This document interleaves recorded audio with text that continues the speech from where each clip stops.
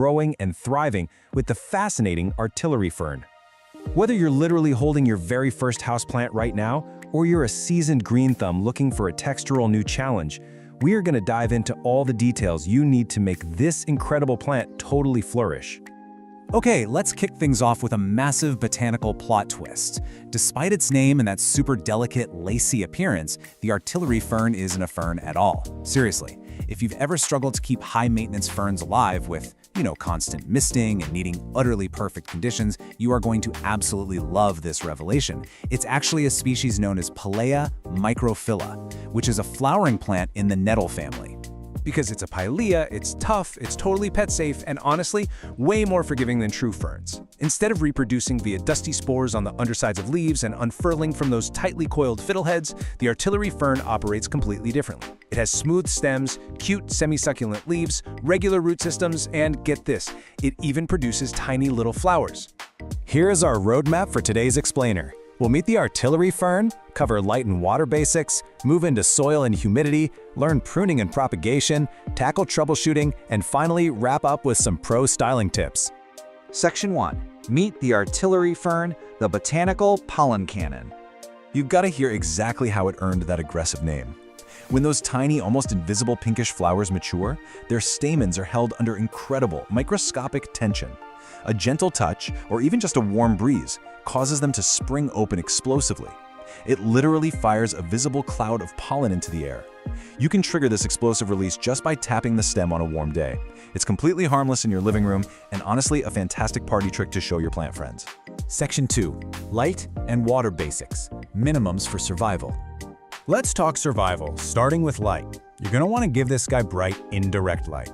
An east or north-facing window hits the nail on the head here. It can even take a bit of direct morning sun without burning at all. But if you shove it into a dark, sad corner, the stems will stretch way out, reaching for light, making the canopy look incredibly sparse and leggy.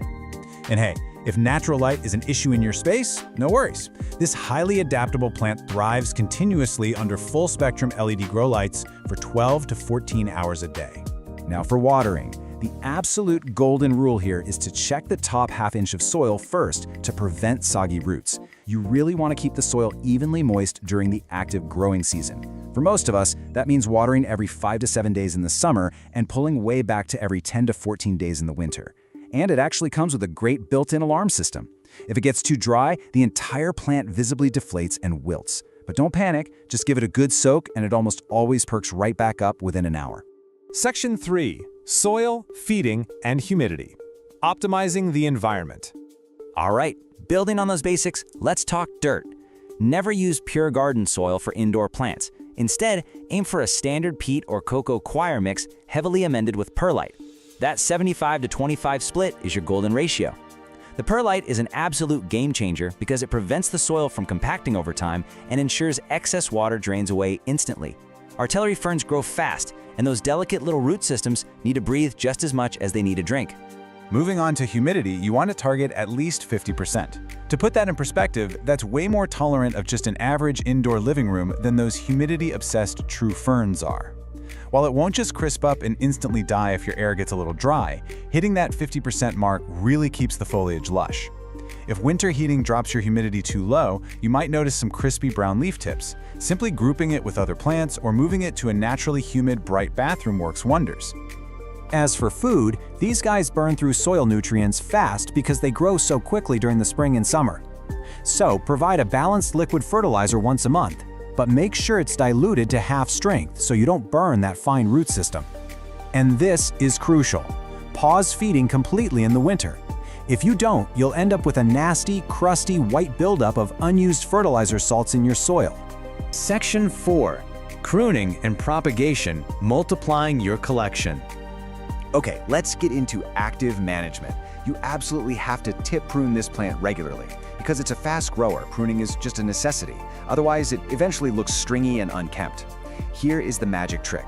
By regularly snipping just the top pair of leaves off a stem, making a clean cut right above a leaf node, you are practicing geometric branching. Every time you snip a tip, the plant is forced to grow 2 new branches right below it. One stem becomes 2, 2 become 4, and suddenly you have this beautifully dense, mounded display. And please don't throw those trimmings away. The artillery fern is arguably one of the easiest houseplants in the world to multiply. Just take a 3 to 4 inch cutting, strip the tiny leaves off the bottom couple of inches so they don't sit and rot, and pop the cut end right into a jar of room temperature water. Keep it in bright, indirect light, and boom, in just 7 to 14 days, you'll see a healthy root system emerge, ready for potting in soil. Brand new plants for free. Section 5. Troubleshooting common problems. Identifying and defeating pests. Even the easiest plants have bad days, right? So let's decode what your plant is telling you. Because the foliage is so dense and fine, pests can hide deep inside before you ever spot them. Get in the habit of gently parting the stems to look closely. If you see a dusty haze or superfine webbing, you've got spider mites, which love dry winter air. Just rinse the plant off and apply neem oil. White cottony masses, mealybugs, dab them with alcohol. And remember, yellowing lower leaves paired with wet soil is almost always a red flag for overwatering and root rot. Just follow the symptoms and you can reverse almost any issue. Section 6. Pro tips and styling. Displaying like a master. Let's wrap up with the fun stuff, styling. Because of its incredibly fine, lacy texture, this plant is an absolute showstopper, cascading out of a hanging basket. But a quick pro tip, that smaller soil volume up in the warmer air will dry out incredibly fast, so check it daily in the summer. For a truly effortless, zero-maintenance display, use a glass terrarium. The enclosed glass creates perfectly high humidity, making the tiny leaves look like a miniature prehistoric jungle, perfect for fairy gardens. It also looks incredibly striking sitting next to broad, smooth-leaved plants like a dumb cane. The textural contrast makes both plants look so much more dramatic. So there you have it. You are officially equipped to thrive with the artillery fern. We've covered the ideal light, the precise watering rhythm, exactly how to prune for maximum bushiness, and how to spot trouble before it even starts. It's forgiving, it's fast-growing, and it is endlessly fascinating. The only question now is, when you finally bring one home, are you brave enough to tap the stem and trigger that famous pollen cannon yourself? Thanks for tuning in to this explainer, and happy growing! Welcome to another explainer. Today, we're focusing on a houseplant that isn't just, a basic piece of greenery. It's practically a living, breathing work of art. We're talking about the incredible Philodendron Brazil. If you're looking for that lush, tropical jungle vibe, but you want something with a bit more artistic flair than your standard green foliage, you are in exactly the right place. This plant is a fantastic, highly communicative artist's canvas. And by the end of this explainer, you're going to know exactly how to master its care, no matter your current experience level. Okay, let's dive into this. Here is our roadmap for today. First, we'll meet the Brazil. Second, mastering light and water. Third, perfecting soil and environment. Fourth, pruning and propagation. And finally, troubleshooting and pro tips. Section 1. Meet the Brazil, the communicative canvas. So this isn't just your run-of-the-mill vine. It actually has a pretty fascinating backstory and a highly communicative personality that makes it the absolute perfect companion for developing your own plant intuition. To really get this plant, we have to travel back to 1991. The Philodendron Brazil wasn't whipped up in some high-tech lab. It was actually discovered as a totally natural mutation in a greenhouse in Holambra, Brazil. And because it's a mutation, every single leaf that unfurls is a completely unique canvas. You get these incredible, unpredictable splashes of lime, cream, and deep emerald green. It literally looks like someone took a paintbrush to a standard heartleaf philodendron. But, that beautiful paintbrush effects actually comes with a biological catch. It's called variegation. Variegation is just a genetic mutation where areas of the leaf lack chlorophyll, which is the green stuff that makes food for the plant. So those stunning lime and yellow stripes, they're essentially energy freeloaders. They look absolutely incredible, but they don't pull their weight when it comes to photosynthesizing. And this establishes exactly why the Brazil has such specific lighting needs compared to a solid green plant. Section 2. Mastering light and water, the non-negotiables. If you want to keep your plant thriving and keep those freeloader variegated stripes looking super bright, getting your light right is completely non-negotiable. To compensate for those non-producing colorful areas, your Brazil needs bright, indirect light. Specifically, you're going to want to aim for 10,000 to 20,000 lux. And hey, you can actually measure this using a free light meter app right on your smartphone. The sweet spot is placing your plant within about 3 to 5 feet of an east or west facing window. A little gentle morning sun is fantastic, but you really must avoid hot, direct afternoon rays, or those beautiful yellow parts, which lack protective pigments, will scorch right up and turn papery. All right, let's talk watering, because this builds right into keeping the roots healthy. We're looking at the soak and dry method versus frequent sipping. Like most aroids, the Brazil is super susceptible to root rot if it just sits in wet soil all the time. You should only water when the top 50 to 75% of the soil is dry to the touch. But when you do water it, don't just give it a little sip. You need to soak it completely until water flows right out of the drainage holes. This flushing action actually mimics a tropical downpour. It ensures every single root gets a drink, and it washes out any built-up salts from tap water and fertilizers. And guys, this brilliantly illustrates exactly why I call the Brazil a communicative plant.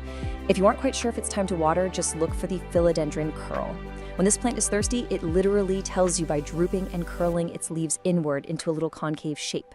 This is simply a loss of turgor pressure, meaning the internal water pressure in the plant cells has dropped. Just give it a deep soak and I promise you it will perk right back up within hours. It's an amazing built-in visual cue. Section 3. Perfecting soil and environment, the optimal setup. Now, what's really interesting about moving this plant from just surviving to truly thriving is what goes on beneath the surface. The Brazil is a tropical hemiepiphyte, which means in the wild it actually grows up the sides of trees and in loose leaf litter, definitely not in dense ground dirt. Its roots need oxygen just as much as they need water, so dense potting soil will just suffocate it. So we construct a DIY chunky aroid mix.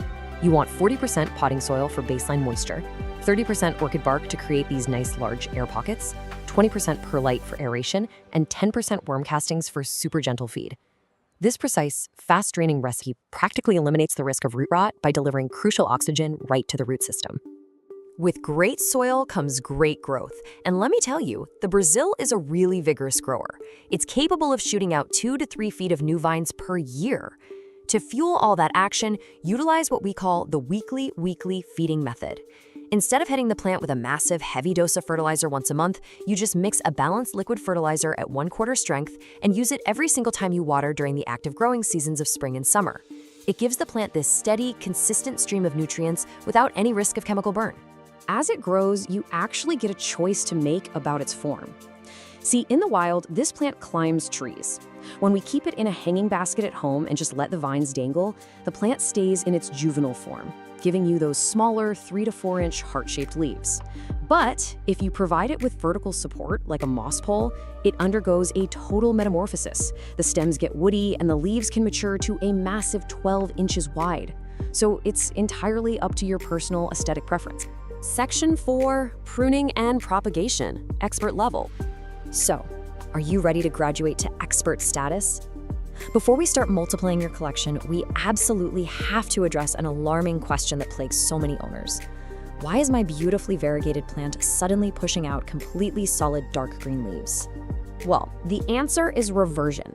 Remember how we said the plant is constantly trying to fix its mutation to be more efficient? If your Brazil isn't getting enough light, it honestly kind of panics and produces solid green leaves to maximize photosynthesis. So the absolute strict rule here is this: if you see solid green vines, your plant is screaming for more light. You must immediately prune that solid green vine all the way back to the last variegated leaf and then move the pot to a brighter location. If you don't do this, that really vigorous green growth will just take over and outcompete the variegated parts permanently. But hey, when you do prune, definitely do not throw those cuttings away. The Brazil is ridiculously easy to clone through water propagation. First, just find a vine with a little brown bump on it. That's an aerial root node. Cut a segment, leaving just 1 leaf and 1 node. Then submerge only the node in a glass of water, making sure to keep the leaf dry so it doesn't rot. In about 10 to 14 days, roots are going to appear. Once they're a couple of inches long, you can plant them right back into the top of the mother pot to make the whole thing incredibly full and bushy. Now, if cutting your plant makes you a little nervous, try the expert level bobby pin method. You literally don't even need scissors. Just loop a really long vine back up to the top of the soil. Find a node and use a standard bobby pin or a paper clip to pin it firmly against the moist dirt. It will root directly into the pot while it's still safely attached to the mother plant.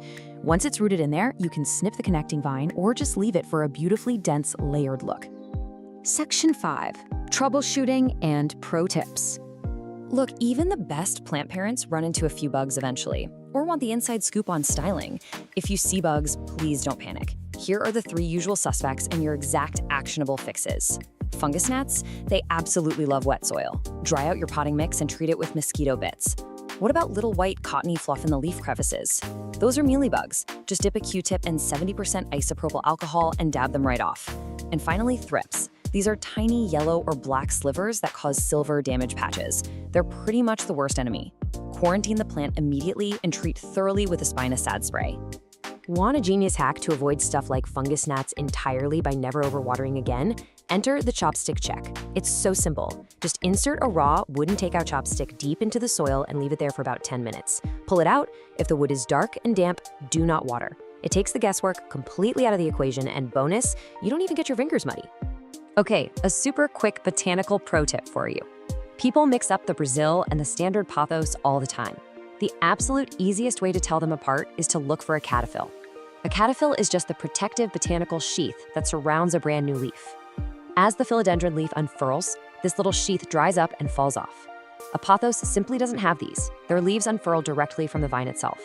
And speaking of the pothos, here is a massive styling secret to make your plant room really pop. Try placing your philodendron Brazil right next to a neon pothos. The electric, solid yellow of the neon pothos perfectly highlights and draws the eye right to that irregular painted lime stripe running down the center of your Brazil's leaves. It creates an incredibly striking, high-contrast visual display. So, we've covered the lighting rules, the chunky soil mechanics, the watering cues, and all the pruning secrets.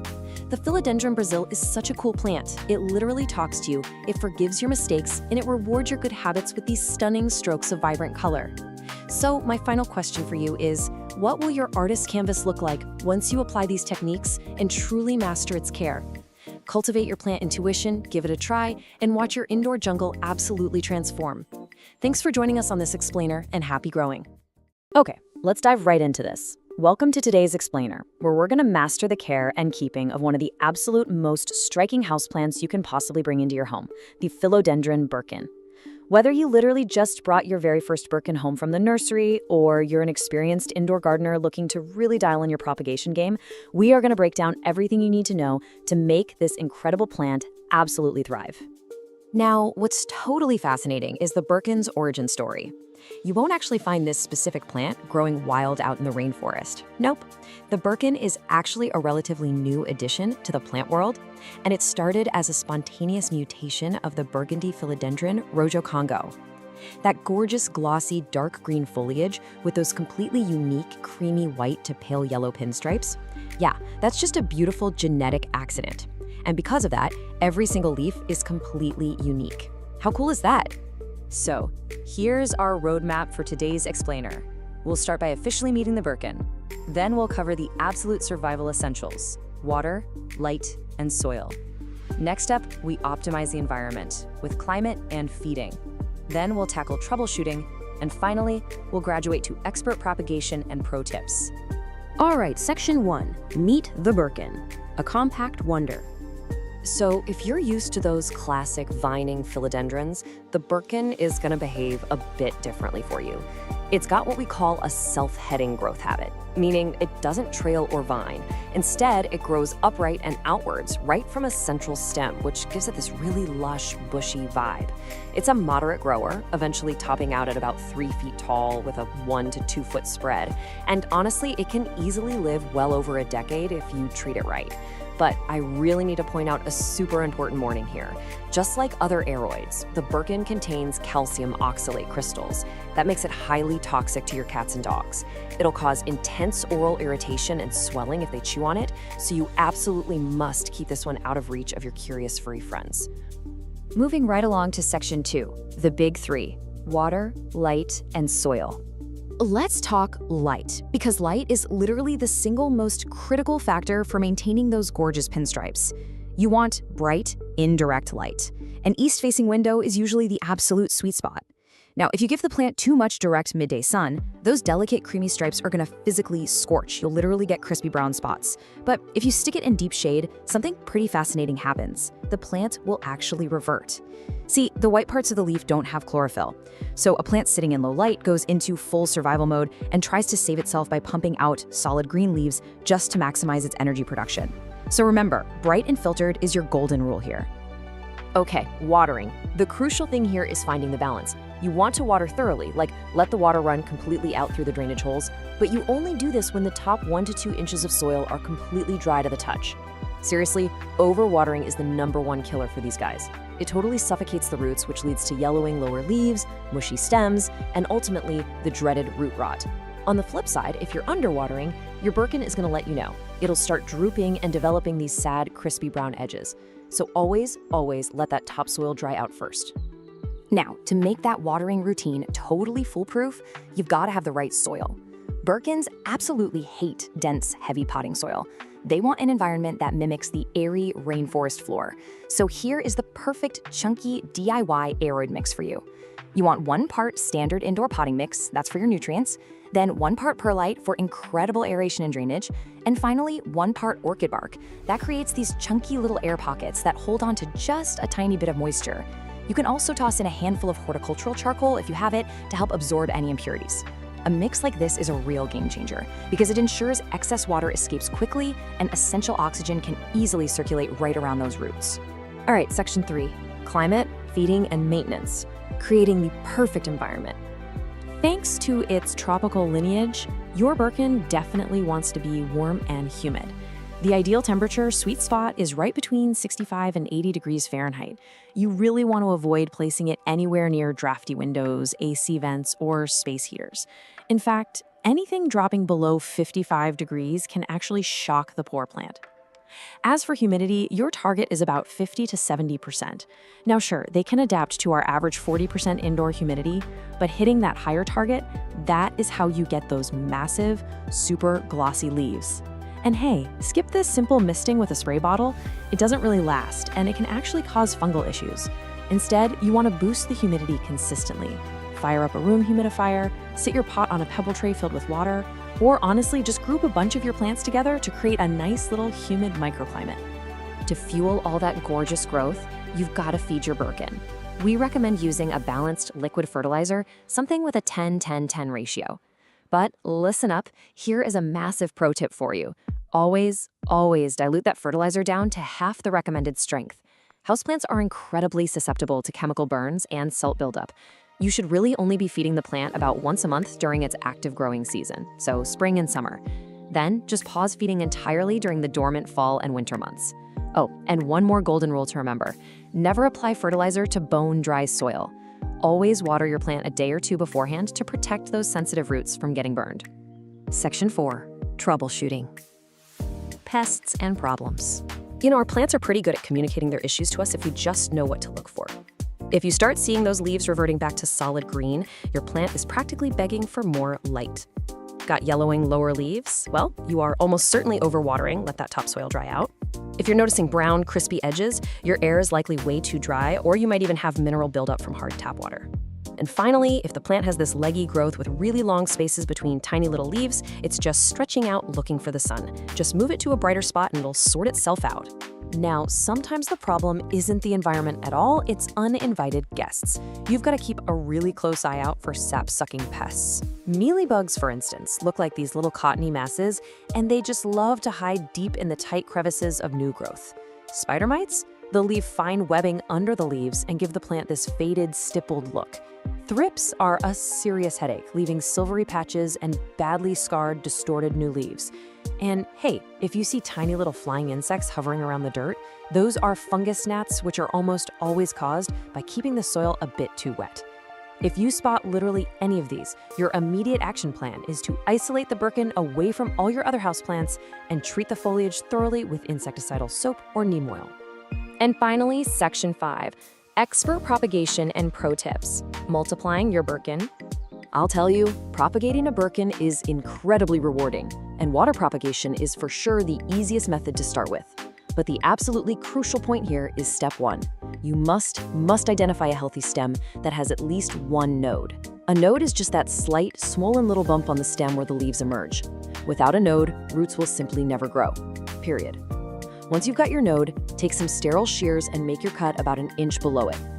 Then, just submerge that node into a jar of room temperature water, making sure to keep the actual leaves completely dry. Just change that water out every 3 to 5 days to replenish the oxygen and stop any weird bacteria from growing. And in just 2 to 4 weeks, bam, you'll see a healthy, brand new white root system starting to form.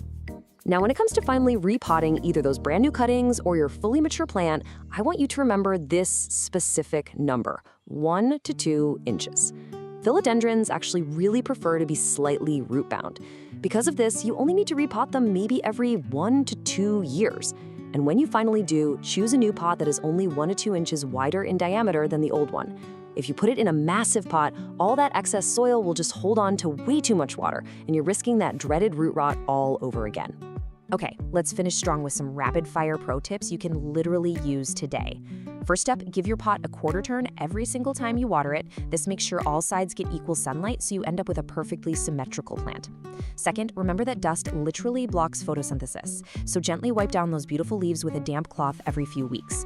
Third, do not be afraid to prune. If you see a fully reverted solid green or solid red leaf pop up, just snip it right off. That forces the plant to redirect its energy back into variegated growth. You can even prune the main top stem if you want to force the plant to become bushier from the base.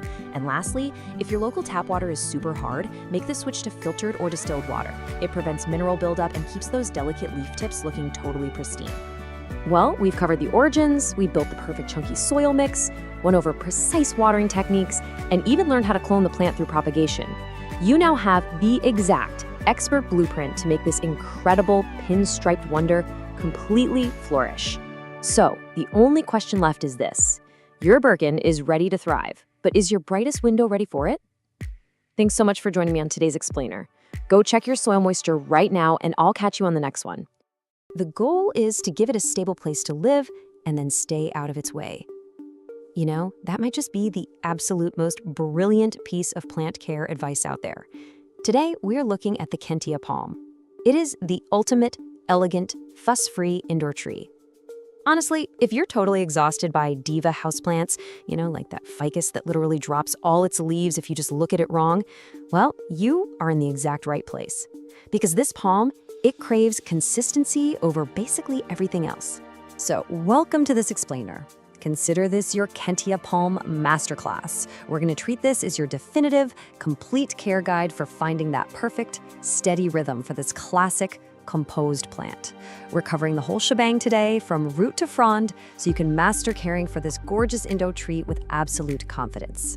All right, here's our roadmap. First, we'll officially meet the Kentia palm, establish its core care rhythm, and talk about perfecting its environment. Then we'll dive into pruning and propagation, troubleshoot some common problems, and wrap it all up with pro tips for your long-term success. Okay, part 1, meet the Kentia palm, the elegant indoor tree. Let's start with its core identity, 6 to 12. To put that into perspective, that is the impressive height in feet that this palm can actually reach indoors. It brings this beautiful old-world lobby plant aesthetic right into your living room. Now, it grows incredibly slowly, so you're not going to see any crazy dramatic spurts and stalls. Instead, it rewards your patience with a really calm, vertical, architectural presence. Oh, and a massive bonus, it is completely 100% non-toxic to cats and dogs. Before we get into the nitty-gritty of care, we kind of need to make sure you actually have the right plant, right? There is a pretty big difference between the true Kentia palm, which is Howea forsteriana, and its close relative, the curly Kentia palm. The true Kentia gives you that wide-open, graceful crown with those long, arching fronds for a much softer, classical look. The curly Kentia, on the other hand, is a lot tighter with more recurved fronds. For that soft, space-filling silhouette, you're definitely looking for the true Kentia. Moving right along to part 2, the core care rhythm, light, water, and soil. Mastering these 3 fundamental elements is literally the secret to a thriving palm. So light is our first pillar here. Now, the Kentia is famously tolerant of lower light, but, and this is a big but, low light is merely tolerated. Sure, the plant will survive, but it leads to way wider spacing between the fronds and incredibly sparse, slow growth. The actual sweet spot? Bright and direct light. An east-facing window is usually fantastic. This is exactly where the fronds stay wonderfully full and the plant gets the energy it needs to keep up a steady growth rate. Next up, watering. Remember, we are looking for a nice, steady rhythm here. Step 1, just wait for the top 1 to 2 inches of soil to dry out completely. Step 2, water it thoroughly until the mix is evenly moistened. And step 3, which is absolutely critical, guys, let the excess water drain completely. The big takeaway is that the Kentia handles being slightly dry much, much better than it handles having soggy roots. Winter is actually where most people trip up, so do yourself a favor and always check the soil with your finger instead of just sticking to some rigid watering calendar. To maintain that perfect watering rhythm, you've got to have the right foundation. Here is your ideal airy soil mix recipe. 2 parts of a quality indoor potting mix, 1 part coco coir, or peat if that's what you have on hand, just to hold a little moisture, and 1 part perlite or pumice to make sure the roots can actually breathe. You can even toss in some orchid bark if you want extra drainage. Dense, heavy garden soil is the enemy here. The roots desperately need oxygen, and this exact balance ensures even moisture without, turning the pot into a swamp. All right, part 3, perfecting the environment, humidity, temp, and feeding. So now we're graduating from just basic survival to actively optimizing the palm's living conditions. 65 to 80 degrees Fahrenheit, that is your comfortable temperature window. Basically, the Kentia palm wants normal indoor temperatures, but it absolutely despises sudden temperature swings. Keep it far away from cold drafts near exterior doors, and definitely, no matter what, do not blast it with hot, dry air from your heating vents. Consistency is totally the name of the game here. Let's fine-tune the rest of the environment with a couple quick tweaks. Average household humidity is usually okay, but boosting it, maybe running a humidifier if your house is dry, is your massive #1 defense against those annoying crispy brown leaflet tips. Now, when it comes to feeding, listen, they are light feeders. Just feed them lightly in the spring and summer using a diluted palm or balanced fertilizer, and then pause all feeding entirely in the fall and winter. Over-fertilizing is just going to burn the tips, and nobody wants that. That brings us to part 4, pruning and propagation, advanced care. In this advanced stage, we have to focus heavily on the art of restraint. Never cut the central growing point. This right here is the absolute, undisputed golden rule of palm pruning. Palms are not like your typical branching shrubs. If you chop off the top of the trunk, the crown, you completely remove the plant's only ability to keep growing from that stem. Seriously, you should only ever prune fully brown, dead fronds. Leave the green ones alone. Pruning for this specific plant is entirely about holding back. And now, brace yourselves for a bit of a propagation reality check. If you're used to simply dividing your houseplants to make more, well, I gotta gently break the news. Kentias cannot be propagated by division. You actually have to start them from seed. You soak the seed, plant it in a warm, sterile mix, and then, well, you wait. It requires immense patience because the germination is incredibly slow. Honestly, between you and me, if you want a beautiful specimen anytime soon, just buying a healthy mature plant is definitely the smarter move. Repotting requires that exact same gentle touch. Kentia palms actually like being slightly snug, and they hate having the roots aggressively disturbed. So wait a good 2 to 4 years until you see the roots clearly circling the pot. Water it lightly the day before to prep the plant. When you do repot, choose a pot that is only 1 to 2 inches wider. Do not go huge. And finally, keep that root ball as intact as possible, and this is crucial, never bury it deeper than it was originally planted. Let's move to part 5, troubleshooting. Clues, not catastrophes. I want you to start viewing issues as simple diagnostic clues, not total catastrophes. There is absolutely no need to panic. Let's quickly run through the most common symptoms. If you're seeing brown tips, your likely culprit is dry air or maybe hard water mineral buildup. Easy fix, add a humidifier or flush the pot with fresh water. Notice yellowing lower fronds? That's almost always a sign of overwatering or root rot, meaning you gotta check those roots and improve drainage immediately. And what if you spot some dusty webbing? Spider mites. Isolate the plant right away, wipe down the leaves, and raise that humidity because mites absolutely love dry air. Since watering issues are by far the most common, let's contrast the 2 biggest mistakes so you know exactly what to look for. Overwatering is going to give you yellowing, lower fronds, soft, mushy soil that just won't dry, and kind of a sour smell coming from the pot. Underwatering, on the flip side, gives you crispy leaflet tips, really dull-looking fronds, and soil that literally pulls away from the edges of the pot. By checking for these exact signs, you can immediately diagnose if you're throwing off the plant's natural rhythm and just adjust accordingly. All right, final stretch, part 6, pro tips for success. Mastering the long game. Let's lock in the behavioral habits that will actually make you an expert plant parent with some rapid-fire, actionable pro tips. First up, do not overpot. It literally just leads to soggy soil. Second, let the plant settle. Stop moving it around your house. Third, rotate the pot just a little bit every few weeks to keep the crown from leaning heavily toward the light. Fourth, wipe the dust off those fronds so the plant can actually photosynthesize efficiently. And above all else, Think in years, not weeks. Patience and minimal interference will give you a stunning display that lasts for decades. Which brings us perfectly to our final core takeaway. Care for the Kentia palm is a rhythm guide, not a rescue guide. Honestly, mastering the steady basics, just providing the right light, a consistent watering pattern, and letting those roots breathe is truly all this elegant indoor tree ever requires from you. So that leaves us with one final question for you. Are you ready to find your Kentia palm's rhythm? Armed with everything we've covered in this explainer, you now have the exact blueprint to bring this calm, architectural presence right into your home and just watch it thrive beautifully for years to come. Thanks so much for joining me on this deep dive today, and hey, happy growing! All right, let's dive right into this explainer. If you're looking for the ultimate forgiving houseplant to finally cure that dreaded black thumb, you are in exactly the right place. Today we're doing a deep dive on the amazing Echeveria. Listen, if you've ever, accidentally killed 3 plants in a row and just started to believe you're completely cursed with a black thumb, let me stop you right there. It honestly happens to the absolute best of us. But today, we're looking at one very specific succulent that is pretty much your perfect path to plant redemption. Say hello to Echeveria elegans, or as most people call it, the Mexican snowball. This is this beautifully rugged, palm-sized rosette succulent that has these amazing chalky blue-white leaves.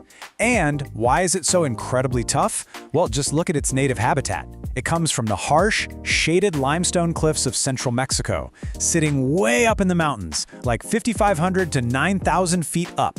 So this plant is literally built from the ground up to survive some really tough conditions, which means, for us, it will absolutely thrive on a little indoor neglect. So here's our roadmap for this explainer. First, we'll hit the holy trinity of survival, then environment and upkeep. After that, blooms and babies, followed by a quick troubleshooting section, and we'll wrap it all up with some pro tips and a conclusion. All right, section 1, the holy trinity of survival: light, water, and soil. Light is, without a doubt, the single biggest decision you are going to make for this plant. If you look on the left, you'll see a perfectly healthy rosette. See how tight it is? It's got that chalky blue-white color with just a faint pink blush right on the edges. That is exactly what happens when it gets its ideal 4 to 6 hours of direct sun. Now look on the right. That is what happens in low light. It completely loses its shape and just stretches upward into this sad, leggy green pole with widely spaced leaves, basically because it's desperately reaching for the sun. To keep that beautiful tight cup shape, you really want to put this guy in a south or west-facing window. Now, this is wild, but overwatering actually kills way more Echeverias indoors than literally every other care mistake combined. You have to practice tough love here. A thirsty plant, it just gets slightly wrinkled bottom leaves and maybe a softer rosette. And honestly, it bounces right back within a single day of a deep soak. No big deal. But an overwater plant, well, the leaves turn this gross translucent yellow, they go completely mushy, and they'll peel off with basically zero resistance. You want to wait a good 10 to 14 days between waterings, use a wooden chopstick to double check that the soil is totally bone dry from top to bottom before you even think about soaking it again. When it comes to soil, you're going to want an exact equal parts gritty recipe.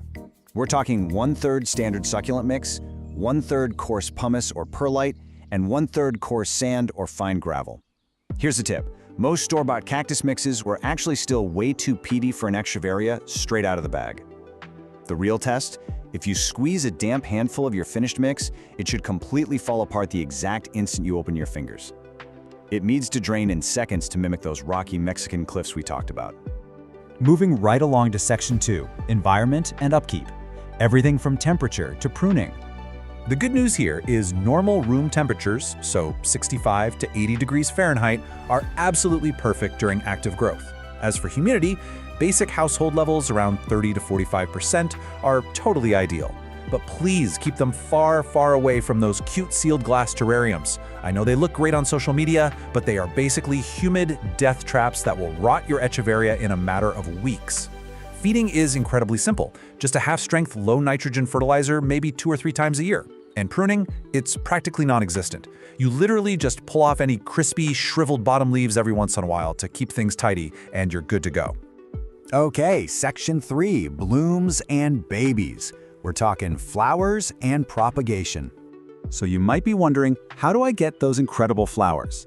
The absolute secret to unlocking Echeveria blooms is all about a mandatory winter rest. Here is the process. Step 1. During winter, you have to give the mature plant about 8 to 10 weeks of a cool, almost bone-dry rest. We're talking temperatures around 45 to 55 degrees Fahrenheit. Step 2. In early spring, move it back into the warmth and just start gentle watering again. Step 3.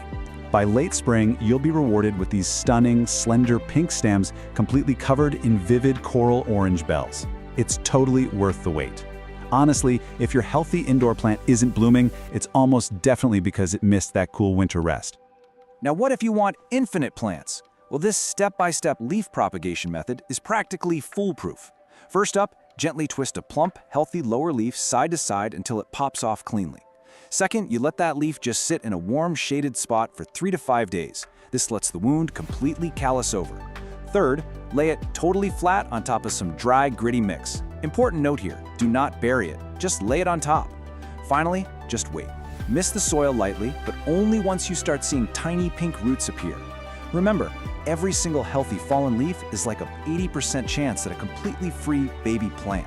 It's awesome. All right, section 4, troubleshooting. These are just some easily fixable plant hurdles. Nobody likes pests, but the treatments for the most common ones are incredibly straightforward. If you spot mealybugs, they basically look like tiny white cotton tufts hiding deep down in the tight center folds of the rosette. Just dab them with a cotton swab dipped in 70% rubbing alcohol. Super easy. If you see green clusters of aphids popping up on your new flower stems, a sharp blast of water will knock them right off. And what about the fine webbing from spider mites that you might get during hot, dry summers? A really quick rinse and a pass with some insecticidal soap clears them right up. Simple, effective, and totally manageable. We absolutely do have to talk about the silent killer though, root rot. By the time the base of the stem feels soft and those translucent yellow lower leaves start peeling off, the rot has usually climbed up well past the roots. It sounds bad, right? But the cool thing is, you are completely empowered to rescue it. All you do is take a sterilized blade and slice cleanly through the stem right above the rot. You're essentially beheading the clean top of the plant. Let that newly cut surface callus in the shade for at least 5 days, and then just lay it right back on some fresh, dry grit so it can reroot. Boom!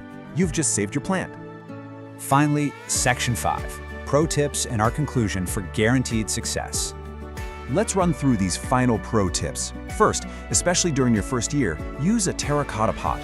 The clay naturally wicks the moisture right out, giving you a massive safety margin against accidental overwatering. Second, try top dressing the soil with pale gravel. Not only does it look fantastic, but it actually reflects sunlight back up under the rosette. Third, always quarantine any new succulents you buy for a month. You really don't want sneaky root bugs invading your whole collection.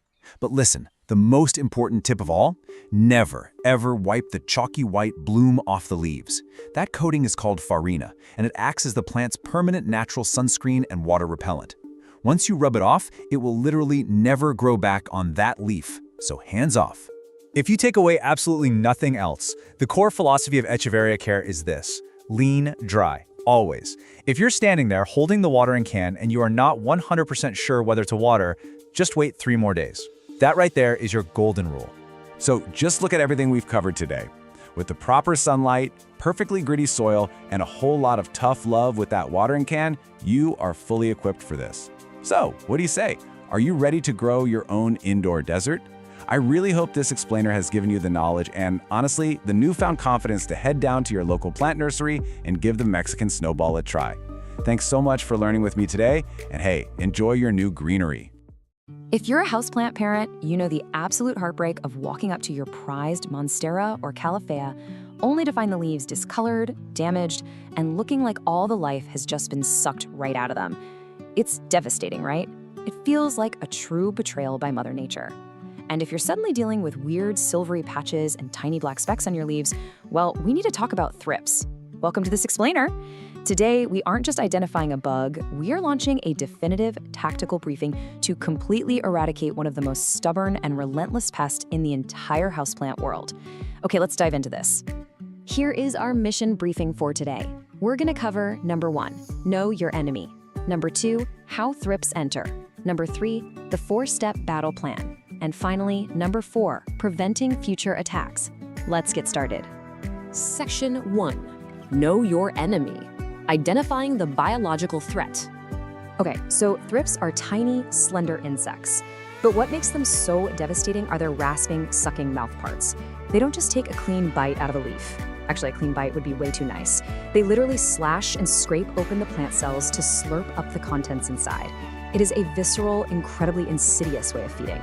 And this violent slashing action, that's exactly what causes that heartbreaking, shimmery damage you see on your leaves. They are quite literally scraping the life out of your plant cell by cell. Now, what's really interesting here is that you have to know exactly what you're hunting for, because the enemy looks totally different depending on its life stage. Adult thrips are incredibly small, just 1 to 2 millimeters long. They're usually black or dark brown, and man, they are fast. They can easily fly or even jump right off the leaf when you disturb them. On the flip side, we have the larvae. These guys are even smaller, pale white or yellowish, and they look like tiny little worms actively feeding right inside those damaged areas. You absolutely need to be looking out for both. So you might be wondering, why are thrips so incredibly hard to get rid of? Well, it all comes down to their highly evasive life cycle. They are absolute masters of hiding. The adult females literally lay their eggs directly inside the plant tissue itself.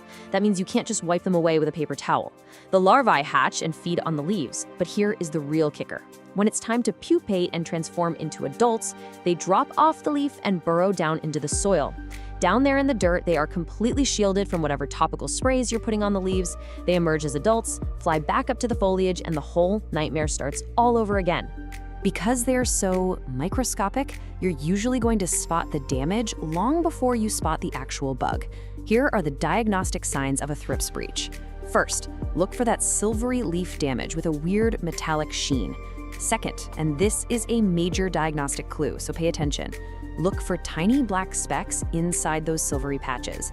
That is their frass, which, is just a polite word for bug droppings. You might also spot the visible, fast-moving insects themselves if you look closely enough. And finally, check your plant's new growth. If the new leaves are emerging deformed, twisted, or heavily scarred, thrips are very likely feasting on those tender areas. Section 2. How thrips enter.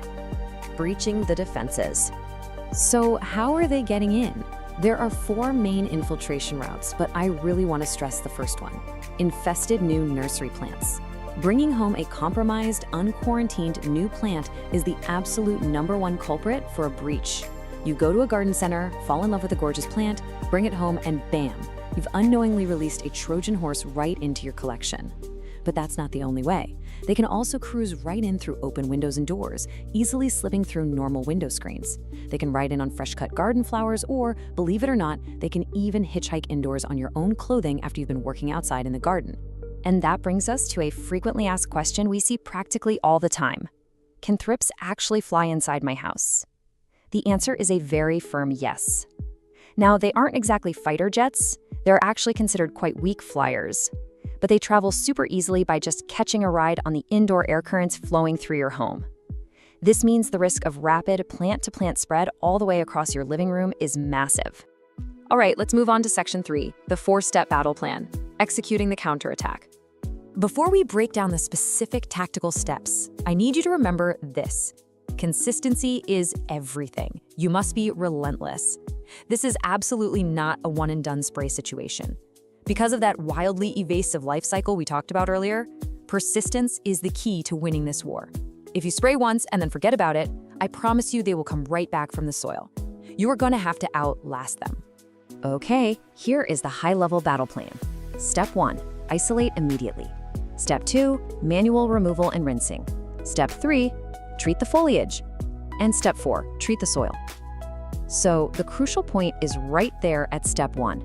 Isolating the plant immediately is the critical first move to halt the invasion. You must move that infected plant, and honestly, any plants physically touching it, far, far away from your main collection before you do a single other thing. Now let's detail the physical removal phase in Step 2. Once your plant is isolated, take it straight to the shower or the kitchen sink. You want to use a strong jet of lukewarm water to physically blast and dislodge as many adults and larvae as you possibly can. Make sure you target the undersides of the leaves and all that twisted new growth where they love to hide out. And if a leaf is heavily damaged, don't even hesitate. Prune it off immediately, seal it in a plastic bag, and get it out of your house entirely. Moving on to steps 3 and 4. This brilliantly illustrates the absolute necessity of fighting a two-front war. On the foliage front, you need to spray the leaves with insecticidal soap or a spinoside product every 3 to 5 days to kill the feeding adults and larvae on contact. Spinoside is highly, highly effective for this. But remember that tricky pupating stage? Right. For the soil front, you have to destroy the pupae. You can use systemic granules applied directly to the dirt.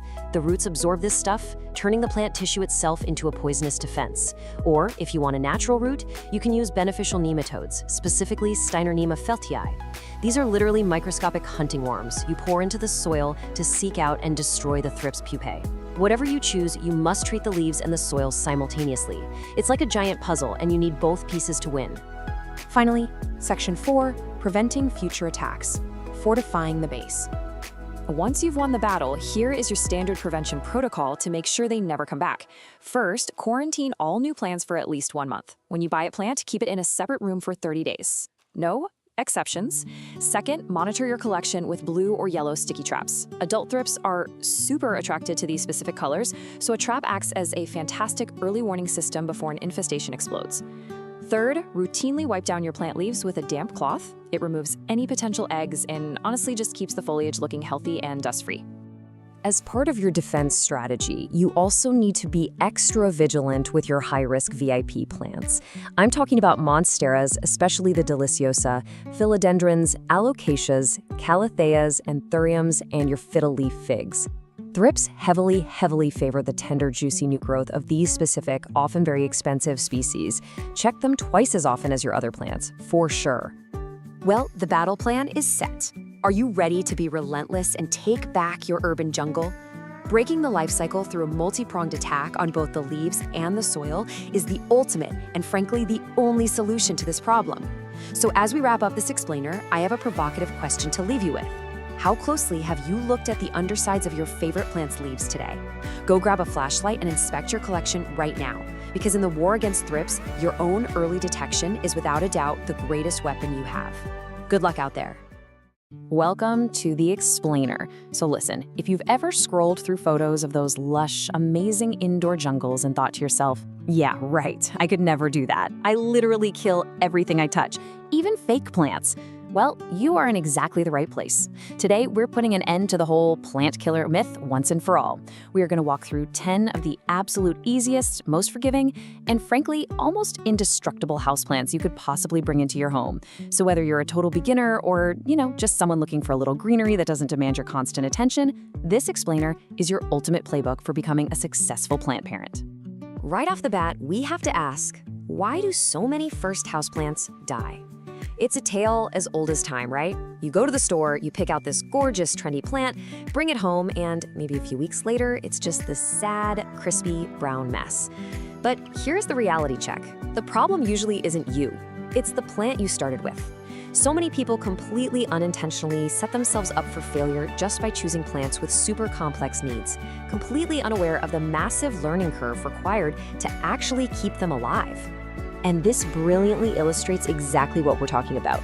Look at the difference here. On the left, we've got the fiddle leaf fig. It's famous, it's all over social media, and honestly, it is notoriously fussy. Starting your plant journey with something like a fiddle leaf fig is just a recipe for pure frustration. But on the right, we have our actual secret to success: tough, forgiving plants. The single most important decision you will make on your plant journey is your very first plant. If you pick a resilient one, you practically guarantee yourself a win. And that success is exactly what's going to motivate you to keep going. So here is our playbook for today's explainer. First, the secret to plant success. Then, the 5-star indestructibles. Next up, plants that communicate clearly. After that, quirky but tough survivors. And finally, choosing your first companion. Okay, Section 1, the secret to plant success. Okay, let's dive into this with Section 2, the 5-star indestructibles. This first group we're looking at is strictly for plants that absolutely thrive on neglect. We are giving them a flawless 5 out of 5 for toughness. I mean, they are the certified tough-as-nails champions of the plant world, entirely capable of enduring the most common beginner mistake of all, completely forgetting they even exist. First up is the undisputed king of easy care, the snake plant, also known as Sansevieria. Listen, if you could only choose one beginner plant ever, this is the one. It's got these amazing, stiff, upright leaves that just give it a really modern, stylish look in literally any room. But its real superpower is its near indestructibility. It tolerates low light, and it is insanely drought tolerant. You water it when, actually, scratch that, you only water it when the soil is 100% dry. You can forget about it for weeks at a time, and it'll just sit there, happily purifying your air and looking fabulous. Now, you might be wondering, how in the world do these plants survive such extreme neglect? Well, many of them utilize an amazing botanical feature called a rhizome. A rhizome is basically a thick, underground stem that stores massive amounts of water and nutrients. Think of it kind of like a camel's hump, but for a plant. It's an emergency water tank built right in, allowing the plant to easily coast through severe droughts when you inevitably miss watering day. Two perfect examples of this incredible rhizome resilience are the ZZ plant and the cast iron plant. The ZZ plant has these gorgeous, wide, glossy leaves. It is so pristine and so low maintenance that people honestly mistake it for a fake plant all the time. Then we have the cast iron plant. I mean, the name really says it all, right? This was actually a huge favorite in Victorian homes because it could withstand the terrible air quality and dim corners where absolutely nothing else had a chance of growing. For both of these low-right champions, their only real demand is that you just let their soil dry out almost entirely before you even think about giving them a drink. Let's move to and see how this builds into Section 3, plants that communicate clearly. So if the indestructibles are great because you can basically ignore them, this next group is fantastic because they are incredible teachers. The secret sauce here is visual cues. These plants will literally wilt or droop to tell you, hey, I'm thirsty. For a beginner, this instant feedback is an absolute game changer. You don't have to guess or panic about overwatering or underwatering. You just wait for the cue, give them a drink, and within hours, they perk right back up. It's incredibly rewarding. Two of the absolute best communicators out there are the golden pothos and the peace lily. The golden pothos is often called devil's ivy because it's just so remarkably hard to kill. It's a fast-growing vine that instantly gives your space those jungle vibes. And it visually tells you it's thirsty by drooping slightly, usually right when the top 1 to 2 inches of soil dry out. Then there's the peace lily, famous for those elegant white blooms. This one is a total drama queen. It droops beautifully and dramatically when it needs water. Just a quick but super important note on the peace lily. It is toxic to pets, so definitely keep it up and out of reach of your furry friends. Another really fantastic communicator is the Chinese money plant, or pilea. With a really solid toughness score of 4 out of 5, this trendy little guy has these cheerful, perfectly round, coin-shaped leaves. It gives very clear visual cues. Again, just a slight leaf drooping when it's time for a drink. But for sure, the coolest thing about the pilea is that it's known as the pass-it-on plant. It rapidly pushes up lots of tiny baby offshoots in the soil that you can easily pop out and share with your friends. Oh, and bonus, it's totally non-toxic to pets. So the crucial point is really understanding these two different care strategies side by side. On the left, we've got the indestructibles, your snake and ZZ plants. They absolutely demand that you wait until their soil is 100% bone dry. On the right, the communicators, like the pothos and peace lily, want water as soon as their leaves droop or just the top couple inches of soil are dry. Once you recognize this difference, you have basically unlocked the secret to plant parenting. Moving right along to Section 4, quirky but tough survivors. This third tier is specifically for those of you who want a plant with a highly unique, fun appearance, but you still need it to pack a massively resilient punch. And to fully appreciate our next quirky plant, we need to introduce you to another hidden botanical superpower, the caudex. A caudex is a swollen, bulbous trunk base that certain plants use to hoard massive amounts of water. It's a genius adaptation that lets them just coast through incredibly long dry periods without breaking a sweat. And the ponytail palm is the ultimate showcase of the caudex. Now, despite the name, it's not a palm at all. It's actually in the agave family. That big, swollen trunk means you can literally jet off on vacation and not worry about this plant for a second. It loves a sunny spot and absolutely thrives on being ignored. Next to it is the zebra plant, or Howarthia. If you are intimidated by the steep learning curve of most fussy succulents, you have to start here. It gives you that really cool, spiky look, but it doesn't demand intense, baking, direct sun. It does wonderfully on a bright windowsill. For both of these quirky survivors, again, water them only when the soil is completely, totally dry. Rounding out our quirky list, we have two classics, the spider plant and the parlor palm. The spider plant is this cheerful, grassy companion that produces endless, adorable, dangling babies or spiderettes. It is literally the plant that keeps on giving, and it's completely non-toxic. The parlor palm, on the other hand, is perfect for anyone dreaming of bringing an indoor tropical oasis to life. It stays relatively small, and unlike a lot of its really fussy palm cousins, it is incredibly adaptable to lower light and just normal everyday home humidity. For both of these guys, a good rule of thumb is to water just when the top inch of soil feels dry.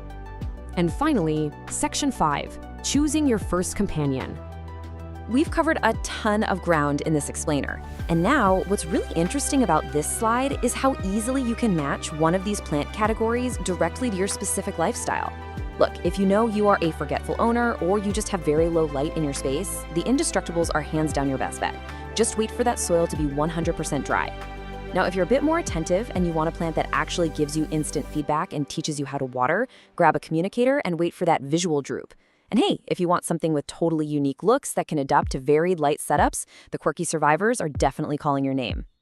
The absolute core takeaway from all of this source material can really be summed up perfectly right here.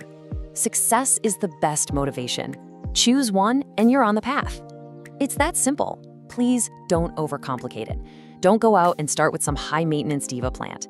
Just pick one forgiving plant that fits your space and let that initial, manageable win drive your confidence for the rest of your gardening journey. So, you have the playbook, you know the biological secrets, and you've seen the 10 absolute easiest houseplants that are practically impossible to kill. The only question left is, which of these unkillable companions are you going to bring home today? Take the leap, pick your plant, and start your green journey. Thanks so much for joining me on this explainer, and hey, happy planting! Welcome to the explainer. Today, we're walking straight into a high-stakes plant ER situation. Look, if you've spent any time caring for indoor greenery, you know that keeping your plants thriving is usually a super peaceful, rewarding hobby. But occasionally, there's a condition that pops up requiring immediate, decisive action. We're talking about the silent killer of the houseplant world, root rot. We're going to give you a direct, step-by-step guide on exactly how to spot it, how to stop it, and how to save your plant before it's literally too late. So don't panic, you're in the right place, and we're going to get through this together. To kick things off, let's look at the ultimate irony of root rot. It's this incredibly deceptive symptom that confuses, well, basically so many dedicated plant owners. Picture this. You walk up to your favorite pothos or monstera, and the leaves are just dramatically wilting, drooping, maybe even turning yellow. Every instinct you have is screaming, this plant is thirsty. But then you touch the soil, and it is absolutely soaking wet. It makes zero sense, right? How on earth can a drowning plant look like it's dying of a drought? Well, as we'll see, the answer lies hidden beneath the soil line, and fixing it requires a complete shift in how we approach plant triage. Okay, let's dive into this. Here is our plant ER triage plan. 1. Diagnosing the silent killer. 2. Drowning below the surface. 3. Inspecting the damage. 4. The emergency operation. And 5. Preventing future rot. Starting right off with step 1, diagnosing the silent killer and reading the deception. The truly tricky thing about root rot is that the visible problem is happening above ground, but the actual disaster is unfolding below. You really can't just rely on a single symptom. So think of this quick diagnostic chart as your best friend right now. Let's walk through it. If you're seeing wilting or drooping leaves and the soil is completely soggy or constantly wet, yeah, it's highly likely you have root rot.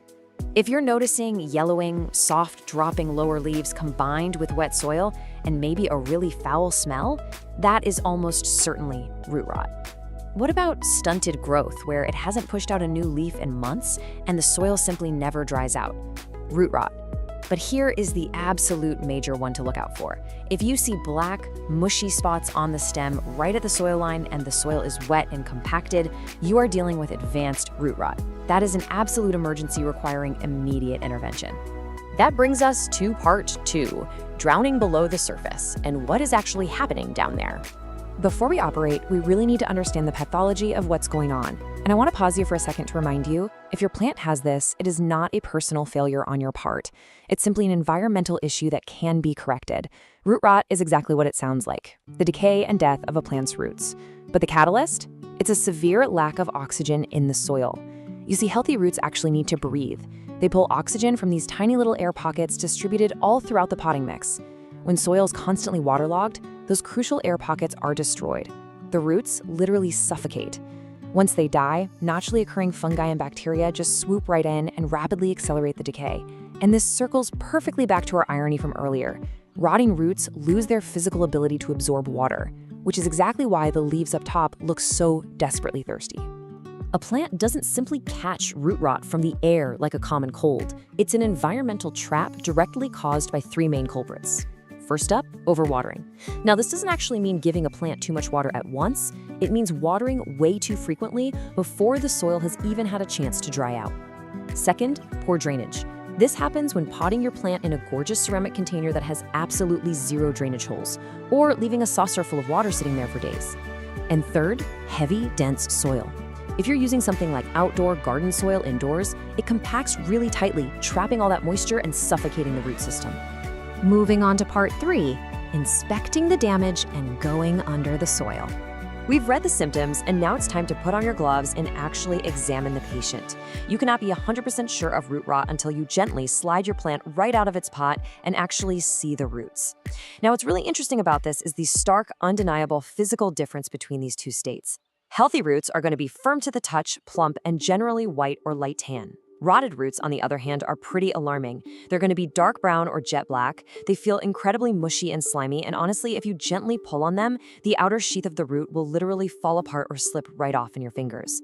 Alongside that visual inspection, you absolutely must perform the smell test. Healthy houseplant soil smells great. It's earthy, fresh, and organic.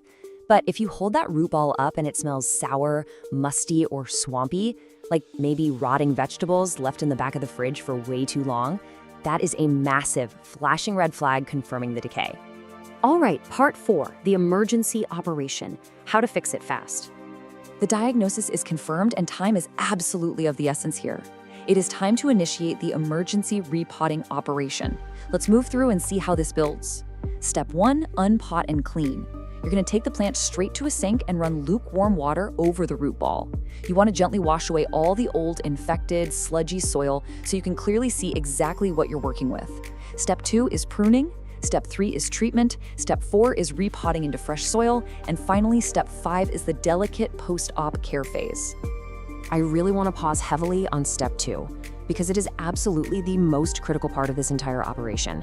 Simply put, you must be ruthless. Take a pair of shirt pruning shears or scissors and make sure you sterilize them with some rubbing alcohol first, and cut away every single dark, mushy, or slimy root. Do not hesitate. Do not try to play the hero and save a root that is only a little mushy. If you leave even a tiny, tiny bit of rotted material behind, the bacteria is simply going to spread right back into the healthy tissue. Snip it all away until you only have firm, healthy roots left. Once you've done your pruning, here is an excellent optional triage step. You can dip the remaining healthy roots into a solution of 1 part 3% hydrogen peroxide to 2 parts water. It bubbles up and actually helps kill off any lingering bacteria or fungal spores. After that, repot the plant into a completely clean pot using entirely fresh, well-draining soil. Do not, under any circumstances, reuse the old soil. And for your post-op care, just give it a very light watering, do not drench it, keep it in bright, indirect light, and absolutely do not fertilize it for at least a month. The plant is in shock, you just need to let it rest. Finally, we reach part 5, preventing future rot, and the best practices for healthy roots. If you followed the steps, your plant is now resting quietly in recovery. But to keep it out of the ER in the future, we need to focus on some strict lifestyle changes. Prevention is so much easier than a cure, so the crucial point is to basically memorize this non-negotiable checklist. Number 1, always use pots with drainage holes. Seriously, if you have a beautiful decorative pot with no holes, just put your plant in a cheap plastic nursery pot and drop that inside. Number 2, water based on need, not a schedule. Stick your finger 2 inches into the soil. If it's moist, just wait. Number 3, use well-aerated soil. Mix in perlite or orchid bark so those roots can breathe. Number 4, empty the saucer. Let the plant drain for about 15 minutes after watering, then dump whatever excess water is left. And finally, when you repot, only size up by 1 to 2 inches at a time. A giant pot holds way too much moisture, creating a perfect storm for rot. So, we come to the final question. Can a plant truly recover from root rot? Yes, it absolutely can, but only if you catch it early. Recognize those deceptive symptoms and take immediate, ruthless action with your sterilized shears. You are now fully equipped with the knowledge, the diagnostic tools, and the surgical steps to save your plants from suffocating below the surface. The only question left is, are you ready to operate, or will you let the silent killer win? Thanks so much for joining this explainer, and hey, good luck in the plant ER. Welcome back to The Explainer. Today, we're taking a look at one of the absolutely most striking and unusual houseplants you could possibly bring into your space. We're talking about the Microsorm usifolium, better known to you and me as the crocodile fern. Now, if you want a plant that instantly sparks a conversation, this is it. But keeping it thriving, well, that requires a very specific approach, something we're going to call the rainforest replicator care strategy. Okay, let's dive into this. I mean, just look at those broad, leathery fronds. They're covered in this incredibly distinct network of dark green veins, and it creates this embossed texture that literally looks exactly like crocodile skin. It is a total prehistoric masterpiece. But it begs the question, how exactly do you care for a plant that looks like a reptile? Well, that's the puzzle we're solving today, taking you from a complete beginner to an absolute expert. Here's our roadmap for today's explainer. First, we'll meet the fern, then we'll explore its rainforest home, break down water and soil, cover routine maintenance, do some quick troubleshooting, and wrap it all up with a few pro tips. All right, Section 1, Meet the Fern, a prehistoric beauty. Now, what's really interesting about this is that because this fern actually originates in the lush tropical canopies of places like Southeast Asia, Malaysia, New Guinea, and parts of Northern Australia, the secret to its care boils down to one single word: epiphyte. See, in the wild, this plant doesn't actually grow in the dirt. It anchors itself right onto the branches and trunks of other trees, way high up in the canopy. It literally just gathers moisture and nutrients from the air and the organic debris around it. Keep this epiphytic nature in mind because it completely dictates everything we're going to do from here on out.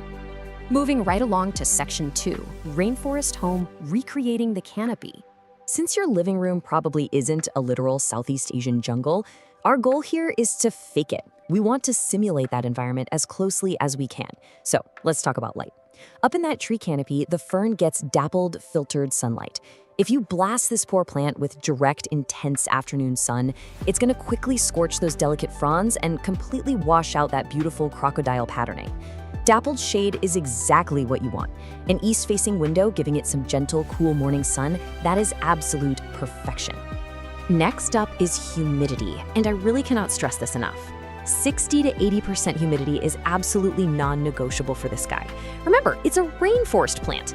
If your home drops below that, especially in the wintertime when the heaters are blasting, you are going to struggle. So to hit that sweet spot, you can group your plants together to create a little microclimate. You can place the fern's pot on a pebble tray filled with water, or honestly, better yet, just run a room humidifier right nearby. Warmth is just as crucial. You're aiming to maintain a nice, stable indoor temperature between 65 and 80 degrees Fahrenheit. And stable is the key word there. Sudden temperature swings will severely stress out a crocodile fern. So keep it far, far away from sudden cold drafts near your doors or windows, and make double sure it's nowhere near a direct AC or heating vent. Section 3, Water and Soil, the epiphyte diet. And this brilliantly illustrates exactly what we mean by an epiphytic diet. Because this fern naturally lives on tree branches, its roots absolutely need to breathe. If you pack them into heavy, standard potting soil, they'll just suffocate. So, to mimic its natural home, here is the ultimate super airy soil recipe you need. It's a blend. 1 part peat moss or cocoa coir to hold on to a bit of moisture, 1 part orchid bark for that absolutely crucial aeration, and 1 part perlite so it drains rapidly. This mix prevents root suffocation while still holding just the right amount of water for the plant to drink. When it comes to watering, your golden rule is simply the number 1. You always want to wait until the top 1 inch of the soil feels just slightly dry to the touch before giving it another drink. Please, don't rely on a strict weekly schedule. Just let the soil be your guide here. Naturally, during the active spring and summer growing seasons, you're going to be watering it quite a bit more often than during those sleepy, dormant winter months. So when that top inch is finally dry, give it a really thorough watering with lukewarm, filtered water. Tap water can sometimes hold chemicals that are just a bit too harsh for ferns. Soak it until you see water draining right out the bottom. But, and listen closely here, make sure you dump out any excess water from the saucer immediately. Letting this epiphytic plant sit in a soggy puddle of standing water is basically a one-way ticket to fatal root rot. Section 4, Maintenance, Repotting, and Propagation. So how do we keep this exotic beauty growing strong over its long lifespan? Well, it turns out they're actually surprisingly low maintenance if you've already nailed their environment. Crocodile ferns are very light feeders. You only really need to feed them once a month during the spring and summer, and you'll want to use a balanced liquid fertilizer diluted down to half strength. When fall rolls around, cut the fertilizer completely. As for grooming, just grab some sterile shears and snip off any dead or yellowing fronds right at the base. And since they are slow-growing epiphytes, they actually kind of enjoy being slightly root-bound. You're only looking at repotting them maybe every 2 to 3 years, basically just when you see roots visibly circling the pot. Let's move to and see how this builds into propagation. The absolute easiest way to multiply your fern is through rhizome division. While you're doing that spring repotting, you just carefully unpot the fern and take a good look at that thick, creeping rhizome right at the base. Find a natural division point, somewhere with a few healthy fronds and roots attached, snip it cleanly with those sharp shears, and then pop the new section shallowly into some fresh epiphytic mix. And remember, never ever bury that rhizome deep down in the soil or it is going to rot on you. Oh, and a super quick note on reproduction. If you ever flip a mature leaf over and spot these neat little rows of brown, powdery dots, take a deep breath. Don't panic. Those are definitely not pests. They're actually called sori, and they hold the fern's spores. Since ferns don't grow flowers, this is just their entirely natural way of reproducing. It's actually this really fascinating sign that you have a happy, fully mature plant on your hands. Section 5. Troubleshooting, translating distress signals. Look, even with the absolute best care in the world, plants get stressed out. So here's how to quickly translate those distress signals so you can course correct before it's too late. Seeing brown, crispy edges, your humidity is probably way too low or you're underwatering. If the fronds are turning yellow, you're likely going the other way, overwatering and suffocating those roots.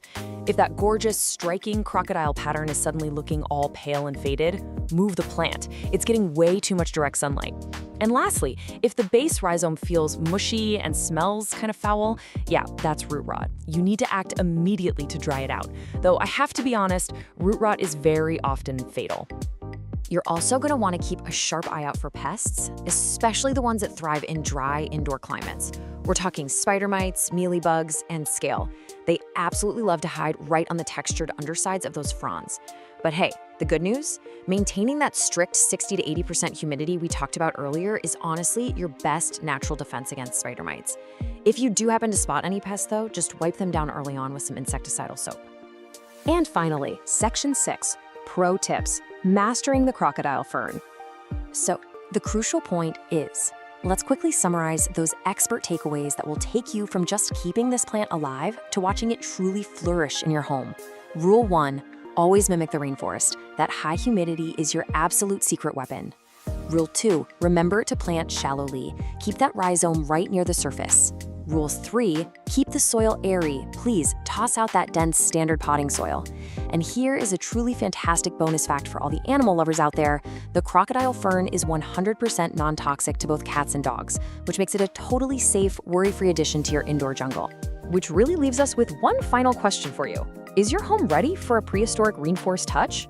Yes, it takes a little bit of extra effort to dial in the humidity and get the soil just right, but the reward of those incredible, textured, reptilian fronds arching right across your living room, it's absolutely unmatched. Take these structured steps, apply the rainforest replicator strategy, and go grow your very own exotic masterpiece. Honestly, it makes you wonder what other prehistoric secrets might be hiding right now at your local nursery. Thanks so much for joining me on this explainer, and we will see you on the next one.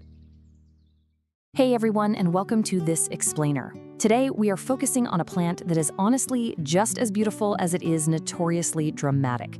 I'm talking about the nerve plant, officially known as Fittonia albovinus. If you've ever wanted to add a really striking, brilliantly patterned plant to your indoor jungle, but you've been a little intimidated by its diva reputation, you are in exactly the right place. We're going to completely decode everything this plant needs so you can grow it with absolute confidence. So, picture this. You walk into your room and you check on your stunning new nerve plant. But instead of looking all perky and fresh, every single stem has suddenly fallen completely flat. The leaves are literally lying on the soil like the plant has just given up on life. Your heart drops, right? You think you've killed it. But what if I told you that this terrifying, panic-inducing moment is actually one of the absolute best features of this plant? You see, houseplant keepers affectionately call this whole phenomenon the faint. And it is arguably the most useful built-in alarm system in the entire plant world. This dramatic collapse simply means the soil has dried out. That's it. And the best part? A really thorough watering will usually have those stems standing completely upright, looking pristine again, within just 20 to 30 minutes. It's highly theatrical, literally like a Victorian lady on a fainting couch, but it is entirely reversible. Okay, so here's our game plan for this explainer. 1. The dramatic nerve plant. 2. Light, water, and soil. 3. Temperature and high humidity.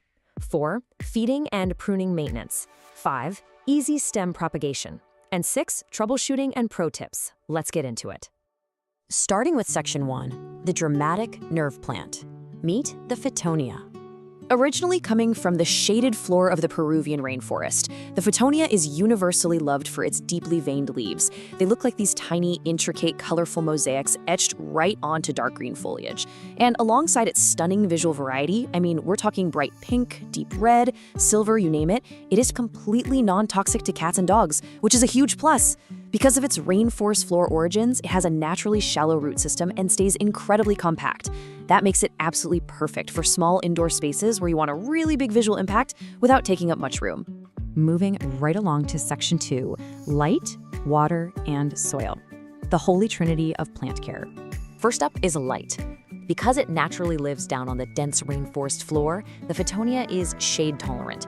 But keep in mind, it's not shade dependent. It genuinely does fine in lower light, but giving it a nice, bright, east-facing window is going to be your sweet spot. That bright, indirect light is what keeps those colored veins looking so vivid and stops the stems from stretching out and getting all leggy. But a quick warning here, even a single hour of direct, hot midday sun will bleach and crisp up those leaves almost instantly, so definitely keep it protected from direct rays. Now, when it comes to water, the symptoms of getting it wrong are distinctly different. While the plant really loves moisture, you gotta find that perfect balance. Overwatering leads to mushy stems, sour-smelling soil, and soft yellow leaves, which is basically the dreaded root rot. Underwatering, on the other hand, triggers that dramatic faint we just talked about, but with a super fast recovery. To avoid both of these extremes, always use the knuckle test. Just stick your finger into the soil down to the first knuckle. If the surface feels dry, it's time to water. Do not wait for the soil to dry out completely. To maintain that perfect, consistently damp sponge moisture level without totally drowning the roots, you absolutely need the right soil. This recipe is fantastic for that. You want 2 parts moisture-retaining peat or cocoa coir, 1 part perlite for aeration, and just a handful of orchid bark or coarse sand. This balance ensures the roots can drink their fill while still getting the oxygen they desperately need. And please remember, unless you are building a completely closed terrarium, drainage holes in your pot are absolutely mandatory. All right, section 3, temperature and high humidity, creating the environment. So trying to recreate a tropical environment is probably the single most demanding aspect of Fittonia care. And it really all comes down to this one crucial number, 60%. This plant needs at least 60% ambient humidity to actually feel at home. To put that into perspective, in a typical home during the winter, humidity often drops down to like 30%. If you ignore this gap, you are very quickly going to see the edges of those beautiful leaves turn totally brown and crispy. I know a lot of people try to fix low humidity by just misting their plants, but honestly, misting is really ineffective. It only raises humidity for a few minutes, and it can even invite mold issues. If you want guaranteed success, terrariums are literally the ultimate cheat code here.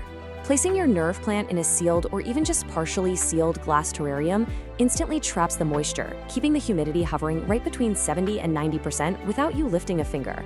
Or as an alternative, a steamy, naturally humid bathroom makes a fantastic home for them too. Next up, section 4, feeding and pruning maintenance. Pinch early, pinch often. This quote is your absolute golden rule for styling. Nerve plants naturally want to creep along the ground, but if you just leave them alone indoors, they can turn into a bit of a straggly mess. You should regularly snip or pinch off the tips of the longest stems, right above the leaf nodes. This really simple action literally forces the plant to stop growing long and instead branch outwards, laterally. It completely transforms it into a lush, dense carpet of color. Now, did you know this plant actually flowers? It totally does, but you should probably stop it. The flowers are these small, stiff spikes that really aren't particularly showy. And the catch is, when the plant focuses its energy on blooming, it completely stops producing those gorgeous patterned leaves we all love, and it can even get a bit leggy. So pinching those little flower spikes off the second you see them redirects all that vital energy right back into the foliage, where you actually want it. Which brings us to section 5, easy stem propagation. This is the really fun part. You can actually turn your prunings into brand new plants using super simple water propagation. Just cut a healthy stem that has 2 or 3 sets of leaves on it. Carefully pinch off the bottom leaves so the nodes are exposed, then simply submerge those bare nodes into a glass of room temperature water. Put it somewhere with bright, indirect light, and within just 1 to 2 weeks, you'll see fresh roots starting to pop out. Once those roots get to be about 1 inch long, you just pot the cutting right back into your moist soil mix. It really is that fast and reliable. Finally, section 6, troubleshooting and pro tips. So let's talk bugs. When you're troubleshooting pests on a nerve plant, the absolute easiest way to diagnose the issue is just by looking at your moisture levels. Because Phytonia needs moist soil, that can sometimes attract fungus gnats. The best way to treat them is with yellow sticky traps to catch the flying adults, and a neem oil soil drench to handle the larvae in the dirt. On the flip side, if your humidity fluctuates and the air gets too dry, you might accidentally invite spider mites. You can easily treat those by regularly wiping the leaves down with a diluted insecticidal soap. Catching these guys early really makes treatment a breeze. Okay, let's rapid fire some final pro tips to absolutely guarantee your success. First up, protect your plant from cold drafts. Anything dropping under 55 degrees Fahrenheit can cause a rapid, scary leaf drop.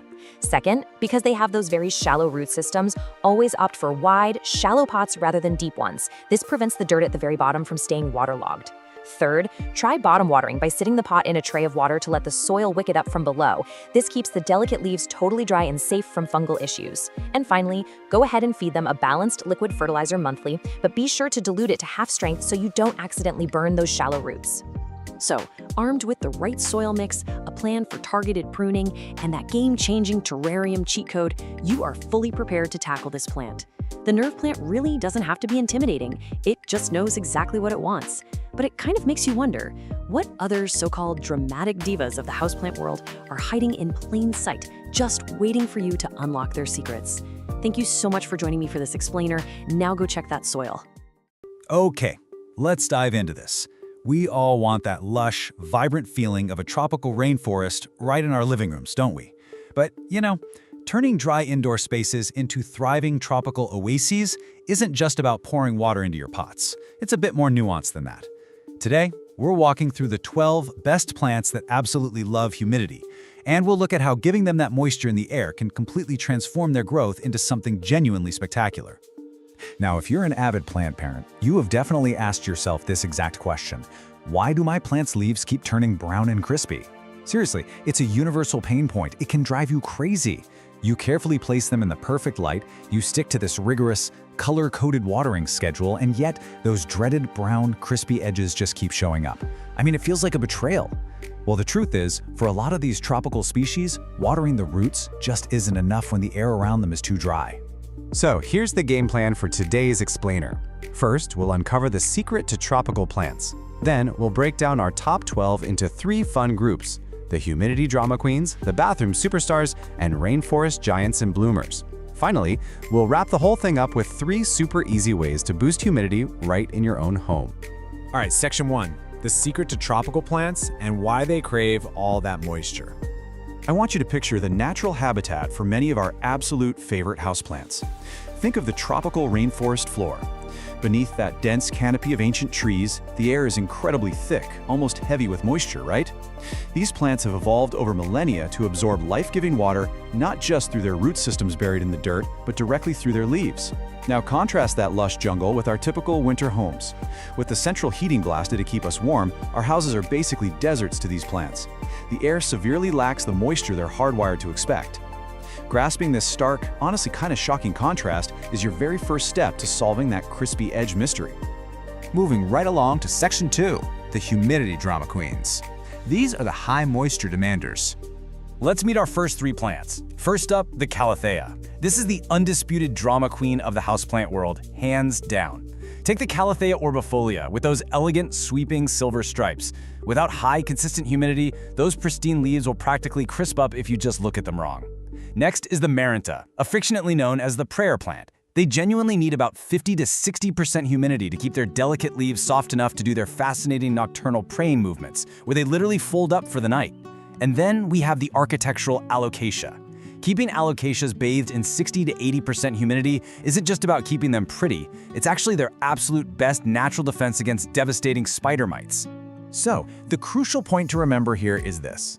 Alocasias intensely love moisture, but they absolutely hate what we call wet feet. It's a really delicate dance. You want the air surrounding that broad foliage to be wet and heavy, mimicking the rainforest, but the soil down at the roots must be well-draining, and you have to let it dry out slightly between waterings. If you don't maintain this critical balance, you're directly inviting root rot, and trust me, root rot will take down a beautiful, expensive plant even faster than dry desert air will. Section 3 brings us to the bathroom superstars, the ones that thrive in the steam. If any plant was quite literally made to live in a bathroom, it's the classic Boston fern. Hang one in a bright spot near your shower where it can actively soak up the daily steam. These beauties wildly thrive when ambient humidity hits up to 80%. Then there's the elegant peace lily. This one is a true functional superstar because it actively pulls and absorbs airborne mold spores right out of damp areas. It's basically a household helper and a beautiful piece of decor all in one. We also have the highly adaptable golden pothos, which is going to quickly reward you with incredibly vigorous, vibrant trailing growth when it gets that extra bathroom moisture. And finally, the ever-resilient spider plant. Now, what's really interesting about this is a fascinating botanical concept called transpiration. This is the process where moisture moves continuously from the roots all the way up the stems to tiny microscopic pores on the underside of the leaves. Once it's there, it changes to vapor and is released right back into the atmosphere. That spider plant we just talked about, it has a remarkably high active transpiration rate. That means it operates almost like a natural living humidifier. It actively improves its own environment while working alongside you to create a better, more humid microclimate for the rest of your home. How cool is that? Let's move to Section 4, Rainforest Giants and Bloomers. We're talking massive leaves and stunning flowers. Let's look at the heavy hitters, the plants that truly make a space feel like an indoor jungle. Consistently maintaining 50 to 60% humidity is the exact environmental trigger that tells a Monstera deliciosa that it's safe to develop those iconic, massive split leaves, which are called fenestrations. It's basically your ultimate reward for giving it good care.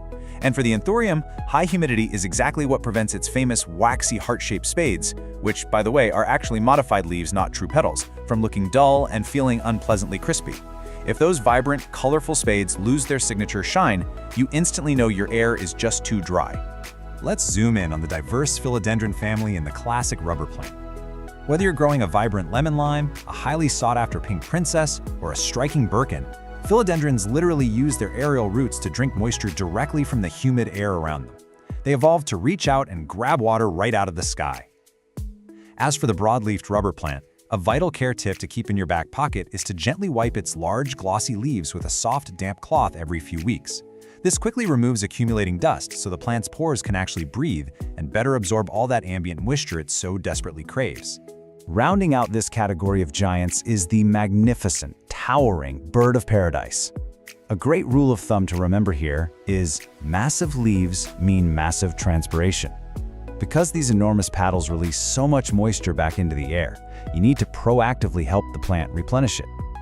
To keep that grand, dramatic foliage looking absolutely pristine and to stop it from painfully splitting down the middle, try to give it a home near a bright, warm bathroom window if you can, and make sure you're misting it generously and regularly. Finally, Section 5, 3 ways to boost humidity and create your own microclimate. Recreating the rainforest is brilliantly easy, and this perfectly illustrates how to do it. Step 1, group your plants together. Because of that incredible transpiration process we just learned about, bunching them up tightly creates a collective, naturally humid microclimate where they all share and trap moisture together. Step 2, use a pebble tray. Just place a single layer of pebbles in a shallow tray, add water so it rests just below the top of the rocks, and set your pot right on top. The water evaporates steadily up into the leaves without ever waterlogging the sensitive roots below. Step 3, mist them regularly with a simple spray bottle. Or honestly, if you have a growing collection of real drama queens, simply invest in a small, stylish room humidifier to do all the heavy lifting for you. So, armed with this deep botanical understanding of transpiration, the power of microclimates, and the highly specific needs of these 12 incredible moisture-loving plants, I have a final question for you. Which room in your house is going to become your vibrant new tropical oasis? Take a look around your home today, find that absolutely perfect, bright, warm spot, and start grouping those new humidity-loving plants together. Thanks so much for joining this explainer, and happy growing. Okay, let's just get right into it. We're talking about the indoor azalea. You know, the one, that incredible burst of color you see in stores every single winter. They are absolutely beautiful, but yeah, they've got a reputation for being, well, a little fussy. So today, we're gonna demystify this plant and help you turn it from a temporary visitor into a permanent member of the family. And this quote from plant expert Marina Remeslo just hits the nail on the head. We tend to see them as disposable decor, right? Like a beautiful bouquet that just happens to come in a pot. We enjoy those gorgeous flowers, and when they fade, we figure, well, that was nice, and toss it out. But that's not the end of the story, not by a long shot. So what's the big secret then? How do you actually get this plant to stick around, not just for one season, but to come back and bloom again and again? Well, that is exactly what we are going to unpack right now. All right, first things first, we have to master the basics. I mean, getting these things right is literally the difference between your azalea living or dying. And the most important, number one, absolutely critical element is water. This right here is the golden rule. You always hear people say, keep it consistently moist. But what on earth does that actually mean in practice? Well, this slide gives you the perfect mental picture. A well-wrung-out sponge. It's damp for sure, but it's not sopping wet. Azaleas are incredibly thirsty plants, and letting them dry out completely even one time can be game over. So this is the pro method for watering. Instead of just pouring water on top, you let the plant soak it up from the bottom. It's the best way to make sure that peaty soil gets totally saturated. But look, the most important part of this whole process is step 3. Let it drain completely. Azaleas absolutely hate having wet feet, and leaving one sitting in a puddle of water is just a one-way ticket to root rot. Next up is light. And this is a real balancing act. You're looking for bright but indirect light, like what you'd get near an east-facing window. And this shows you exactly what happens when you get the balance wrong. Too much harsh, direct sun, you're gonna see scorched, crispy leaves. But not enough light? You'll get this sad, leggy-looking plant that just won't make the flower buds you want. And the last of our core essentials, the soil. You can't just use any old potting mix. Azaleas have to have acidic soil. A mix made for rhododendrons? That's perfect. And you see it right there. A pot with drainage holes is completely non-negotiable. It all comes back to that main rule. We want moist, but we never ever want soggy. Okay, so we've covered how to keep it alive. Now let's talk about how to make it happy. We're moving from just surviving to actually thriving. I just love this quote because it perfectly paints a picture of what an azalea wants. They're cool customers. Just like Marina says, they do not like hot, stuffy rooms. If you can keep this cool, misty forest idea in your head, it'll make all your other decisions so much easier. And here it is, the magic number. If you want those amazing flowers to last for as long as possible, this is the temperature range you're aiming for. It is so important to keep it away from heat registers or radiators. Even a few degrees too warm will make those beautiful blooms fade way faster. And right alongside those cool temps, azaleas need humidity. The thing is, the air inside our homes, especially when the heat is on in the winter, is just way too dry for them. This chart shows you that sweet spot you're shooting for, somewhere between 40 and 60%. Hitting that will keep the leaves from getting crispy and stop the flower buds from drying up. So how do you actually get more humidity? Well, here are 3 super easy and effective ways to do it. The pebble tray is a classic for a reason. The evaporating water creates a little moisture bubble around the plant. Grouping it with your other plants does something similar. And of course, a room humidifier is the most straightforward way to get the job done. Let's talk about fertilizer, because timing is everything here. It feels a little weird, but you do not want to fertilize an azalea when it's in full bloom. You have to wait until the show's over. The key thing to remember is this. Once those flowers fade, that's when you start feeding it with a fertilizer made for acid-loving plants. That's the fuel it needs to grow and prepare for next year's blooms. Which brings us to the main event, the number one question everybody asks. How in the world do I get this thing to flower again? This is the ultimate prize for all your hard work. And you know what? It's totally doable. It all starts with this one critical rule of pruning. You have a very, very specific window to do this. See, azaleas develop the flower buds for next year over the summer. So if you wait too long and prune in, say, late summer or fall, you are literally cutting off every single one of next year's flowers. So remember, prune as soon as those last blooms fade. Okay, now you really want to pay attention to this slide, because this is the real secret sauce. To get the plant to form new buds, it needs a chilling period in the fall. We're talking about roughly 2 months in a cool place where the temperatures are right in this range. A chilly, unheated porch, a cool garage, a basement, those are often perfect spots. So, let's put all the pieces together. This is the entire year-long cycle. Step 1, after it's done blooming, you give it a haircut and let it have a little summer vacation outside in a shady spot. Step 2, when fall comes, you bring it inside for that super important 2-month chilling period. And finally, step 3, in the early winter, you move it back to a warmer, brighter spot, and that's the wake-up call that tells it, okay, it's time to make flowers. Now, of course, things aren't always going to go perfectly, but learning how to read the signs, to understand what your plant is trying to tell you, that's what makes you a truly confident caretaker. Think of this chart as your personal Azalea to English dictionary. Are the leaves turning yellow? First, check your watering. Then, think about if your soil is acidic enough. Seeing brown, crispy edges? That is almost always a cry for more humidity. And if it just plain refuses to bloom, well, now you know the #1 suspect is that it didn't get a proper chilling period. And what about bugs and pests? I've actually got some great news on that front. The most common pests, like spider mites, love the exact opposite of what your azalea loves. They want it hot and dry. So just by creating that perfect cool and humid home for your plant, you're also making it a terrible place for its worst enemies to live. It's a total win-win. Okay, this is a really important heads up.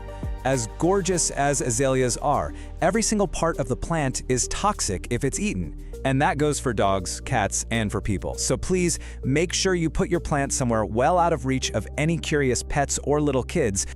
So, to bring it all home, let's just quickly recap the 4 most important rules for a happy azalea.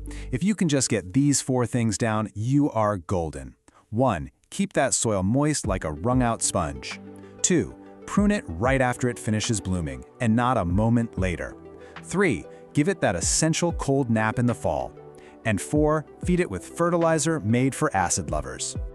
And there you have it. By just understanding what this plant truly needs, you've taken something that most people think of as temporary and turned it into a fantastic, long-term companion that's going to bring color into your home year after year. So the only question left is, now that you know you can do this, what will you help thrive next? Welcome to this explainer. Okay, picture this. It's the middle of July. Your AC is completely struggling to keep up, and the afternoon sun is just absolutely baking your living room. The heat feels relentless, right? Well, today, we're going to dive straight into how you can keep your indoor jungle not just surviving, but actually thriving, even when those temperatures soar. So, are your plants surviving the summer heat? Let's just validate a really common struggle right up front. As the thermostat climbs, so many of our favorite typical houseplants just wilt, crisp up, and generally look miserable in that intense sun. Listen, you are definitely not alone if you've helplessly watched an expensive, fussy tropical fern slowly turn into crispy brown confetti during a brutal July heatwave. But here is the best news. You absolutely do not have to give up on your indoor jungle. We just need a little mental shift here. We aren't trying to keep delicate plants on life support until autumn anymore. Instead, we're selecting resilient species that actively unlock their best growth when our homes feel like an oven. If you've got sun-drenched windows, we've got the perfect botanical lineup for you today to build a true sun-worshipping oasis. Section 1. Tough and low maintenance, the indestructible African natives. We're going to kick things off with 2 beginner plants that hail from the arid regions of Africa and are just virtually bulletproof. These 2 incredibly popular plants evolved entirely different but highly effective drought-tolerant strategies to survive sweltering conditions. The snake plant went vertical. It orients its thick, waxy leaves straight up to minimize direct overhead sun exposure, essentially using those leaves as built-in water reservoirs. The ZZ plant, on the flip side, hides its hydration strategy completely underground. It uses these thick, potato-like rhizomes beneath the soil to lock in moisture safely away from the baking sun. They're both incredibly resilient but uniquely adapted to beat the heat. What's amazing is that both the snake plant and the ZZ plant easily thrive in up to 90-degree heat. Plus, they share a remarkable ability to adapt to a massive variety of lighting conditions, from dim corners all the way to very bright spaces without needing constant watering.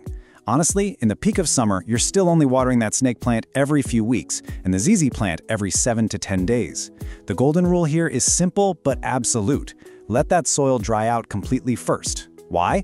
Because in high heat, roots that sit in hot, wet soil will quickly succumb to root rot, and root rot will actually kill a desert plant much, much faster than a drought ever could. Section 2. Sunbathing statement pieces, dramatics for the sunny window. Now we're moving from the tough beginners to the striking architectural plants that actively demand the hottest, brightest spots in your home. But before we meet them, we need a quick botanical vocab word: caudex. A caudex is a swollen, bulbous trunk at the base of a plant that's used to store water. It is absolutely bizarre and wonderful. When you think about it, it's essentially a built-in water bottle. Understanding this specialized water-storing trunk is crucial to knowing why our next two plants survive extreme heat. It acts exactly like a camel's hump, slowly releasing moisture when the surrounding soil goes completely bone dry. Enter the desert rose and the ponytail palm. These guys are perfect for that punishing hot south-facing window. The desert rose literally loves up to 100-degree heat and needs at least 6 hours of direct sun to pump out its stunning, vibrant flowers. And the ponytail palm? Fun fact, it's actually a succulent from Mexico, not a true palm at all, and it easily handles temperatures well above 80 degrees. You'll want to water both of them generously in the summer, but again, let them dry out entirely. Oh, and a critical word of caution for your home: the beautiful desert rose harbors highly toxic sap, so you absolutely must keep it out of reach of your pets and kids. And we definitely can't forget the sago palm. This plant is literally a living fossil. It's an incredibly adaptable ancient cycad from Japan that's been around since the time of the dinosaurs. I mean, if this botanical survivor could make it through the Jurassic period, it can for sure survive your sunny living room in July. Thanks to this ancient pedigree, it can handle staggering temperature spikes up to 110 degrees Fahrenheit, provided you give it bright, indirect light, and, you guessed it, absolutely do not overwater it. But just like the desert rose, be extremely careful, because this one is also highly toxic to curious pets. Section 3. Classic succulents and vines. Sun lovers for shelves and sills. Let's explore our final plant group: fleshy classics and trailing beauties that look completely fantastic draped over your shelves and sitting on your windowsills. These plants brilliantly illustrate the diverse ways succulents adapt to the heat. Take the tree-like jade plant native to South Africa. It can tolerate a staggering 100 degrees by using its fleshy, glossy leaves to store water. You'll definitely want to put this one in a well-draining terracotta pot. Terracotta is essential because it's porous and breeze, which prevents the roots from essentially boiling in wet, hot soil. Now contrast that with the string of pearls from Southwest Africa. It prefers a slightly milder 70 to 80 degrees and perfectly drapes its modified water-storing beads out of an east-facing window to catch that gentle morning sun while minimizing evaporation. Section 4. Essential hot weather care. Survival rules for the heat wave. All right, knowing which plants to buy is only half the battle. Now we've got to equip you with some universal defensive strategies to keep any plant alive during a severe summer heat wave. First off, hot air dries out soil faster, sure, but remember our golden rule: desert plants still hate wet feet. Always check the soil before you water, and try to water in the morning to beat the afternoon evaporation. Use sheer curtains if your window acts like a giant magnifying glass, and keep the air moving with an indirect fan. But here is the absolute most critical point: hold off on all fertilizer. When a plant is in a heat wave, it goes straight into survival mode. Pushing it to grow by adding fertilizer is like forcing someone to run a marathon in a sauna. The plant simply cannot absorb the nutrients, and those fertilizer salts will just build up and severely burn the stressed roots. Now here's a surprising danger and a really common mistake you might not even consider. Beware the air conditioner. While you might be melting and craving that icy blast of air, your tropical plants absolutely despise it. You've got to keep your green friends out of the direct path of cold AC vents. Air conditioners naturally pull moisture out of a room, creating this cold, desert-like draft. This cold air freezes plant cells, completely shocks the plant system, and strips all the vital humidity right out of the air. Look, even with the absolute best care, things happen, so you need to keep an eye out for these visual cues as an urgent diagnostic checklist. Are the leaves wilting or drooping even when the soil is completely wet? Are they tightly curling up to protect themselves? Do you see yellowing foliage or dry, crispy brown edges starting to form? Is the plant suddenly dropping green leaves just to conserve water? If you spot these symptoms happening on your windowsill, you need to act immediately. Intervene by moving the plant a few feet back from the hot glass before permanent, irreversible cellular damage occurs. Now maybe you're thinking, hey, I'll just give my heat-loving plants an outdoor summer vacation. That's a wonderful idea, but you absolutely cannot just throw them straight onto a hot, sun-baked patio. You must follow these exact steps to slowly acclimate them, a process known as hardening off. See, indoor leaves simply do not possess the biological sunscreen that outdoor leaves naturally develop. So first, place them in absolute full shade for a few days. Then, gradually introduce them to more light over 1 to 2 entire weeks. If you skip this crucial hardening off process, you're going to give your plant the equivalent of an immediate, severe, and irreversible sunburn. Before we wrap up, I want to share a really fascinating biological fact with you. Have you heard of transpiration? It's the process where plants release moisture vapor directly from their leaves. It is essentially the botanical version of sweating to cool down. What's incredible is that large-leafed plants actually act as natural humidifiers while they do this. They release that moisture and can literally have a minor, localized cooling effect on your sweltering room, creating a beautiful, humid microclimate. I mean, they won't completely replace your AC, but they certainly help condition the air right around them. Pretty amazing, right? Now that you have the ultimate summer survival guide, it's time to completely transform that hot, empty room into a lush, thriving environment. So, take a look at your brightest, most punishing window right now. Instead of seeing a dead zone where delicate plants go to crisp up, I want you to see a blank canvas for a spectacular desert oasis. Will you keep fighting the summer heat, or will you invite the right plants in to conquer it with you? Which resilient sun worshiper are you going to add first? Thanks so much for joining this explainer, and happy growing. Welcome to This Explainer. Okay, today we are taking the ultimate journey to indoor plant mastery. We're going to focus on one of the most resilient, beautiful, and air-purifying plants out there, the corn plant, scientifically known as Dracaena fragrans. So whether you are a complete beginner or you're just looking to, perfect your indoor jungle, consider this your definitive blueprint for success. Because let's be real here, we all want that lush, striking floor plant that instantly elevates a room's aesthetic. But do you really want the high-maintenance attitude that comes with a notoriously fussy plant? Nobody has time for the diva energy of a fiddly fig, right? So if you want the dramatic look of a tropical tree, but you need it to be remarkably forgiving of the occasional forgotten watering, you are in exactly the right place. So, here's our roadmap for today. 1. Meet the corn plant. 2. Core care, light and water. 3. Environment basics. 4. Pruning and propagation. 5. Troubleshooting. And 6. Expert tips. We are going to build your confidence step by step. Let's dive right in. Section 1. Meet the corn plant, the easygoing tropical tree. Today we're focusing on the classic, air-purifying Masangiana cultivar, which is famous for its bold yellow stripes and sturdy woody cane. Let's start with some quick facts. What's incredible about this plant is its longevity. With just basic easy care, it can thrive for over 10 years. It's a slow grower, usually maxing out between 4 and 6 feet indoors, making it the perfect vertical accent for a corner. But, and this is absolutely crucial, it is toxic to dogs and cats. If ingested, it can cause severe issues. So if you have furry friends running around, you definitely have to be mindful of where you place it in your home. Moving right along to Section 2, Core Care, mastering light and water. Basically, if you can nail these 2 fundamental needs, everything else is just a bonus. Look, the corn plant is famously adaptable, but it definitely has its boundaries. The absolute sweet spot is bright, filtered light. Think, a few feet back from an east-facing window. This ideal light is exactly what keeps that striking yellow stripe vibrant. On the flip side, direct afternoon sun will literally scorch the leaves, leaving them with dry, brown patches. And while it tolerates low light like a total champion, complete darkness is a no-go. It'll cause its beautiful colors to completely fade out. Now, let's address the elephant in the room. If you've owned a corn plant for more than a month, you've probably asked yourself the single most common and frustrating question in corn plant care. Why on earth are the tips of my leaves turning brown and crispy? Well, the culprit is almost always fluoride sensitivity.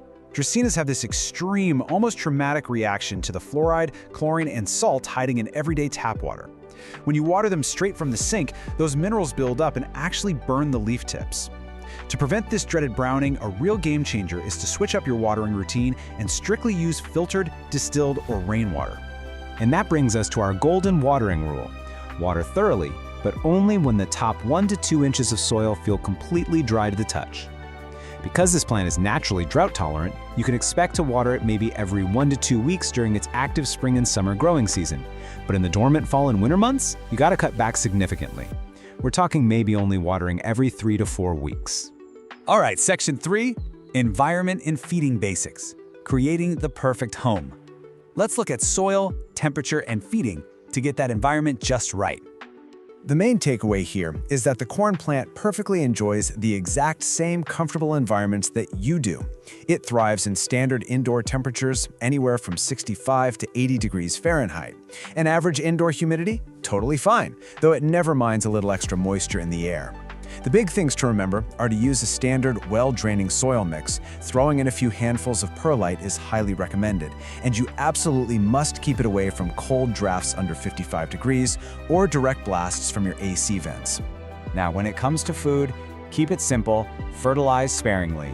This guy is a very light feeder. You only need to feed it 1 or 2 times during the entire spring and summer, and always dilute your balanced liquid fertilizer to half strength. Seriously, do not overfeed this plant. Excess fertilizer will quickly burn those beautiful leaf tips right off. Up next, Section 4, Pruning and Propagation, Managing Growth and Creating New Plants. Once you have the basics down, it is time to graduate to intermediate skills. First rule, don't fear the pruner. I know this can feel incredibly intimidating, but if your plant is getting lanky and hitting the ceiling, you just have to be brave. Take some clean pruning shears or a saw and chop straight through that woody cane to control the height. It is entirely safe. In fact, chopping off the top portion actually encourages new, bushier leaf buds to pop right out of the cane just below where you made your cut. And what do you do with that piece you just chopped off? Well, you propagate it. It's like getting a brand new plant for free. Just make sure your cane cutting is at least 6 inches long. Place the bottom end in a jar of water. Just remember to change that water weekly or stick it directly into moist soil. Keep it in bright, indirect light, and boom, in a few weeks, you'll see a healthy new root system starting to form. Okay, Section 5, Troubleshooting. Diagnosing common plant issues. Let's arm you with the knowledge to instantly figure out what your plant is trying to tell you. Here's a super handy diagnostic cheat sheet. See yellowing leaves? You're probably overwatering. If the leaves are suddenly just dropping off entirely, your plant is in shock, likely from a cold draft. Now, a mushy cane base is the absolute worst-case scenario. That signals root rot from severe overwatering. And if you spot white or brown dry patches right in the middle of the leaves, that's sunburn, which means you need to pull it back from direct light immediately. We also got to talk about pests. Corn plants are fairly resistant, for sure, but they can occasionally attract spider mites, mealybugs, and scale. You want to inspect the little crevices where the leaves meet the cane. If you see fine webbing or little white cottony bumps, simply wipe them away with a cotton swab dipped in some rubbing alcohol. For anything bigger, an insecticidal soap or neem oil will do the trick perfectly. Finally, Section 6, Expert Tips, Pro Secrets for a Thriving Plant. To wrap up this explainer, I've got a couple of overarching secrets that truly make all the difference. Here is a brilliant pro tip. Dust those large leaves monthly with a damp cloth. Those big, broad leaves naturally collect dust in our homes. And cleaning the foliage isn't just about making it look nice and shiny, it physically removes a layer of debris that actually blocks sunlight, which hinders the plant's ability to photosynthesize and breathe. And get this, here is one of the coolest hidden features of the Dracaena fragrans: rare blooms. While it's exceedingly rare indoors, giving perfect care to a highly mature plant might eventually reward you with a spray of incredibly fragrant white flowers. In many cultures, a blooming corn plant is actually considered a major sign of impending good fortune. So if you take away absolutely nothing else from this entire explainer today, I want you to remember this golden rule. When in doubt, don't water. Really, that's the secret. This plant's native habitat makes it built to survive droughts. Underwatering is always safer than overwatering. If the soil feels even a little bit moist, just wait a few more days. You now have the complete blueprint for success. Armed with the right water, the right light, and the courage to prune when you need to, you can totally enjoy the stunning beauty of a thriving corn plant in your home for years to come. So now that you know the secrets to keeping one of these alive and thriving for a decade or more, which room in your house is going to become your new indoor jungle? Welcome to This Explainer. If you're tuning in, you probably have a beloved holiday plant sitting on a windowsill right now. But let me guess, maybe it's looking a little limp. Maybe it's wilting, or perhaps it has stubbornly refused to produce those spectacular waterfall-like blooms for years. Well, you are in exactly the right place. Today, we're taking you from absolute beginner to expert with a complete masterclass on the Christmas cactus. So, I want you to ask yourself, why exactly is your Christmas cactus struggling? You're probably thinking, hey, it's a cactus, right? It should be practically indestructible. Well, I need you to completely rethink what you know about this plant. If you've been treating it like one of those spiky green guys sitting out in the scorching desert sun, that is exactly why your plant is unhappy. We're going to establish a major paradigm shift today. Okay, let's dive into this. When you picture a classic desert cactus, you think of hot, dry, sandy soil and, very rare watering. But the Christmas cactus is actually a jungle cactus. It craves humidity, moist but well-draining soil, dappled light, and regular watering. Its ancestors don't grow in the sand. They actually grow in the misty, humid cloud forests of Brazil. Here is our masterclass syllabus for today. We'll be covering 1. A jungle cactus in disguise. 2. Mastering core care basics. 3. The secret to winter blooms. 4. Pruning and propagation methods. 5. Troubleshooting pests and problems.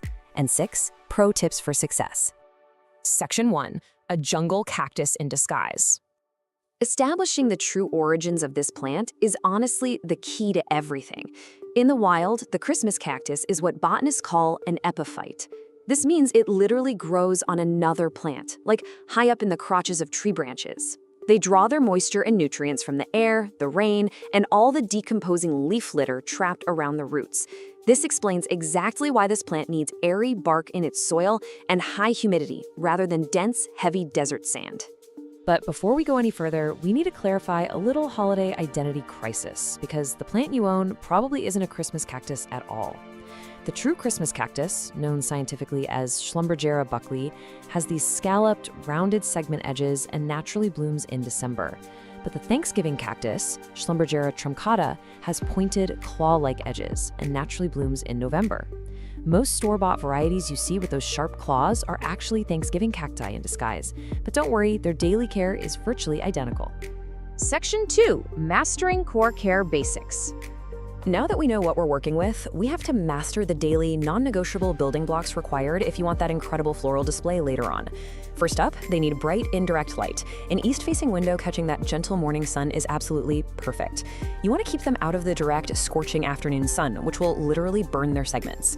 For watering, you're aiming for the Goldilocks zone. Never bone dry, never soggy. Just water it thoroughly when the top inch of soil feels dry to the touch. And during their active growing season in spring and summer, go ahead and feed them a diluted liquid fertilizer every 2 to 4 weeks.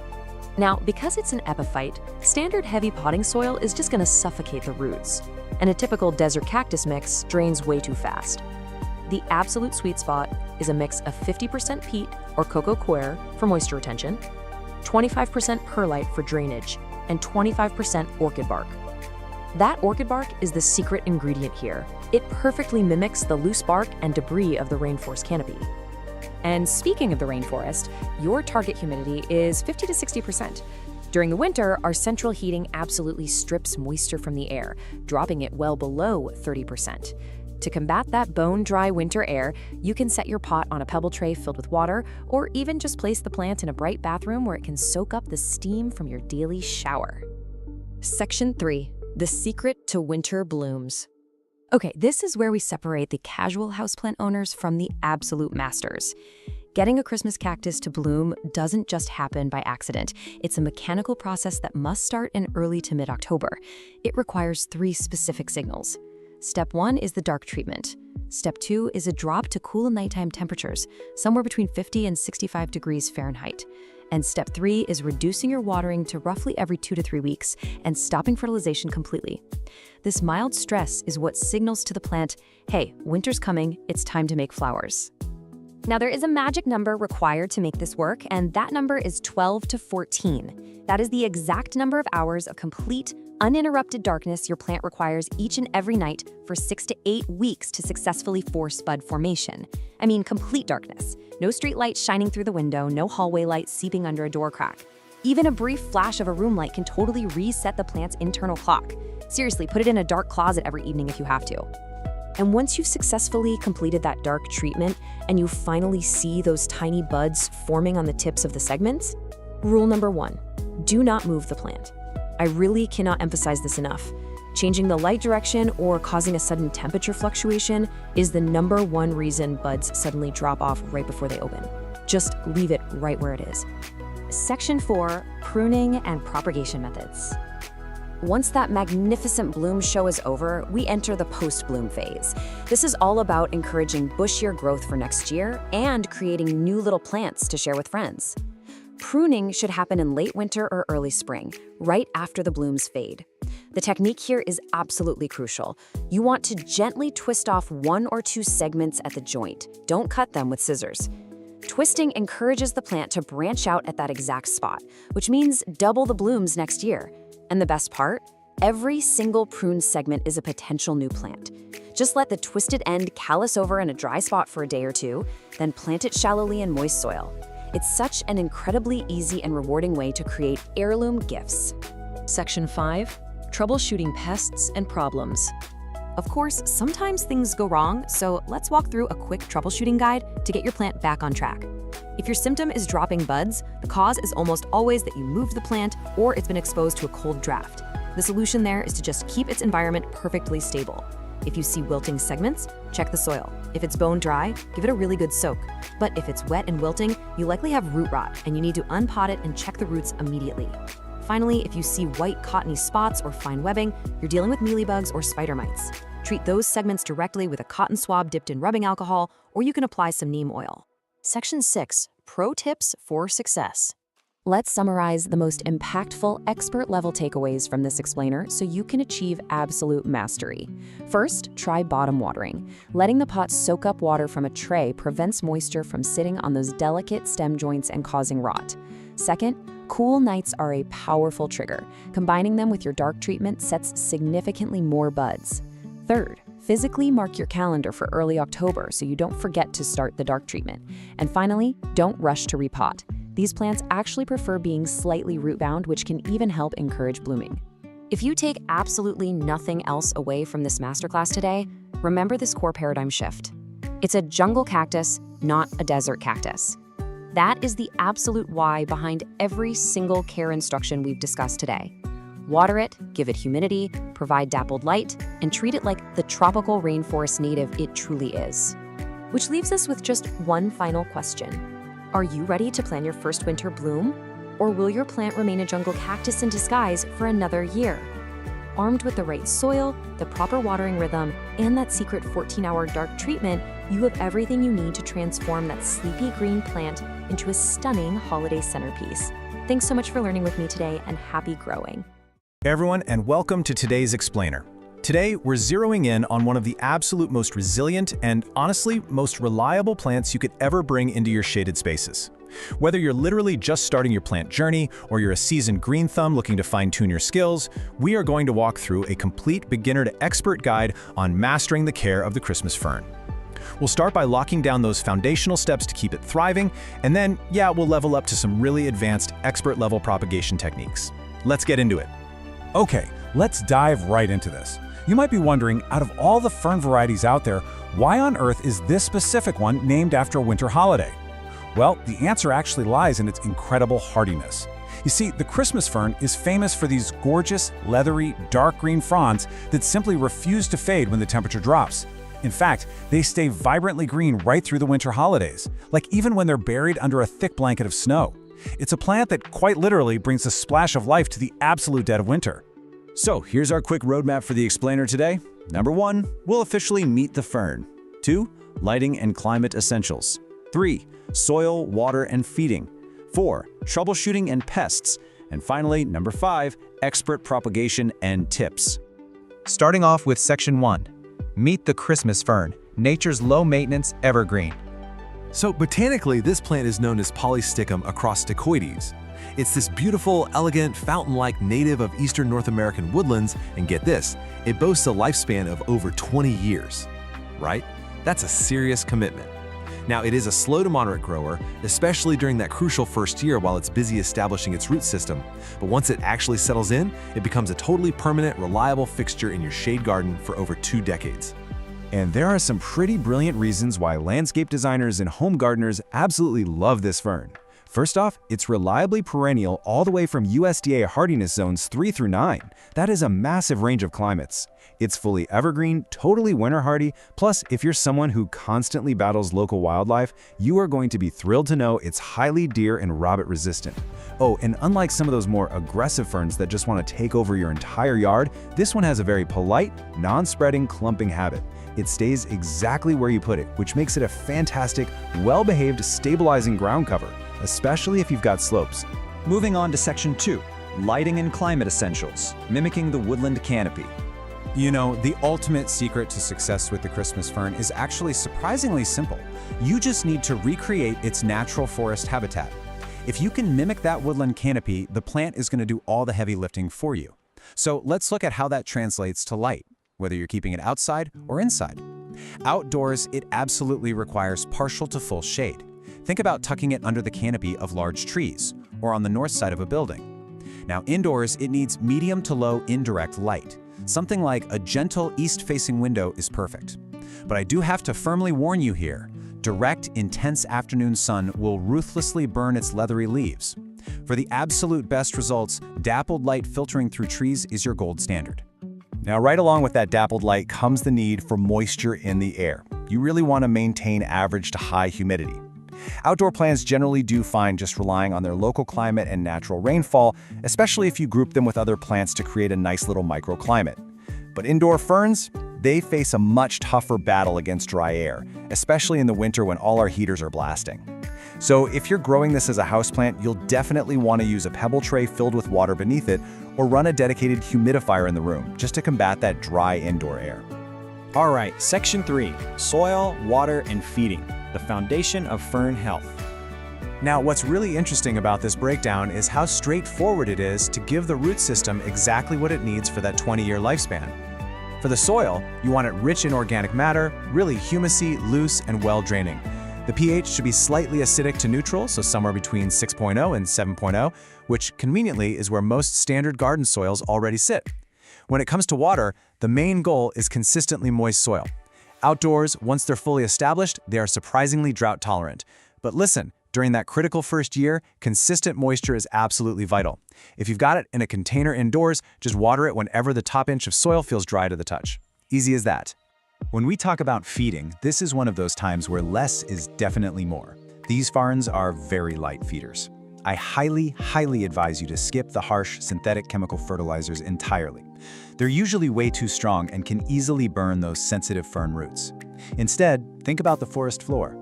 You want to top dress the soil around the base with a 1 to 2 inch layer of compost or even just shredded leaves in the spring. And in the fall, just let the natural fallen leaf litter remain right there around the base. It acts as the perfect protective mulch and slowly feeds the plant as it naturally decomposes. Which brings us to Section 4, Troubleshooting and Pests, Overcoming the Hurdles. Okay, so to keep your fern in top shape, we need to talk about common roadblocks. The absolute most critical botanical threat to your Christmas fern is something called crown rot. This is unfortunately a fatal condition where the plant's crown, which is that central growing point right at the base, becomes mushy and just decays. So why does this happen? Usually it's caused by soil that's just too heavy and waterlogged, or very commonly because the fern was planted way too deeply into the ground. Your soil must drain well to prevent the plant from getting what we gardeners call wet feet. And always make sure the crown sits perfectly level with the soil surface. Now, if your fern isn't looking its best, this quick comparison should help you diagnose the issue right away. If you're overwatering and heading dangerously toward root rot, you're typically going to see widespread yellowing on the new fronds and a mushy base. On the flip side of that, if you're underwatering or maybe exposing the fern to way too much direct sun, you're going to see crispy brown edges or these bleached sun-scorched patches. So just compare these distinct symptoms directly. That way you'll immediately know if your fern is drowning or burning, and you can tweak your care routine fast. As for pests, let me reassure you right now, the Christmas fern is highly pest resistant, but it's always wise to keep an eye out. Indoors, you might occasionally spot some fungus gnats hovering around the moist soil, or maybe some scale or tiny whiteflies. Honestly, some yellow sticky traps and a mild insecticidal soap will take care of those no problem. Outdoors, especially in very damp, heavily shaded areas, your biggest nuisance is probably going to be slugs and snails chewing holes in the fronds, or maybe the occasional caterpillar. But really, overall, serious infestations are super rare. And finally, Section 5, Expert Propagation and Tips, Mastering the Masterclass. So, as we elevate your skills to full botanical mastery today, a really common question we get from beginners is, does a Christmas fern bloom? Well, the answer is no. Just like all ferns, it doesn't produce any flowers, and it doesn't produce seeds at all. So how on earth does it reproduce? Well, it relies on an incredibly fascinating, ancient alternative method. It reproduces through spores. These are generated in specialized structures called sori. If you actually flip over and look at the back of the taller, upright fronds in late summer, you're going to see these small, dark dots lined up in perfect, neat rows. Those are the sori. Now, propagating from these spores is definitely an expert-level, year-long challenge. It involves cutting a frond, letting the microscopic dust fall onto a piece of white paper, carefully sewing that dust on a sterile medium, covering it up to trap humidity, and then waiting weeks or even months just for this moss-like film called a prothallus to form. And from there, tiny fronds eventually emerge. It is an incredibly rewarding project if you've got the patience of an expert. But if you want a much faster method, propagation by division is far easier and honestly a lot more practical for most of us. So the crucial point is following these steps. First, early in the spring, select a mature, well-established clump, something at least 3 to 4 years old. Second, take a spade and carefully lift the entire root ball right out of the ground. Third, you're going to slice and divide that crown, making absolutely sure every new section has a healthy set of roots and a few little developing fiddleheads. And finally, replant those divisions immediately at their original depth and give them a really good watering. Okay, let's rapid fire some pro landscaping tips, just to round out your new expertise. Number 1, I know it's tempting, but resist the urge to tidy up your garden in the fall. Do not cut back the old fading fronds. They actually naturally lie flat and insulate that delicate crown from freezing winter temperatures. You only want to trim them away in early spring. Number 2, use companion planting. The dark, leathery texture of this fern looks absolutely stunning next to the softer foliage of hostas or coral bells. Or try planting a cinnamon fern right behind it for this amazing layered woodland effect. And lastly, how do you identify it for sure? Get up close and look at the leaflets. Every single small leaflet has this distinctive lobe at the base that points straight up, perfectly shaped like a tiny Christmas stocking or a sleigh. And I think that just brilliantly illustrates the total charm and utility of this incredible plant. It's tough, it's beautiful, and it's a true survivor. So I'll leave you with this final thought. How will you use this resilient 20-year evergreen in your own shaded spaces? Are you going to use it to stabilize a difficult slope? Maybe plant it alongside some colorful hostas? Or perhaps you're going to test your new expert skills by propagating it from spores. The choice is completely yours, and now you've got the expert knowledge to make it happen. Thank you so much for joining me on this explainer, and happy planting. Welcome to this complete explainer. You know, if you're a focused learner looking to truly master the art of indoor horticulture, you've landed in the exact right place today. We are tackling a houseplant that is famous for being incredibly beautiful, but let's be honest, it's also notorious for being a little bit of a diva. Yep, we're talking about the Maranta leuconura, better known as the prayer plant. Now, while it absolutely demands a specific environment to thrive, cracking its code is a super rewarding journey. It's going to take you from a total novice to a true plant enthusiast. By the end of this session, you'll know exactly how to keep this stunning tropical plant vibrant, lush, and happy. All right, here's our quick roadmap for today. Number 1, meet your prayer plant. 2, the 4 pillars of care. 3, maintenance, feeding, and pruning. 4, troubleshooting common plant problems. And 5, propagating new plants. Let's dive right in. Section 1. Meet your prayer plant. Native to the tropical rainforests of Brazil, this completely pet-safe plant is basically a living, moving work of art. It performs this fascinating daily ritual called nectanasty. So during the day, the leaves lie totally flat to soak up the sun. But as the evening rolls in, there's a specialized joint at the base of the leaf. It's called a pulvinus, and it changes its internal water pressure. It acts just like a hinge to lift the leaves upward, folding them together like hands in prayer. It's this daily bit of magic that really reminds you just how alive your houseplants actually are. Section 2, the 4 pillars of care. Look, to keep this tropical native not just alive, but actually thriving in your living room, you have to nail a few absolute non-negotiable environments. First up is light, and you need to think about the rule of contrast here. You want to replicate the dappled light of a forest floor. So bright, indirect light is perfect, like setting it near an east-facing window for that gentle morning sun, or filtering a brighter window with a sheer curtain. What you absolutely must avoid at all costs are harsh, direct sunbeams. They will literally scorch that beautiful foliage right off, turning it faded and crispy. On the flip side, shoving it in a really dark corner is just gonna make it lose its vibrant colors and get all leggy and stretched out. Filtered light is your sweet spot. Okay, moving to our second pillar, humidity. This 50% mark, that's your golden rule. Remember, it comes from a rainforest. Dry household air is public enemy number one for the prayer plant. If you want pristine, unblemished leaves, you really need ambient humidity sitting over 50%. Luckily, it's pretty easy to do. Just run a small humidifier nearby, set the plant's pot on a tray filled with pebbles and water, or simply cluster a few different plants together to create a naturally humid little microclimate. Pillar 3 is hydration, and heads up, these plants are total divas about what they drink. You want to keep the soil consistently moist, so give it a good soak when the top inch or two feels dry, but never ever let it sit soggy, because that's just an open invitation for root rot. Also, prayer plants are hypersensitive to the chlorine and fluoride they pump into standard tap water. Using straight tap water will almost immediately give you brown, crispy leaf tips. So using filtered, distilled, or rainwater is honestly just as important as how often you're watering it. Our fourth and final pillar is the foundation, the soil. To prevent that dreaded root rot while still giving the plant the moisture it desperately wants, you need a slightly acidic, peat-based mix. Try this exact 3-ingredient DIY blend for the perfect balance. 2 parts peat moss or cocoa coir to hold on to the moisture. 1 part perlite or coarse sand to give it rapid drainage and aeration so the roots can actually breathe. And 1 part standard potting soil to tie it all together. Section 3. Maintenance, feeding, and pruning. Now, transitioning from just surviving to actively thriving means sticking to a timeline.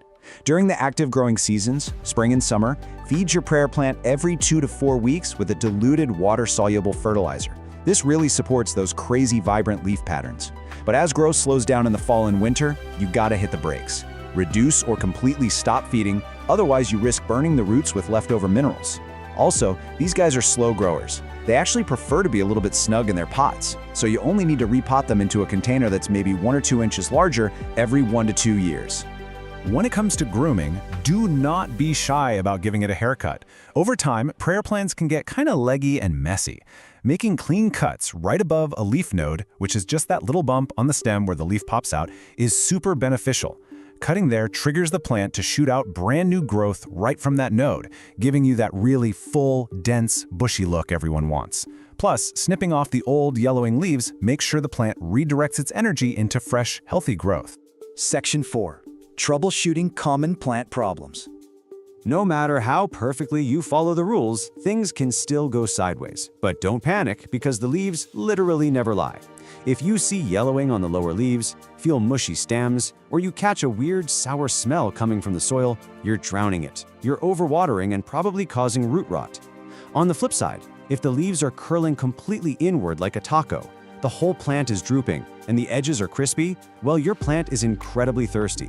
It's actively curling up to conserve whatever tiny bit of moisture it has left. Check that topsoil immediately and fix your watering routine. While they're generally pretty robust, a stressed-out plant is a magnet for unwanted guests.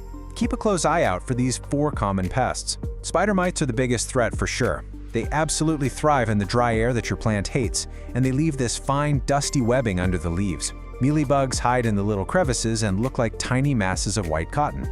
Fungus gnats will literally hover around your pot if the soil is too wet, and aphids tend to cluster up on the tender new shoots. If you spot any of these invaders, isolate your plant right away and treat the leaves directly with insecticidal soap or neem oil. But out of everything we've talked about, the absolute #1 complaint plant owners have is finding brown, crispy edges on otherwise perfectly healthy leaves. Let's make this crystal clear.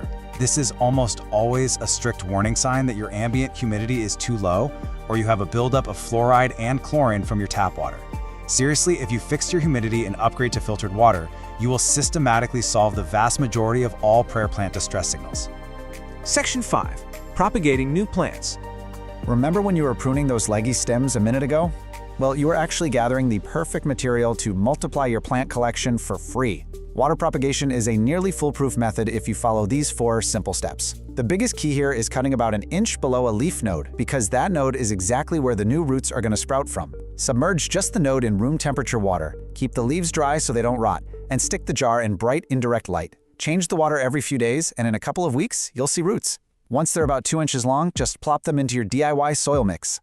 Now, if you'd rather not mess with stem cuttings, or if you just have a massive mature plant, propagation by division is the way to go. The absolute best time to do this is during your routine spring repotting. When you take the plant out of its pot, just gently tease apart the natural clumps of the root rhizomes with your fingers.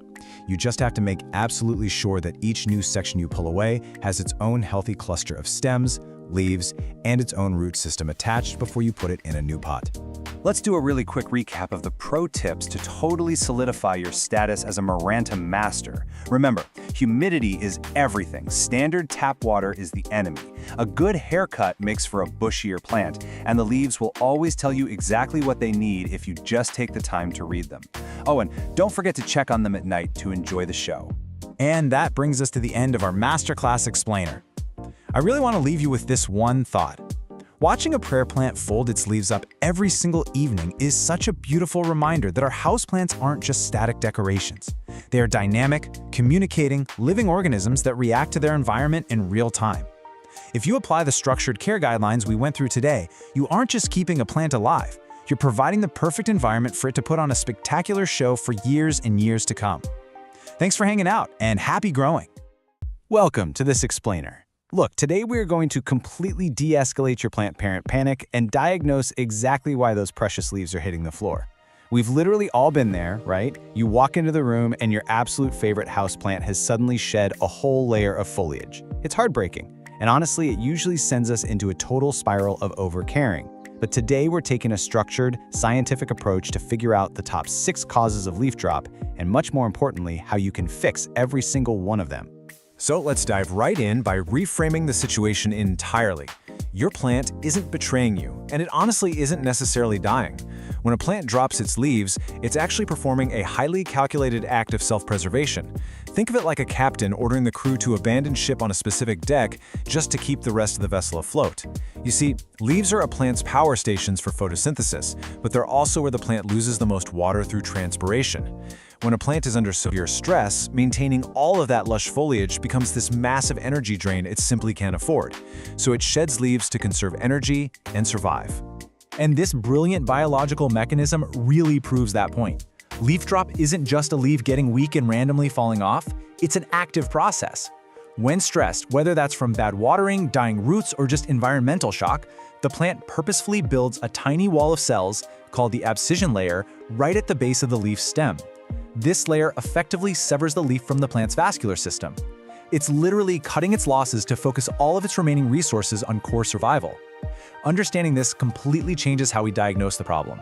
Here's our agenda for today's Plant ER Triage. First, the science of leaf drop. Second, diagnosing water issues. Third, environmental shock and stress. Fourth, natural aging versus pests. And finally, pro tips for prevention. Section 1. The science of leaf drop, identifying the symptoms. Now consider this your ultimate cheat sheet. Before you start pouring water everywhere or impulsively repotting, look closely at which leaves are dropping and how they feel. If your lower leaves are turning yellow and feel soft or limp, you're probably overwatering. But if the leaves are yellow but feel dry and crispy, your plant is underwatered. A sudden, massive shower of leaves often points to acclimation shock, while a sudden drop of perfectly green leaves usually means temperature stress. And if it's just the oldest bottom leaves falling off one by one, well, that's just natural aging. Keep these symptoms in mind as we break down each specific cause. Section 2. Diagnosing water issues, the most common culprits. Okay, so watering issues are the #1 reason plants shed leaves. And contrasting these two extremes makes it incredibly easy to diagnose if yours is drowning or completely parched. Actually, go ahead and check your soil right now. If it's constantly wet and soggy and the base of the stem feels a bit soft, your roots are likely rotting. They're dying and can no longer support the foliage, so the plant sheds its lower leaves. That's overwatering. On the other hand, if you pick up the pot and it feels surprisingly light and the soil is bone dry and rock hard, your plant is in a severe drought. It's sacrificing its dry, crispy leaves just to keep its main stems alive. That's underwatering. If you diagnosed overwatering, here's your exact fix to stop those lower leaves from dropping. Step 1, and I know this is the hardest thing for us plant parents, stop watering immediately. Just step back. Allow that soil to dry out completely. You also really need to verify that your pot actually has drainage holes, because if water can't escape, the roots are literally suffocating. If the soil smells swampy or the base of the plant feels mushy, you're dealing with severe root rot. In that case, you've got to play surgeon. Unpot the plant, carefully snip away the black, mushy, dead roots, and repot it in fresh, dry, well-aerated soil. On the flip side, if your plant is underwatering and shedding crispy leaves just to survive the tiny desert you've accidentally created in your living room, you need to rehydrate it immediately. Give it a really deep, thorough watering. Now, if the soil is so bone dry that the water just runs down the sides of the pot and out the bottom without even absorbing, you're going to want to use bottom watering. Just set the pot in a bowl of water for about 30 minutes and let the soil soak it up from the bottom like a sponge. Once it's rehydrated, commit to a consistent watering schedule so it never has to face that kind of drought stress again. Section 3. Environmental shock and stress when things change too fast. This perfectly explains our third cause, acclimation shock. Just think about where your plant came from for a second. It was likely raised in this perfect climate-controlled nursery or greenhouse with optimal humidity and light. So when you buy it, shove it in your car, and place it in a dim corner of your house, that is an incredibly jarring transition. Sensitive plants, particularly the notorious fiddly fig, will throw an absolute tantrum, much like a dramatic teenager, and drop a significant number of leaves as they struggle to adjust to these new, less than ideal conditions. To fix acclimation shock, the answer is usually less action, not more. You simply need to establish a stable environment. Find a forever home in your house that provides the right light for that specific species, set the pot down, and seriously, stop moving it around. Don't drag it from room to room chasing the sunlight. Keep your watering routine stable and just be patient. Expect a little bit of drama for the first few weeks. Once it realizes its environment is secure, the dropping will absolutely stop and it'll acclimate. Now let's see how this builds into cause number 4, temperature stress.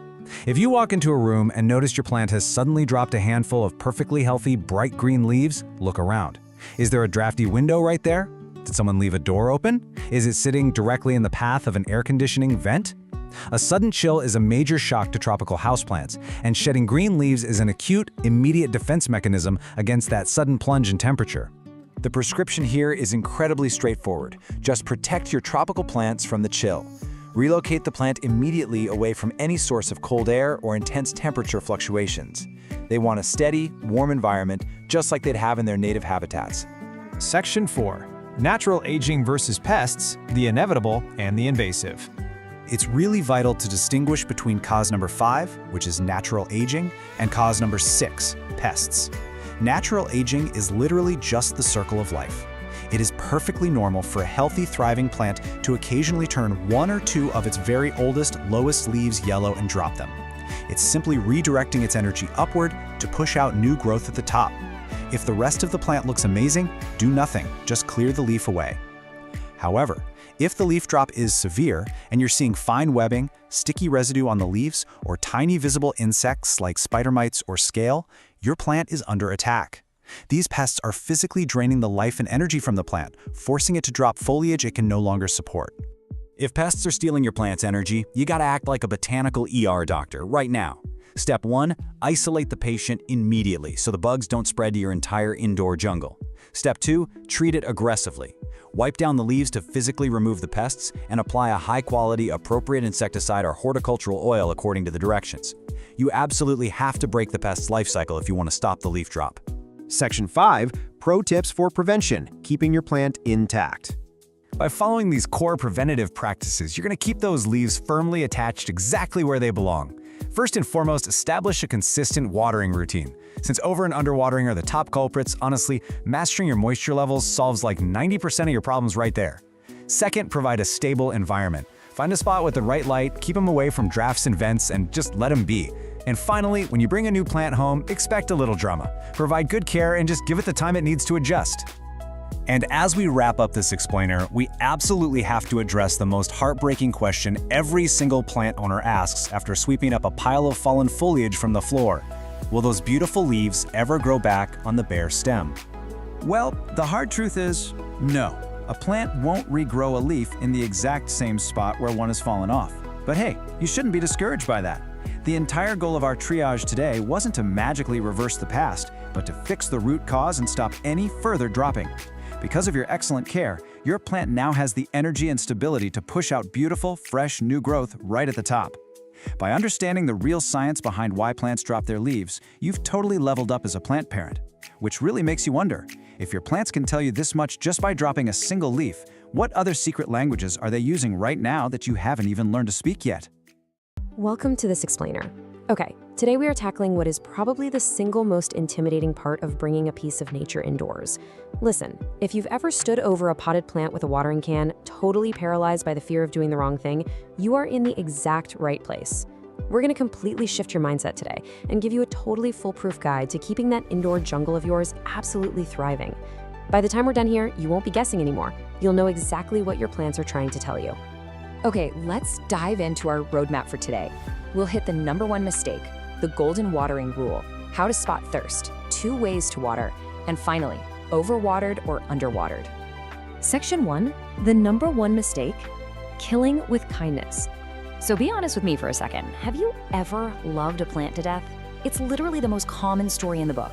You pick out this beautiful, tiny little succulent, you bring it home, and you just want it to be so happy. So how do we show that love? Well, by hovering over it with a watering can every single day. And yeah, you can probably guess how that ends. The poor thing just drowns. Overwatering is absolutely, hands down, the #1 mistake new plant parents make. We literally drown them trying to care for them. But hey, here's the good news. While it's the biggest issue out there, it's also incredibly easy to fix once you know the secret. We just need a total paradigm shift in how we think about providing that water. Which brings us to Section 2, the golden watering rule. Ditch the schedule. So the crucial point here, and if you take literally only one thing away from this entire explainer, make it this, is the golden rule. Check the soil first, and do not water on a schedule. Forget the rigid routines, no more guessing games. We have to actually start listening to our plants instead of blindly following the calendar. Trust me, watering every Sunday is a total recipe for disaster. And here's exactly why those schedules fail. A plant's thirst isn't just some static thing. It is constantly changing based on its environment. Just look at these factors. First up, light levels. A plant sitting in a bright, sunny window, it's going to dry out significantly faster than one tucked away in a dim corner. Then you've got the season. Plants actively drink so much more during their spring and summer growth spurts, and they need way less when they go dormant in the fall and winter.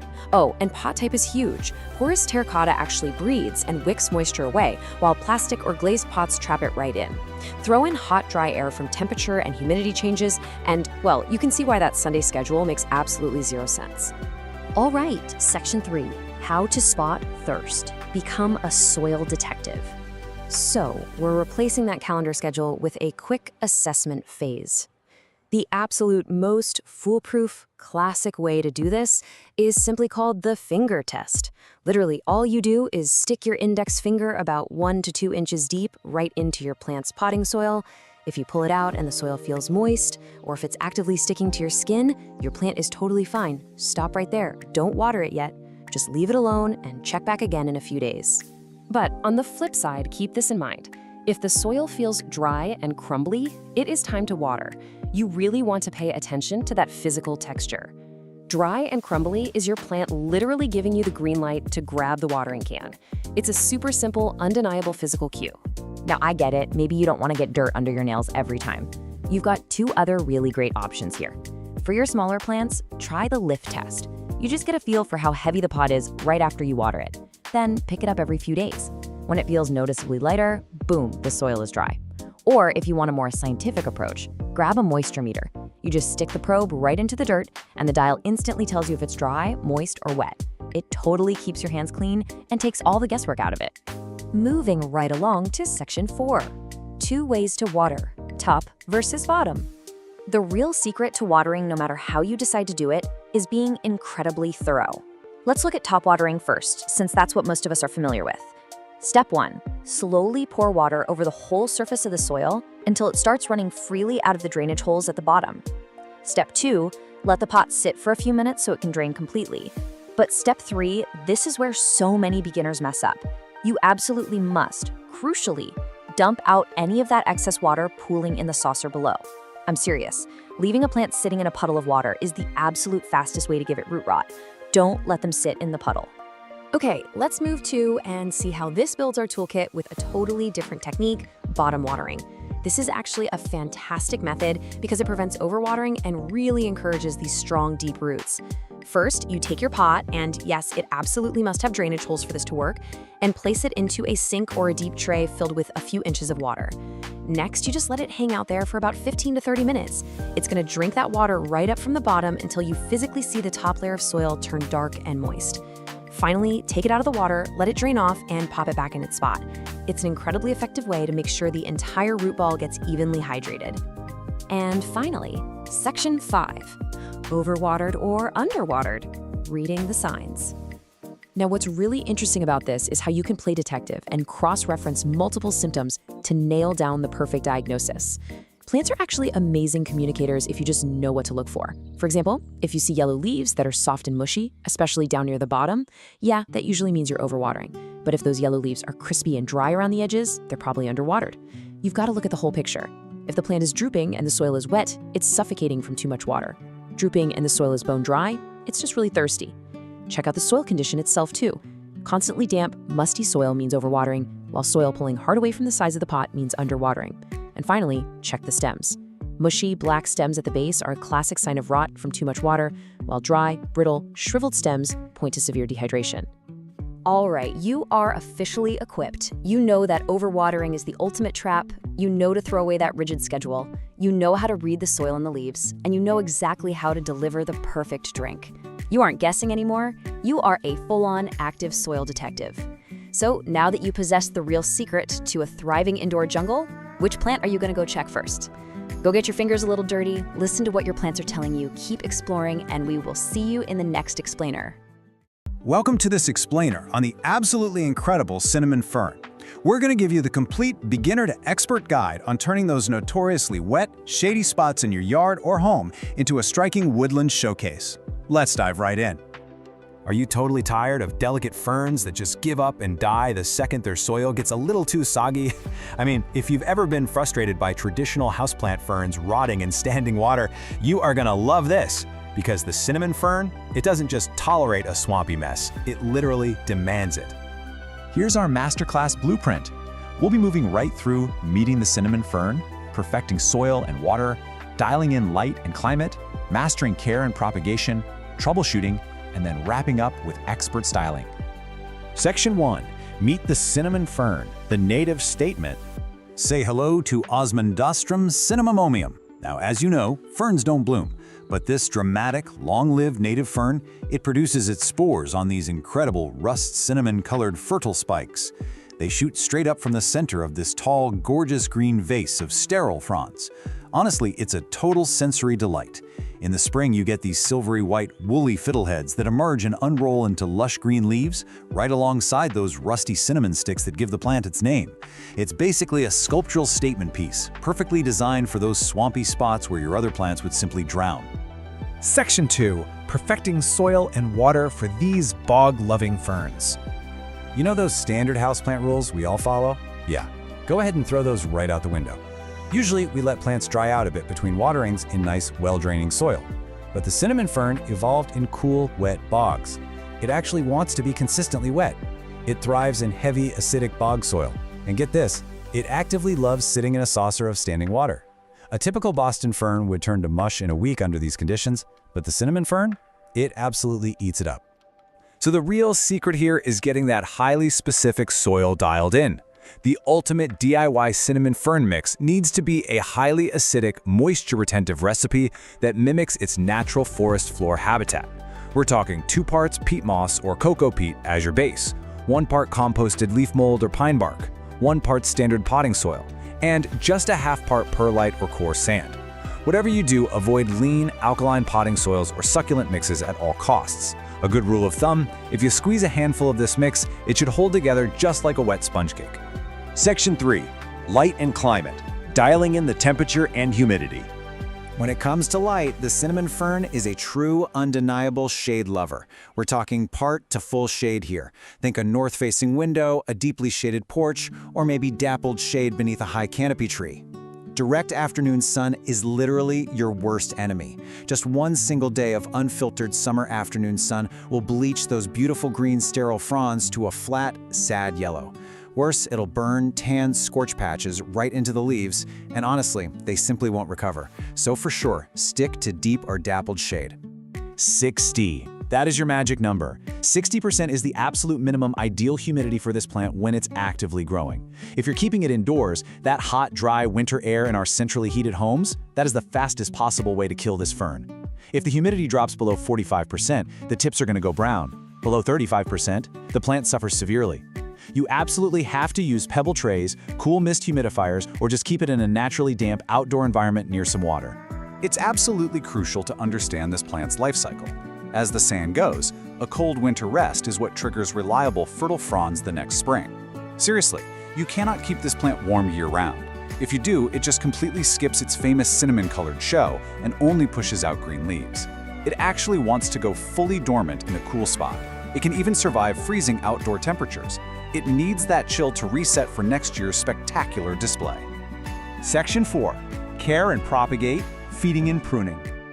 Maintenance for the cinnamon fern is actually delightfully low fuss, but it is highly specific. Once that first hard frost hits in autumn and the fronds collapse, you want to cut everything completely down to the ground. But be careful here. Make sure you cut about an inch above the rhizome so you aren't slicing into the knobby trunk itself. Then, when early spring rolls around, give it a light organic feeding by top dressing with about an inch of compost or leaf mold. Stay away from heavy liquid feeds, they'll just give you weak floppy fronds. This light, organic approach is exactly what builds that strong, upright vase shape the plant is famous for. Now, if you're growing these in containers, you're going to need to step up your fern every 2 to 3 years into a larger 5 to 15-gallon pot. It's a bit of a process, but here's how you do it. First, soak the parent pot the day before so the rhizome doesn't crack on you. Second, tip it and gently ease that heavy plant out. Third, take some sterile scissors and trim away any black or mushy roots. Fourth, settle it into that fresh peaty mix we talked about earlier. And this is key. Make sure the top of the rhizome sits exactly at the soil surface. If you bury it too deep, you're looking at instant crown rot. Finally, just backfill, water it deeply, and add your mulch. Okay, but what if you want more ferns? Who wouldn't, right? The primary propagation method here is dividing mature clumps that are at least 4 to 5 years old. You want to tackle this in early spring, right as those woolly fiddleheads start pushing up. Dig up the parent plant and rinse the soil off so you can clearly see the joins between the crowns.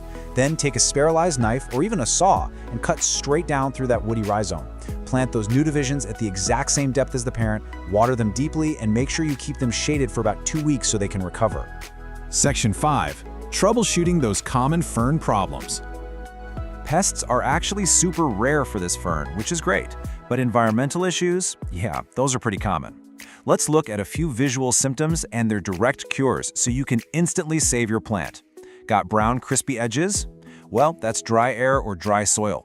You want to soak the root ball and get a humidifier going. What about mid-season yellowing on the inner fronds? That usually means your soil dried out, or maybe the pH drifted a bit too alkaline. Just top dress with composted pine bark or peat to bring that acidity right back. And if you spot tan scorch patches, sunburn, no question. Move the plant to deep shade immediately because those burned fronds are gone for good.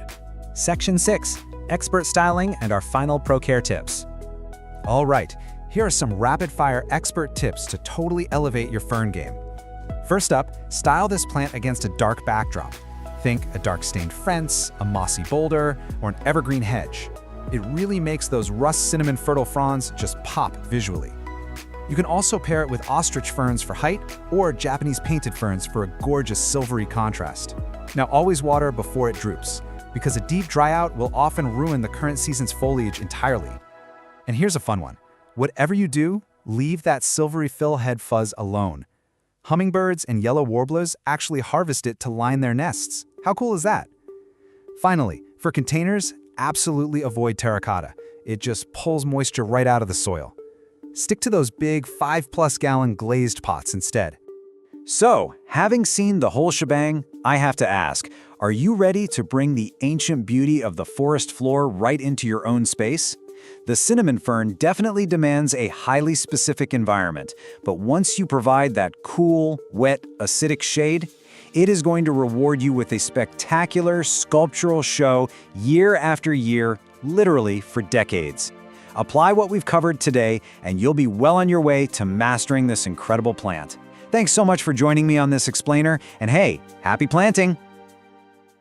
Welcome back, everyone. If you're tuning into this explainer today, chances are you've either got a full-blown botanical emergency on your hands, or you just want to be totally prepared for when you inevitably do. Today, we are enthusiastically taking on the ultimate indoor jungle challenge, diagnosing and saving your wilting houseplants. You know, there is literally nothing quite as alarming as seeing your beloved, once perky plant suddenly looking limp and lifeless. But hey, don't worry, you are in exactly the right place to fix it. I completely understand that immediate sinking panic you feel when you walk into a room and see your plant just dramatically slumped over the side of its pot. Your very first thought is probably, oh no, why is my plant suddenly dying? But I want to de-escalate that panic right now. Take a deep breath. Wilting is rarely an instant death sentence. Actually, it's really just your plant's most dramatic visual cry for help. It's a communication tool, and today we're going to learn exactly how to decode that message so you can bring your green friends back to life. Okay, let's dive into this. We've got a really clear, logical plan to shift you from panic to proactive troubleshooting. We'll kick things off with emergency plant triage. Look at the science behind wilting. Fix over and underwatering, cure transplant and environment shock, tackle pests and low humidity, and finally, preventing future plant problems. Section 1. Emergency Plant Triage. All right, I need you to stop exactly what you're doing right now. Your very first instinct when you see a drooping plant is probably to reach straight for the watering can. But listen to me, without a proper diagnosis, that could be a fatal mistake. So, step 1, do not water it yet. Step 2, pick up the pot. Is it surprisingly light, or is it heavy and dense? Step 3, stick your finger about 2 inches down into the soil. We need to know if it's dry all the way down or if it's wet and soggy beneath the surface. Step 4, take a sniff. Yes, literally smell the soil. If you catch a musty, sour, or kind of swampy odor, we have a serious emergency on our hands. And finally, step 5, inspect the leaves. Look really closely at them. Are the edges crispy and dry, or are the lower leaves turning a soft, mushy yellow? Answering these specific questions is absolutely crucial. It's the only way to actually diagnose the issue. Section 2. The science behind wilting. Before we start fixing things, we need to understand the biological mechanics at play. Wilting almost always points to a disruption in how water moves from the roots all the way up to the leaves. To visualize this, I want you to think of your plant cells like millions of tiny little water balloons. When those balloons are completely full of water, they're firm, right? They're rigid. This internal water pressure is known as turgor pressure, and it is literally the thing holding your plant upright. But when the roots can't supply water as fast as the leaves are losing it, which happens through a natural process called transpiration, those tiny balloons start to deflate. And when the balloons deflate, the plant structure just can't support itself anymore, and boom, you've got a drooping plant. So our main job today is figuring out exactly what is disrupting that water supply line. Section 3. Fix over and underwatering. Now, what's really interesting about this is how perfectly these two opposite states contrast with each other. On one side, we have underwatering. The soil is bone dry all the way through. The pot feels remarkably light when you lift it, and the leaves are limp, sure, but they're still mostly green. The fix here is obvious, right? It just needs a good drink.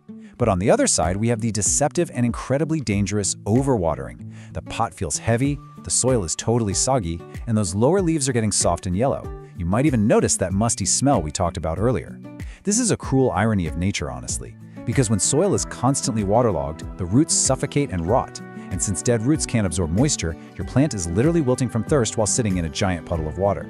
Crazy, right? So, if you've done your triage and diagnosed underwatering, fixing it is pretty straightforward, but it does require a specific technique. Do not just pour water on top of the soil. Bone-dry soil can actually repel water, it'll just run right down the sides. Instead, we're gonna do what's called bottom watering. Just place the pot in a tray filled with a few inches of water and leave it alone for 30 to 60 minutes. The soil is gonna act just like a sponge, drawing up all the moisture it needs from below. Once it's fully hydrated, take it out and let it drain completely. And you know what the incredibly satisfying part is? Your plant should perk right back up within just 1 to 4 hours. It's like magic. But if you diagnosed overwatering and root rot, guys, this is a code red. You need to stop watering immediately.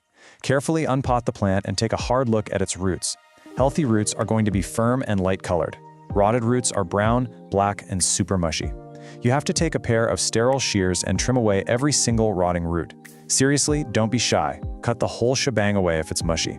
After that, repot the plant into completely fresh, well-draining soil in a pot that actually has drainage holes. Pop it in bright, indirect light, and whatever you do, do not feed it any fertilizer right now. I have to be completely honest with you. Recovery here is a very slow 3 to 6 week process. And if the rot was really severe, you might even need to take healthy stem cuttings and just propagate a brand new plant entirely. Section 4. Curing transplant and environment shock. You know, plants really despise moving house, almost as much as we do.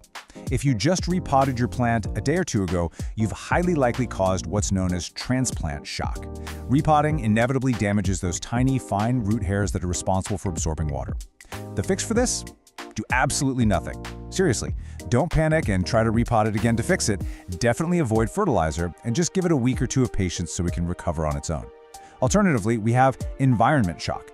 This happens when a plant suddenly faces extreme heat, a cold draft from an AC vent, or getting blasted by scorching sun. These sudden extremes disrupt the plant's vascular system. The solution here is super simple. Just move the plant to a stable, moderate location far away from any drafts. Once its temperature stabilizes, recovery usually takes just a few hours. Section 5. Tackling pests and low humidity. Okay, but what if your soil is perfect, the temperature is fine, and it's still wilting?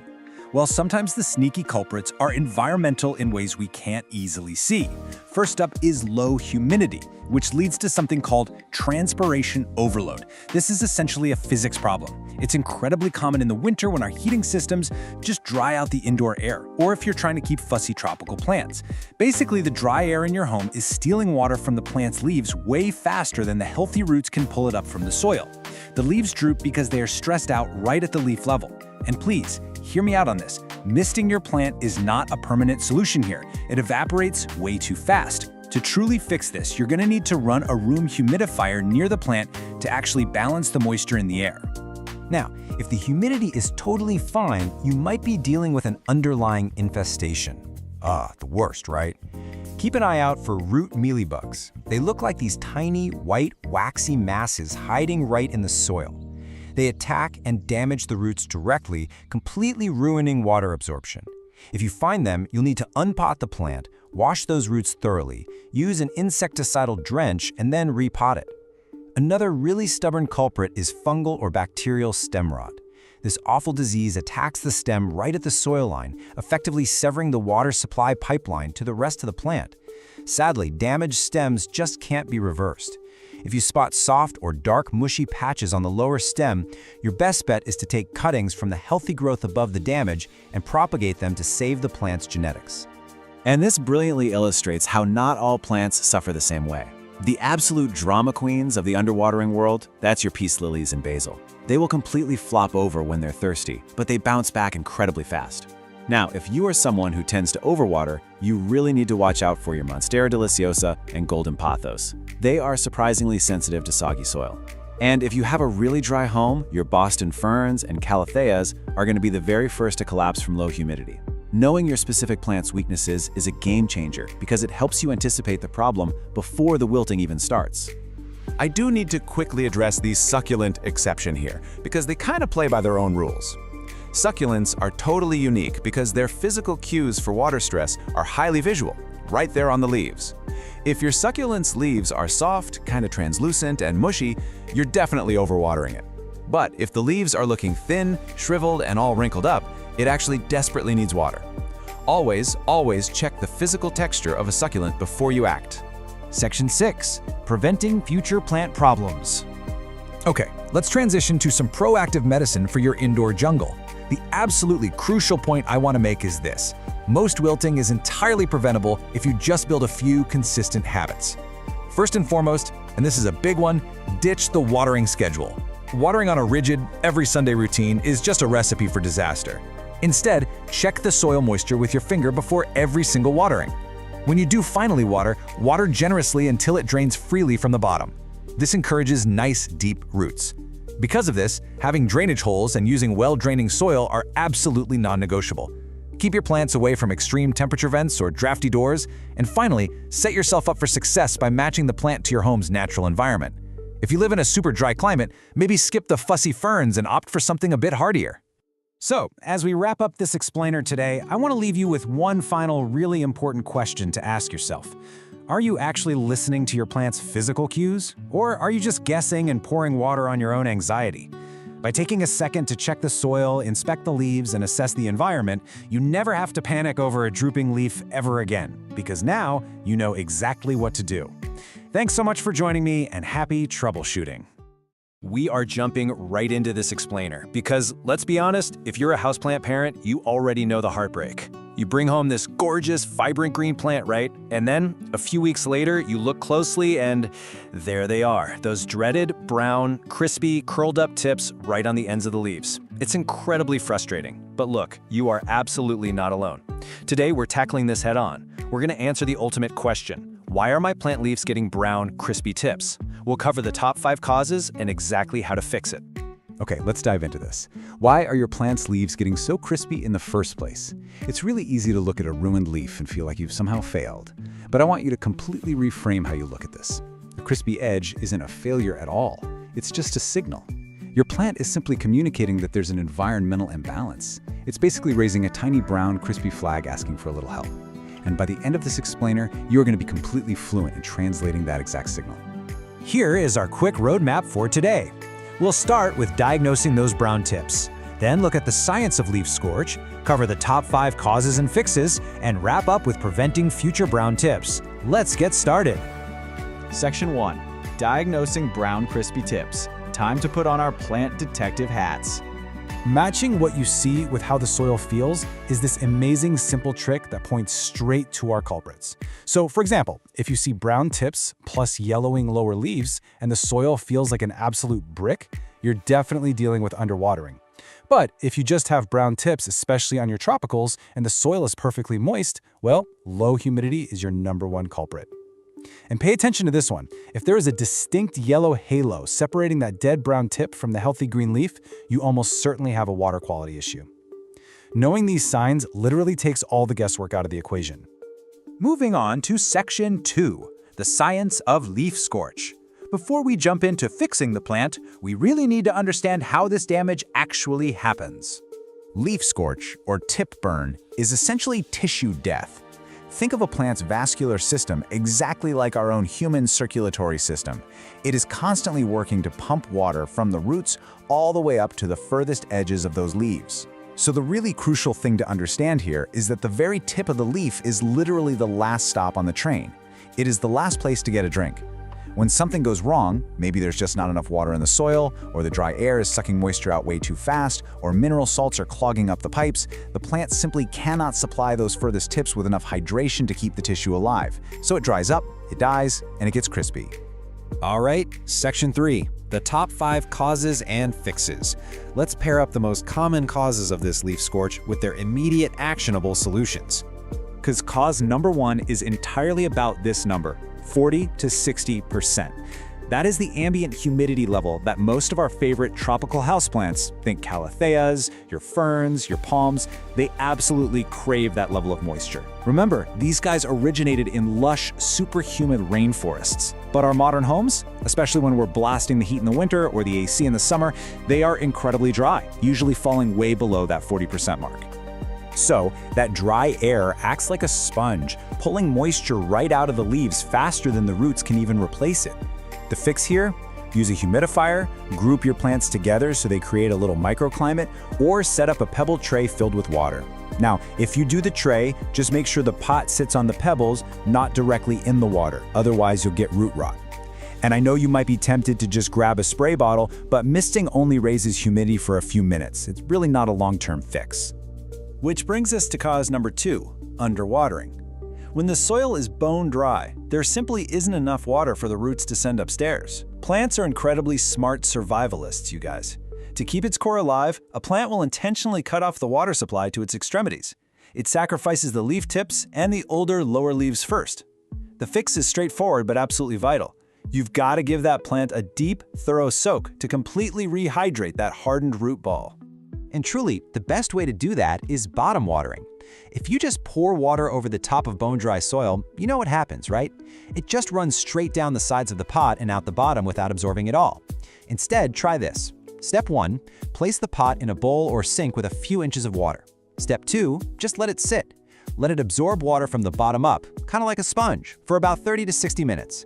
Step 3, once the pot feels heavy and fully hydrated, take it out, let it drain completely, and commit to a more consistent watering schedule. Cause number 3, water quality. Tap water is often full of heavy mineral salts, fluoride, and chlorine. These actually accumulate at the edges of the leaves over time, eventually reaching toxic levels and burning the tissue. This famously shows up as that brown tip with the yellow halo we talked about earlier. The fix is easy. Switch to distilled, filtered, or rainwater. Oh, and a quick heads up. Just leaving tap water out for 24 hours? Yeah, that only evaporates the chlorine. It does absolutely nothing for fluoride or heavy minerals, so filtering really is the way to go here. Luckily, cause number 4 is super easy to spot: too much direct sun. Believe it or not, your plants can absolutely get a sunburn.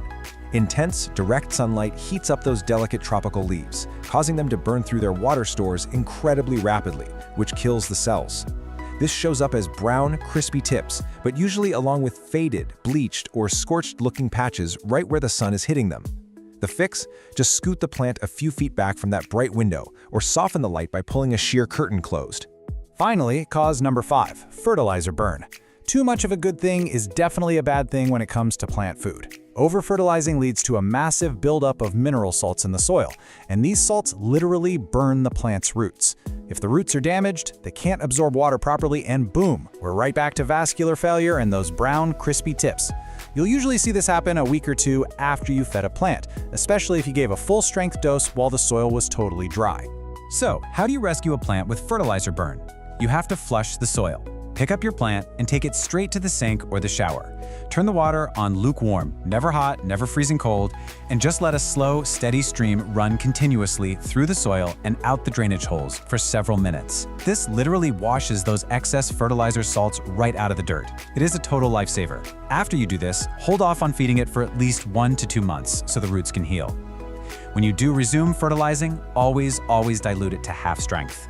Section 4. Preventing future brown tips. Let's lock in a quick, best practice routine so your leaves stay perfectly green all year round. Okay, here are your core best practices. First, prioritize humidity. Investing in a small humidifier is a total game changer for tropicals.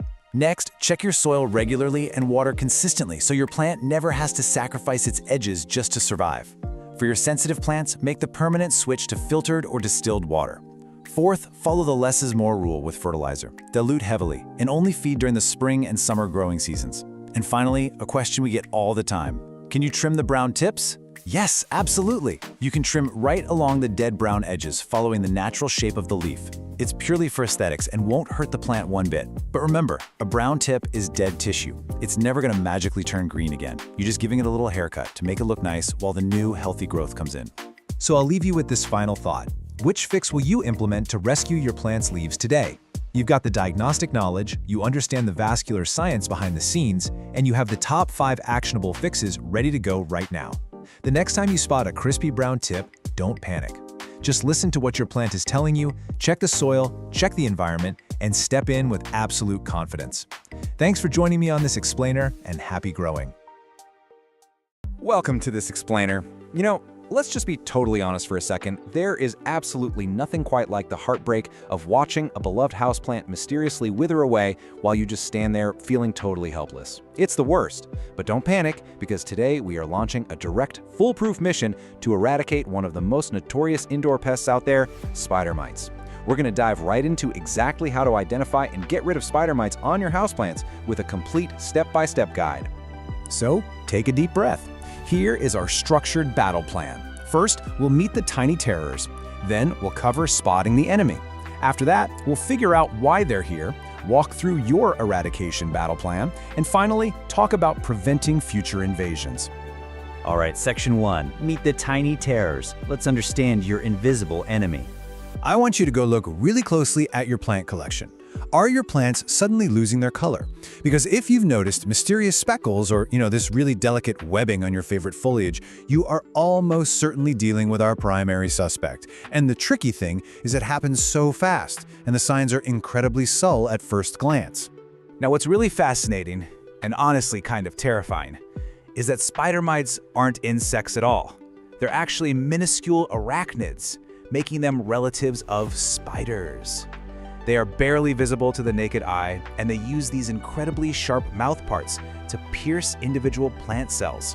They literally suck the life out of your plant cell by cell, leaving behind this trail of dead, discolored tissue that eventually leads to a total plant decline.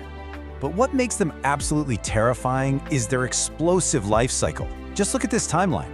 An egg is laid in warm, dry conditions. By day 4, a nymph hatches and starts feeding. And by day 7, that mite is already a fully reproducing adult. So they go from a single egg to a reproducing adult in just 1 week. That turns a small, practically invisible colony into a full-blown infestation before you even realize they're there.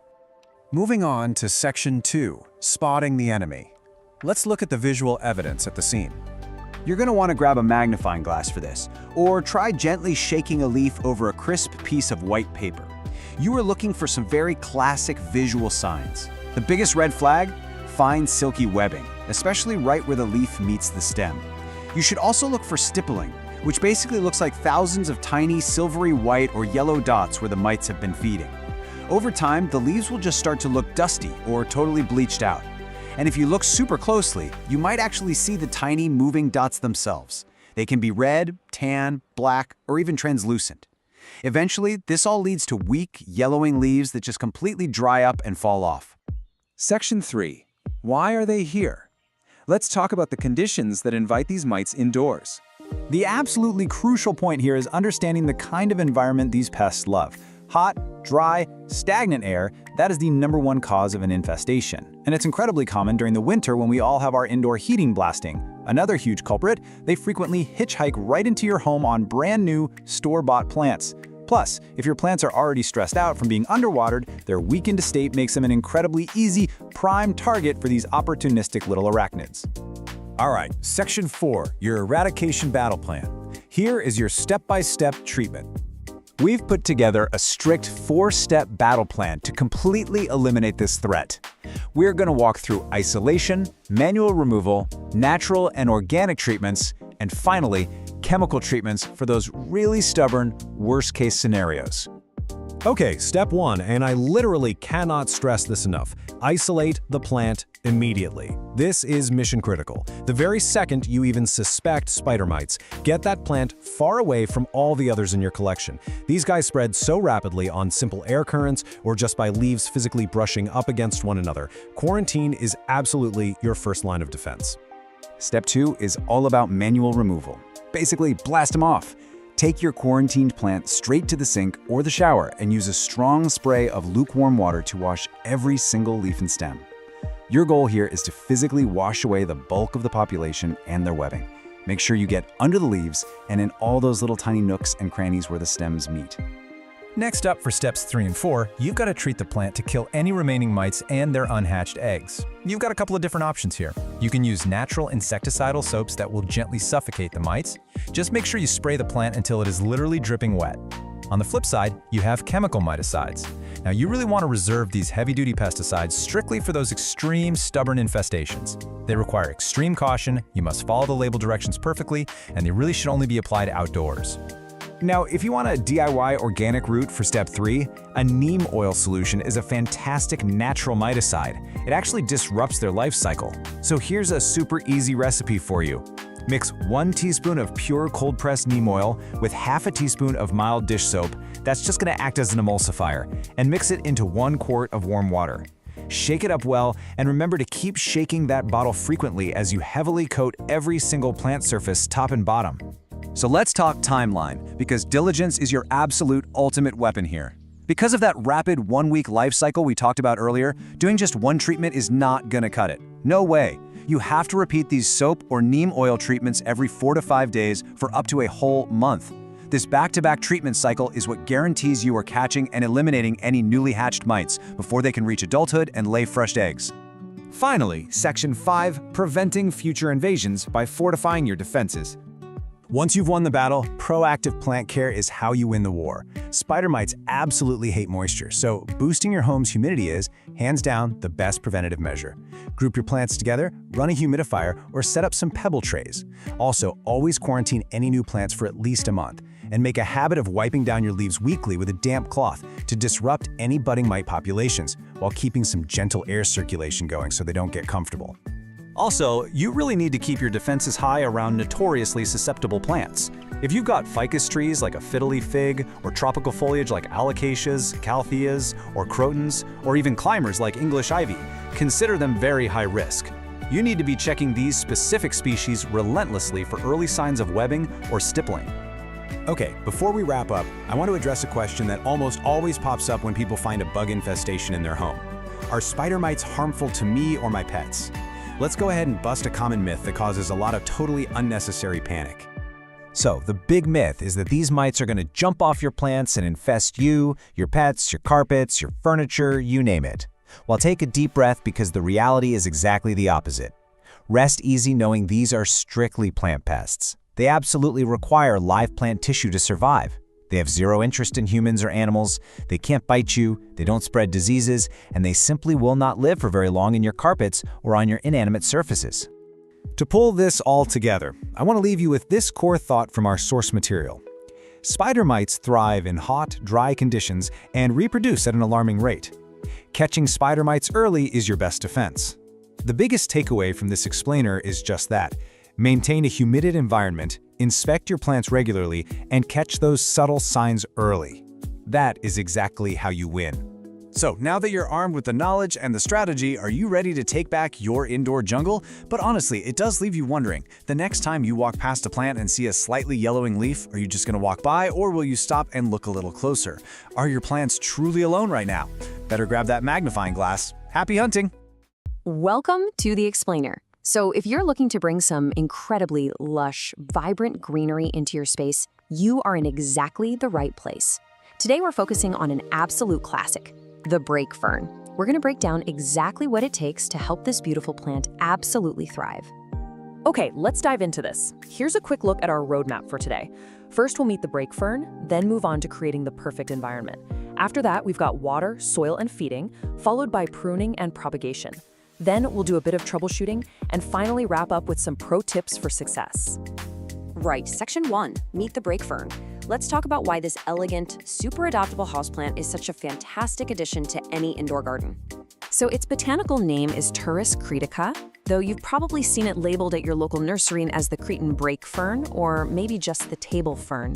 And what's really interesting here is that while it has these gorgeous, delicate, feather-like fronds, it is way more resilient than some of its notoriously fussy fern cousins. Yeah, I'm looking at you, maidenhair fern. It's honestly the perfect drama-free entry point if you're getting into indoor ferns. Okay, let's run through some quick stats. Indoors, they stay pretty compact, usually maxing out at about 1 to 2 feet tall. They've got a slow to moderate growth rate, and since they're perennials, they'll stick around for years and years. Now, this is absolutely crucial for the animal lovers out there. They are completely non-toxic to both pets and humans. Oh, and just a quick note, like all true ferns, they don't bloom. They reproduce via spores instead of flowers. Moving on to Section 2, creating the perfect environment. You know, getting the stage set correctly with light, humidity, and temperature really is half the battle. When we talk about ideal light, think about trying to replicate a dappled forest floor. You want bright, indirect light, the kind you'd get right up against a north or east-facing window.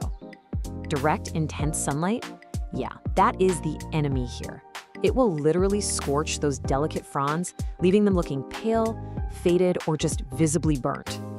50 to 70%. That right there is the absolute secret to a happy fern. Now, sure, they can survive in average room humidity, but boosting the moisture in the air to hit this sweet spot, that's what's going to give you that lush, vibrant, literal greenhouse quality growth.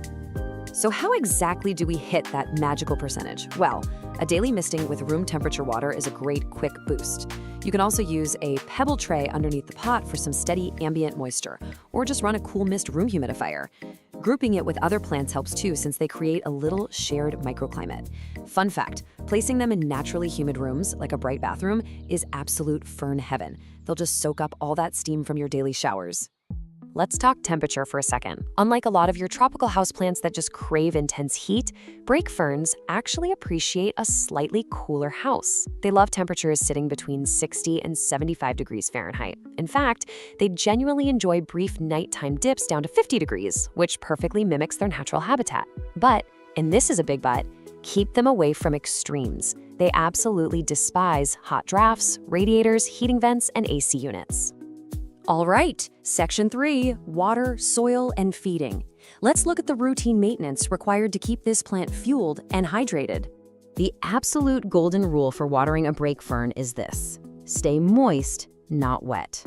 They really don't have much drought tolerance, so you're going to want to water them thoroughly when just the top inch of soil feels slightly dry to the touch. But here's the major warning. Never, ever leave them sitting in water. Discard any excess water in the saucer immediately. Standing water is basically a fast track to suffocating the roots and causing root rot. Also, if your tap water is on the harsher side, you might want to switch to filtered, distilled, or rainwater. And the soil you use plays a massive role in that whole watering routine. You're looking for a peat-based potting mix, but it needs to be amended with perlite or pumice so those roots can actually breathe. The soil has to retain moisture without turning into a soggy, dense mess. Oh, and a drainage hole in the pot? Completely, strictly non-negotiable. As for feeding, brake ferns are what we consider light feeders. During their active growing seasons in the spring and summer, you really only need to feed them every 2 to 4 weeks. Now, because their root systems are actually quite sensitive, it's super critical to use a liquid houseplant fertilizer diluted to half strength. And always apply it to soil that's already moist so you don't accidentally burn the roots. Section 4, pruning and propagation. This is where we get into how to tidy up your plant, keep it healthy, and best of all, multiply it. Routine maintenance is honestly incredibly straightforward. If you spot any yellow or brown fronds, just snip them off with sharp scissors at the absolute base of the plant. That redirects its energy right back to fresh new growth. As for repotting, you only need to do this every 1 to 2 years, ideally in the spring. So the key takeaway here is that ferns hate being overpotted. You want to keep their roots nice and snug. When you do repot, only size up by about 1 to 2 inches in diameter. Now, if you want to create brand new plants literally for free, rhizome division is the way to go. Again, best done in the spring. You just carefully pull the entire plant from its pot, give it a gentle shake to remove excess soil so you can actually see the thick rhizomes, and then just divide the root ball into sections. Make sure every new section has at least 2 to 3 healthy fronds attached. Pot those divisions up in appropriately sized containers with fresh, moist soil, pop them in a warm, humid spot, and just watch them take off. It's so rewarding. Okay. Section 5, troubleshooting common problems. Let's figure out how to diagnose those subtle little cries for help your fern might be giving you. What's really fascinating here is how clearly the fronds physically communicate exactly what the plant needs. Seeing brown, crispy edges, it's basically begging for more humidity. If the leaves are turning yellow, that usually points to overwatering or hot, dry air. Pale or faded fronds, that means it's getting way too much direct sunlight and really needs some shade. Wilting is kind of tricky though. It can mean the soil is bone dry, or conversely, that the roots have actually rotted from too much water and can't absorb moisture anymore. So always check the soil first. While these guys are generally really hardy, there are a few standard invaders that might try to target your fern. Keep an eye out for scale insects. Those look like tiny brown bumps. Then there are mealybugs, which resemble little white cottony masses, aphids, usually clustered on fresh green growth, or the fine webbing of spider mites, which typically show up when the air is just too dry. Keep calm though, these are all very manageable. But here is the absolutely crucial thing to remember if you do spot pests. Never use harsh chemical insecticides. The fronds on a brake fern are super delicate, and harsh chemicals will almost always do more damage to the plant than the bugs ever could. Just isolate the plant to protect the rest of your collection and gently wipe the fronds with a damp cloth, or at most use a very mild diluted insecticidal soap. Finally, Section 6, Pro Tips for Success. Let's summarize the absolute best practices and look at some stunning varieties you might want to track down. The species Pyrrhus critica comes in some incredibly beautiful varieties that are definitely going to appeal to your inner plant collector. Alba lineata gives you these striking creamy white centers. Then you have Mai, which offers highly textured, ruffled tips that almost look like parsley. Iko Miyako is amazing because it combines both the white centers and those crusted tips. Wilsoni features robust, deeply lobed green foliage, and Parkery is a super lush, wide-leafed, bright green option. There is literally a style for every aesthetic out there. To bring this all together, here are your golden rules for brake fern care. Consistency is key. You want to keep that soil consistently moist, but never let it sit in wet standing water. Give it a cool, calm environment away from any drafty radiators. And above all else, humidity is everything. Seriously, a little daily attention, just a quick misting, is usually all it takes to prevent those dreaded crispy edges. We're going to leave you with this final thought so you can immediately apply what you've just learned. Take a look around your living space right now. Where is that perfect, naturally humid, bright, indirect microclimate in your home? Maybe it's a bathroom shelf or right next to a kitchen sink. Find that spot and you are well on your way to becoming a master fern parent. Thanks so much for joining us on this explainer, and happy growing. Welcome to this complete explainer on the timeless English ivy. Whether you're brand new to indoor plants or your living room already looks like a sprawling jungle, the English ivy, also known botanically as Hedera helix, is just a true, undeniable classic. It instantly brings this wild, vibrant charm into any home. But as many of us have quickly discovered, keeping it perfectly lush and cascading indoors means you really need to know exactly what it wants. Here is our roadmap for today's journey. We'll be covering 1. Care basics. 2. Optimizing your environment. 3. Pruning and shaping. 4. Easy propagation. 5. Troubleshooting pests. And finally, 6. Pro tips and styling. Let's dive right in. Starting off with Section 1, English Ivy Care Basics. Let's lock in those non-negotiable survival needs for this fast-growing perennial. Okay, so the absolute golden rule for balancing moisture here. You really only want to water thoroughly when the top 1 to 2 inches of soil feel totally dry to the touch. English ivy likes to be kept consistently moist, sure, but, and this is a huge but, it is notoriously dramatic. It'll get root rot so fast if you overwater it. When you do water, make sure it completely escapes the drainage holes so the whole root ball gets a drink. But never, ever let the pot sit in standing water. Always dump that saucer out. During the spring and summer, expect to water about once a week, and then just dial it back a bit in the fall and winter. Now, finding the lighting sweet spot is absolutely crucial. Put your ivy in low light, yeah, it might survive, but expect super leggy growth. You'll get these long, stringy stems with hardly any leaves, and it'll completely lose those beautiful, variegated patterns as it desperately tries to maximize chlorophyll. On the flip side, put it in harsh, direct midday sun, and you're just gonna scorch the leaves right off. Bright, indirect light near an east or west-facing window is pretty much absolute perfection. Moving under the surface, keep the soil simple. A standard, well-draining commercial mix or a homemade blend of potting soil, peat moss, and perlite works great. And I literally cannot stress this enough. Drainage holes are non-negotiable. Don't even try it without them. For feeding, grab a balanced liquid fertilizer like a 20-20-20, but make sure you dilute it to half strength. We definitely want to avoid fertilizer burn. Just feed it once a month during those active spring and summer growth months and hold off entirely in the winter. Moving on to Section 2, Optimizing your indoor environment. Let's recreate its natural habitat.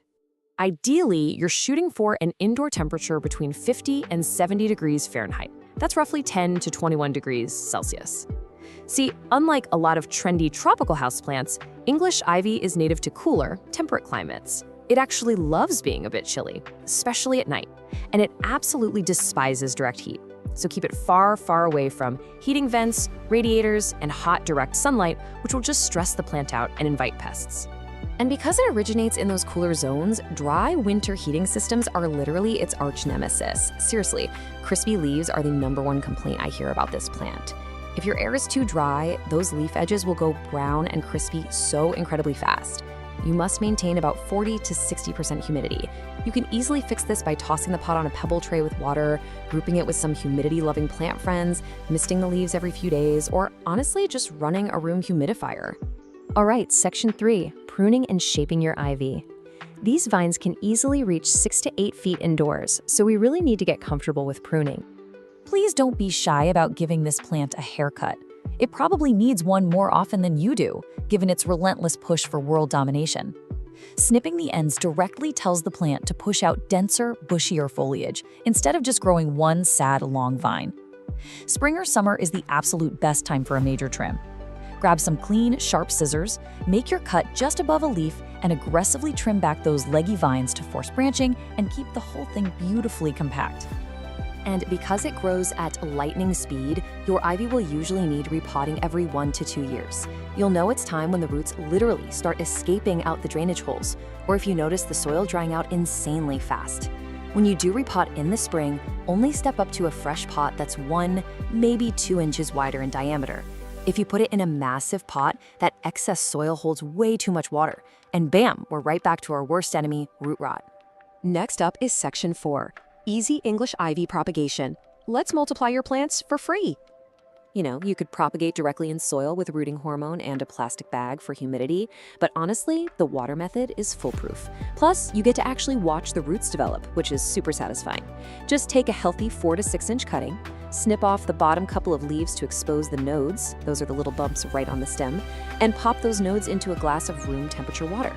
Change the water out every few days, give it 2 to 4 weeks, and you'll have a solid inch of healthy roots ready to be planted in soil. It is really that easy. Okay, Section 5, Troubleshooting Pests and Problems. Even the experts face challenges, so let's diagnose and fix some common failures. Why are the leaves getting crispy and brown? This is, without a doubt, the most common question we get.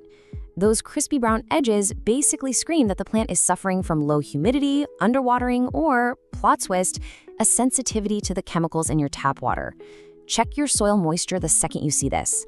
If the soil is totally fine, you've got to boost that room humidity or maybe try switching to filtered or distilled water for your next watering session. The cool thing is, English ivy is highly communicative. Let's run through some quick diagnostics so you can literally read the foliage. Yellowing leaves? That almost always points to overwatering. Just let that top inch of soil dry out. Wilting is a bit trickier though. It means the plant isn't getting water to the leaves, which could mean it's bone dry and thirsty, or the soil is a swamp and root rot has completely destroyed the roots. Always touch the soil first to verify. Oh, and if the leaves look kind of washed out and pale, back it away from the window. It's just getting way too much direct sun.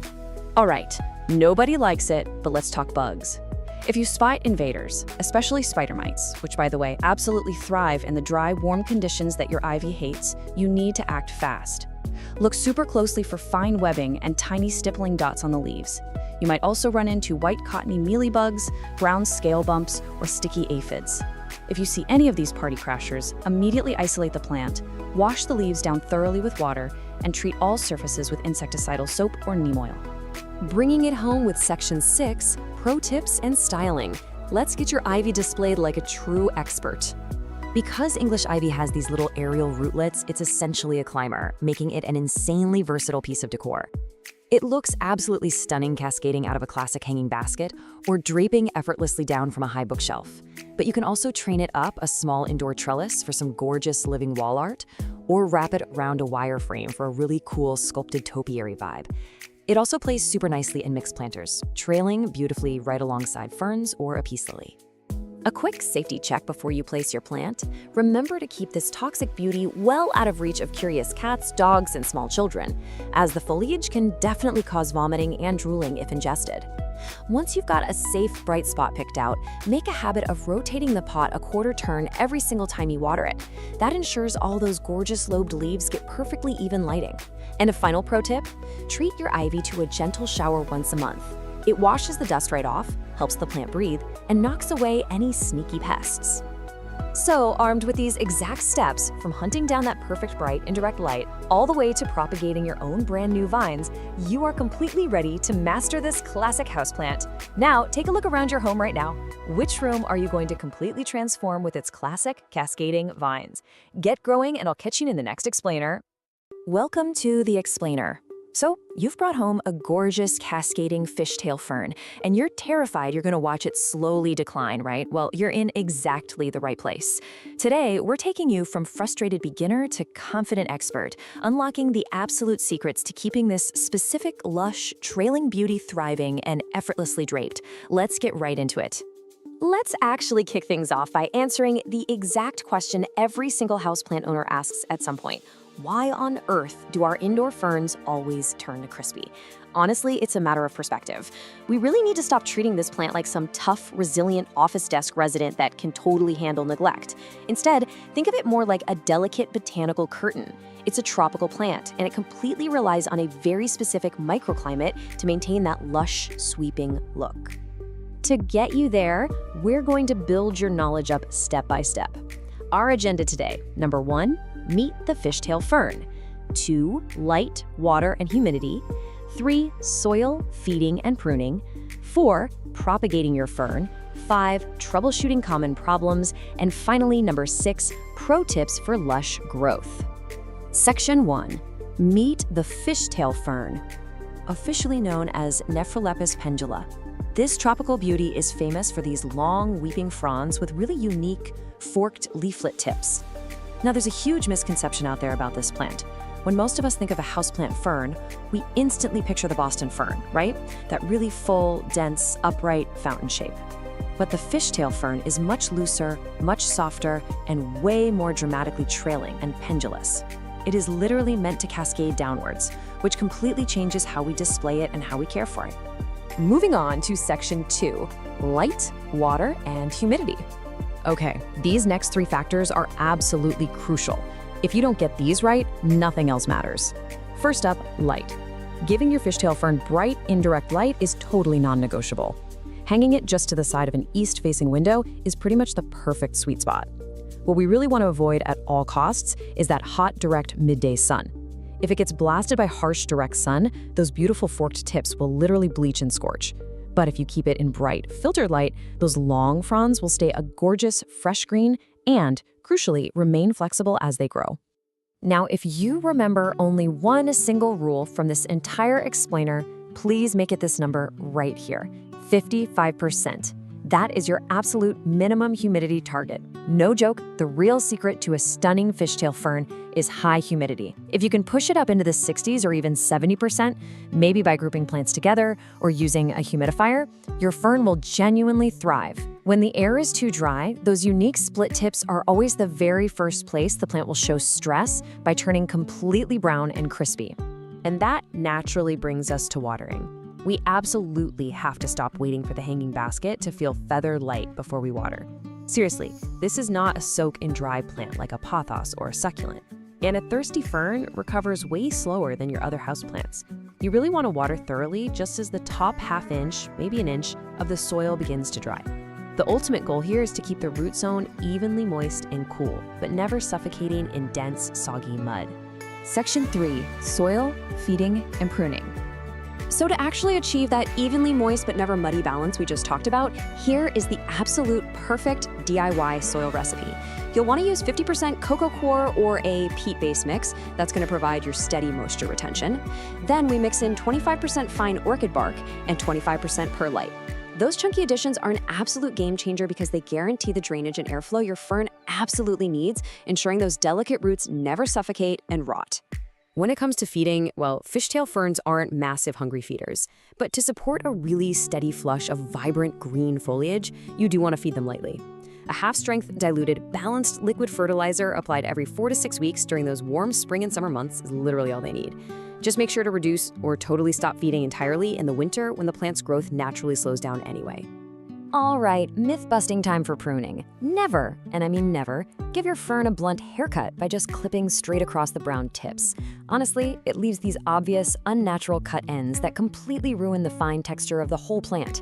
Instead, you want to cleanly remove entire damaged, completely brown, or totally bare fronds right down at the base. Just snip them at the soil line. And hey, if only the very last ½ inch of a frond is brown, just leave it be until the whole frond actually warrants removal. Section 4, propagating your fishtail fern. Okay, you've mastered the basics, so it's time to level up to expert status and learn how to multiply your collection. While you definitely can propagate by dividing the root ball, using the fern's natural runners is actually the ultimate insider secret for building an amazing full display. If your plant is looking a little thin, don't heavily prune it. Instead, find a runner that has a tiny new plantlet on it. Just pin that plantlet directly back onto the bare spots of your soil surface. Keep it evenly moist, and once it pushes out roots, you just cut the runner to separate it. This is hands down the absolute best trick for making a thin, straggly plant look super lush and rich in its basket. Section 5, troubleshooting common fern problems. Even experts face issues, right? So let's learn how to decode exactly what your plant is trying to tell you when things go sideways. This perfectly maps out symptoms to their exact causes, so you never have to blindly guess what's wrong again. For example, if you're seeing brown, crispy edges, your air is likely too dry, you might be underwatering, or you have mineral buildup. Spotting yellowing leaves, you might be overwatering, or honestly, it might just be the natural aging of older fronds. Sudden leaf drop almost always means shock from a cold draft or severe dryness, while pale, washed out green leaves usually mean you've got it hanging in way too much direct sun. Section 6, Pro Tips for Lush Growth. To wrap up our masterclass, we've distilled everything down to the ultimate checklist. Let's do a quick rapid-fire review. First, hang it high. This plant earns its keep through its dramatic weeping movement, so give it the vertical space it deserves. Second, treat high humidity as totally non-negotiable. Third, flush the pot thoroughly with plain water every couple of months to wash away fertilizer salts and mineral buildup, which, remember, often cause those pesky brown tips. Fourth, keep the fern far away from harsh, dry heater blasts in the winter. And finally, judge your plant's overall health by monitoring the center crown for healthy, fresh new growth, rather than agonizing over a few old, slightly damaged ends. You now have all the tools, the perfect soil mix, the right watering rhythm, and the insider propagation secrets to keep your fishtail fern thriving from root to tip. So the only real question left is, where in your home will you hang this stunning, living botanical curtain?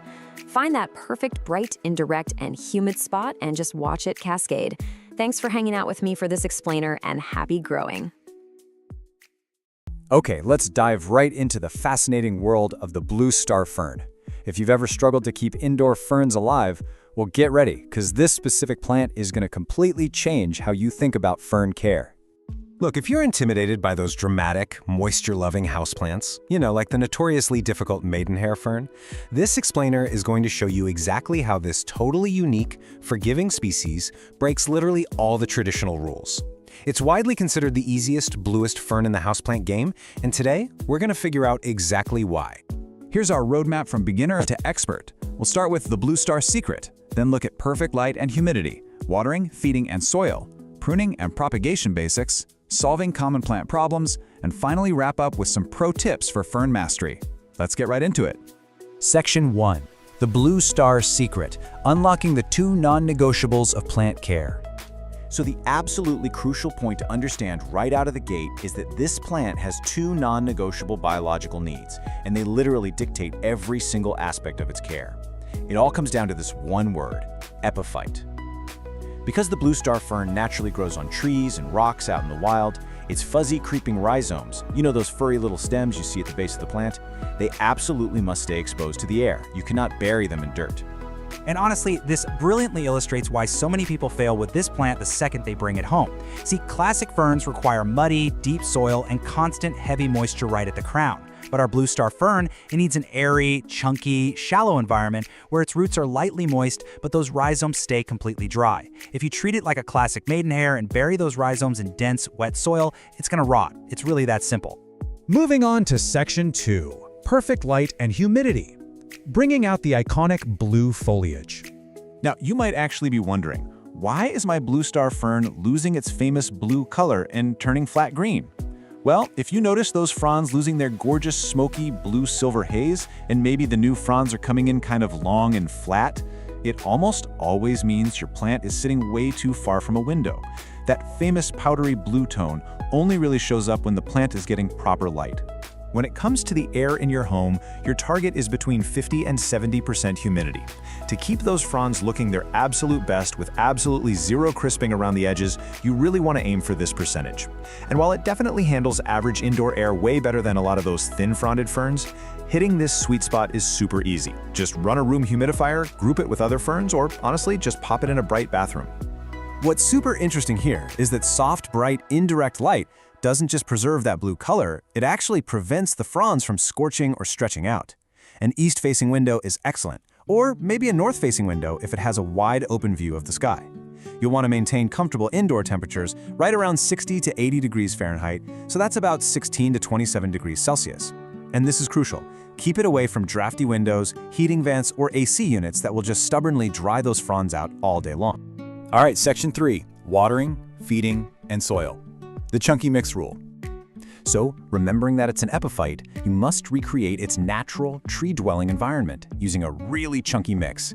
We're talking 50% high-quality houseplant or cocoa mix, 25% fine orchid bark, and 25% perlite or pumice. This exact blend gives you moisture retention, amazing airflow, and just enough structure for the plant to truly thrive. Oh, and just remember to put this mix in a wide, shallow pot rather than a deep one. That lets those creeping rhizomes wander across the surface comfortably. For your watering routine, just follow these 3 simple steps to keep the roots lightly moist while making sure those rhizomes stay safe and dry on top. First, wait until the top 1 inch of the potting mix feels slightly dry to the touch. Second, pour your water right around the edges of the root zone. You really want to aim that watering can around the inner edge of the pot, actively avoiding soaking those fuzzy rhizomes. A little accidental splash isn't the end of the world, but repeated soaking, that's going to push them straight toward rot. And third, let that all excess water run out the drainage holes completely. Never, ever leave the root ball sitting in a saucer of water. Section 4. Pruning and propagation basics. Multiplying your plant with ease. When it comes to grooming, simply snip off any completely yellow or badly torn fronds right down at the base. But listen, whatever you do, step away from the cleaning sponge. Never wipe the leaves. Hard scrubbing will permanently rub off that beautiful waxy finish, and you'll turn a lovely smoky blue frond completely patchy green. Instead, just gently rinse any dust away with a little lukewarm water. Now, because this fern creeps rather than growing from a tight central crown, you can actually create brand new plants just by dividing it in the spring. It's such a simple process. Just lift the plant and gently shake away the soil to expose those rhizomes. Then, find the natural sections that already have roots and at least 2 to 3 healthy fronds. Cut them cleanly with a sharp knife or pruners and pop the new sections right into a fresh, airy mix. It is incredibly rewarding, and let me tell you, it is so much faster than trying to grow them from microscopic spores. Section 5. Solving common plant problems. Reading the visual signs of stress. Okay, first let's address the ultimate panic moment for pretty much every new fern owner. You flip a frond over and go, what on earth are these organized rows of brown dots under the leaves? Are they bugs? Guys, don't panic. These are called sori. They are perfectly normal, totally healthy, spore-producing structures that naturally appear on mature fronds. If they're neat, repeated, and dry, your fern is just simply doing what ferns do. But what if your plant actually is stressed? Well, there are immediate visual cues you can look for to fix issues really easily. For example, brown crispy edges usually mean you need to bump up the humidity and stabilize your watering. Black mushy rhizomes, that means you've buried them and caused root rot. So get that plant repotted into a shallow, chunky mix immediately. Pale, faded green fronds mean it's literally asking to move closer to a bright window. And if you spot fine webbing, that's spider mites, usually caused by excessively dry indoor air. You can fix that by gently rinsing the fronds and applying some insecticidal soap. Section 6. Pro Tips for Fern Mastery. The ultimate checklist for success. All right, here is your ultimate cheat sheet. Keep those fuzzy rhizomes fully exposed above the soil. Seriously, if you remember only one thing from this entire explainer, remember that. Use a wide, shallow pot to let it crawl naturally. Water the root zone, specifically avoiding soaking the rhizomes. Provide bright, filtered light for maximum blueness. Feed it lightly, like half strength, only in the active spring and summer months. And finally, if the plant ever starts to decline, always inspect the root zone first, because problems almost always begin below the fronds. If you follow these rules, and remember to respect its epiphytic, air-loving nature, you are going to enjoy this relaxed, sculptural plant for years to come. By learning to read this remarkable plant, you've really unlocked a whole new way of bringing the rainforest straight into your living room. You've stopped blindly following generic plant advice and started looking at how a plant naturally exists in the wild. So, armed with this brand new perspective, what wild environment will you master next? Welcome to today's explainer. We are jumping right into a complete masterclass on the anthurium. If you've been searching for a striking tropical plant that gives you the vibrant beauty of a fresh floral bouquet, but with the incredible longevity of a houseplant, well, you are in the exact right place. Today, we're breaking down literally everything you need to know to take your anthurium from simply surviving to absolutely thriving. So let's dive right in. Here's our game plan for this explainer. We're going to start by meeting the plant, then we'll lock down the foundation, that's your soil, water, and light. After that, we'll perfect the environment, cover some pruning and propagation, and wrap up with troubleshooting and pro tips. All right, Section 1, meet the anthurium, famously known as the flamingo flower. So these guys are native to the tropical rainforests of Colombia and Ecuador, and they are famous for those bold, glossy colors. But here's a wild fact for you. Most people think that bright red, pink, or white heart-shaped part is the flower. It's actually not. That is a spathe. It's a modified, waxy leaf that basically just acts as a vibrant backdrop. The true flowers, they're actually those tiny little bumps covering that fleshy, finger-like spike right in the center, which is called the spadix. Now, before we go out and buy a dozen of these, we need to talk safety. This is absolutely crucial. Every single part of the anthurium is toxic to cats, dogs, and humans if ingested.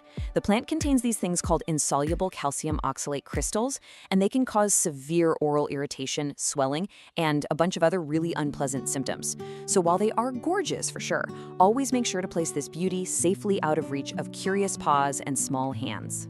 Moving on to section 2, let's build our foundation with the big 3: soil, water, and light. To really understand how to pot and water your anthurium, you kind of have to look at how it grows in the wild. Anthuriums are naturally epiphytic. What that means is instead of growing down in deep, dense soil on the ground, they actually grow up on the branches of other trees, surrounded by loose forest debris. So the main takeaway here is that their thick roots demand oxygen. If you stick an anthurium into standard, heavy houseplant potting soil, you'll literally suffocate the roots and they'll rot away. Because they're epiphytes, chunky soil is the name of the game. You need an extremely well-draining, slightly acidic aeroid mix. If you want to make this yourself, which I highly recommend, you're going to mix 1 part orchid bark, 1 part perlite or pumice for that extreme drainage, and 1 part peat moss or cocoa coir to hang on to just a bit of moisture. Throw in a handful of horticultural charcoal if you've got it.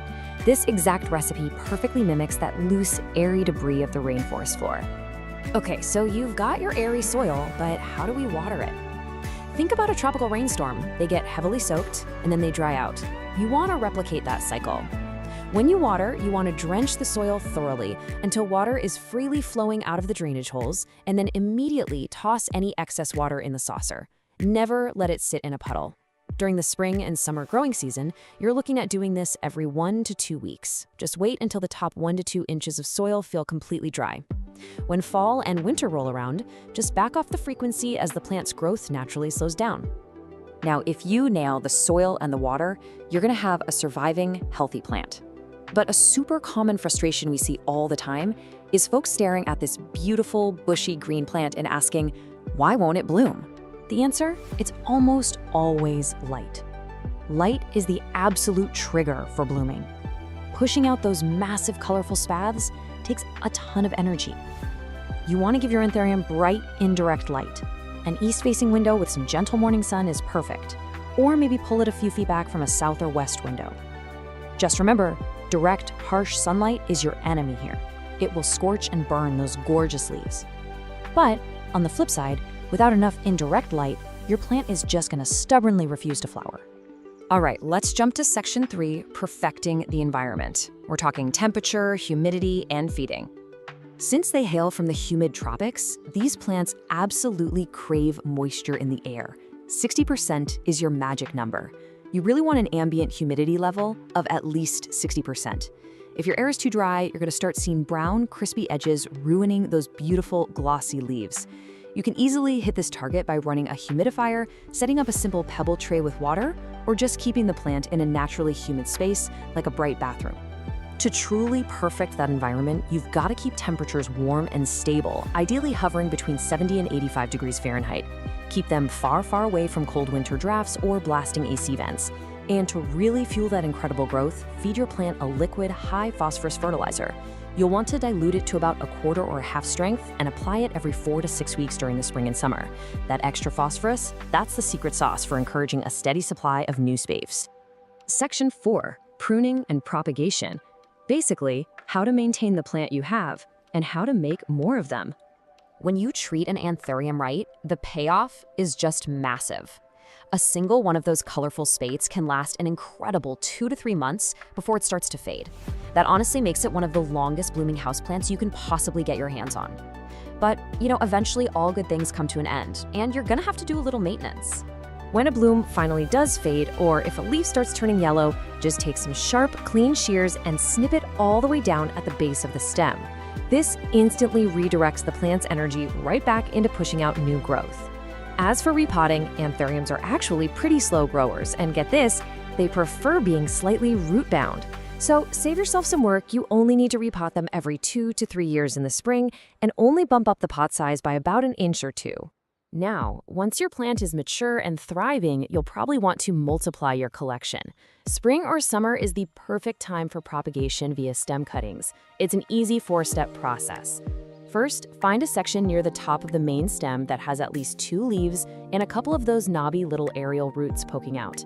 Second, make a nice clean cut right below those aerial roots. Third, plant that cutting directly into your chunky soil mix, bearing the aerial roots to anchor it. And finally, keep that brand new cutting warm, lightly moist, and super humid. Pro tip, tossing a clear plastic bag over it acts like a mini greenhouse while it roots. Bringing it home with Section 5, Troubleshooting and Pro Tips. Let's get you thinking like an expert diagnostician. Memorize this quick diagnostic table because the vast majority of issues are totally solvable if you catch them early. Seeing yellowing leaves? You're probably overwatering, so let that soil dry out. Got brown, crispy edges? Your humidity is definitely too low. If the base feels mushy and the whole plant is wilting, that's root rot, meaning your soil is way too dense or waterlogged. And, as we talked about, if you're getting 0 flowers, it almost always means you need more bright, indirect light. While anthuriums are generally fairly pest-resistant, you still need to keep an eye out for common houseplant bugs, especially if your plant is stressed out. Look for aphids clustered on new growth, gross white, cottony masses hiding in the crevices, those are mealybugs. Watch out for spider mites, which thrive in dry air and leave fine webbing, or hard brown bumps on the stems, which are scale insects. Spot any of these? Isolate the plant immediately and hit it with some insecticidal soap. Let's summarize with some definitive pro tips for ultimate success. I'll say it again. Chunky soil is absolutely non-negotiable. It's half the battle right there. Always drench the soil completely when watering, but then you've got to let those epiphytic roots breathe and partially dry out. Also, keep those large, glossy leaves dust-free by wiping them down with a damp cloth every now and then. It really helps them photosynthesize efficiently. And for a quick design tip, try styling your anthurium in a minimalist, neutral-colored pot, like a matte white or black. It makes the bold colors of this fave pop like crazy. So, there you have it. You now possess the complete expert blueprint for anthurium care. You know exactly how to make them thrive. But I want to leave you with one final thought. While the classic red flamingo flower is undeniably stunning, growers have been breeding these plants into some truly incredible varieties. We're talking dramatic dark purples, near blacks, pure crisp whites, and even varieties like the livium that feature these striking white veins stretching across a red spathe. So with all these amazing options out there, which stunning anthurium variety are you going to bring home next? Welcome to This Explainer. Today we're launching a tactical counteroffensive against one of the absolute most frustrating indoor invaders you can ever encounter, the mealybug.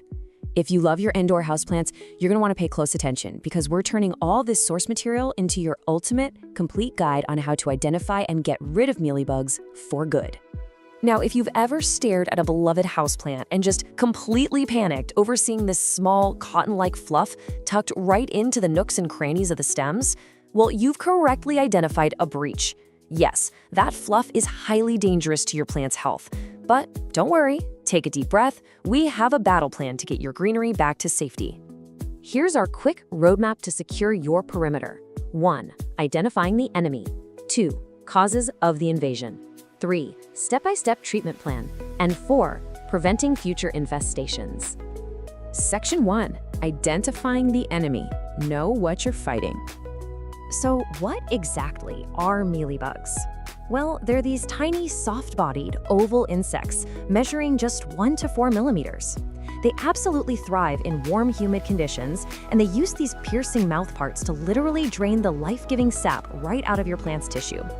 And what makes them so incredibly difficult to eradicate is they hide under this protective, waxy, powdery armor that actually repels a lot of standard topical pesticides. So how do you spot them before it's too late? Grab a magnifying glass and inspect the leaf axils. You know, that little joint right where the leaf meets the stem. A heavy infestation is going to look like tiny little bits of cotton just stuffed into those crevices.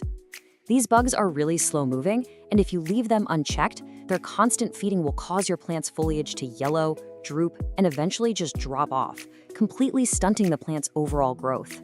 And honestly, there's a whole hidden sabotage happening on your leaves too. As they feed, mealybugs excrete this sticky, clear substance called honeydew.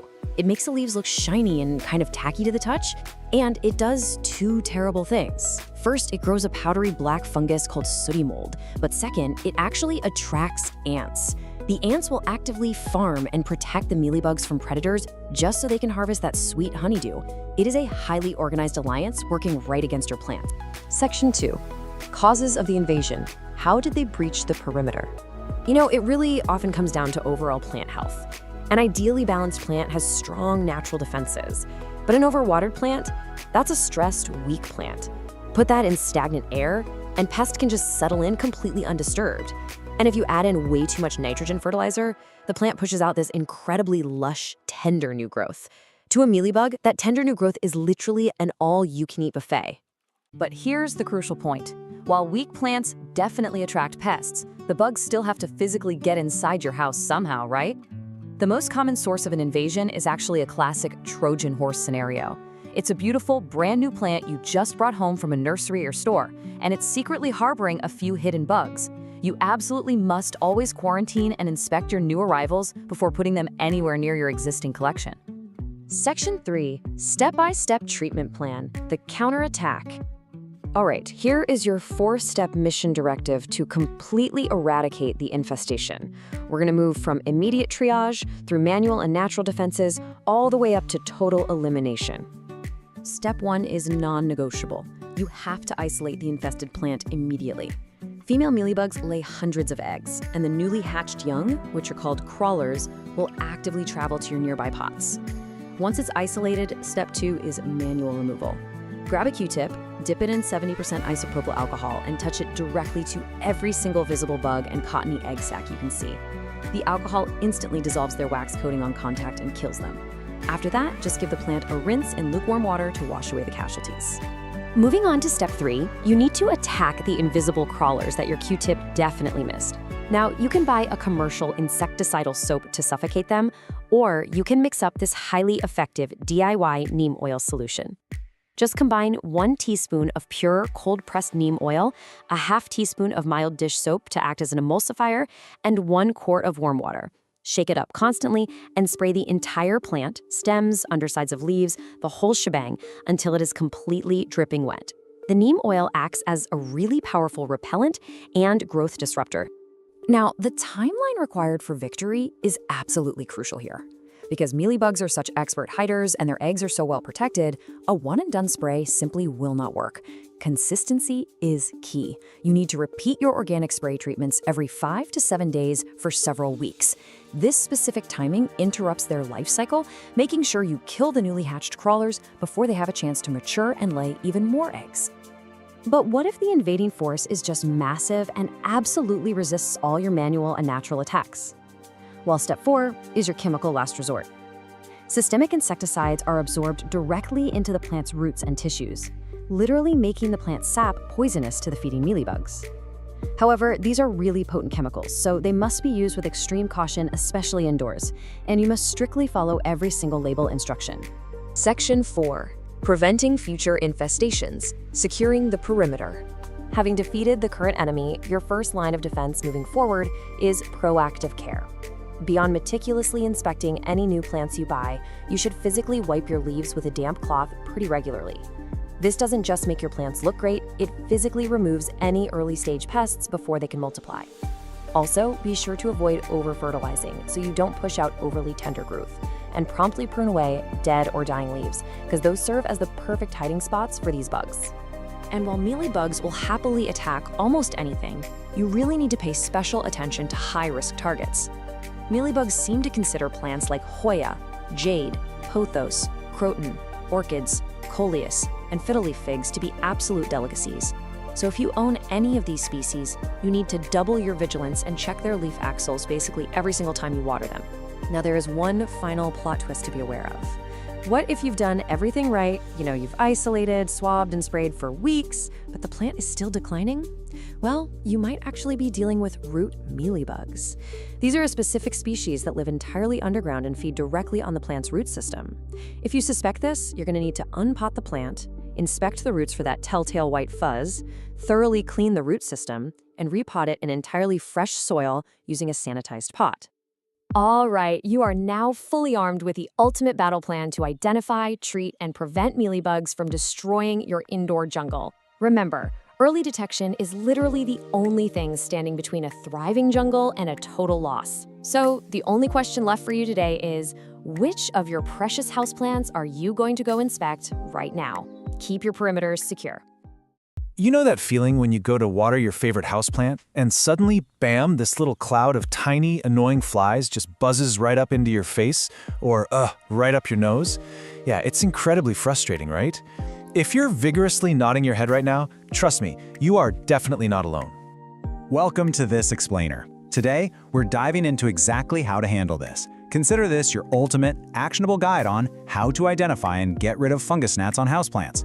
We are going to walk through exactly how you can take your plants back and banish these little pests for good. Now don't panic, because we've got a clear roadmap to solve this infestation together. First, we'll meet the fungus gnat. Second, we'll uncover the root of the problem. Third, we launch our step-by-step eradication plan. And finally, we'll go over preventing future infestations. All right, let's jump right into Section 1. Meet the fungus gnat, identification, and the unseen threat. So, let's clear up a massive misconception right off the bat. People see tiny flies in their house and they immediately think, oh, fruit flies. But look at the difference here. Fruit flies, they hang out in your kitchen, usually swarming that overripe banana you forgot about. Fungus gnats, on the other hand, stick strictly close to your houseplants and the moist soil. They're tiny, about 2 to 3 millimeters long. They've got dark bodies and honestly, they're notoriously weak flyers. They kind of just hover. So, the absolute key here is location. If they are swarming your beautiful monstera, they're not fruit flies. Now, what's really interesting and honestly kind of alarming is this number right here, 200. No way, right? But yes, a single adult female fungus gnat can lay up to 200 eggs at one time. And where does she put them? Yep, right in the moist top layer of your potting soil. Within just a few days, those eggs hatch. And well, that leads us to the actual problem. Meet the unseen threat, the fungus gnat larvae. These guys are tiny, like 4 to 5 millimeter clear or whitish worms with little black heads. Now, the adult flies you see buzzing around, actually, they're completely harmless to your plants. They're really just a major nuisance to you. But these larvae living hidden down in the dirt, they are actively feeding on fungi, organic matter, and most devastatingly, your plant's delicate root system. It's literally like they're eating your plant from the inside out. If your houseplant suddenly has yellowing leaves, unexpected wilting, or just stunted growth, well, these hungry little worms are very likely the culprit. Which brings us to Section 2, the root of the problem. Why did they choose my plant? So how do they even get there in the first place? Well, the number one culprit, absolutely, is overwatering. These pests are a direct symptom of soil that just stays way too damp for way too long. Consistently damp soil creates the literal perfect breeding ground for soil fungi, which, as we just learned, the larvae absolutely rely on to survive. Other major causes include poor drainage, like using a pot without drainage holes, or a really heavy, dense soil mix, or sometimes it's just infested soil. Yeah, sometimes these pests actually hitchhike their way inside via a brand new plant or a fresh bag of potting mix right from the store. Okay, so now that we know exactly who the enemy is, let's look at Section 3, Step-by-Step Eradication Plan, the two-front war. I call this a two-front war because, think about it, if you only swat at the flying adults, those 200 eggs in the soil are just going to hatch tomorrow anyway. You absolutely have to battle the adults in the air and the larvae in the soil at the exact same time. So here is our highly effective 4-step action plan. Step 1, let the soil dry out. Step 2, set sticky traps. Step 3, kill the larvae in the soil. And Step 4, start bottom watering. Let's break these down a bit. Step 1, let the soil dry out. This is brilliantly simple, but I cannot stress enough how absolutely critical it is. Fungus gnat larvae simply cannot survive in dry soil, period. By letting the top 1 to 2 inches of your potting mix dry out completely between waterings, you are actively starving the larvae of the moisture they desperately need to live. It is your single most powerful weapon, and the best part? It costs exactly $0. All right, Step 2, target the adults with yellow sticky traps. Remember how we said the adults are the ones laying up to 200 eggs? We have got to capture them before they ever get the chance. And it turns out fungus gnats are irresistibly drawn to the color yellow. It's like a magnet for them.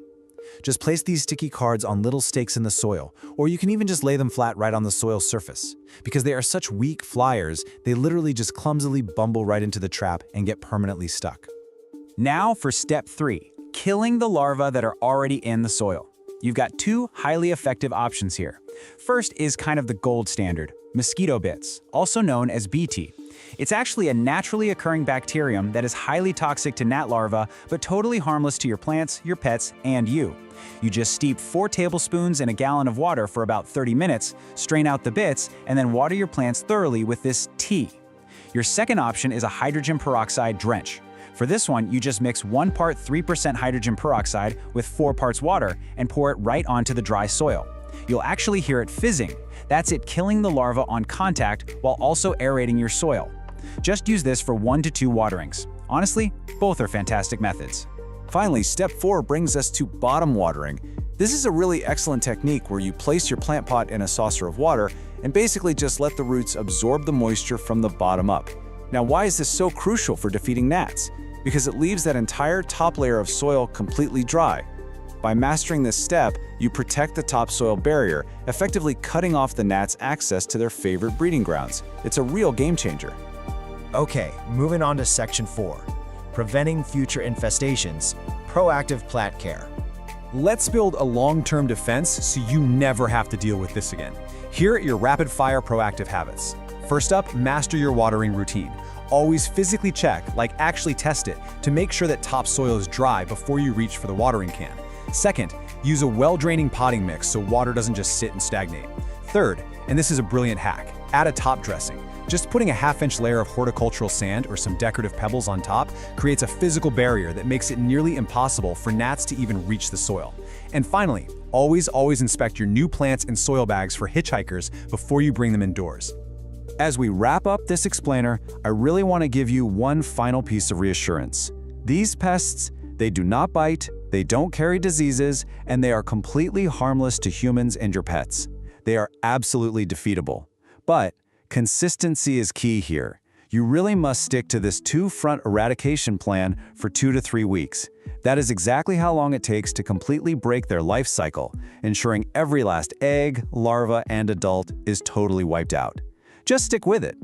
Which leaves us with one final thought. What changes will you make to your watering routine today to ensure your houseplants stay healthy, dry, and gnat-free forever? Take this knowledge, apply it right now, and go reclaim your indoor jungle. Thanks for hanging out with me for this explainer, and happy growing. All right, let's dive right in. Picture this. You know the feeling. It's July, your bags are packed, that out-of-office email is officially on, and you are so ready to hit the road. But you look around your living room and bam, that familiar wave of anxiety hits. What on earth is going to happen to all your houseplants? Look, summer heat combined with the travel season, it's literally the #1 source of stress for plant owners. You've spent all year nurturing these green beauties, and the thought of coming back to a crispy, wilted jungle? Yeah, it's terrifying. But hey, I've got some great news. Plant survival during your summer vacation is actually incredibly easy when you just have a proactive plan.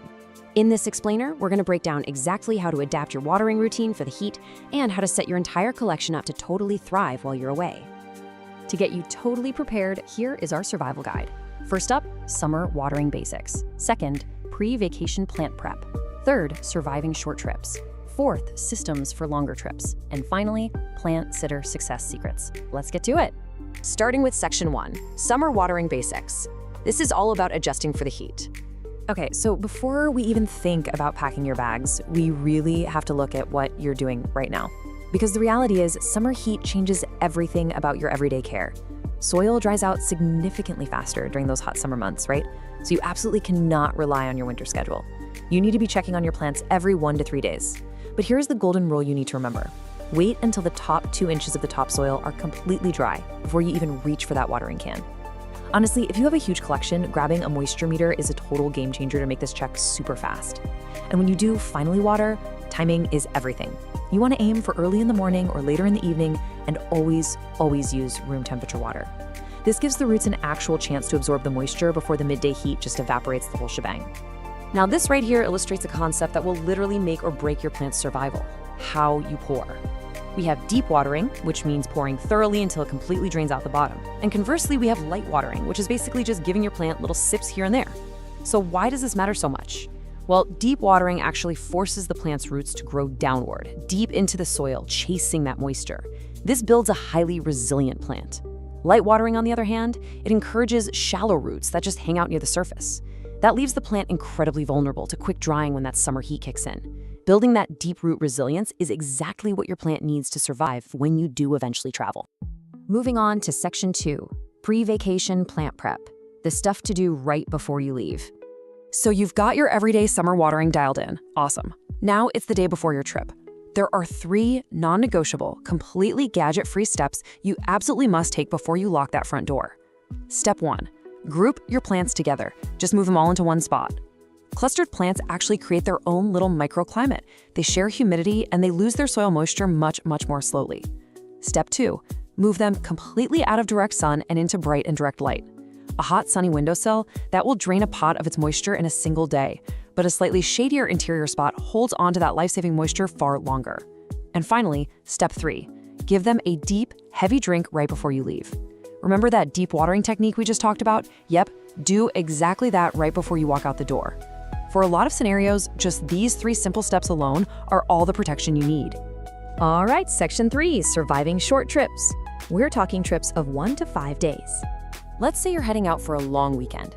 Your plants will be perfectly fine with just our basic prep, but you can also use some really simple aids to stretch their moisture based on your specific timeline.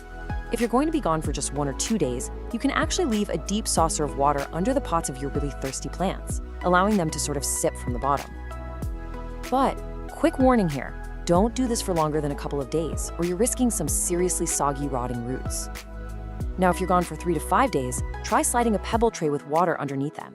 It adds ambient humidity as the water evaporates. Or honestly, even easier, just move your plants into the kitchen or the bathroom, since those rooms naturally stay a whole lot more humid anyway. And don't worry, we'll talk about the 1 to 2 week solutions in just a second. But first, we need a quick reality check, because this is a huge plant care myth. We all panic about every single plant we own. But the truth is, your drought-tolerant plants literally won't even notice you're gone.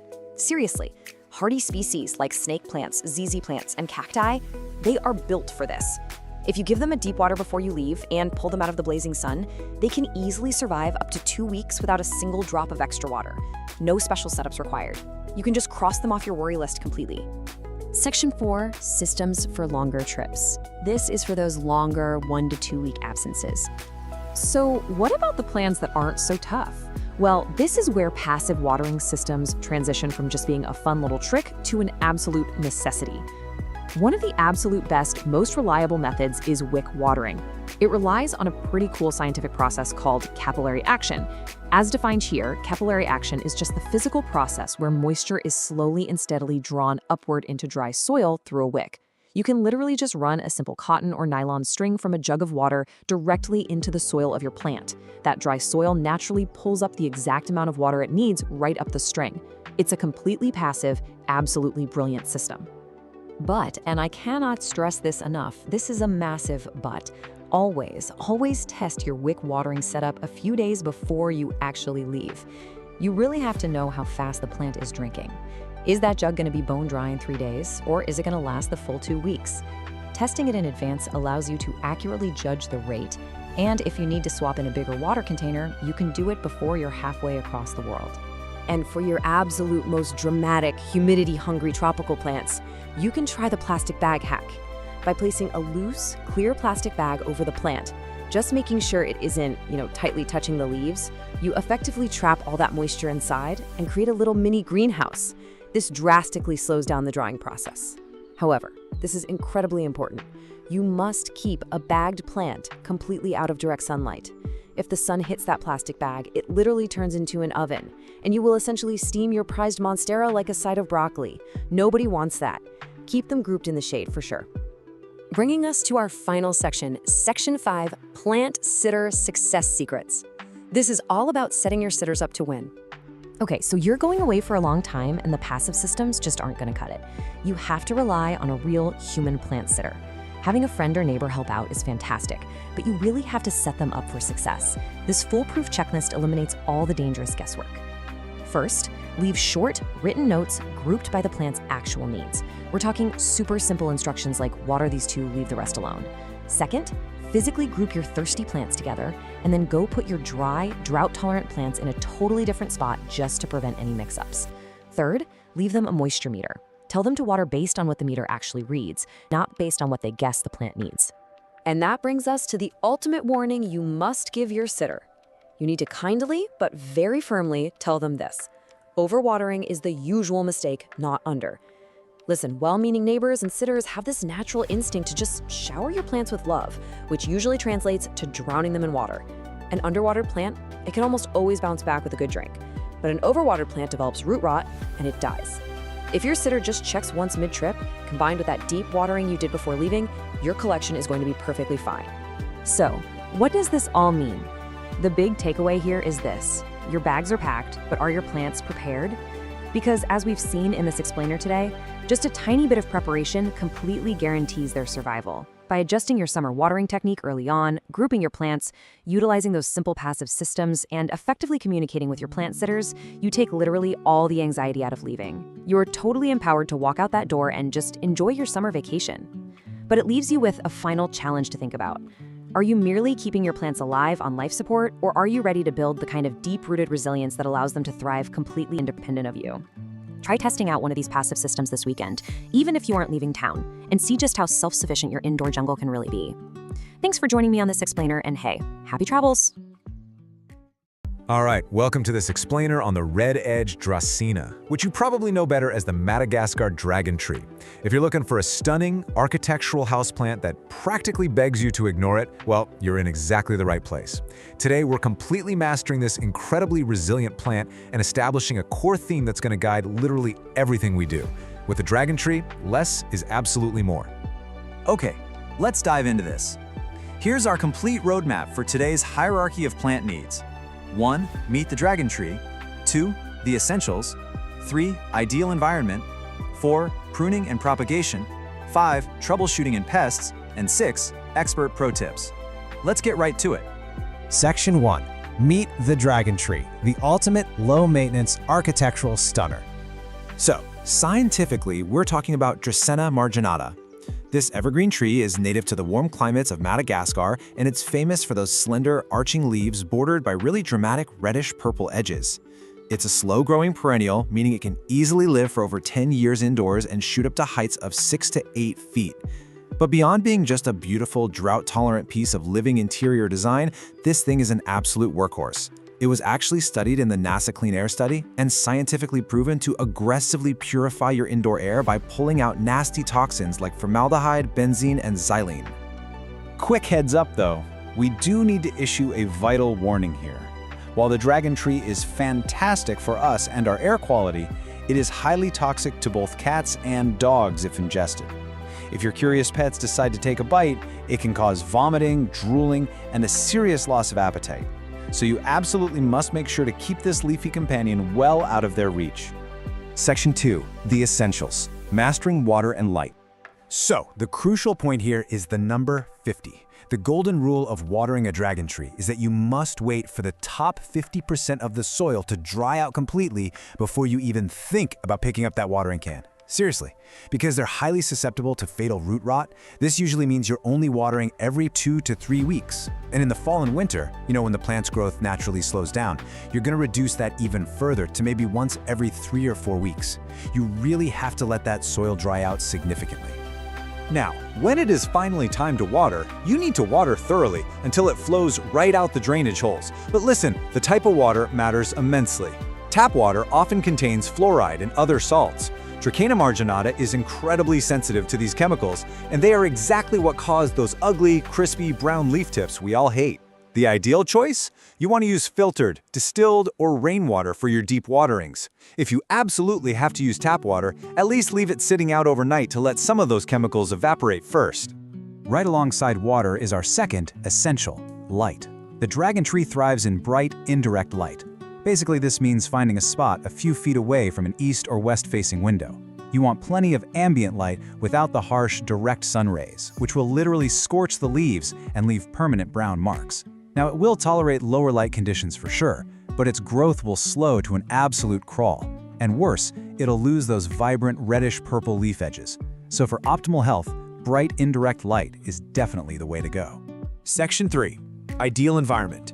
Soil, humidity, and feeding. To find the real environmental sweet spot, let's start with soil. You need a loose, fast-draining mix. Honestly, a standard cactus or succulent mix cut with a bit of perlite works perfectly. For temperature, just remember it's from Madagascar. It loves it warm, ideally between 70 and 80 degrees Fahrenheit. Keep it far away from cold drafts below 60 degrees. As for humidity, 40 to 50% is perfect. If your indoor air is super dry, use a room humidifier or place the pot on a pebble tray with water to prevent those brown tips. Finally, fertilizer. This guy is a slow grower. Give it a balanced 10-10-10 liquid fertilizer diluted to half strength once a month. But here's the critical part. Only feed it in the spring and summer. Never ever fertilize during its fall and winter dormancy. Before we leave the topic of soil and pots, please remember this: drainage is completely non-negotiable. No matter how perfect your soil mix is, if you put it in a pot without drainage holes, the water just gets trapped at the bottom. And that trapped water will inevitably cause fatal root rot. Always use a pot with holes. And since it is a slow grower, your plant will really only need to be repotted every 2 to 3 years when it becomes totally root-bound. When you do repot, only size up by 1 to 2 inches in diameter. Section 4. Pruning and propagation. Multiplying your plant collection. Over time, you'll notice a dragon tree can get very tall and a bit leggy with bare stems. And this brilliantly illustrates why you shouldn't be afraid to just chop the top off. Making a clean cut through the main cane at your desired height actually forces the plant to sprout 2 or more brand new branches right below that cut. Pruning actively encourages a much fuller, bushier, multi-stemmed plant. So what do you do with that top piece you just chopped off? You propagate it. It's actually surprisingly easy to do for free.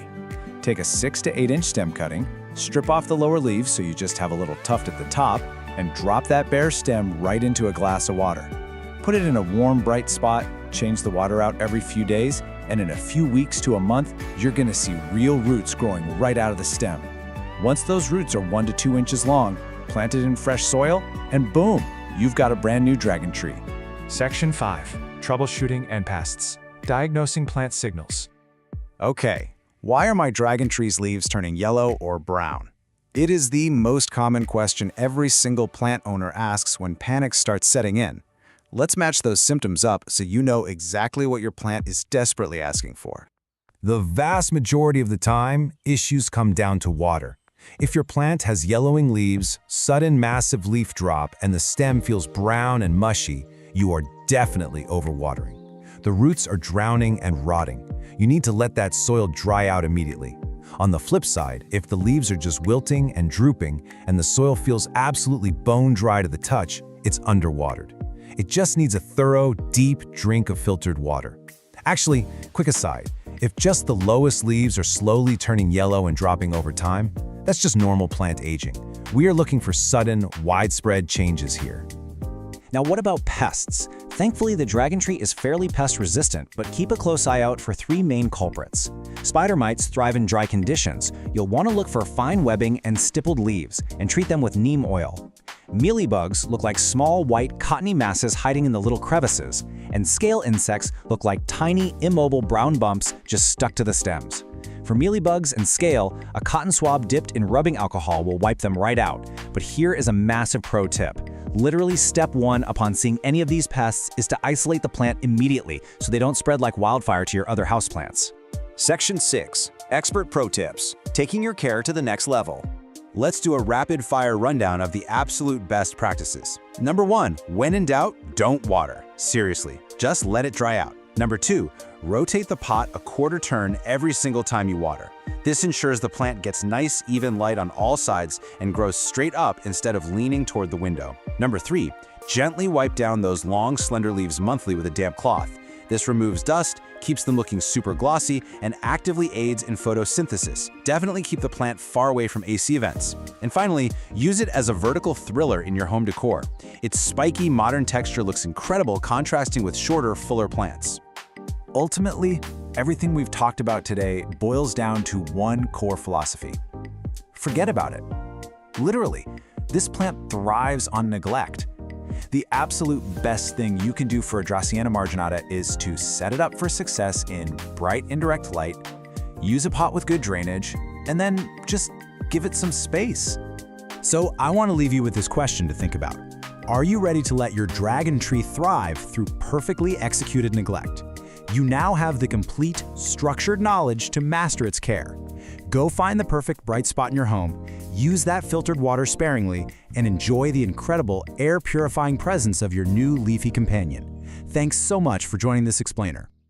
All right, welcome to This Explainer. Today, we're taking a deep dive into mastering the care of the notoriously finicky Delta maidenhair fern. We're going to break down exactly what makes this gorgeous plant tick and give you the clear, structured info you need to go all the way from a beginner to an absolute expert. Listen, if you've ever owned one of these beauties, you definitely know the heartbreak of a crispy brown frond. It is literally the #1 complaint. You buy this lush, gorgeous fern, bring it home, and bam! A week later, it looks like a wire brush. But don't worry, because today, we're learning the exact formula to prevent that. There's actually a precise science to keeping this plant happy, and honestly, it's way easier than you think once you see the data. We've structured this masterclass to take you from basic survival all the way to expert-level care. We'll be hitting the notorious Delta maidenhair, golden rules of water and light, perfecting soil and humidity, feeding, repotting and propagation, diagnosing problems and pests, and finally, pro tips and plant rescues. Section 1, the notorious Delta maidenhair. Meet the diva. Okay, let's get right into this. To conquer this stunning, but let's be honest, intimidating plant, you first have to understand her origins. The name itself is actually really fascinating. It earns that delta title from the broadly triangular shape of its fronds, just like the Greek letter delta. Native to the deeply shaded, humid forest understories of South America, this plant is built from hundreds of tiny fan-shaped leaflets on these beautiful signature wiry black stems. It truly offers the softest-looking foliage of any houseplant. Well, if you can keep it happy, that is. Section 2, golden rules, water and light, the absolute non-negotiables. Seriously, if you only take away one lesson from this entire explainer, let it be these fundamental rules, because this is where 90% of plant parents fail. 0. Yup, that is exactly how many times you are allowed to let the soil dry out. Not even once, not even for a single afternoon. Nearly every dead maidenhair out there died from a single forgotten week. So, the moment the very top of the soil feels barely dry while everything below is still damp, that's your cue. It's time to water. Now, the real trick here is finding the balance, because soggy soil, just as dangerous as dry soil. Underwatering gets you those dreaded crispy edges that just shatter when you touch them, while overwatering suffocates the roots and causes yellowing from the base up. To solve this, bottom watering for 15 minutes is the absolute best way to soak the root ball evenly without rotting the crown. You just set the pot in an inch of room temperature water, let it drink its fill, and then drain it completely. Alongside water, we have to talk about light. These little leaflets are barely more than a single cell thick. That means just 30 minutes of direct afternoon sun will ruin them permanently. They'll literally bake. You want bright, indirect light only. Setting them in an east window pulled back a foot or two, or right up against a north window is absolutely your fern's sweet spot. Section 3, perfecting soil and humidity, mastering the climate. So, now that you've mastered the golden rules, let's optimize the environment for some lush, rapid growth. Because the soil and air around your fern, that's its lifeblood. If you're looking to repot, this DIY soil mix is a total game changer. Why? Well, the cocoa coir retains that essential moisture we now know we desperately need, while the perlite and fine bark provide the vital aeration those fine, thread-like roots need so they don't suffocate. And pro tip, coir is way better than peat moss here. If it ever does accidentally dry out, it re-wets easily, whereas peat actually repels water once it gets dry. And then there's the air. Your fern is going to thrive in an ideal humidity range of 50 to 70%. The problem is most of our heated homes in the winter sit at a desert-like 20 to 30%, which practically guarantees crispy tips. This is exactly why a bathroom with a window is pretty much the perfect habitat, giving it that steamy, humid air it constantly craves. Okay, get ready for a truth bomb that shatters a major houseplant myth. Misting raises humidity for roughly 10 minutes, then the water evaporates and you are right back where you started. Everyone reaches for the spray bottle to fix dry air, but guys, misting doesn't work. It raises humidity for just a few minutes, and even worse, water droplets sitting on those dense fronds can actually encourage fungal leaf spot. If you really want to fix dry air, invest in a real humidifier or place the plant in a beautiful glass cloche. Moving on to section 4, feeding, repotting, and propagation, advanced care. once your plant is surviving and thriving in its new climate, it's time to graduate to some intermediate care techniques. So, ferns are extremely light feeders. The real risk here is always overdoing it and accidentally scorching the roots. Notice the specific dosage we recommend: quarter strength, balanced liquid fertilizer, monthly from April to September. Honestly, I'd rather you underfeed this plant for a whole year than give it one massive dose. Oh, and a huge rule to remember: absolutely never apply fertilizer to a dry root ball. When it is time to repot, which should be roughly every 2 years once you see roots poking out the bottom, pot selection is completely critical. Skip the terracotta, I mean it. Unglazed clay wicks moisture out through its walls and dries out way too fast for a plant that needs to stay constantly damp. Instead, go for shallow, glazed ceramic or plastic pots to really lock that moisture in. Now, if your plant is getting massive and you want more of them, propagation is incredibly rewarding. Dividing the creeping rhizome in early spring works wonders. You'll want to rinse the soil from the rhizomes so you can see the natural clusters, cut cleanly between them with a knife, pot the divisions with the rhizome right at the surface, and immediately tend them with a plastic bag to trap that humidity. The secret here is to take large sections, don't just pull off tiny little scraps, and keep them highly humid while they recover. And remember, never ever bury the rhizome. It needs to sit right on top of the soil. Section 5. Diagnosing problems and pests. Expert troubleshooting. Look, even the experts run into issues sometimes. So let's figure out how to visually diagnose the common problems your maidenhair might face without completely panicking. So many new owners completely panic and grab the insect spray the second they see these little brown spots under the leaves. But hold on a second, these are just sorry, tucked safely under a folded flap of the leaf called a false indusium. This is just the fern's natural, ancient way of reproducing, using spores instead of seeds. Nothing to worry about. And this is why learning to read your plant is absolutely crucial, so you don't accidentally treat a perfectly healthy, reproducing fern for a bug infestation. Look at the difference. Spores follow a neat, repeating pattern strictly on the outer margins of the leaflets. Scale insects, on the other hand, they're randomly scattered, they usually favor those black stems, and they scrape right off with a fingernail. Knowledge really is power here. Finally, Section 6, Pro Tips and Plant Rescues, the ultimate hacks. Let's wrap up this masterclass with some rapid-fire pro tips and, honestly, a secret weapon for saving a seemingly dead fern. If your fern dries out completely and turns into a sad pot of brown wire, whatever you do, do not throw it in the trash. This dramatic full cutback rescue relies entirely on the surviving rhizome hiding under the soil. Literally chop every dead frond off its soil level, soak it, give it super high humidity, and just wait. That creeping rhizome is remarkably tough. It will often push out an entirely new flush of gorgeous fiddleheads in just 3 to 6 weeks. It's like magic. To really cement your expert status, stick to these simple habits that keep the foliage looking absolutely pristine. Bottom watering on a fixed schedule, like every 3 to 4 days, totally removes the guesswork. Collecting rainwater prevents those awful brown burn tips caused by the fluoride and chlorine in tap water. And seriously, keep your hands off. The leaflets are so delicate they bruise instantly. If they get dusty, just rinse them off gently in the shower. Oh, and definitely move them away from radiators before heating season kicks in. So you now have the ultimate blueprint. You know the golden rule of never ever letting the soil dry, you know exactly how to master the humidity, and you even know how to bring a dried out plant back from the dead. You are fully equipped to keep those fronds lush, green, and soft. So the only question left is, now that you possess the exact formula to conquer the impossible houseplant, are you ready to bring a Delta maidenhair fern into your home? Welcome to this explainer. Look, if you've been searching for a houseplant that does something, a bit more exciting than your standard green vine, you are in exactly the right place. Today, we're going to learn how to transform you from a nervous beginner into a confident expert. We'll unlock the secrets to cultivating this incredibly popular plant so it develops its signature dramatic, deep blue-green fenestrations. Those are those really cool natural splits and holes in the leaves that plant collectors absolutely go crazy for. So here is our game plan for today. First, we'll meet the Baltic blue, then we'll focus on perfecting the plant's environment. After that, we'll cover watering, soil, and feeding, followed by pruning and easy propagation.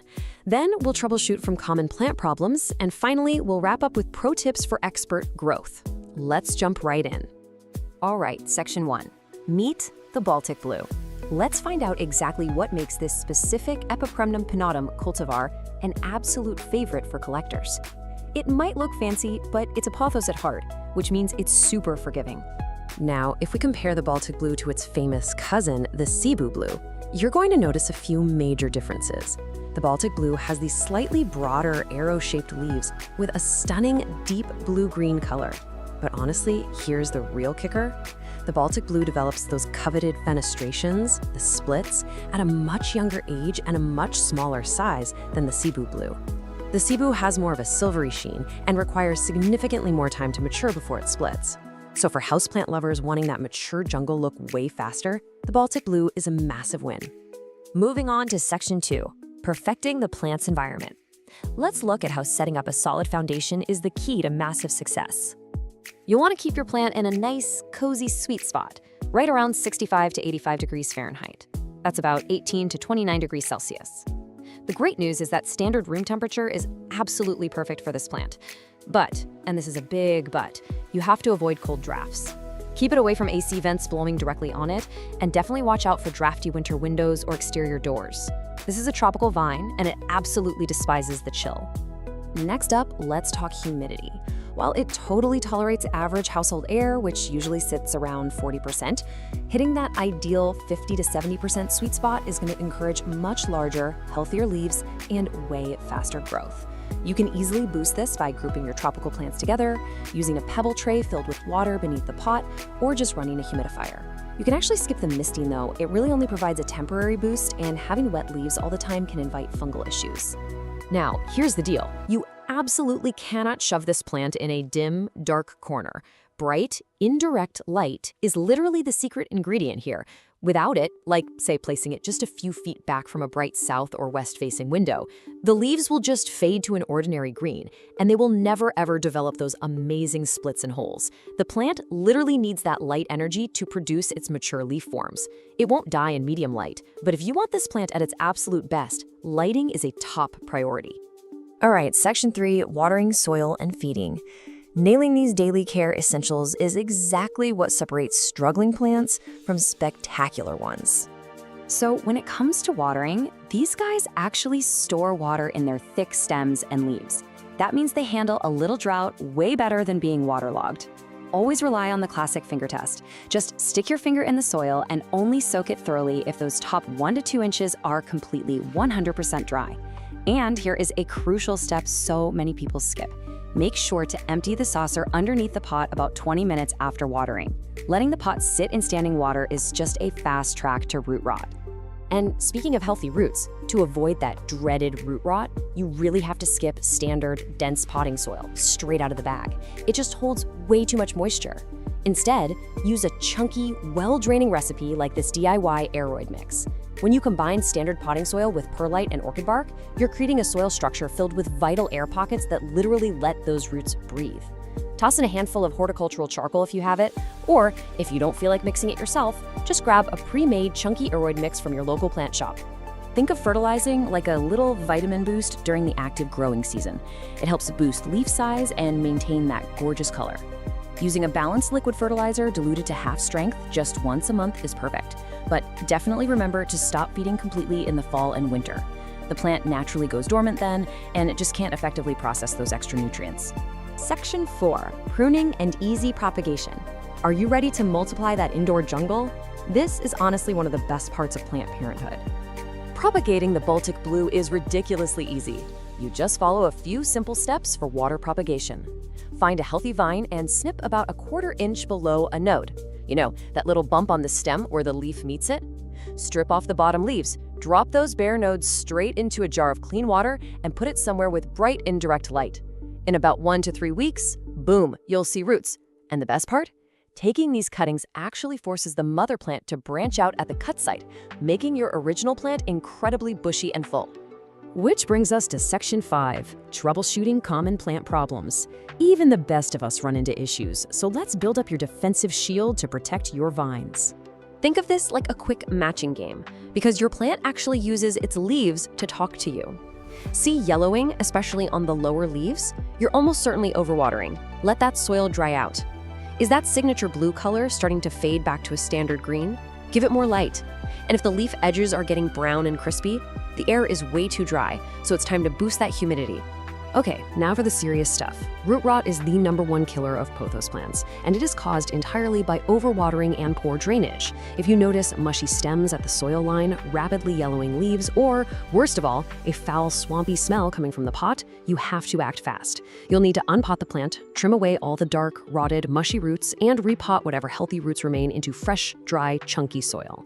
Now, the Baltic blue is a tough plant for sure, but you still need to keep a close eye out for common pests like mealybugs, spider mites, scale, and thrips. Early detection is absolutely key. Inspect the undersides of the leaves and those little joints where the leaves meet the stems. You're looking for white cottony masses, those are mealybugs, or tiny little dots and fine webs, which means spider mites. If you spot any of these guys, treat it quickly by wiping the leaves with rubbing alcohol or spraying the plant down with diluted neem oil. Finally, Section 6, Pro Tips for Expert Growth. Let's unlock the ultimate mature form of the Baltic blue. Now, you might be wondering, with all this perfect lighting, careful watering, and excellent humidity we've been talking about, are you gonna get beautiful tropical flowers blooming in your living room? Well, the blunt truth, getting this species to bloom indoors is almost impossible. It requires highly specific conditions that we just can't replicate in a house. But honestly, that is perfectly fine. The dramatic, naturally split, deep blue-green foliage is the real prize here. You're growing this for the incredible leaves, not the flowers. Before we get to the ultimate growth secret, just a really quick but absolutely crucial safety note. Like all pothos varieties, the Baltic blue contains calcium oxalate crystals. This means it is highly toxic to pets if they chew on it. It causes severe oral irritation, drooling, and vomiting. So please make sure to keep your gorgeous vines trailing safely out of reach of any curious cats or dogs. All right, here it is, the absolute best pro tip to unlock this plant's true potential. Give it a moss pole. Because climbing upward mimics its natural Southeast Asian habitat, this is the ultimate secret. When it just trails downward in a hanging basket, the leaves stay in their small, juvenile form. But the second you train it to climb up a moss pole, it accelerates its growth and forces those giant, highly fenestrated, mature leaves to emerge. It's a total game changer. So, as you look around your own plant space right now, armed with all this expert knowledge, what is the very first step you're going to take today to turn your Baltic blue into a thriving fenestrated masterpiece? Are you finally going to mix up that batch of chunky, breathable soil, move it closer to a bright window, or maybe install a moss pole for it to conquer? The transformation is totally in your hands. Welcome to today's Explainer. I am so thrilled you're here, because today we're talking about transforming your home into a living, breathing sanctuary. We're going to dig into the 2026 edition of the 21 Best Air Purifying Indoor Plants, and this is entirely backed by NASA-tested science. If you want to know how to naturally and beautifully detoxify the spaces where you sleep, work, and just hang out, well, you are exactly in the right place. Okay, let's dive right into this. Because honestly, this is a question that completely shifts how we think about our modern, cozy homes. We tend to think of pollution as a problem that stays outside, right? Smog, car exhaust, city grime. But the shocking reality is that the air locked inside our well-sealed, climate-controlled apartments and houses, it can actually be significantly more polluted than the air on the city street right outside your front door. It's a hidden threat, and we are breathing it in every single day. So, let's get into Section 1, the invisible indoor problem. To understand how to fix this, we really need to understand exactly what is floating around in our living rooms and bedrooms, making the air so stale and, frankly, potentially harmful. The true villains here? They're called volatile organic compounds, or VOCs for short. Basically, these are harmful chemicals that literally off-gas, meaning they evaporate right into the air at room temperature from the most ordinary, everyday items you already own. You can't see them, and a lot of the time you can't even smell them, but they are constantly accumulating in your indoor atmosphere. Just take a look at these common sources. That brand new couch you just bought, your fresh coat of paint, even the heavy-duty cleaning supplies under the sink, or those new carpets you installed last year. They are all silently emitting toxins like formaldehyde, benzene, and trichloroethylene. And here's the real kicker. During those long winter months when we seal our windows tight to keep the cold out, yeah, we're trapping all of those VOCs right inside with us. Which brings us to Section 2, the NASA Clean Air Solution. But hey, don't worry, there is a brilliant, totally natural fix for this. Years ago, while trying to figure out how to keep astronauts breathing clean air in sealed space stations, literally a giant puzzle, Scientists created a blueprint for fighting VOCs that works perfectly in our own homes. And that blueprint is green. Plants aren't just passive decorations. I mean, we all know they produce oxygen through photosynthesis. But the science shows their primary air cleaning benefit is actively pulling harmful chemicals out of the air. They absorb these VOCs right through their leaves and process them down into the root systems. They are literally living, breathing air filters. Now let's move on to section 3, the heavy-hitting purifiers. Now what's really interesting here is that not all plants are created equal when it comes to cleaning the air. So let's meet our specialized superhero squad of top-performing plants. First up is the absolute undisputed MVP of air purification, the snake plant. This plant is a true workhorse. It filters out the big three: formaldehyde, benzene, and xylene. But its absolute superpower is what it does when the lights go out. Through a unique mechanism called the CAM process, the snake plant continues to convert CO2 to oxygen at night. That makes it the ultimate bedroom companion. Plus, for all of you beginners out there, it completely thrives on neglect. It is practically indestructible. Let's contrast two other massive powerhouses, the peace lily and the spider plant. The peace lily is a gorgeous triple threat. It actively filters ammonia and absorbs airborne mold, which is absolutely perfect for human bathrooms. However, it is highly toxic to pets, and honestly, it's kind of a diva. It droops dramatically just to tell you it's thirsty. On the other hand, the spider plant tackles formaldehyde and xylene, is super easy to propagate by just snipping off its little babies, and best of all, it's completely pet safe. Two very different vibes, but both are incredibly effective. Let's quickly run through this matrix of other heavy hitters. We've got the red-edged Dracena, which is fantastic for fighting off-gassing from lacquers and varnishes, just pulling xylene right out of the air. The chrysanthemum needs bright light, but man, it is a champion against ammonia. The heartleaf philodendron is a fast-growing vine that absolutely devours formaldehyde. But take a close look at English ivy at the bottom there. This elegant little vine has the surprising and highly beneficial ability to dramatically reduce airborne mold and even airborne fecal particles. Yeah, you heard that right, making it an absolute must-have for the bathroom. Moving along to section 4, specialized plant squads. Let's see how this builds, because beyond the absolute heavy hitters, we have our highly adaptable team. We can actually group our plants into specific categories depending on your household's unique needs. The Chinese evergreen is beautiful and thrives in those tricky low-light corners while fighting benzene. The golden pothos actually tackles carbon monoxide and is, again, near indestructible. The bamboo palm acts as a pet-safe natural humidifier. And then there's the ZZ plant. If you are a forgetful waterer or a frequent traveler, this is your ultimate survivor. It filters toluene and xylene and genuinely seems to thrive on severe neglect. Next up, we have the high aesthetic and highly specialized purifiers. Look at the azalea. It specifically targets formaldehyde off-gassing from things like plywood and foam insulation. The Gerbera daisy helps filter out trichloroethylene, which, fun fact, is often brought into the home on your dry cleaning. The rubber plant uses its massive leaves to maximize surface area for pulling in formaldehyde. And of course, good old aloe vera pulls double duty. It filters benzene from the air while offering a handy healing gel right inside its leaves for those minor kitchen burns. And to round out our top 21, here's some rapid-fire advice for these fantastic tropicals. If you have dry winter air, the Boston fern and the truly spectacular bird of paradise both act as massive natural humidifiers. The anthurium is fantastic at pulling ammonia from the air while offering these gorgeous waxy blooms. And speaking of specific pollutants, did you just get new carpets? The weeping fig is your tree.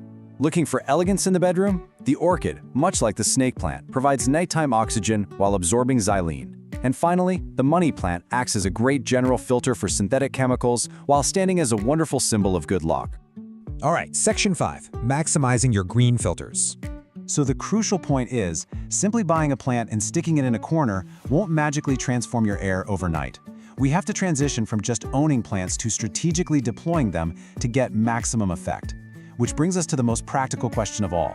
To actually notice a difference in your air quality, how many plants do you really need to scale this solution? Well, the golden ratio is 2. You need at least 2 medium to large-sized plants for every 100 square feet of living space. That is the baseline you need to start effectively scrubbing those VOCs right out of your indoor environment. To really maximize their power, you'll want to follow these 3 steps. First, strategic placement. Put your plants right next to the sources of pollution, near that new couch, the electronics, or wherever you store your cleaning supplies. Second, create a jungle effect. Grouping plants together literally multiplies their filtering power and raises the localized humidity, which the plants absolutely love. And third, keep those leaves clean. And this brilliantly illustrates why wiping the dust off your plant's leaves isn't just to make them look shiny and pretty, it is a mandatory functional care step. See, plants absorb these harmful toxins through microscopic pores on their leaves called stomata. If those pores are blocked by regular old household dust, the plants simply cannot filter the air. A quick wipe with a damp cloth just once a month keeps your living filters operating at peak efficiency. We're going to wrap up our explainer today with this powerful thought. The oldest technology on Earth, nature, is still our best defense against modern synthetic problems. We surround ourselves with all these synthetic conveniences, but it's pretty remarkable that a few well-placed ferns, palms, and ivy plants can do what machines often struggle to achieve. Take a look around your space right now. Which corner of your room is begging for a little bit of nature's oldest technology to turn your home into a purified, breathing sanctuary? Think about it. Thanks so much for joining me on this explainer, and hey, happy planting! Okay, have you ever wanted a houseplant that's like practically immortal? One that actually thrives when you completely forget about it and then out of nowhere rewards you with these stunning chocolate-scented flowers? Well, welcome to this explainer.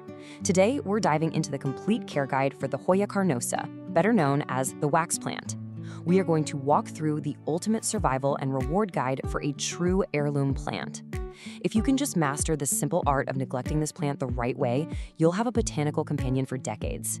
So here's our roadmap for today. First, we'll meet the immortal wax plant. Second, we're going over the essential Hoya care rules. Third, we'll learn the taco test for watering. Fourth, defeating common Hoya pests. Fifth, unlocking those porcelain blooms. And finally, propagating your heirloom plant. Let's get right into it. Section 1. Meet the immortal wax plant, a lifelong heirloom companion. Imagine a plant that's basically the perfect hybrid. It gives you the lush, trailing vibe of a pothos, but with the extreme drought tolerance of a jade plant. It's wild. To really grasp what we're dealing with here, look at this quote from plant expert Anastasia Bermeslow. She talks about having a Hoya propagated from a cutting taken all the way back in 1985. She calls them heirloom plants. So we're not talking about some trendy, delicate little thing that you buy and throw away when it dies a year later. This is a multi-decade investment. Honestly, it routinely outlives its owners. All right, Section 2, Essential Hoya Care Rules, Building the Foundation. To really succeed with a Hoya and build that foundation, we actually have to completely untrain ourselves from standard houseplant care. Seriously, standard potting soil and your normal watering schedule, that'll quickly kill this plant. Instead, we've got to look at how the Hoya carnosa lives in the wild. It's an epicite. What does that mean? Well, in the wild subtropical forests of East Asia and Australia, it doesn't even grow in the dirt. It actually grows clinging to tree trunks and branches, with its roots just exposed to the breeze. Because of this, Hoyas absolutely hate having wet feet. Their roots literally need to breathe, or they're gonna rot fast. And this brilliantly shows exactly how we mimic that wild tree bark environment right in a pot. Remember, standard soil is way too dense and it'll suffocate the plant. Check out this DIY chunky soil recipe instead. You're gonna want 1 part potting soil for base moisture and nutrients, 1 part perlite or pumice for drainage, and 1 part orchid bark to create these large air gaps. Mixing these in equal parts creates massive air pockets, and that means even right after you water it, oxygen can still reach those super sensitive epiphytic roots. It's a real game changer. Moving on to Section 3, the taco test for watering. Stop guessing, start testing.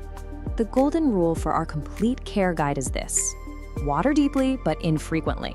Honestly, you should only water when the soil is 100% dry. But how do you actually know for sure? Our source gave us this absolutely brilliant tactile trick called the taco test, so you never have to guess again. Here's exactly how it works.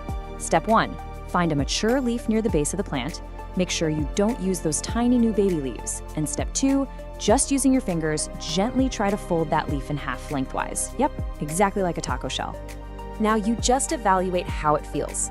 If that leaf is stiff and hard, do not water it. The leaf is what we call turgid, meaning it's still packed full of water. If you give it a drink now, you are risking root rot. But if the leaf feels pliable, a bit wrinkly, and bends easily with almost no resistance, kind of feeling like leather, then it is time to water. For all you chronic overwaterers watching, and you know who you are, relying on this simple touch test will absolutely save your plant's life. Before we move on from the basics, we've got to talk about a super common mistake. Do not cut the tentacles. Your Hoya is going to periodically shoot out these long, completely bare, alien-looking vines. A lot of people think, oh, that's dead growth, and they just chop it off. But actually, scratch that, it's not dead at all. These are tendrils actively searching for a tree to climb. So just have some patience, gently wrap that vine around a trellis, and eventually the plant is going to fill that bare vine with gorgeous, lush leaves. Section 4. Defeating common Hoya pests. Protecting your investment. Look, with any plant, things can sometimes go wrong, but the source material gives us this incredible, rapid-fire troubleshooting guide to protect your heirloom plant. You really want to pay attention to the top of the list here. Mealybugs. These guys look like little bits of white, cottony fluff just hiding out in the leaf joints. Honestly, they are the Hoya's absolute arch nemesis, especially for crinkly varieties like the Hindu rope. To defeat them, just dip a Q-tip in 70% rubbing alcohol and dab them. It dissolves their waxy armor instantly. Bam, gone. Now, if you see fine webbing and dusty leaves, you're dealing with spider mites, which really love dry air. Just shower the plant off and raise the room's humidity right away. For aphids, which usually show up on new growth, a strong stream of water works best. And if you ever spot hard brown bumps on the stems, that's scale. Just scrape them off and treat the stems with neem oil. All right, Section 5. Unlocking the porcelain blooms, the ultimate reward. Okay, this right here is why we go through all the trouble. The flowers. The Hoya carnosa produces these incredible ball-shaped clusters of star-like flowers that literally look like they're carved out of wax or porcelain. Plus, they release this potent fragrance that smells like chocolate, vanilla, or honey. It is amazing. But to actually get there, we need to talk about a concept called sun stress. Now, you might hear plant collectors talk about this and think it sounds bad, but it's actually highly desirable.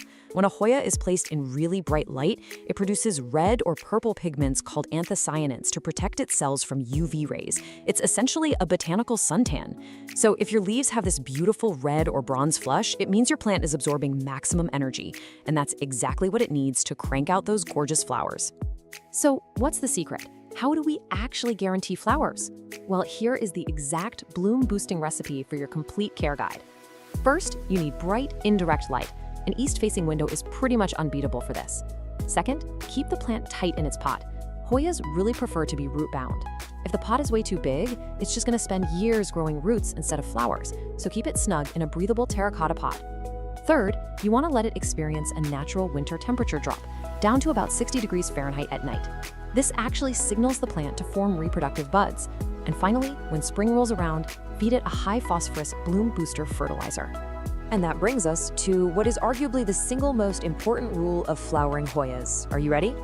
Never, ever cut the peduncle. The peduncle is the little flower stalk. It kind of looks like a tiny woody microphone stand just sticking out of the vine.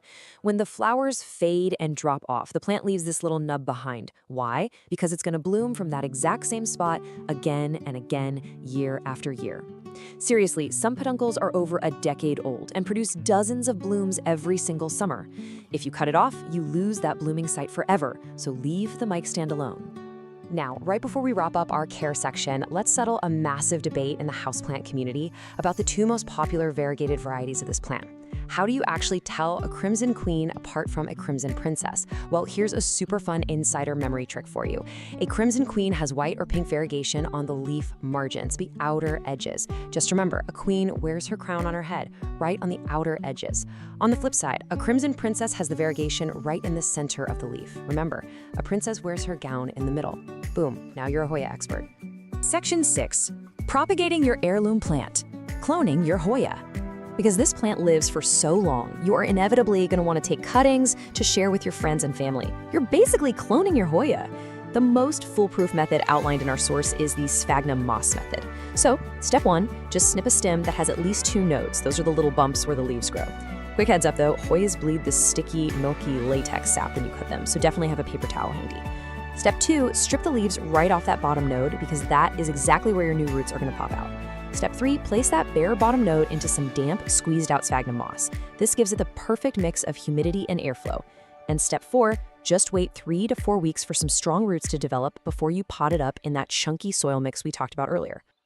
We have covered a lot today. We've talked about the soil, the taco test, dealing with pests, and the secrets to getting those incredible porcelain flowers. Because the Hoya carnosa is just so drought tolerant and remarkably resilient, it truly becomes an investment piece for your home, which really leaves us with one final fascinating thought for you to consider as you kick off your Hoya journey.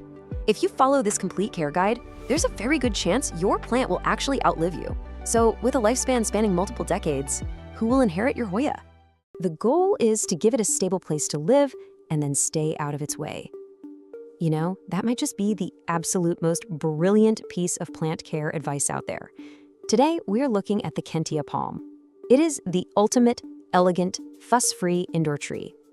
Honestly, if you're totally exhausted by diva houseplants, you know, like that ficus that literally drops all its leaves if you just look at it wrong, well, you are in the exact right place.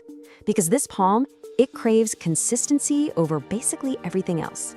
So, welcome to this explainer. Consider this your Kentia Palm Masterclass. We're going to treat this as your definitive, complete care guide for finding that perfect, steady rhythm for this classic, composed plant. We're covering the whole shebang today, from root to frond, so you can master caring for this gorgeous Indo tree with absolute confidence. All right, here's our roadmap. First, we'll officially meet the Kentia palm, establish its core care rhythm, and talk about perfecting its environment. Then we'll dive into pruning and propagation, troubleshoot some common problems, and wrap it all up with pro tips for your long-term success. Okay, part 1, meet the Kentia palm, the elegant indoor tree. Let's start with its core identity, 6 to 12. To put that into perspective, that is the impressive height in feet that this palm can actually reach indoors. It brings this beautiful old-world lobby plant aesthetic right into your living room. Now, it grows incredibly slowly, so you're not going to see any crazy dramatic spurts and stalls. Instead, it rewards your patience with a really calm, vertical, architectural presence. Oh, and a massive bonus, it is completely 100% non-toxic to cats and dogs. Before we get into the nitty-gritty of care, we kind of need to make sure you actually have the right plant, right? There is a pretty big difference between the true Kentia palm, which is Howea forsteriana, and its close relative, the curly Kentia palm. The true Kentia gives you that wide-open, graceful crown with those long, arching fronds for a much softer, classical look. The curly Kentia, on the other hand, is a lot tighter with more recurved fronds. For that soft, space-filling silhouette, you're definitely looking for the true Kentia. Moving right along to part 2, the core care rhythm, light, water, and soil. Mastering these 3 fundamental elements is literally the secret to a thriving palm. So light is our first pillar here. Now, the Kentia is famously tolerant of lower light, but, and this is a big but, low light is merely tolerated. Sure, the plant will survive, but it leads to way wider spacing between the fronds and incredibly sparse, slow growth. The actual sweet spot? Bright and direct light. An east-facing window is usually fantastic. This is exactly where the fronds stay wonderfully full and the plant gets the energy it needs to keep up a steady growth rate. Next up, watering. Remember, we are looking for a nice, steady rhythm here. Step 1, just wait for the top 1 to 2 inches of soil to dry out completely. Step 2, water it thoroughly until the mix is evenly moistened. And step 3, which is absolutely critical, guys, let the excess water drain completely. The big takeaway is that the Kentia handles being slightly dry much better than it handles having soggy roots. Winter is actually where most people trip up, so do yourself a favor and always check the soil with your finger instead of just sticking to some rigid watering calendar. To maintain that perfect watering rhythm, you've got to have the right foundation. Here is your ideal airy soil mix recipe. 2 parts of a quality indoor potting mix, 1 part coco coir, or peat if that's what you have on hand, just to hold a little moisture, and 1 part perlite or pumice to make sure the roots can actually breathe. You can even toss in some orchid bark if you want extra drainage. Dense, heavy garden soil is the enemy here. The roots desperately need oxygen, and this exact balance ensures even moisture without, turning the pot into a swamp. All right, part 3, perfecting the environment, humidity, temp, and feeding. So now we're graduating from just basic survival to actively optimizing the palm's living conditions. 65 to 80 degrees Fahrenheit, that is your comfortable temperature window. Basically, the Kentia palm wants normal indoor temperatures, but it absolutely despises sudden temperature swings. Keep it far away from cold drafts near exterior doors, and definitely, no matter what, do not blast it with hot, dry air from your heating vents. Consistency is totally the name of the game here. Let's fine-tune the rest of the environment with a couple quick tweaks. Average household humidity is usually okay, but boosting it, maybe running a humidifier if your house is dry, is your massive #1 defense against those annoying crispy brown leaflet tips. Now when it comes to feeding, listen, they are light feeders. Just feed them lightly in the spring and summer using a diluted palm or balanced fertilizer, and then pause all feeding entirely in the fall and winter. Over-fertilizing is just going to burn the tips, and nobody wants that. That brings us to part 4, pruning and propagation, advanced care.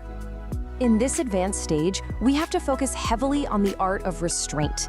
Never cut the central growing point. This right here is the absolute, undisputed golden rule of palm pruning. Palms are not like your typical branching shrubs. If you chop off the top of the trunk, the crown, you completely remove the plant's only ability to keep growing from that stem. Seriously, you should only ever prune fully brown, dead fronds. Leave the green ones alone. Pruning for this specific plant is entirely about holding back. And now, brace yourselves for a bit of a propagation reality check. If you're used to simply dividing your houseplants to make more, well, I gotta gently break the news. Kentias cannot be propagated by division. You actually have to start them from seed. You soak the seed, plant it in a warm, sterile mix, and then, well, you wait. It requires immense patience because the germination is incredibly slow.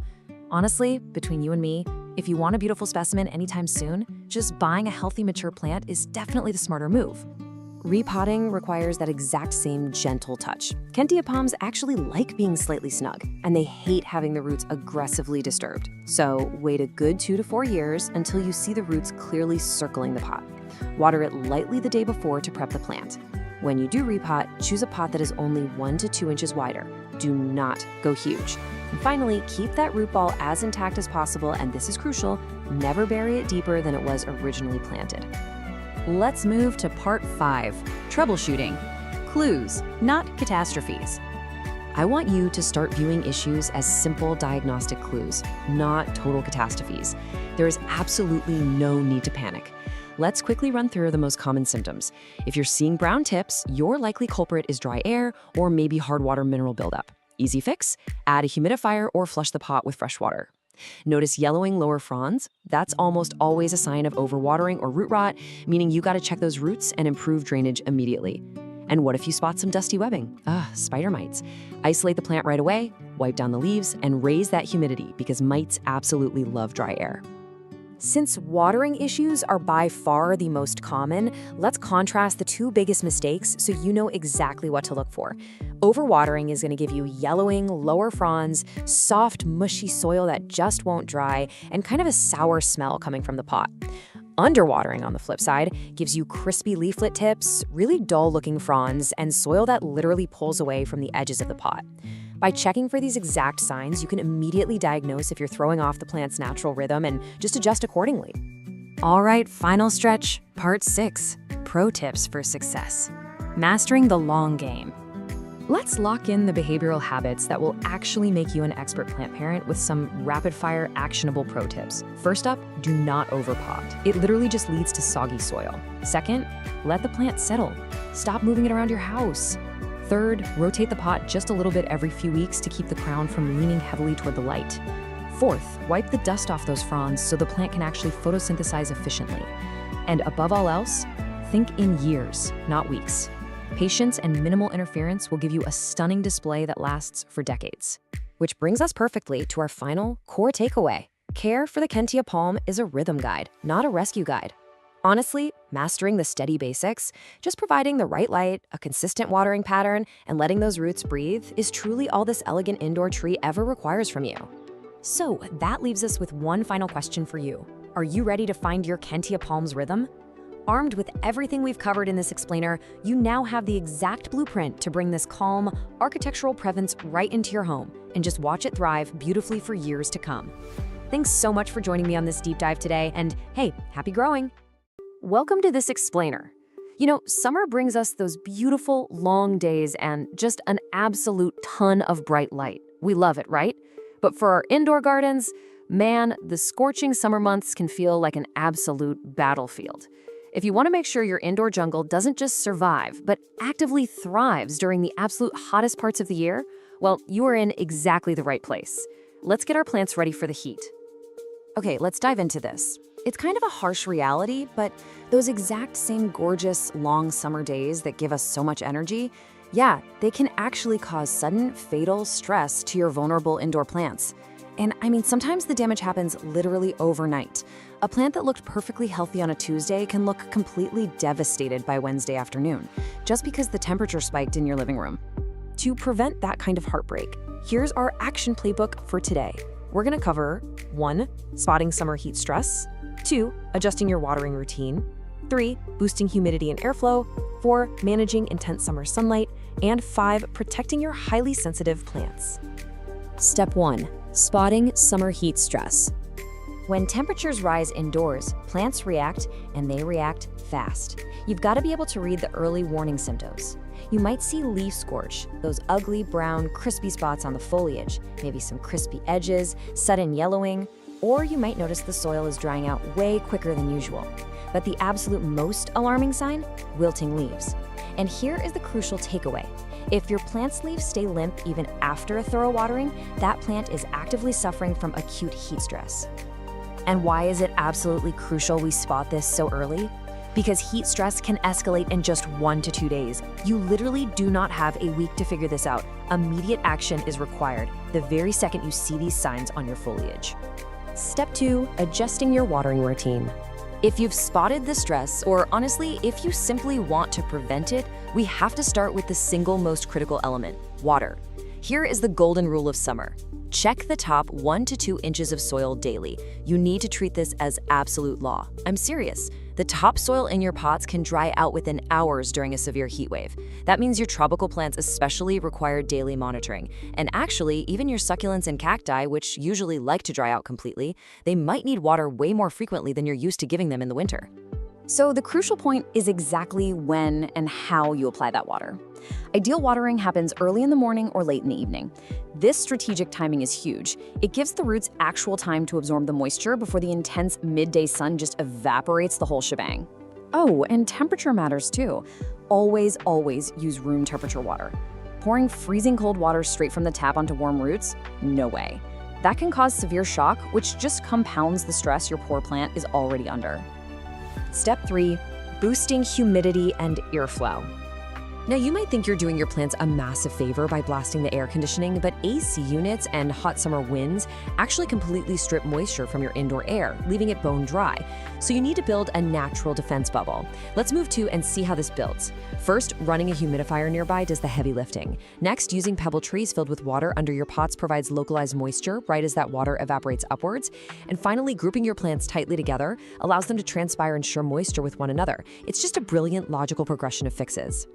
Oh, and I want to quickly clarify a massive misconception that always seems to come up. Misting your plants with a spray bottle, I mean, it's fine for a quick short-term boost, but that water evaporates incredibly fast in a hot room. It will absolutely not save a plant during a heat wave. Stick to the structured advice we just covered, humidifiers and pebble trays, because they actually provide the consistency your plants desperately need right now. Step 4. Managing intense summer sunlight. Bright light is wonderful for growth, right up until the exact moment it turns into a fatal summer sunburn. Direct west and south-facing windows can become incredibly intense. If your plant is sitting right up against that glass, it's in the danger zone. Also, keep a really close eye out for reflective surfaces. Mirrors or stark white walls near those windows can literally act like magnifying glasses, bouncing harsh light and completely scorching your leaves. You want to aim for the safe zones. Use sheer curtains to diffuse the light, pull your pots a few feet away from the glass, and rotate them weekly so one side doesn't get overexposed. Now, what's really interesting about this slide is how simple some of these cooling tricks are. Yes, keeping plants away from hot air vents and heat-generating electronics is just common sense, and using fans on a low setting provides really gentle, cooling circulation. But get this, just taking a potted plant off a high shelf and placing it directly on the floor can drop the ambient temperature around its leaves by a few crucial degrees. It's a temporary trick, sure, but it is highly effective during peak heat. Step 5. Protecting highly sensitive plants. Look, not all plants are created equal when it comes to summer survival. While your hardy succulents might handle the heat just fine, we need to establish a strict watch list for the absolute most vulnerable species in our indoor jungle. Ferns, like your Boston or maidenhair, calatheas, peace lilies, anthuriums, and a lot of orchids, these are the divas of the summer. They are highly sensitive. If a sudden heat wave strikes, these specific plants simply must be relocated to cooler rooms with stable temperatures, higher humidity, and gently filtered light. They won't tough it out, they will suffer. So, armed with this knowledge, take a quick walk around your home right now. Look at your soil, check out your leaves, feel the heat coming off your windows. Which of your plants needs rescuing today? Seriously, don't wait for the wilt to set in. Apply this explainer's playbook immediately. Adjust your routines, and let's save your indoor garden from the summer heat. Have you ever stood in your living room, just staring at a slightly sad-looking fern, wondering if you're about to save its life or literally drown it? Well, you are definitely in the right place. In today's explainer, we're tackling the absolute ultimate beginner frustration, how to keep your indoor jungle alive without relying on some magic watering number. It can be incredibly stressful when you're just trying to do the right thing for your greenery, right? So how often should you actually water your houseplants? It is the exact question that keeps well-intentioned plant parents up at night. I mean, it sounds so simple, but then you start reading the care labels. One says water regularly, another says allow to dry. And your plant? Well, it can't exactly speak up and tell you what it wants. No wonder things get confusing so fast. But what if I told you the answer isn't a number at all? Okay, we need to dive straight into a hard, totally paradigm-shifting truth. You've got to ditch the calendar. There is absolutely no universal watering schedule. I know, it's so tempting to just pick a day, like say Sunday morning, and make that your official watering day. But relying on a set day of the week to water your plants is a guaranteed path to eventually killing them. Section 1. Ditch the watering schedule. To really understand why a watering schedule fundamentally fails, just think about this idea. Setting a weekly alarm assumes that every plant and every single home environment is exactly the same, and they just aren't.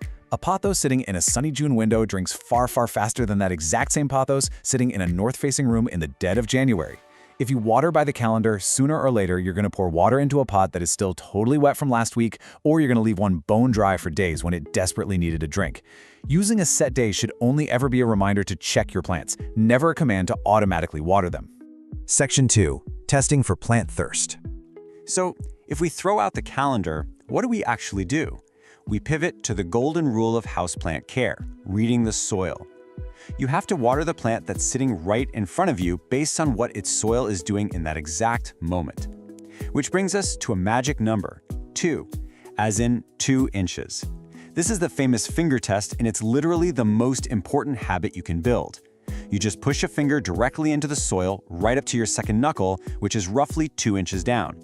If damp soil clings to your skin when you pull it out, wait, do not water. But if it feels dry all the way down to that second knuckle, most of your plants are ready for a drink. This simple, completely free technique saves way more plants than any fancy tool you can buy. But hey, we can use our other senses too. Along with the finger test, you should really start lifting your pots. A freshly watered pot is heavy. It's loaded down with all that moisture. But a dry pot, it feels surprisingly, almost hollowly light in your hands. If you spend just a week doing the finger test while lifting the pots at the exact same time, your brain will start to recognize what a thirsty plant actually feels like. It's incredibly fast, and it saves you from digging in the dirt every single time. Now, while your fingers are for sure your best tools, a moisture meter is fantastic if you happen to have a massive plant collection to get through.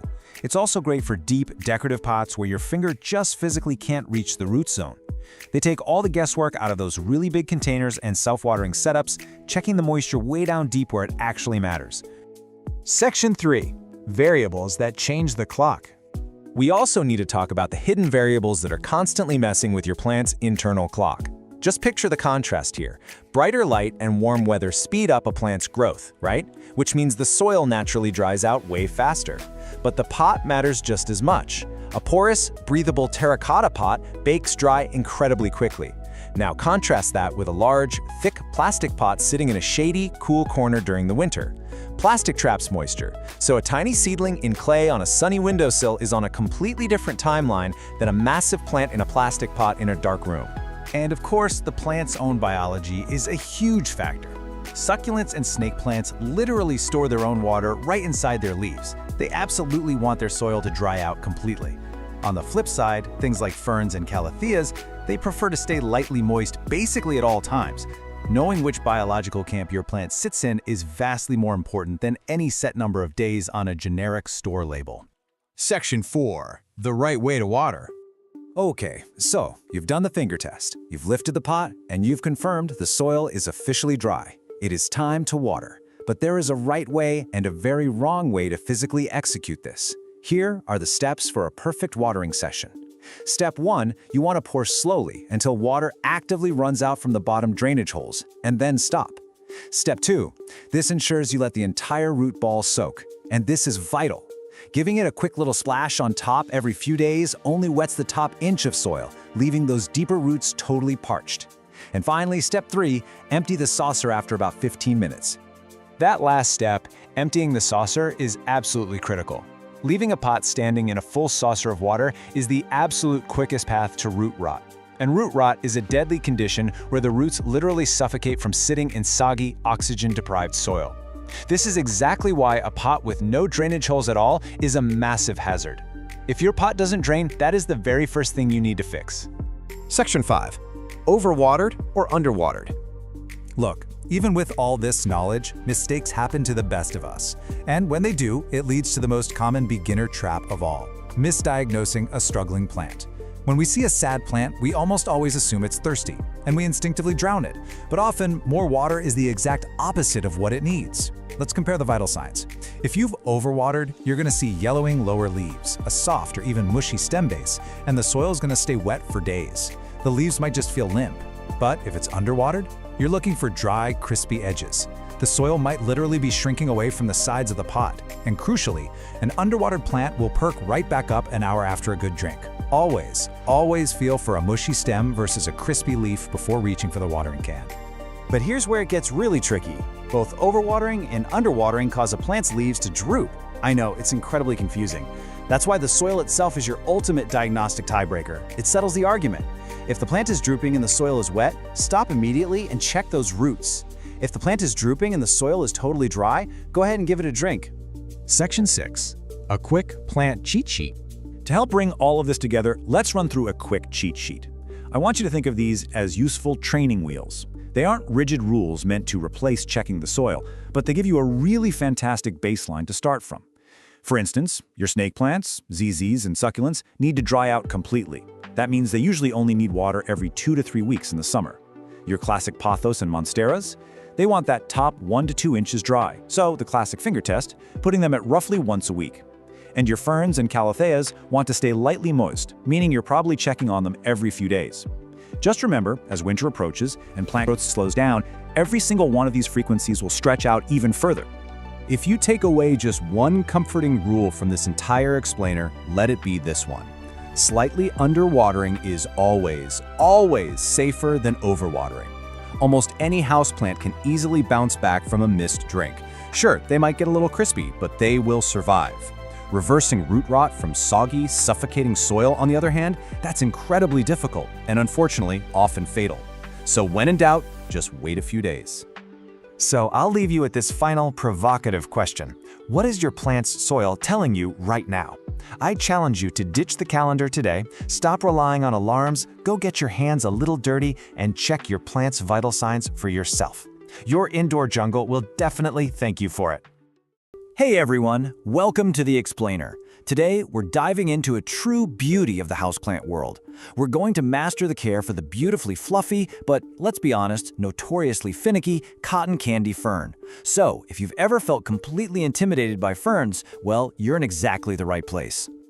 Let's breeze through the agenda real quick. First, we'll meet the cotton candy fern. Then we're mastering light and humidity. After that, we'll dive into water, soil, and feeding, move on to pruning and propagation steps, troubleshoot some common fern problems, and finally wrap up with pro tips for lush growth. Okay, before we get to the solutions, we kind of have to address the elephant in the room. It's the ultimate frustration for houseplant lovers, isn't it? You bring home this gorgeous, vibrant fern, and literally within weeks, it's just this crispy, brown-tipped mess shedding all over your living room floor. If you've been there, trust me, you are not alone. It all really comes down to misunderstanding what these specific plants are actually built for. Section 1. Meet the cotton candy fern, a cloud of sponge sugar. The biology behind this beauty is honestly fascinating. So the cotton candy fern is a compact cultivar of the classic Boston fern, but here is the absolute crucial difference. Its leaflets are split into even smaller segments. Because it's so extra divided, this fern has massive surface area. Now that surface area creates that amazing soft fluff that literally looks like sponge sugar. But, it also means it sheds moisture rapidly. It dries out so much faster than a standard Boston fern. It's a gorgeous trade-off for sure, but one we absolutely have to manage. Section 2. Mastering light and humidity, the foundation of fern survival. 60%. 60% or higher, that is the magic ambient humidity number you absolutely must hit to keep this fern from sulking. Humidity is basically the whole game with the cotton candy fern. Honestly, it's even more important than light or watering. Because of that massive surface area we just talked about, typical winter indoor air, which often hovers around a super dry 20 to 40%, is going to be its absolute hardest test. Just look at what happens when we ignore that rule. In dry winter air, especially if it's near a heating vent, this fern will scorch and drop leaflets almost overnight. The warm, forced air is stripping moisture way faster than the roots can ever replace it. But put it in high humidity, like say a steamy, bright bathroom or a closed glass terrarium, and it stays incredibly soft, full, and green. A small humidifier nearby is going to be your absolute best friend here. Alongside humidity, we definitely need the right light. The golden rule here is bright, indirect light only. Absolutely no direct sun. Direct sun is the fastest way to ruin those delicate, frilly fronds. They will bleach and scorch within hours on a hot windowsill. Instead, just place it about 3 to 5 feet back from an east-facing window. You want it bright enough that you could comfortably sit there and read a book without a lamp, but totally out of any harsh, direct beams. Section 3. Water, soil, and feeding, the daily grind. Okay, watering. This is where a lot of really well-meaning plant parents go wrong. A classic beginner mistake is watering straight down, right over the top of the plant. Seriously, never do this. It traps water deep in that dense fluff and just completely invites crown rot. Instead, for true pro mastery, water gently around the outer edge of the pot, directly at the soil line. You want to do this as soon as the top half-inch of the soil feels dry to the touch. Don't rely on a strict schedule, just, check it with your finger. And because we're checking with our fingers, the soil needs to be just right. Plain, bagged potting soil is a really bad idea for these guys. It just packs into dense mud. You need a springy, airy soil mix. So aim for roughly 2 parts, or about 66%, peat moss or sustainable cocoa coir for that acidic moisture retention. Then add 1 part, or 34%, perlite for drainage. This precise balance is a game changer. It prevents the roots from suffocating in mud, ensuring water flows right through while still keeping the whole environment evenly moist. So let's move on to feeding and see how this builds on our watering routine. Ferns are notoriously light feeders with very, very sensitive roots. Feed them every 3 to 4 weeks from spring through early fall and use a balanced liquid fertilizer diluted to half strength. Oh, and here's an absolutely critical pro tip. Only apply fertilizer to soil that is already moist. Fertilizing a bone-dry plant will concentrate the salts and cause nasty chemical burns on those delicate roots. Remember, underfeeding a fern is always, always safer than overfeeding. Section 4. Pruning and propagation steps. Graduating to expert. Pruning a fern is really mostly about housekeeping. When you see dead, browned, or yellowed fronds, don't just snip off the brown tips and leave a weird little stub. You want to cleanly cut those spent fronds right down at the very base, down near the soil line. This clears out dead material that traps moisture and breeds pests deep in the crown, and it actually prompts fresh, healthy growth straight from the center. Now, as your plant grows, you're eventually going to need to repot it, usually every 2 to 3 years when the roots completely fill the pot. And guess what? This is the perfect time to propagate. You can easily multiply your collection by dividing the root clump. In the spring, simply unpot the fern, gently split the fibrous clump into sections with your hands or a clean knife, and pot the new sections into that fresh mix we talked about. Keep them loosely covered in a clear plastic bag for a week or 2. That just boosts the humidity while they recover from the shock. Actually, before we move to troubleshooting, I want to share a quick pro tip that saves beginners a ton of anxiety. If you ever flip over a mature frond and see neat, even rows of little brown dots, please don't panic. Those are natural spores called sori. They are just a sign of a healthy, mature fern doing its thing and reproducing. They are definitely not a pest infestation. If the dots are in orderly rows, just leave them be. Section 5. Troubleshooting common fern problems. from crispy to cured. Even the experts run into issues, right? So when you're diagnosing problems, remember these simple fixes. If you see brown, crispy edges, your cause is almost certainly dry air, and the fix is simply adding a humidifier or moving it to a bathroom. What if the plant is wilting but the soil is wet? Well, that's root rot from soggy soil. You'll need to unpot it, trim the mushy roots, and repot it in that airy mix we discussed. And if you notice a hollow, dead center in the crown, that usually points to low light or a shock, like a cold draft. Just move it to a brighter spot, clear out the dead fronds, and let it push out some new growth. And we do need to talk about actual bugs. Because that gorgeous, dense fluff is just an absolutely perfect hideout for pests, they can be super hard to spot early on. You should gently part the fronds and inspect deep in the crown weekly. Keep an eye out for the fine webbing of spider mites in dry air, or maybe the white cottony tufts of mealybugs. If you spot them, treat the plant gently. Ferns really hate harsh chemicals, so knock the bugs off with water and treat the plant with a gentle insecticidal soap or a neem solution. Section 6. Pro Tips for Lush Growth, the Masterclass. All right, if you remember literally nothing else today, master these golden rules. Number 1, always keep that humidity above 60%. 2, never let the soil dry out completely. Water it when that top half inch is dry. 3, keep the plant far, far away from dry heating vents or cold glass drafts. 4, if your tap water is hard, definitely use gentle, filtered water to prevent brown mineral tips. And finally, consistently clear out dead material to promote good airflow. Look, this plant doesn't have to be a massive source of stress. The cotton candy fern is incredibly rewarding.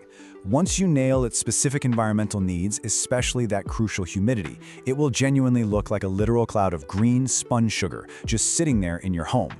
So, it's time to take action. I want you to take a look around your house right now. Where is that hidden oasis?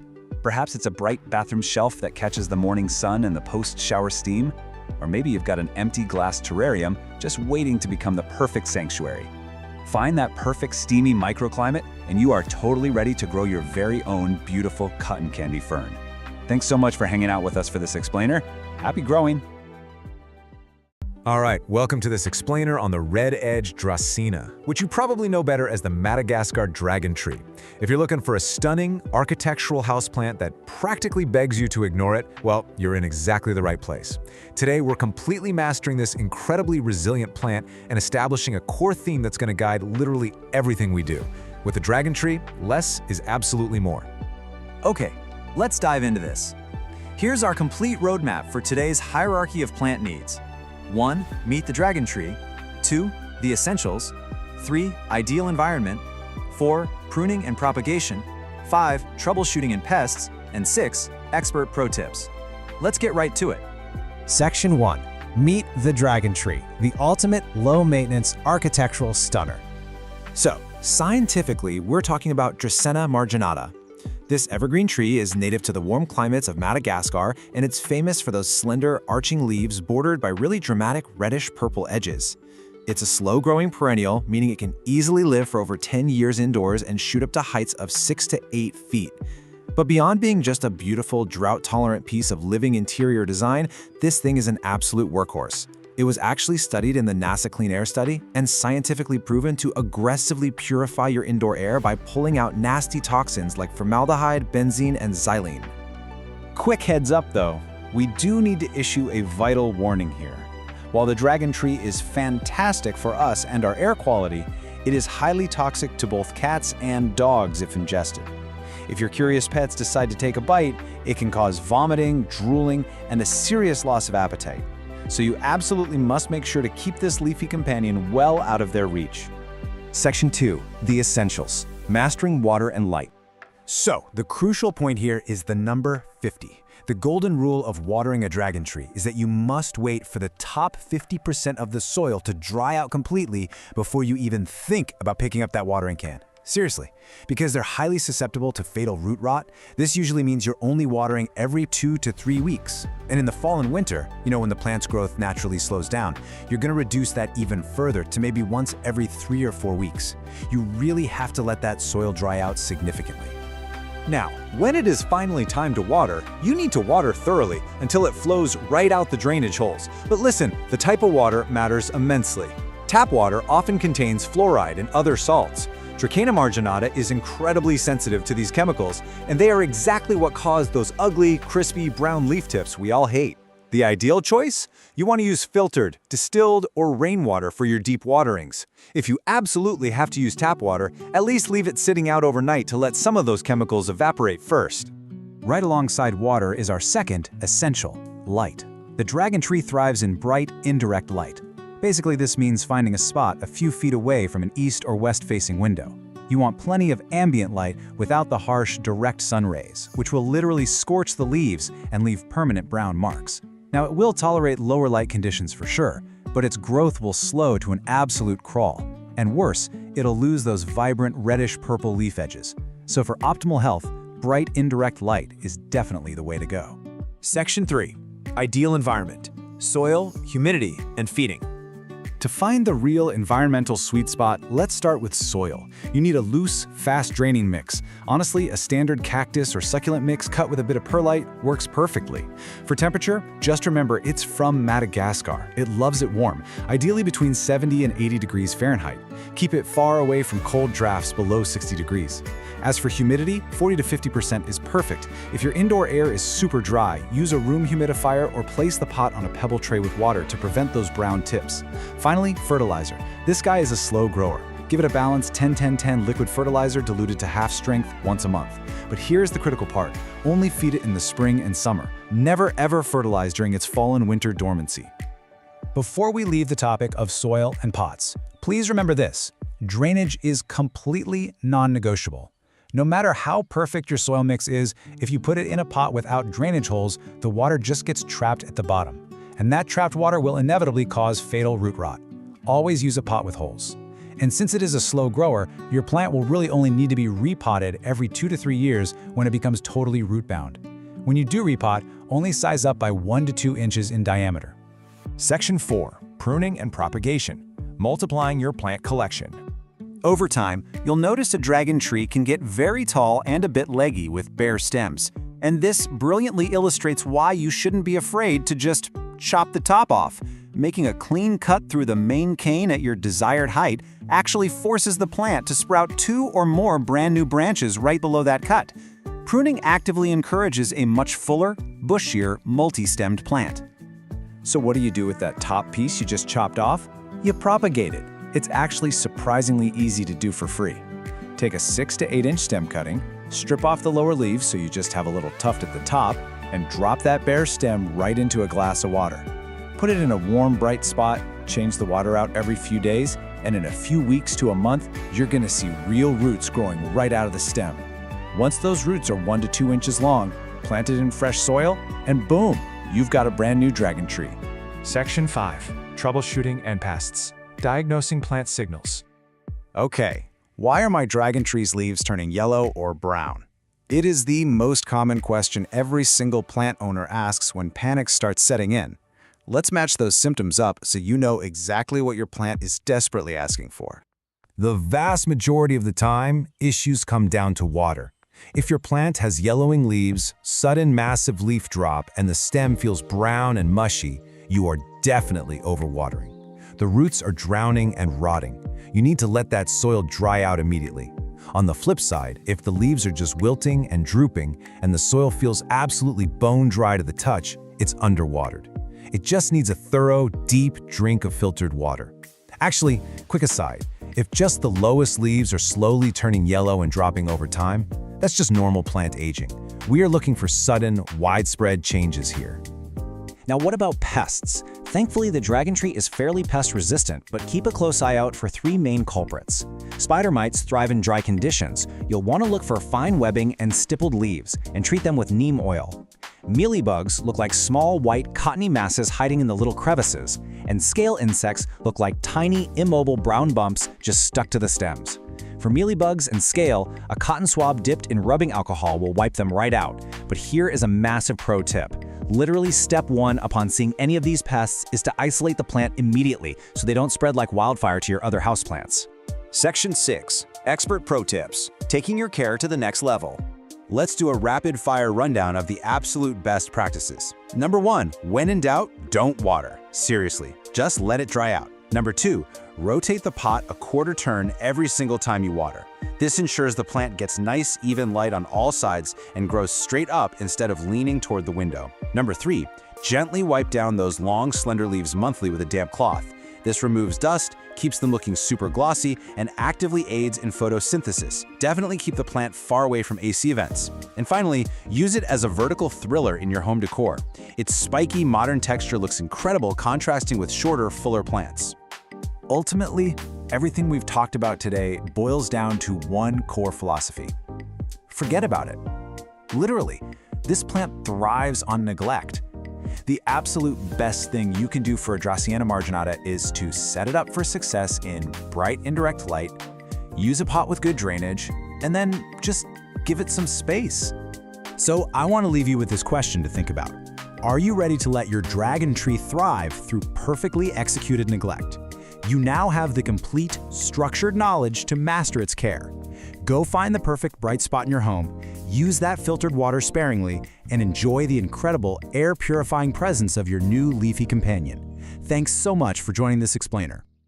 Welcome to This Explainer. Today, we're jumping right into a true masterclass dedicated to a plant that flat out refuses to be ignored, the neon pothos. If you've ever felt like your space was just kind of missing a certain vibrancy, well, this is the plant that acts as a bright, virtually unkillable burst of energy for absolutely any room. We're going to break down the science of its care, from the basic foundations of just keeping it alive, all the way up to expert techniques for infinite propagation. Okay, let's dive right into the syllabus. We're covering a lot of ground today. First, we'll meet the biological highlighter. 2, mastering the glow. 3, essential everyday care. 4, pruning and propagating. 5, tackling pests and problems, and we'll wrap it up with some pro tips. All right, Section 1, meet the biological highlighter. So let's get to know the absolute energetic powerhouse that is the Epipremnum aureum neon. This plant doesn't just survive, it has this sheer, stubborn determination to push through some of the absolute harshest indoor conditions. Seriously, it's famous for staying alive in those depressing, windowless break rooms where most plants would just immediately give up. It has this incredibly tough, resilient spirit, but it's wrapped up in a shockingly bright exterior. I absolutely love this description. A lamp that runs on water. Because honestly, with its electric shock of chartreuse yellow, placing this plant in a dark corner gives you an instant burst of brightness without even needing an electrical outlet. It's an incredible tool for interior design. It offers this dramatic, eye-catching contrast against dark walls, think charcoal or navy, or when you plant it in deep dark pots where that yellow foliage can just truly pop. Moving right along to Section 2, mastering the neon glow. Now, this is arguably the most critical aspect of caring for the neon pothos. We have to understand exactly how and why it keeps that signature, shocking color. Because if we get this wrong, the plant literally loses its entire unique appeal, and the science behind the glow is actually fascinating. You see, the neon color is technically an unstable chlorophyll mutation. The plant lacks the dense, dark green pigment that you'd find in a standard plant. So in high light, the plant gets plenty of energy, meaning it can afford to be kind of inefficient and keep its brilliant chartreuse color. But in low light, it panics. It goes straight into survival mode and starts producing sunblock, that dense, dark green chlorophyll, just to capture every single scarce photon it can find. Basically, if you don't give it enough bright, indirect light, your glowing neon plant is going to revert into a standard dark green pothos. Now, what's really interesting here is the identity crisis this plant constantly faces in nurseries. You will so often see the philodendron lemon lime mislabeled as a neon pothos, but they are entirely different plants. Thankfully, you can spot the difference really easily through touch and shape. The neon pothos has a waxy, glossy, and just slightly bumpy texture with these asymmetrical spade-shaped leaves. The philodendron, on the other hand, is completely matte. It's velvety smooth with really broad, dramatic heart shapes. And you'll see these little sheaths on its new stems. Knowing this little trick totally saves you from accidentally buying a wrong plant. Okay, Section 3, Essential Everyday Care. This is where we shift our masterclass into the daily grind. And the great news is, the neon pothos has a dramatic but incredibly helpful communication style, especially when it comes to telling you exactly when it's time to pull out the watering can. Honestly, you should completely ignore a strict watering schedule. Just toss it out. Instead, rely on the dramatic droop and tactile sensory cues. Use what we call the squeeze test. If the leaf is firm, cool, and rigid, do not water it. But if it feels soft, pliable, and folds easily like a warm taco shell, it is definitely thirsty. And when you do water, drench the soil completely until it flows out the bottom. But never, ever let the pot sit in standing water. Of course, watering is literally only half the equation, right? Drainage is the other. Neon pothos roots need oxygen just as much as they need moisture. So to prevent suffocation and root rot, you absolutely need a chunky texture in your soil. A perfect DIY mix for this is 60% high-quality potting soil, 30% perlite or pumice for that vital aeration, and 10% orchid bark to kind of simulate the natural forest floor. And a quick but super important warning, never use heavy outdoor garden or topsoil indoors. It will instantly suffocate your plant, no exceptions. Let's talk climate and fuel. Hailing all the way from French Polynesia, this plant loves it warm. We're talking ideally between 70 and 90 degrees Fahrenheit. The ultimate danger zone for it is a cold draft dropping below 55 degrees. That will cause irreversible black spots in the leaves, which we definitely don't want. While it strongly prefers 50 to 70% humidity if you want those massive leaves, it easily tolerates dry indoor air at around 30%. As for fuel, you'll want to use a nitrogen-focused fertilizer in the spring and summer to really support those stunning yellow leaves. Remember, this plant isn't going to bloom indoors, so all its energy is going straight to the foliage. And whatever you do, always remember to stop feeding it in the winter so you avoid burning the roots. Next up, Section 4, Pruning and Infinite Propagation. This is where you graduate to the next stage of plant parenthood. We're going to look at how to tame a wild, sprawling vine, and even more excitingly, how to create endless clones. 10+ feet. That is the massive, fast-growing potential of these vines, especially when you give them a moss pole to climb. The act of climbing actually triggers hormones that make the leaves grow exponentially larger. But there's a catch. You have to watch out for the dreaded baldness problem. If you just leave it to hang and grow as a single leggy string, the vine will very often lose all its base leaves. That leaves you with a really sad, bald-looking stem near the soil. So how exactly do we fix that baldness while simultaneously multiplying our collection? Well, by pruning the vine just above a node, you're actually forcing the mother plant to branch out and become much bushier. Then you take that cutting you just made, trim off the bottom leaf, and literally just stick the node in water. Seriously, in just 7 to 10 days, roots are going to explode from that stem. It's an almost foolproof cloning method that lets you create 10 lush plants out of just one single vine. All right, Section 5. Troubleshooting pests and problems. Look, even the toughest plants face challenges, right? And the bright, electric leaves of the neon pothos unfortunately act as a bit of a beacon for certain unwanted guests. But don't worry, we're your definitive plant coach here to help diagnose and treat these issues. Let's break down the sap-sucking enemies drawn to your plant. First, if you see white, fluffy cotton spots tucked right where the leaf meets the stem, you've got mealybugs. Treat those with a strong shower blast or insecticidal soap. Scale, on the other hand, looks like hard brown bumps on the stems. For those, granular systemic insecticides mixed right into the soil are your best bet. Finally, spider mites. They leave this really fine webbing and tiny specks on the undersides of leaves, especially when the air is dry. A routine spray of neem oil every 5 to 7 days will clear them right out. Beyond the creepy crawlies, the leaves themselves are actually communicating with you when your care routine is a bit off. If you start seeing crispy brown edges, it usually means your watering is too erratic, like you're letting it dry to the bone and then completely drowning it. Or your air is just way too dry. But you really need to beware of mushy yellow leaves. Now, a single old leaf turning yellow near the soil, that's just natural aging. But sudden, widespread, mushy yellowing all across the vine, that is a dire, flashing warning sign of overwatering and root rot. Finally, we've made it to Section 6, Pro Tips for Thriving. Okay, we've covered survival, we've covered maintenance, and we've covered problem solving.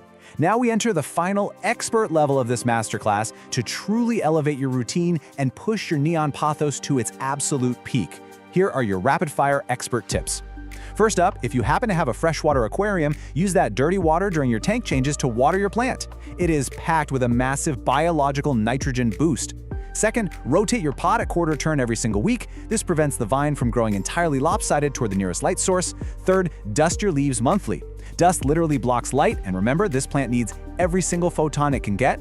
Finally, my favorite trick, if you have a bare vine, just loop it back onto the soil and pin the node down with a bobby pin. It will root directly into the soil, perfectly mimicking how the plant naturally spreads across the forest floor. So, this brings us to the end of our explainer, and I have to leave you with one final thought. Are you ready to let this biological highlighter transform your darkest corners into a thriving neon jungle? You now have the complete blueprint, from mixing the perfect chunky soil to reading that dramatic droop, forcing brilliant color through proper light management, and cloning your way to an endless indoor garden. Take these steps, apply the science, and just watch your space completely light up. Thanks so much for joining this explainer, and hey, happy growing!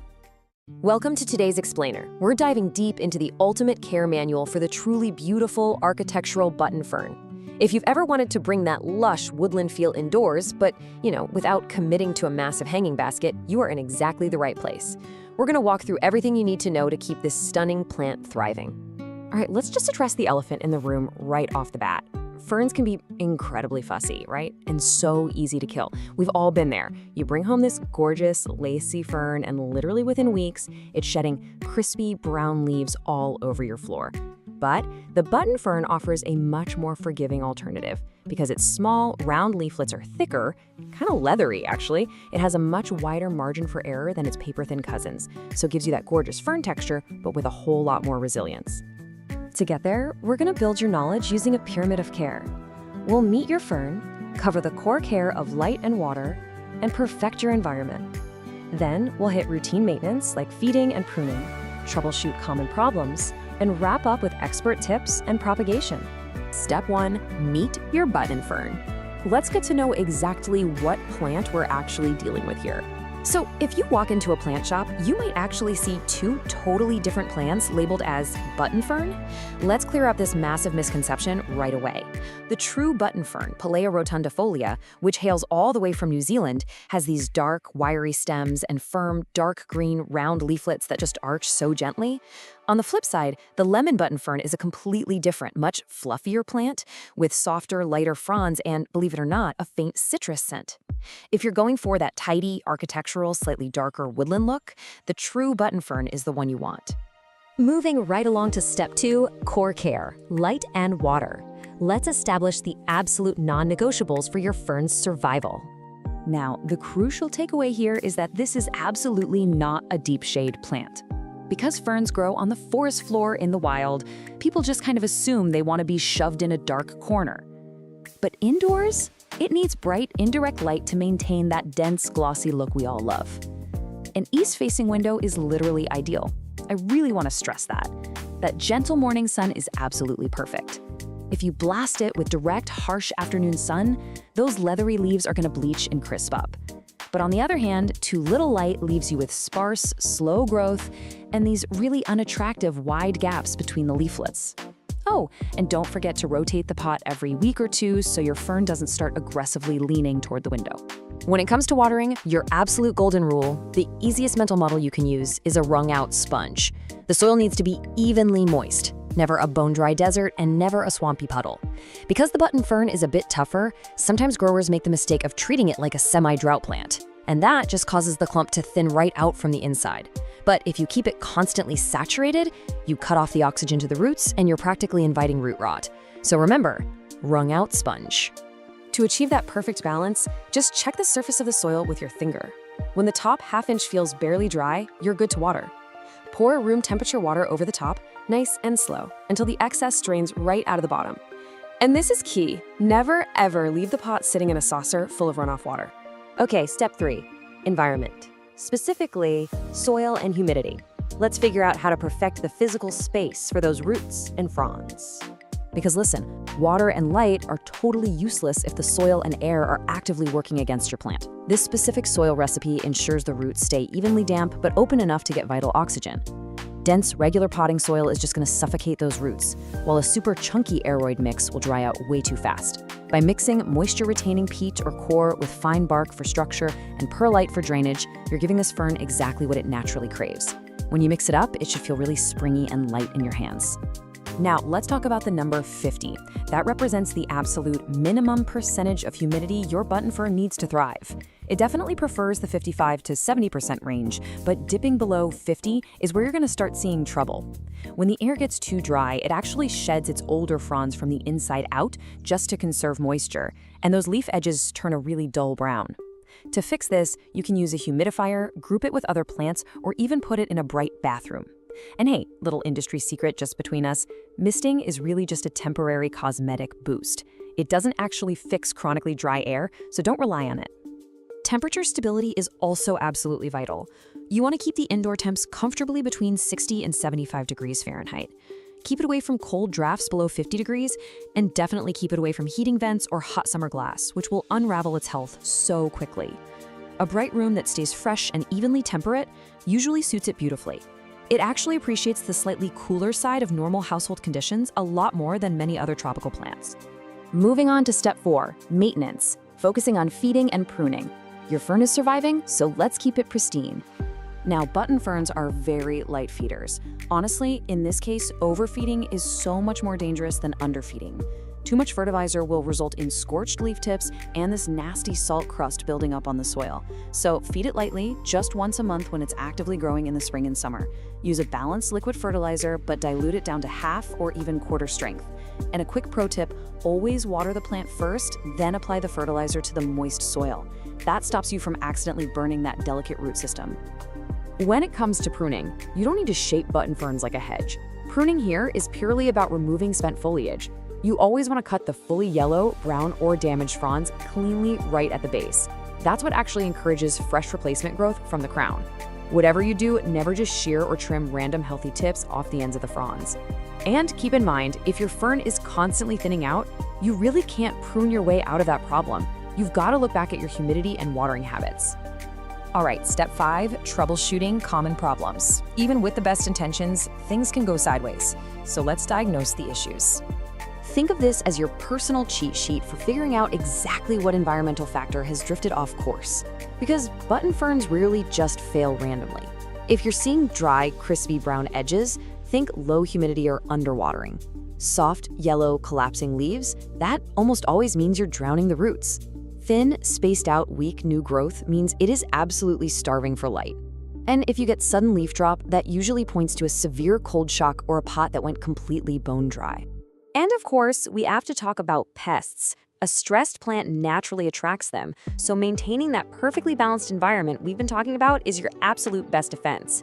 If your air is too dry, you're rolling out the red carpet for spider mites. If your soil stays swampy and wet, fungus gnats are going to move right in. You really want to regularly inspect the dense center of the plant clump, because that is exactly where pests like mealybugs and scale insects love to hide out before the damage becomes super obvious. Finally, step 6, expert tips and propagation. We've reached the top of the pyramid to manage the long-term life cycle of your plant. This is where you go from just keeping it alive to truly mastering it. First up, if you suddenly notice these highly organized, tidy little brown dotted bands on the underside of the leaves, do not panic. Put the bug spray down. These are called sori, and they are totally natural. Because ferns don't produce flowers or seeds, they reproduce using spores. So seeing these dry, attached brown dots, it just means your fern is mature, happy, and healthily reproducing. Now, over time, your fern will inevitably outgrow its home. When you notice water just racing straight through the pot when you water it, or you see roots circling heavily, it's time to upsize. But you have to restrain yourself. Stick to a very snug pot, going up only 1 to 2 inches wider in diameter. If you take a button fern and throw it into a giant, oversized pot, that massive volume of soil is just going to hold on to water for way too long, and that leads directly to root rot. So, what if you want more plants? The single most reliable way to propagate your fern and double your indoor jungle is the division method. While you technically can grow ferns from spores, it is incredibly slow and honestly really fussy. Dividing a mature clump in the spring gives you instant, fully formed new plants. You just gently tease apart the natural splits in their root ball, making sure each new section has plenty of roots and a few healthy fronds, and then pot them up in a snug container with some fresh fern mix. So, you now have the perfect soil recipe and the exact environmental metrics you need to help this plant thrive. But as you know, horticulture is an ongoing experiment. The real question is, now that you have the complete care manual, will you master the button fern's sweet spot of balance in your own unique home? Or will you let another leafy green friend turn to crisp? The environment is entirely in your hands. Thanks for tuning into this explainer, and happy growing. Okay, picture this. You've got a houseplant you absolutely adore, right? But lately, it's looking like it desperately needs a new home. Maybe it's practically overflowing its pot, or maybe it's just completely stopped growing, and you know you've got to step in. But let's be real for a second. Repotting can be super intimidating. Well, we're going to change that today. In this explainer, we're going to completely demystify the step-by-step process of repotting a houseplant without killing it, turning it from a dreaded chore into a really satisfying, simple routine. So, are you terrified of repotting? If so, you are definitely not alone. Honestly, moving a beloved plant can feel incredibly risky. We all get that creeping anxiety, like what if I accidentally snap the roots? Or what if the plant goes into total shock and I end up killing the very thing I'm trying to save? It's completely normal to feel that way, because to us it looks like this violent disruption to the plant's life. But I want you to shift your perspective entirely. I absolutely love this analogy because it instantly lowers the stakes. Repotting feels like major surgery, but it's actually much more like giving your plant a new, comfortable pair of shoes. Think about it. When your feet are crammed into shoes that are 2 sizes too small, you can't walk, you can't grow, and you're just miserable. Well, plants are the exact same way. Moving them to a proper vessel is actually one of the absolute best things you can do for their long-term health and vitality. Okay, let's dive into this. Here is our roadmap for today. First, signs it's time. Second, the step-by-step guide. And third, plant aftercare and recovery. Part 1. Signs it's time. Basically, when to upgrade your plant's home. You know, houseplants are actually pretty terrible at hiding their discomfort. They'll tell you when they need an upgrade, and spring is typically the prime time they start sending out these little SOS signals. There are 3 telltale clues you really need to look out for. The first one is the most dramatic. Roots are literally escaping. If you lift your plant up and see roots actively growing out of the drainage holes at the bottom, yeah, they are desperately searching for more space. The second sign is that the plant is root-bound, which we'll define in just a second. And the third sign is a complete halt in growth. If it's the spring or summer growing season and your plant hasn't pushed out a single new leaf or stem in months, it's likely exhausted both the nutrients and the physical space in its current pot. Let's look a bit closer at that second sign. What does it actually mean to be root-bound? To check for this, you just gently slide the plant out of its current pot. If you look at the bottom and sides and see way more roots than soil, specifically if it's this tight, dense, almost brick-like mass of tangled roots, your plant is officially root-bound. It is literally suffocating in there, and it is definitely time for a repot. Part 2. The step-by-step guide. Time for getting your hands dirty. Now, before we begin the core operation, make sure you set up on a surface you can easily clean up, like an outdoor patio, a tarp, or maybe over a large sink, because you are absolutely going to spill some soil. Step 1 is choosing the right pot, and there's a golden rule here, 1 to 2. You should only ever select a new pot that is 1 to 2 inches larger in diameter than the current one. I know, it's incredibly tempting to just pop a small plant into a massive pot so you don't have to repot it again for years, but going too big is a massive and super common mistake. So the crucial point here is understanding exactly why a massive pot is so dangerous. A pot that's too large for the plant's root system holds way too much soil. And that excess soil acts like a giant sponge, staying wet for far too long, which quickly leads to root rot, and that's basically a death sentence for most houseplants. Stick to the 1 to 2 inch rule. And please, firmly remind yourself, the new pot absolutely must have drainage holes, literally no exceptions. All right, here's a high-level look at our simple 4-step process. We just covered step 1, choose the right pot. Next, we remove the plant. Then, we loosen the roots. And finally, we repot and water. When you break the whole shebang down into these 4 actionable steps, you can see just how easy and straightforward this operation really is. Let's focus on step 2, removing the plant. The key word here is gentle. Turn the plant sideways, support the stems gently with your hand, and tap the bottom of the pot until the plant slides out. If your plant is being stubborn and refusing to budge, whatever you do, don't yank it by the stems. Instead, simply squeeze the sides of the plastic nursery pot, or carefully run a blunt butter knife around the inside edge just to loosen up the soil. Now for step 3, loosening the roots. If your plant was root-bound, this step is absolutely vital. You need to encourage those roots to stop growing in a circle and start growing outward into their fresh new soil. To do this, gently massage the root ball with your fingers to loosen the tangled roots. If they're heavily coiled and fused together at the bottom, don't panic. Seriously, it's completely okay to physically untangle them, or even make a few vertical, shallow cuts with a clean knife to break the tension. Finally, step 4 is our assembly, and here's your quick checklist. First, add a base layer of fresh potting mix to the new pot. Second, set your loosened root ball inside, making sure the top of the root ball sits about 1 inch below the rim of the pot so water doesn't overflow later on. Third, fill in the empty space around the sides with fresh mix, gently patting it down. And fourth, water thoroughly. You want to water until it actively runs out those drainage holes. And this isn't just to give the plant a drink, it's absolutely crucial for helping the new soil settle snugly around the roots, eliminating any large, dangerous air pockets. Part 3. Plant aftercare and recovery, helping your plant settle in. All right, we've successfully repotted. But even though we were gentle, the plant just went through a really big structural change. It needs some specific TLC to settle into its new environment without, throwing a fit. Let's walk through the 4 critical aftercare rules. First, put it back in the exact same light conditions it enjoyed before. Don't add the stress of a new location on top of a new pot. Second, consider bottom watering for the first few weeks to ensure even moisture and help that root system establish itself downwards. Third, expect a little drama from your plant. And fourth, definitely hold off on the fertilizer. Now, what's really interesting about this slide is that the drama we just mentioned actually has an official name: transplant shock. If your plant looks a little droopy, wilted, or even drops a lower leaf or two in the week following a repot, do not panic. This is a completely normal biological response to having its roots disturbed. You didn't fail. Preemptively manage your expectations, stay patient, and just let the plant recover on its own timeline. And finally, let's look at the logic behind that last aftercare rule: holding off on the plant food. You actually need to wait 4 to 6 weeks before resuming your normal fertilizing routine. Why? Well, because that brand new, fresh potting soil you just packed in there is already loaded with fresh nutrients.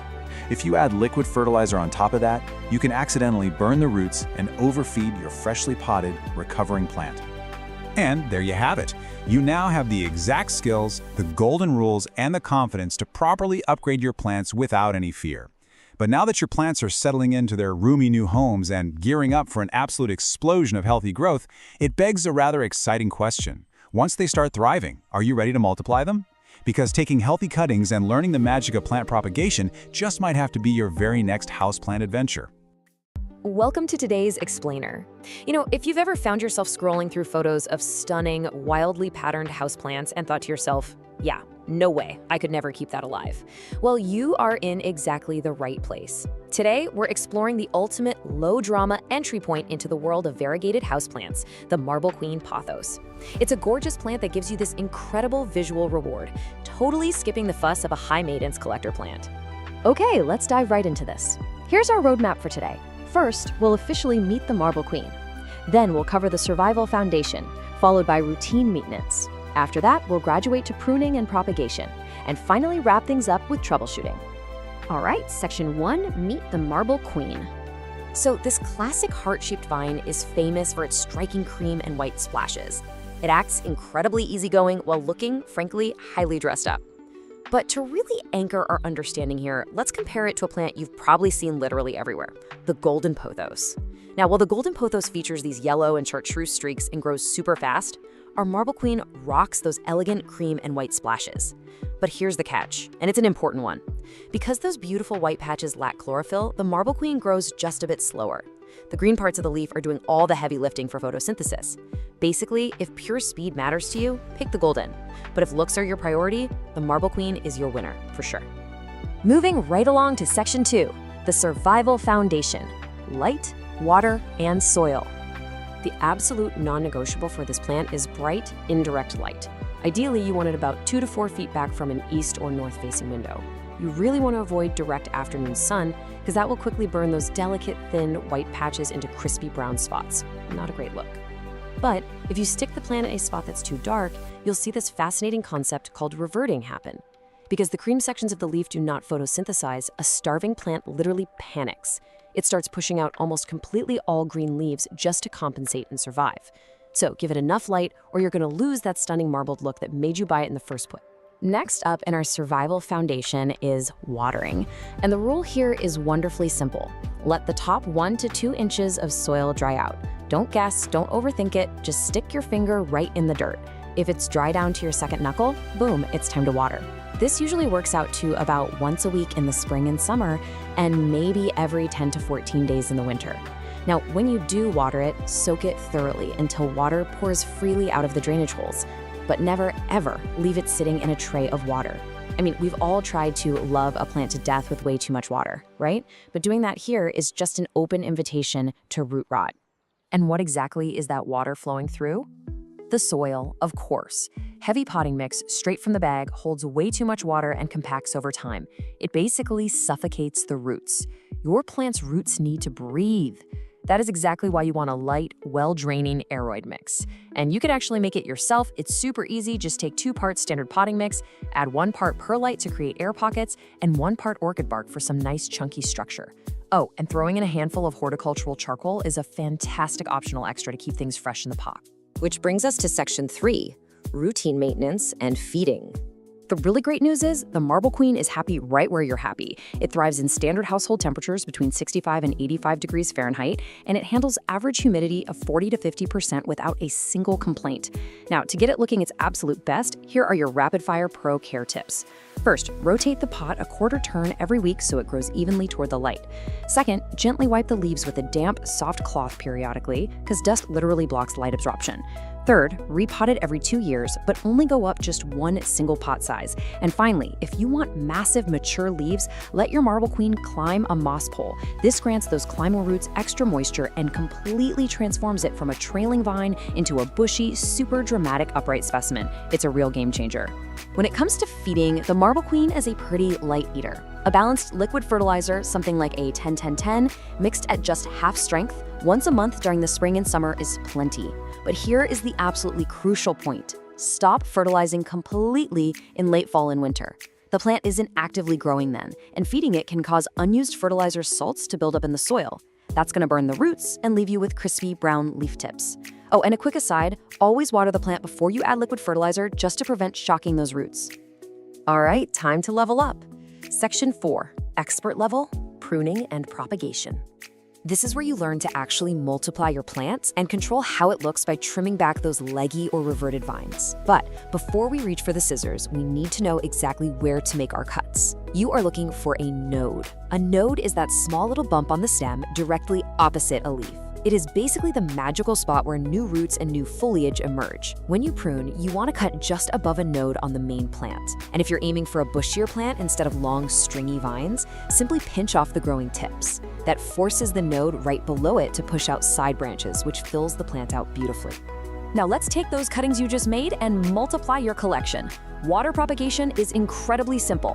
Just find a healthy vine and cut just below a node, so your cutting has a node right at the bottom. Remove the lowest leaf to fully expose that node. Drop it into a jar of room temperature water, making sure any remaining leaves stay completely dry above the water, and just wait. Roots are going to appear in 2 to 3 weeks.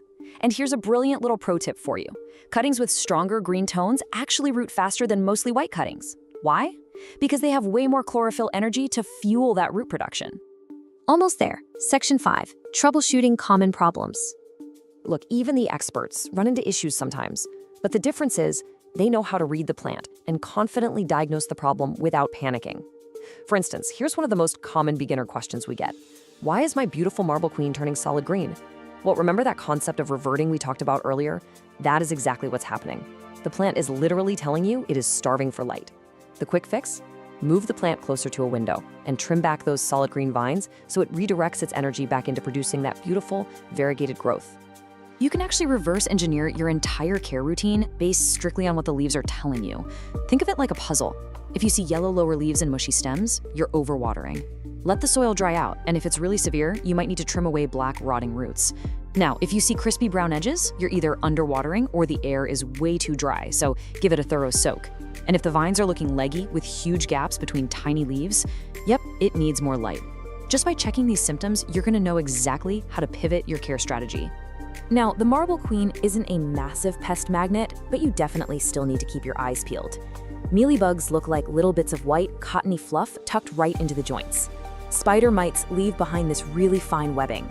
Scale looks like tiny brown bumps stuck to the stems. If any of these show up, don't panic. A simple cotton swab dipped in 70% isopropyl alcohol or a weekly spray with some insecticidal soak will clear them right up. There is one totally vital troubleshooting question we absolutely must cover. Is this plant safe for pets? The answer is firmly absolutely no. Like all pothos, the Marble Queen contains calcium oxalate crystals. These are highly toxic and very irritating to cats and dogs if they chew on the leaves. So if you have curious pets running around, this plant has to be displayed way up high in a hanging basket or completely out of their reach. And there you have the whole shebang. You have officially graduated to expert Marble Queen parent. You now know how to provide the perfect light, mix the ideal soil, prevent reverting, and even multiply your plant through propagation. Which really leaves me with one final, very important question for you today. Once you trim those vines and root those incredibly easy cuttings, who is going to get your very first Marble Queen baby? Think about it. Thank you so much for joining me on this explainer, and happy growing. Welcome to today's Explainer. We're diving deep into what is arguably one of the most uniquely captivating houseplants you can possibly get your hands on, the bear's paw fern.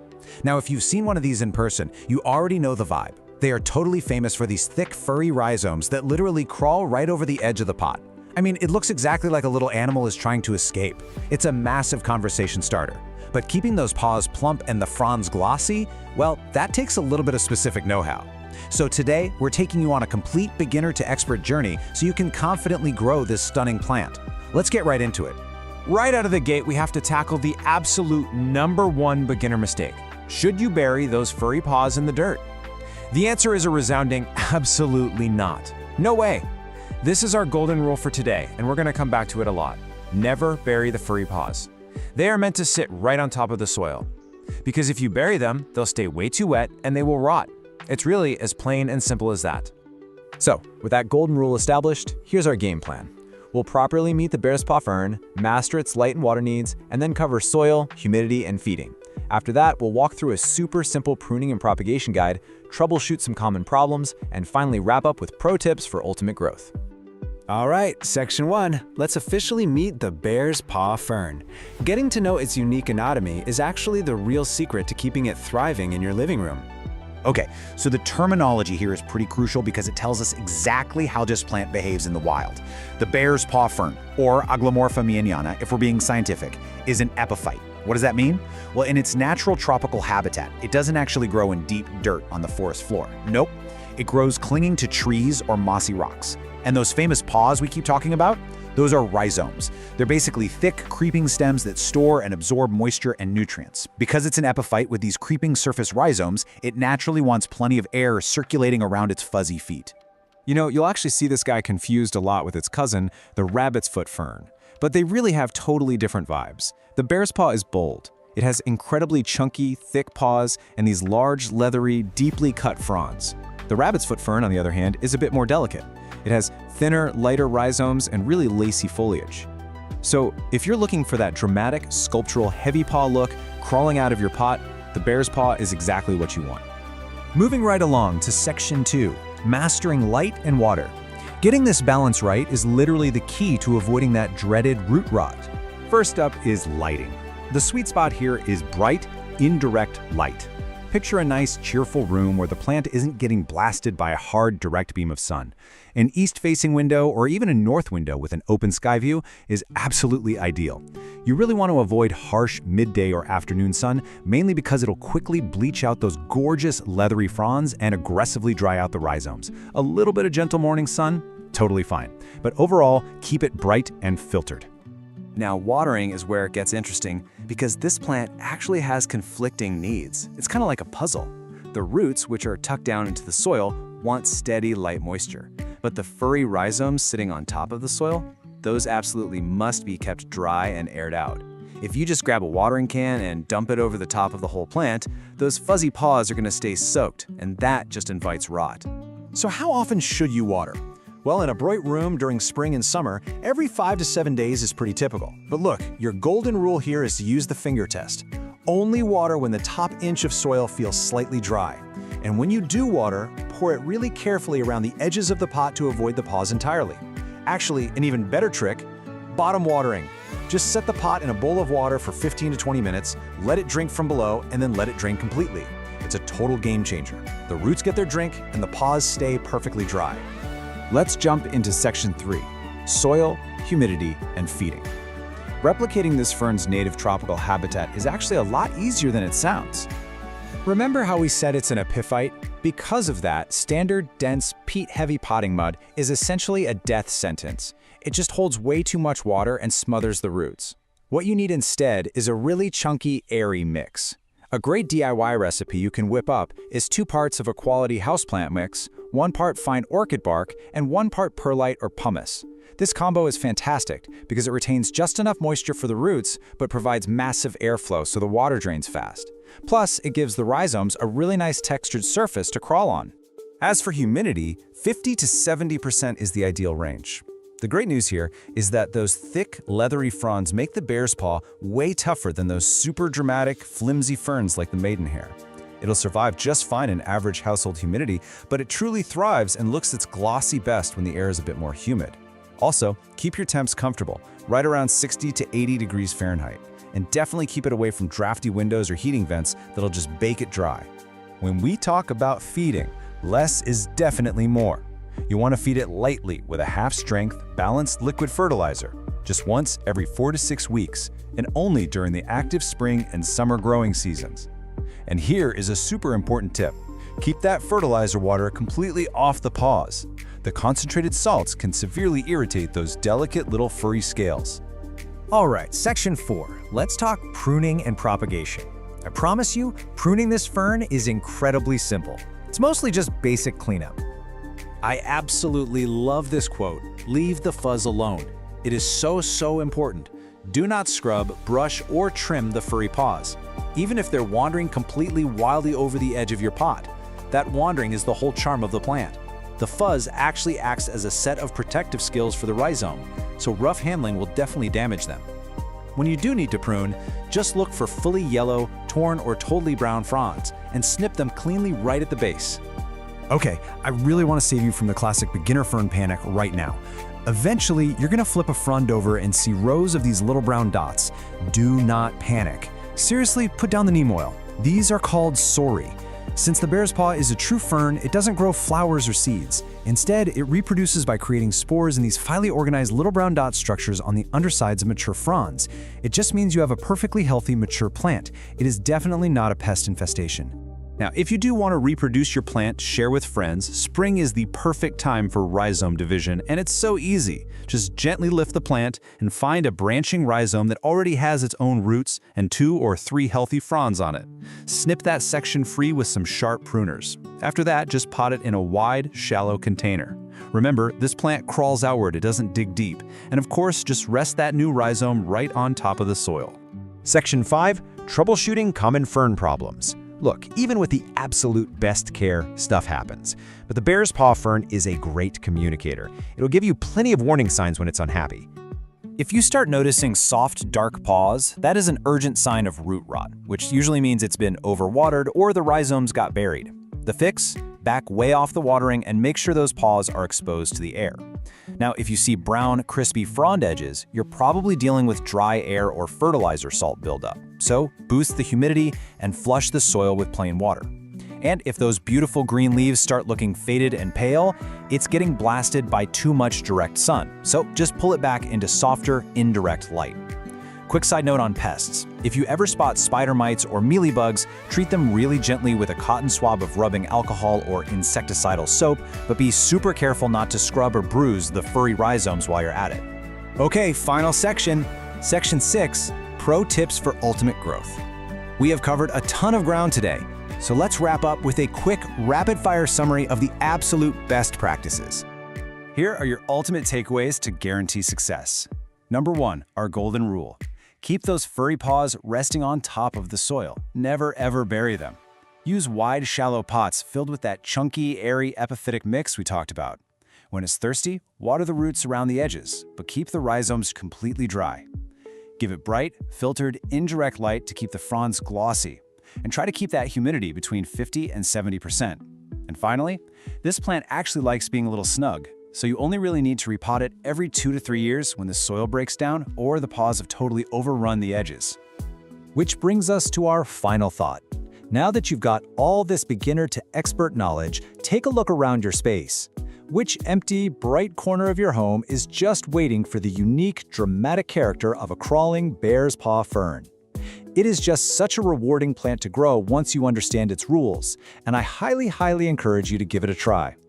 Thanks so much for joining me on this explainer, and happy growing. Welcome to the Explainer. So, summer is officially here, and today we're tackling something every single plant parent needs right now. We're going to talk about helping your indoor jungle not just survive, but absolutely thrive during the hottest months of the year. Consider this your direct, actionable guide to summer houseplant care. Now you might be wondering, why do houseplants actually struggle the most during their peak growing season? It's a great question, right? Well, there's a huge irony here. While summer brings the absolute fastest growth for our plants, the heat also speeds everything else up in some pretty dangerous ways. Water disappears rapidly from the soil, the light blasting through your windows turns incredibly harsh, and those pesky sap-sucking pests, yep, they can multiply faster than you can even blink. Okay, let's dive right into the core pillars of summer care. We're going to cover the summer shift, mastering watering, light, heat, and air, feeding and growth, summer pests, and finally, an ultimate checklist you absolutely won't want to miss. All right, Section 1, the summer shift, rethinking your routine. So, higher temperatures and longer daylight basically put all your plant's processes into overdrive, which means you need an immediate shift in your mindset. We literally have to drop that spring habit of watering on a predictable weekly schedule. Actually, scratch that.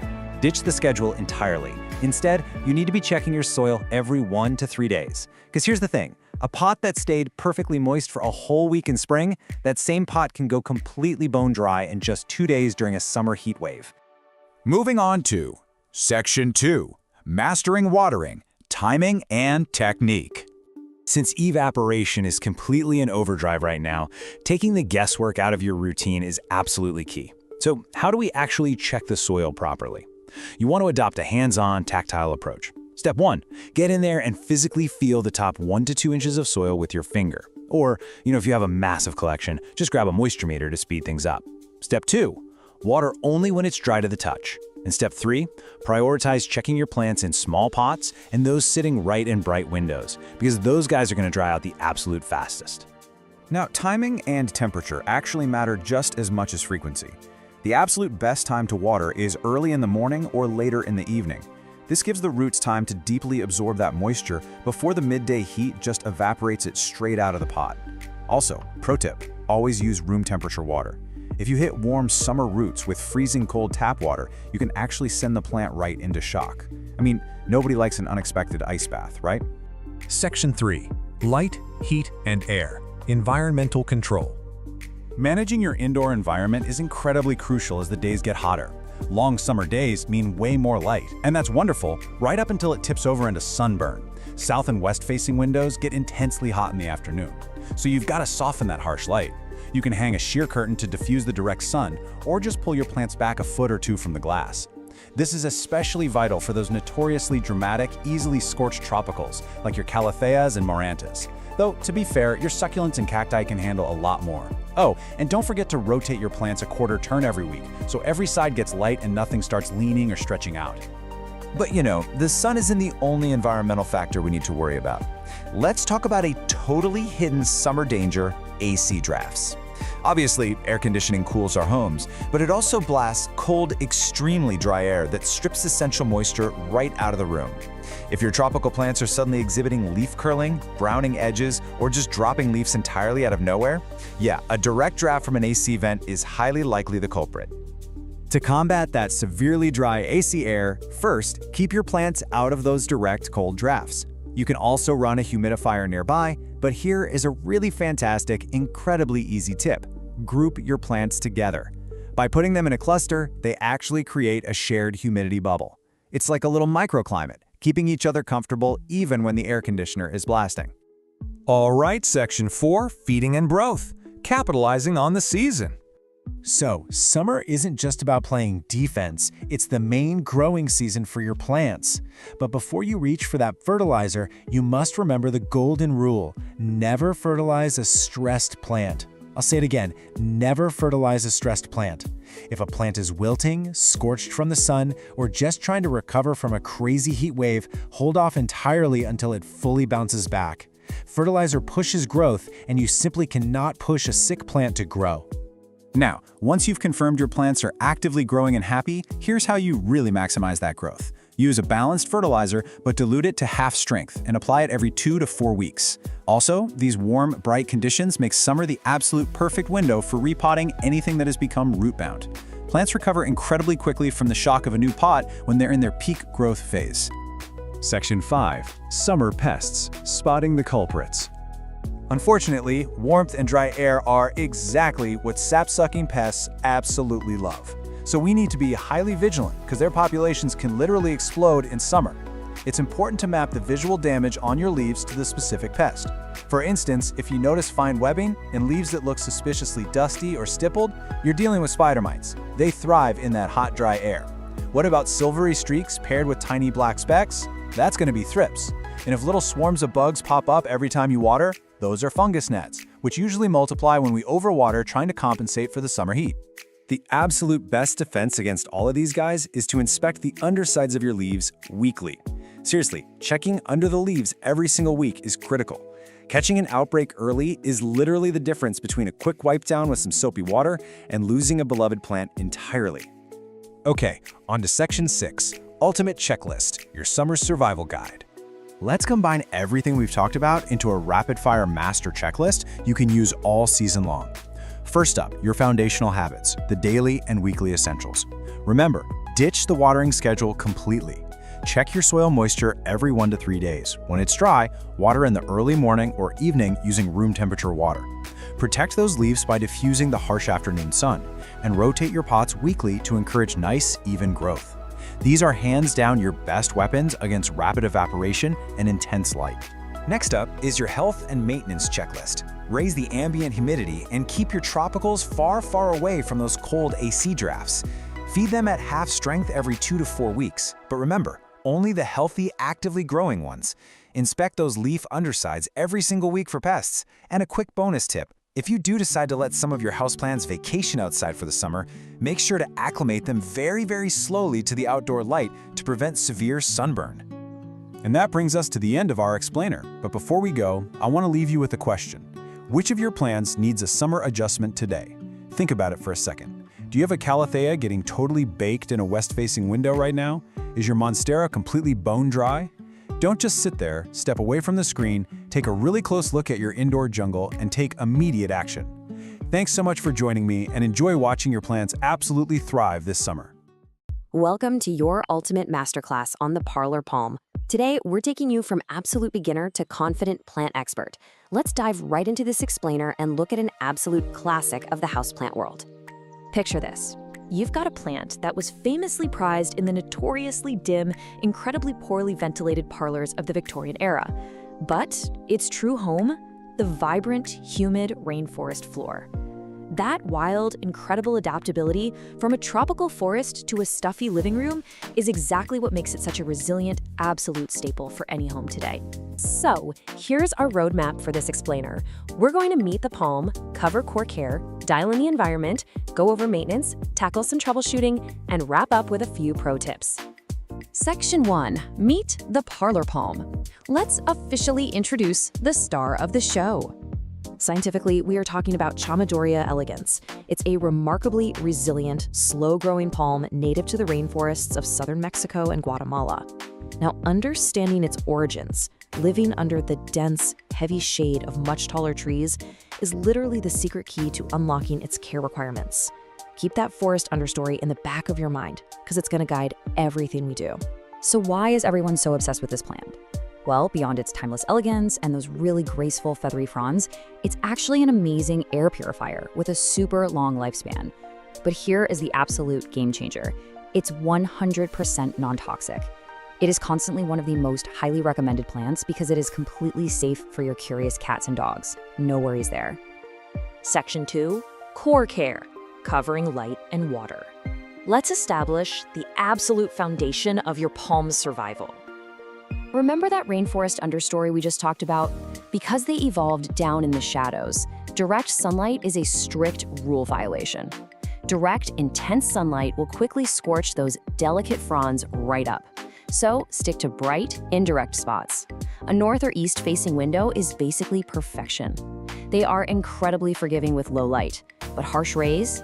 Total enemy. Now let's talk hydration. Your plant wants consistently moist soil without ever feeling soggy. And your plant will actually tell you what it needs. Yellowing leaves combined with damp soil? That points straight to overwatering. On the flip side, if you're seeing brown, crispy tips and really dull-looking foliage, you are likely underwatering. So how do we find that sweet spot? Well, this right here is your golden rule for hydration. Allow the top 1 to 2 inches of soil to completely dry out before watering again. When you do water, water it thoroughly until it drains out the bottom, but never, ever let the pot sit in a tray of excess water. Waterlogged soil leads to root rot, and root rot is fatal. Moving on to Section 3, the environment. Let's look at soil, feeding, and humidity. To prevent that fatal root rot we just warned about, you need a high-quality peat-based soil that drains effortlessly. And you can actually make it yourself with this simple DIY recipe. Just mix 2 parts peat moss or coco coir, 1 part standard all-purpose potting soil, and 1 part perlite. This creates a beautifully light, airy medium that holds just enough moisture without turning into a heavy, compacted brick. As for the climate in your room, they are pretty chill. They love average temperatures, right around 65 to 80 degrees Fahrenheit. They do appreciate a humidity boost from regular misting, aim for 50% or higher if you can, but keep them away from cold winter drafts dropping below 50 degrees. Also, they are super light feeders. Don't go crazy with the fertilizer. 1 or 2 times during the spring and summer using a liquid food diluted to half strength is plenty. In the winter, skip feeding entirely. Section 4, maintenance. Let's talk about potting, pruning, and propagation. Because these guys are incredibly slow growers, they actually prefer to be slightly pot-bound, so you only need to tackle repotting maybe every 2 to 3 years in the spring. Just follow a simple 4-step process. Crucially, step 1, never choose a pot more than 1 to 2 inches wider than the current one, or all that extra soil will hold way too much water. Gently slide it out, pop it in the new pot with your fresh peat mix, and give it a good drink. Okay, listen closely to this one because it's an absolute non-negotiable rule. When you're pruning away normal aging yellow or brown leaves at the base, you're totally fine, but never top prune your palm. Palms grow from a single central point called the crown. If you decide to chop off the top to try and make it shorter, you will literally kill the entire plant. Just don't do it. And what about making more plants? I know it's super tempting to divide those cute clustered clumps in your pot to propagate them, but here's the reality. Their root systems are incredibly delicate. Tearing them apart usually results in losing everything. These beauties are actually propagated commercially from seed, so just enjoy the one you have and leave the multiplying to the professionals. Section 5, troubleshooting pests and problems. Let's armor you up against common indoor threats. Let's identify the usual suspects. Spider mites are enemy number 1 here. Why? Because they thrive in dry air, and as we know, the palm hates dry air. If you spot fine, silky webbing or little stippled spots on the leaves, you've got spider mites. Also watch out for mealybugs. They look like tiny white cotton masses, or scale insects, which look like little hard brown bumps on the stems. The fix? Wipe down the leaves and treat them with insecticidal soap or neem oil. It works like a charm. But hey, what if there are absolutely no bugs in sight and your plant still looks miserable?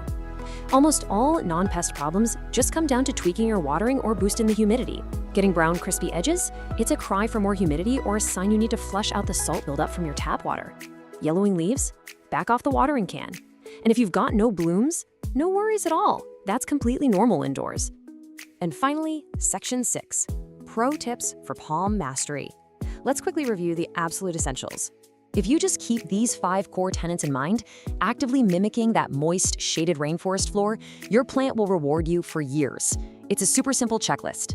Give those fronds a mist every few days, maintain consistent soil moisture without waterlogging it, keep it strictly out of harsh, direct sun, occasionally wipe the leaves down so the plant can actually breathe and photosynthesize, and don't rush to repot.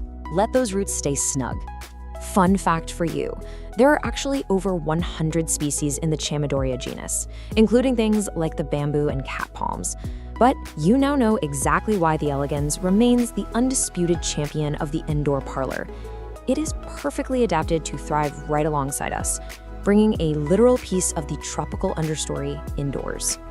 You're no longer a beginner, you're a confident expert. You know the exact light it needs, the perfect airy soil mix, and the secret to a properly moist environment. So take a look around your home right now. Where is that perfect, gently lit corner just waiting for a piece of the rainforest? Thanks so much for joining me for this explainer, and happy growing! Welcome to this explainer. Today, we're going to demystify one of the absolutely most stunning houseplants out there, the Cebu blue pothos. we're taking you on a complete journey from just basic beginner survival all the way to unlocking its expert-level thriving maturity. So whether you just brought home your very first little cutting or you're looking to elevate an older plant, well, you're in exactly the right place. Now, what's literally wild about the Cebu Blue is that it essentially gives you two totally different looks, and it depends entirely on how you care for it. Left to its own devices, it's this delicate, cascading, juvenile vine. But give it the right environment, boom, it transforms into a dramatic, climbing, mature plant that looks like it was plucked straight out of a tropical rainforest. It's basically two beautiful plants in one. Okay, here's our roadmap for today. We'll start by officially meeting the Cebu Blue. Then, we'll dive right into light and water essentials, move on to soil, humidity, and feeding, tackle pruning and easy propagation, troubleshoot some common problems, and finally, wrap up with those expert pro tips for getting fenestrations. All right, Section 1, meet the Cebu Blue. Let's officially introduce this stunning species and see why it's such a collector's dream that's actually surprisingly super forgiving for beginners. So, you're probably pretty familiar with the classic golden pothos, right? The one with those standard heart-shaped green and gold leaves? Well, the Cebu Blue completely flips the script. It sports these incredibly elegant, elongated, arrow-shaped leaves. But honestly, the real showstopper here is the color. It's got this almost metallic, silvery blue shimmer that just instantly elevates a room. It's a subtle but absolutely gorgeous upgrade from your everyday trailing plant. Moving right along to Section 2, Light and Water Essentials. Let's cover exactly what kind of lighting and hydration this plant actually needs to keep that spectacular color popping. Okay, the absolutely crucial thing to remember here is that light dictates color. That incredible silvery blue sheen, it's directly tied to the plant getting bright, indirect light. Think, a cozy spot near an east-facing window.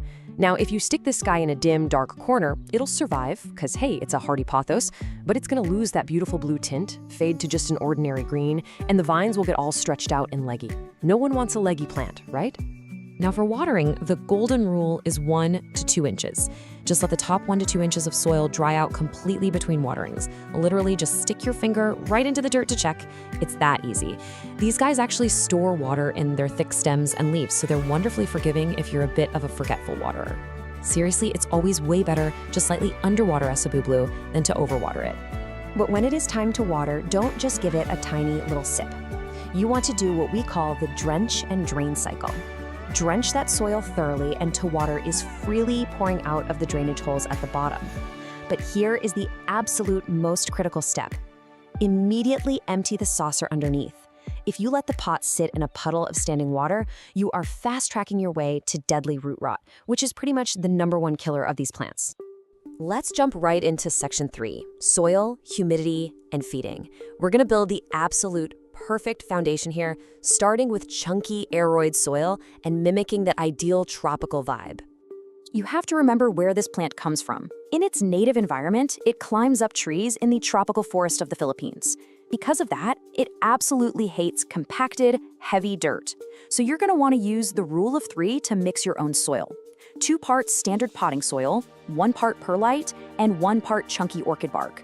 This airy, super well-draining aroid mix gives the roots all the oxygen they're craving and stops them from sitting in soggy, swampy conditions. And coming from the tropics, you bet this plant loves humidity. While it'll totally tolerate the average, slightly drier air in your house, hitting that 50 to 70% relative humidity sweet spot is the real secret sauce. You can easily pull this off with a simple pebble tray filled with water under the pot, or just by running a small humidifier nearby. Do that and it'll reward you with way faster growth and noticeably larger, super happy leaves. Now, fresh potting soil does have nutrients, but they definitely deplete over time. The Cebu Blue isn't exactly a super heavy feeder, but giving it a balanced liquid fertilizer, diluted to half strength, just once a month during its active growing season in the spring and summer, that acts like a perfect little vitamin boost. It keeps everything lush and vibrant. Just remember to stop feeding it completely in the winter when its growth naturally takes a break. All right, Section 4, pruning and easy propagation. Your plant's got a great foundation now, so let's talk about keeping its shape bushy and, honestly, my favorite part, multiplying your collection for absolutely free. So regular pruning isn't strictly required for the plant's health, but if you don't give it occasional trims, those beautiful vines are eventually going to get long and kind of stringy. The fix is super simple.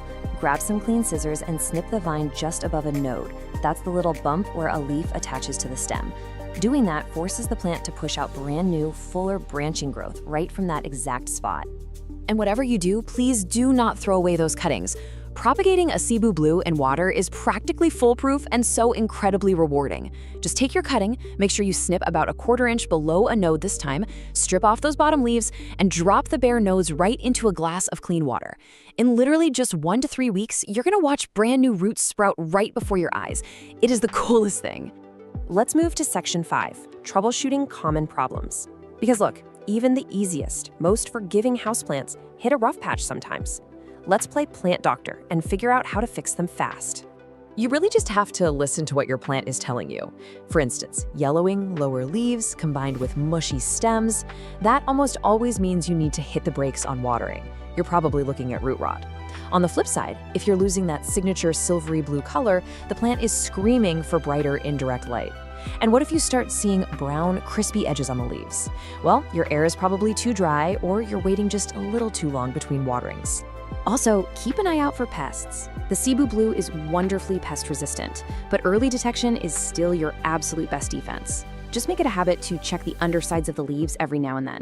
If you spot cottony white masses, tiny little dots with webbing, or weird brown bumps, isolate the plant immediately.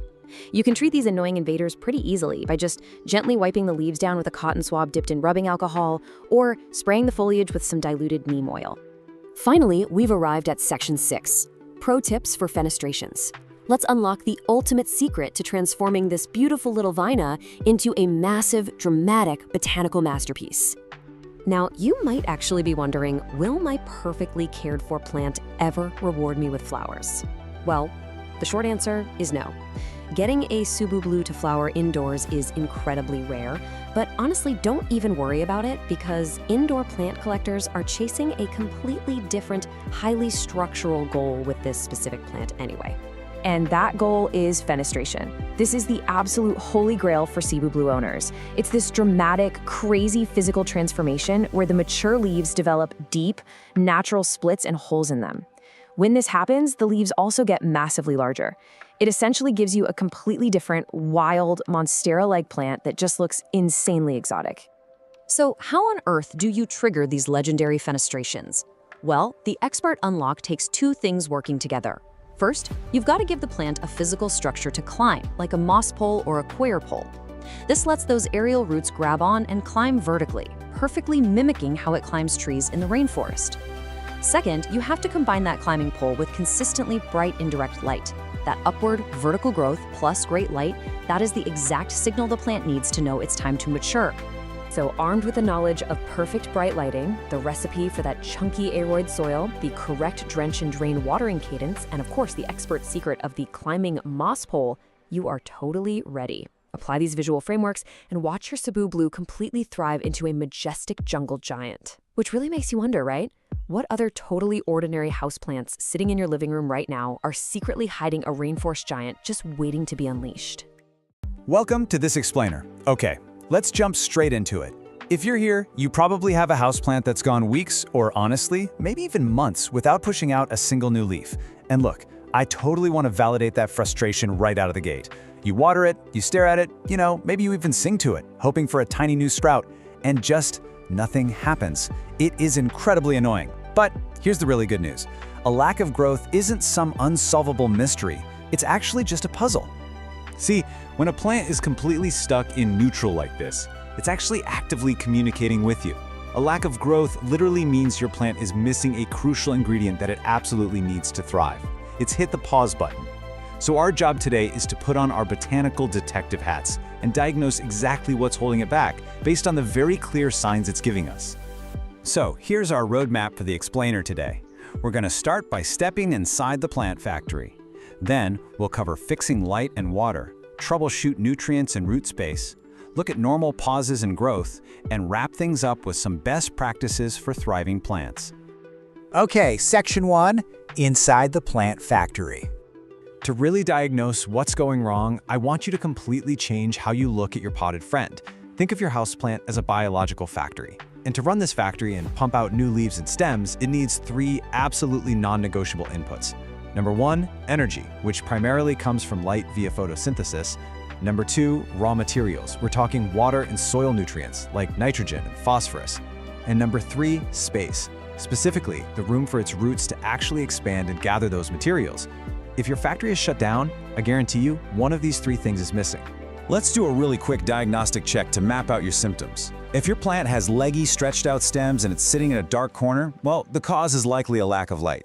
If you're seeing pale or yellowing leaves and it's been in the exact same pot for over a year, you should probably think nutrient deficiency. If the soil dries out incredibly fast after watering, it might be root-bound.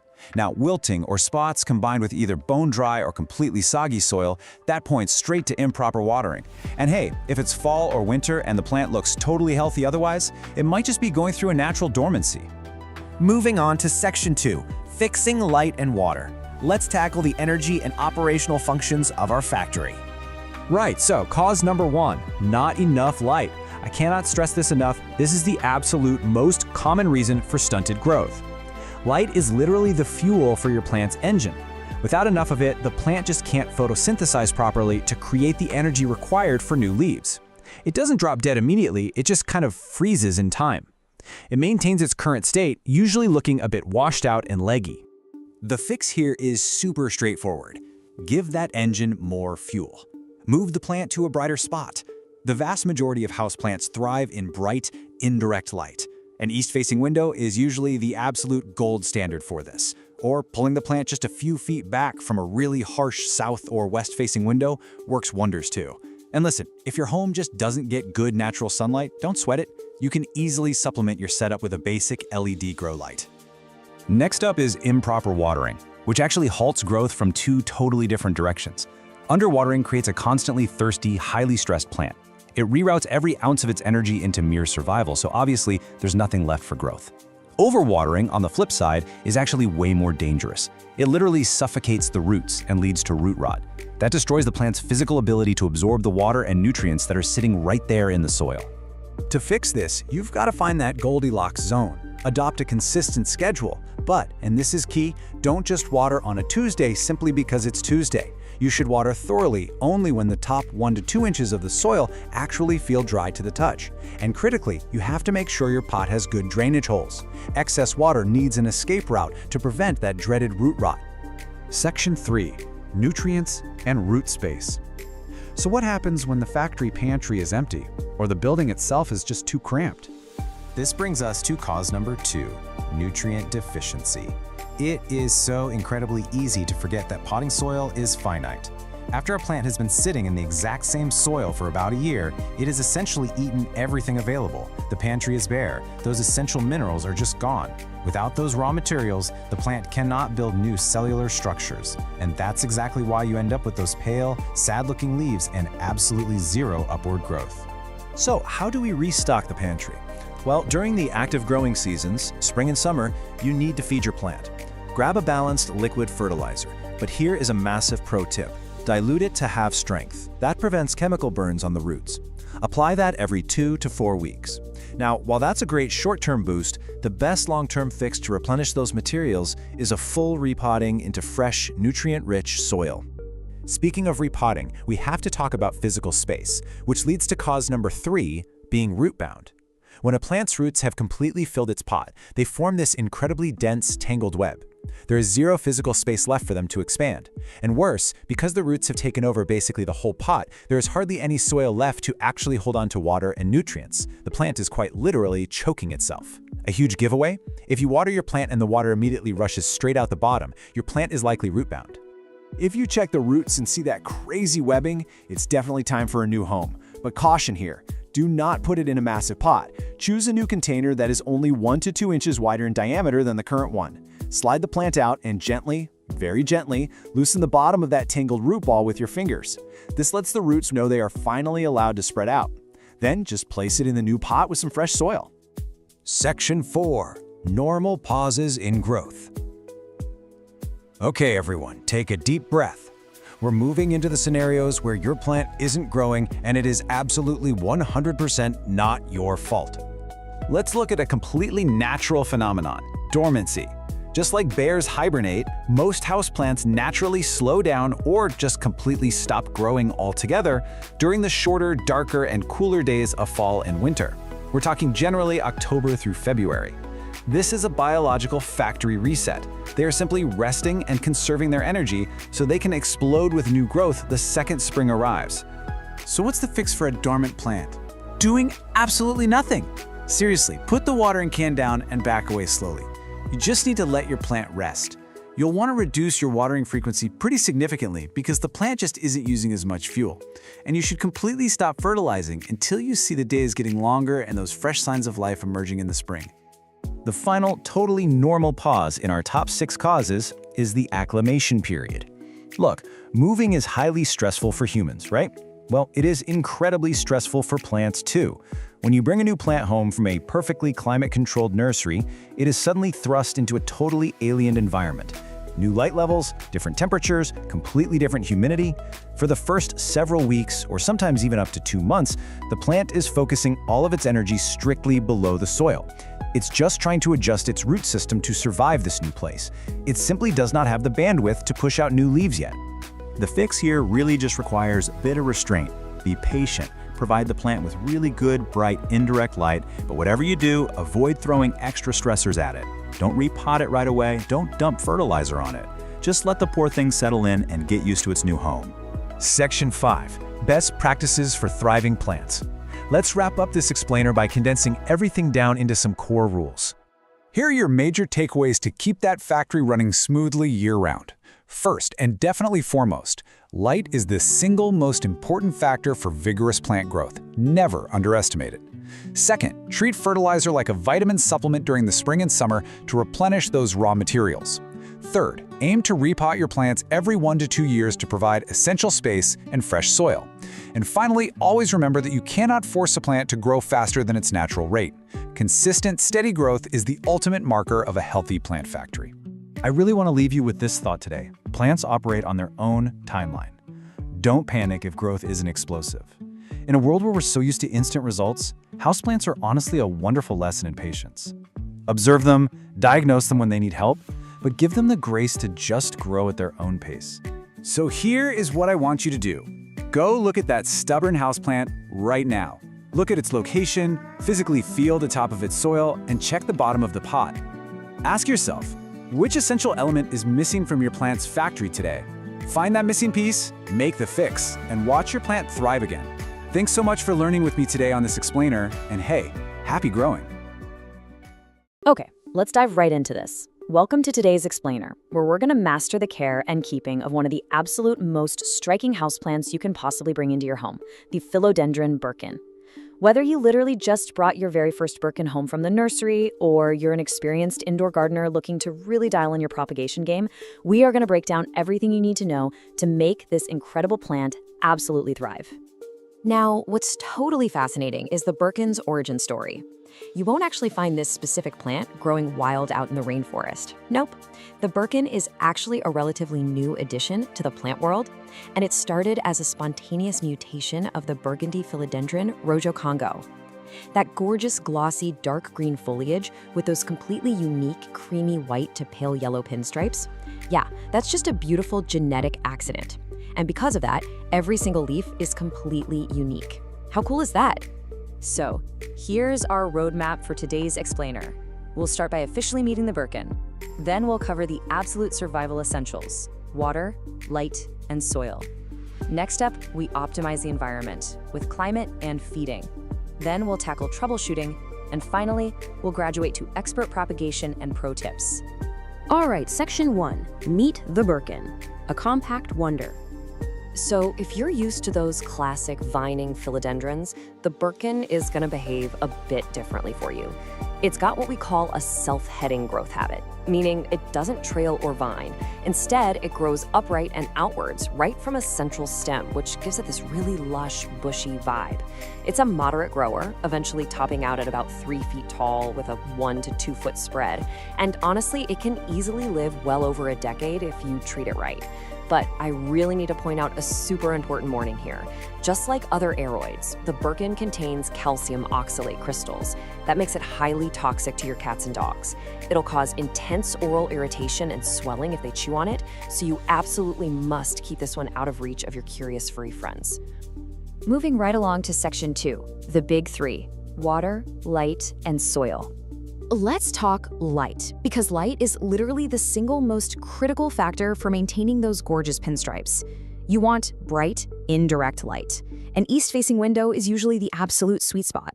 Now, if you give the plant too much direct midday sun, those delicate creamy stripes are gonna physically scorch. You'll literally get crispy brown spots. But if you stick it in deep shade, something pretty fascinating happens. The plant will actually revert. See, the white parts of the leaf don't have chlorophyll. So a plant sitting in low light goes into full survival mode and tries to save itself by pumping out solid green leaves just to maximize its energy production. So remember, bright and filtered is your golden rule here.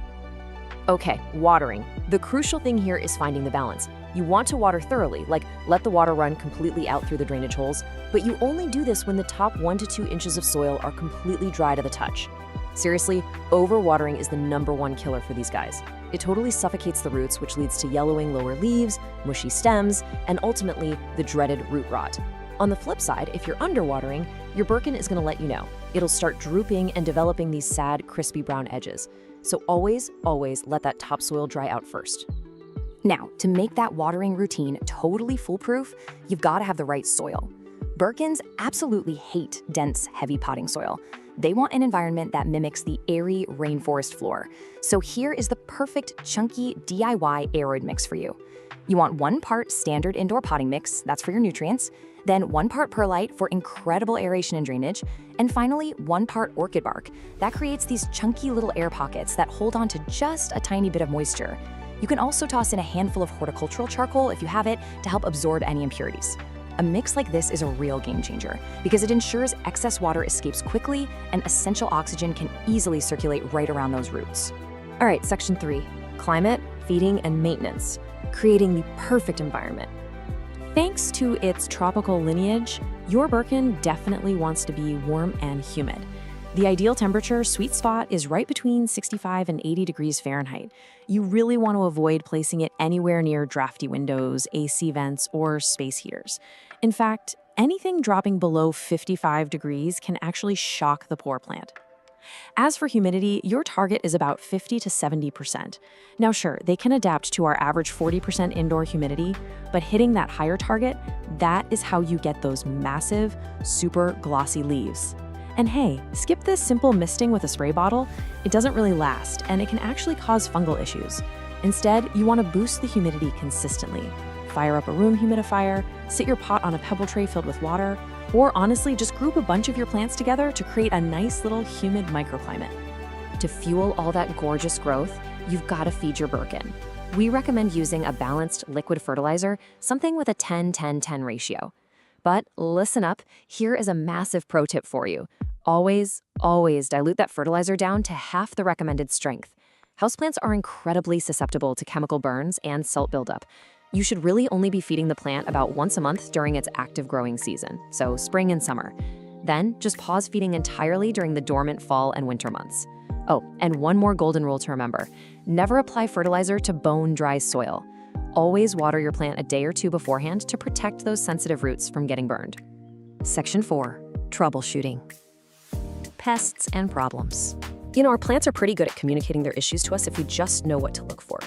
If you start seeing those leaves reverting back to solid green, your plant is practically begging for more light.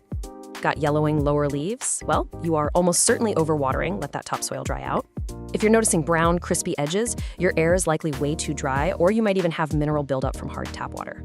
And finally, if the plant has this leggy growth with really long spaces between tiny little leaves, it's just stretching out looking for the sun. Just move it to a brighter spot and it'll sort itself out.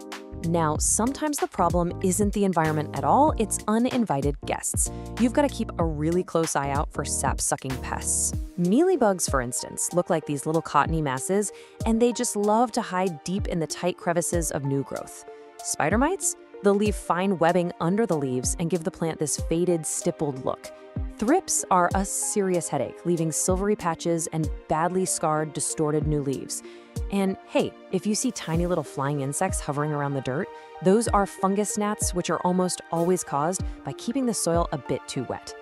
If you spot literally any of these, your immediate action plan is to isolate the Birkin away from all your other houseplants and treat the foliage thoroughly with insecticidal soap or neem oil. And finally, Section 5, Expert Propagation and Pro Tips. Multiplying your Birkin. I'll tell you, propagating a Birkin is incredibly rewarding, and water propagation is for sure the easiest method to start with. But the absolutely crucial point here is step 1. You must identify a healthy stem that has at least one node. A node is just that slight, swollen little bump on the stem where the leaves emerge. Without a node, roots will simply never grow. Period. Once you've got your node, take some sterile shears and make your cut about an inch below it. Then, just submerge that node into a jar of room temperature water, making sure to keep the actual leaves completely dry.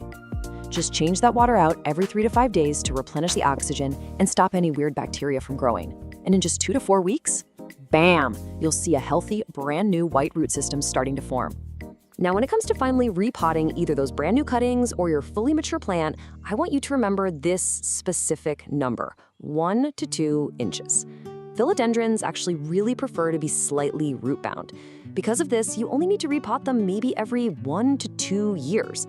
And when you finally do, choose a new pot that is only 1 to 2 inches wider in diameter than the old one. If you put it in a massive pot, all that excess soil will just hold on to way too much water, and you're risking that dreaded root rot all over again. Okay, let's finish strong with some rapid-fire pro tips you can literally use today. First step, give your pot a quarter turn every single time you water it. This makes sure all sides get equal sunlight so you end up with a perfectly symmetrical plant. Second, remember that dust literally blocks photosynthesis, so gently wipe down those beautiful leaves with a damp cloth every few weeks. Third, do not be afraid to prune. If you see a fully reverted solid green or solid red leaf pop up, just snip it right off. That forces the plant to redirect its energy back into variegated growth. You can even prune the main top stem if you want to force the plant to become bushier from the base. And lastly, if your local tap water is super hard, make the switch to filtered or distilled water. It prevents mineral buildup and keeps those delicate leaf tips looking totally pristine. Well, we've covered the origins, we built the perfect chunky soil mix, went over precise watering techniques, and even learned how to clone the plant through propagation. You now have the exact expert blueprint to make this incredible pinstriped wonder completely flourish. So, the only question left is this.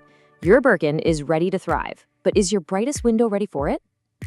Thanks so much for joining me on today's Explainer. Go check your soil moisture right now, and I'll catch you on the next one.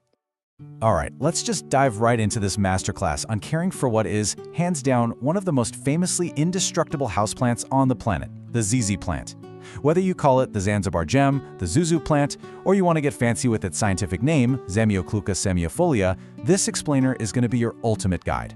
So, here's our roadmap for today. We're going to start by getting to know the ZZ plant. Then, tackle the big ones, light and water and soil and environment. After that, we'll hit troubleshooting, pruning and propagation, and wrap it all up with some pro tips. Okay, part 1. Let's officially meet the ZZ plant and discover why it's so incredibly tough. Now, because this plant is native to the dry grasslands of Eastern Africa, it has a brilliant survival mechanism. The absolute secret to unlocking perfect care for this guy comes down to understanding its anatomy, specifically the rhizome. Think of a rhizome like a thick, potato-like underground stem. It stores massive amounts of water, which is precisely why this plant can survive severe droughts. Honestly, it's why it seems to literally thrive on what feels like pure neglect. Before we get into the actual daily care, there are just a few baseline facts you definitely need to keep in mind. First off, they have a really slow growth rate, so, patience is key here. They're perennial, meaning they'll stick around for years and years if you treat them right. But, and this is a big one, they are toxic to cats, dogs, and humans because of calcium oxalate crystals. So you absolutely have to place them strategically away from pets and kids. Also, they rarely bloom indoors, but if they ever do, you'll spot this little creamy white spadix. And finally, while the classic deep green is gorgeous, keep an eye out for some incredible varieties. You've got the Raven, which turns this dramatic near black color, the compact Zenzi, some beautiful variegated types, and the Chameleon, which actually emerges bright yellow before fading to green. Really cool stuff. Moving on to part 2, light and water. Let's master the non-negotiables. Okay, so while the ZZ plant is totally famous for tolerating those sad, dark corners of your house, it actually grows best and fastest in medium to bright, indirect light. Think near an east or north-facing window. Honestly, they even do remarkably well in interior offices that just rely on overhead fluorescent lights. But listen, beware of harsh, direct sunlight. Direct afternoon sun will literally scorch and burn those beautiful, glossy, waxy leaves, leaving you with faded patches and ugly brown spots. So keep it indirect. Now, when it comes to watering, the absolute crucial number you need to remember is 2 to 4. During the spring and summer growing season, you should only be watering every 2 to 4 weeks. Remember those potato-like rhizomes we talked about? Right, they are doing all the heavy lifting for you. You must wait until the soil is 100% dry from top to bottom before you even think about watering again. And in the dormant fall and winter months, you can probably stretch that to once a month, maybe even less. When you do water, give it a really thorough soak until water runs out the bottom, but never, ever let the pot sit in a saucer of water. All right, let's slide into part 3, soil and environment. Let's get that potting setup perfected. So, because those water-packed rhizomes absolutely hate sitting around in wet soil, a fast-draining mix is completely mandatory here. Here is your ideal recipe: 1 part all-purpose potting soil, 1 part cactus or succulent mix, and 1 part perlite or pumice to really ensure that sharp drainage. As for temperature and humidity, they basically require 0 extra effort. Standard indoor temps of 65 to 80 degrees Fahrenheit and your average household humidity of 40 to 50% are totally fine. So yeah, no misting, no complicated pebble trades required. And feeding? They're super light feeders. Just use a balanced liquid fertilizer, dilute it to half strength, and apply it maybe 2 or 3 times over the entire spring and summer. That's it. But what happens when things go wrong? You wake up, you check your plant, and you find your beautiful green leaves are suddenly turning this sickly yellow. Well, this is probably the single most common question plant parents ask, which brings us right to part 4, troubleshooting. Let's figure out how to diagnose your plant's health. There is a massive, stark difference between overwatering and underwatering as easy plant. If those leaves are turning yellow, especially down near the base, and the stems feel mushy, or worse, there's a foul smell coming from the damp soil, that is an overwatering emergency. That leads straight to deadly root rot. On the flip side, look at underwatering. The plant just gets slightly wrinkled, maybe some shriveled leaves or a little droop in the stems. This is not an emergency at all. It just means your plant is thirsty and it's going to bounce right back after a good soak. Another potential headache, though honestly pretty rare for these guys, is pests. Thanks to those tough, waxy leaves, bugs generally just don't like the ZZ plant. But, scale insects, those little cotton-like mealybugs, aphids, or spider mites can occasionally show up if the plant gets super stressed. The fix is easy, though. Simply wiping the leaves down regularly with a damp cloth will help you spot and stop any of these invaders long before they spread. Plus, it keeps the foliage looking incredibly glossy. Okay, let's level up. Part 5, pruning and propagation. Time to graduate to expert status. So, the absolute fastest and most reliable way to propagate your ZZ plant is by division. You can tackle this super easily during your plant's regular repotting cycle, which by the way should only happen every 2 to 3 years in the spring once it's really tightly root bound. You just remove the plant from its pot and gently pull or use a clean knife to cut the cluster of rhizomes apart. Just make sure each new little section has at least 1 stalk and a nice firm rhizome attached, and then pot them up in fresh, well-draining soil. Easy as that. Now, what if you don't want to unpot the whole entire plant? Well, you can absolutely use a stem cutting. Just cut off an entire stalk right at the base, let it callus over for a few hours so it doesn't rot, and pop it into a jar of water. Just remember to change that water weekly. But I have to warn you, be prepared to wait. It takes many, many months for a new rhizome and roots to form in water before you can finally move it into soil, so patience is 100% required here. Finally, part 6, pro tips. Let's go over the real secrets for long-term success. These pro tips are super simple, but they're highly effective habits. First, always choose a pot that's only 1 to 2 inches larger than the root ball. Anything bigger, it's just going to hold way too much wet soil. Next, try to rotate your plant a quarter turn every single month. That stops it from leaning toward the light and gives you that nice symmetrical upright growth. Like we mentioned, keep wiping that dust off the leaves with a damp cloth. It actually maximizes photosynthesis. Also, don't stress over how slow it grows. That's just its nature. And finally, you never need to prune this plant to encourage bushier growth. Just use clean scissors to snip off any dead or yellowing stalks cleanly down at the soil line. Look, if you only take away one single piece of advice from this entire explainer, let it be this golden rule. When in doubt, don't water. Seriously, The ZZ plant is an absolute survivor, perfectly built to withstand drought. If you aren't completely 100% sure if the soil is bone dry, just wait another week. So, now that you know the anatomical secrets of the rhizome, the exact recipe for the perfect soil, and the incredible power of doing absolutely nothing when it comes to watering, how are you going to use this masterclass to build your own indestructible indoor jungle? Go find that perfect spot, take a step back, and just let your ZZ plant thrive. All right, welcome to this explainer. Let's just jump right in, shall we? Today, we're looking at one of the absolute most iconic, resilient, and deeply symbolic houseplants you can possibly own, the jade plant, or, Crassula ovata. If you're looking for a botanical companion for life, well, you're definitely in the right place. See, this isn't just a houseplant, it's a living heirloom. It's this incredible, enduring symbol of friendship and good luck. And check out that massive number right there, 30 to 50 plus years. Honestly, that's the lifespan of a well-cared-for jade plant. These aren't just temporary decorations you toss out when the season ends. With the right care, these plants can literally live for decades, growing these beautifully thick, woody trunks. They're actually passed down through generations all the time. To get you to that multi-decade level of success, here's our roadmap. 1. Meet the jade plant. 2. The golden rules of care. 3. Environment and routine maintenance. 4. Pruning for structural power. 5. Troubleshooting common jade problems. And 6. Propagation and expert tips. Okay, Section 1. Meet the jade plant. Before we get into the care routines, we really need to understand exactly what kind of plant we're dealing with here. So, the jade plant is an evergreen succulent shrub natively found in South Africa and Mozambique. You've probably heard it called the money plant or the lucky plant, right? It's a classic feng shui symbol meant to bring wealth and prosperity, especially if you pop it near your front door. Now, indoors, it's pretty slow growing, but give it time, and it can reach a massive 3 to 6 feet tall, spreading out 2 to 3 feet. Oh, and one super important aside before we move on, these guys are toxic to cats and dogs. It can cause vomiting or incoordination, so absolutely keep them out of reach of your furry friends.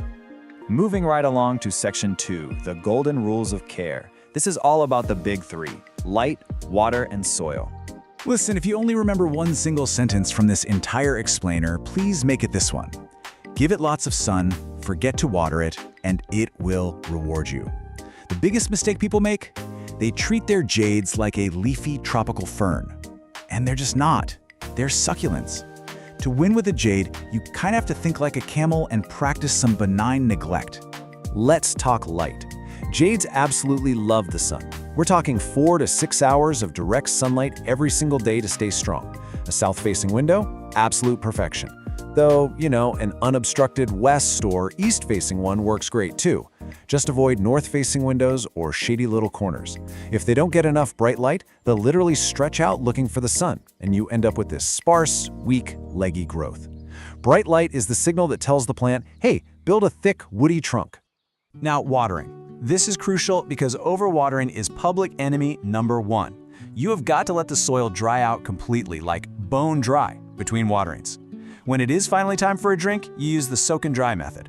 Step 1, water it thoroughly until it drains right out the bottom. Step 2, let it sit and drain for about 10 to 15 minutes. And Step 3, dump out all that excess water from the saucer.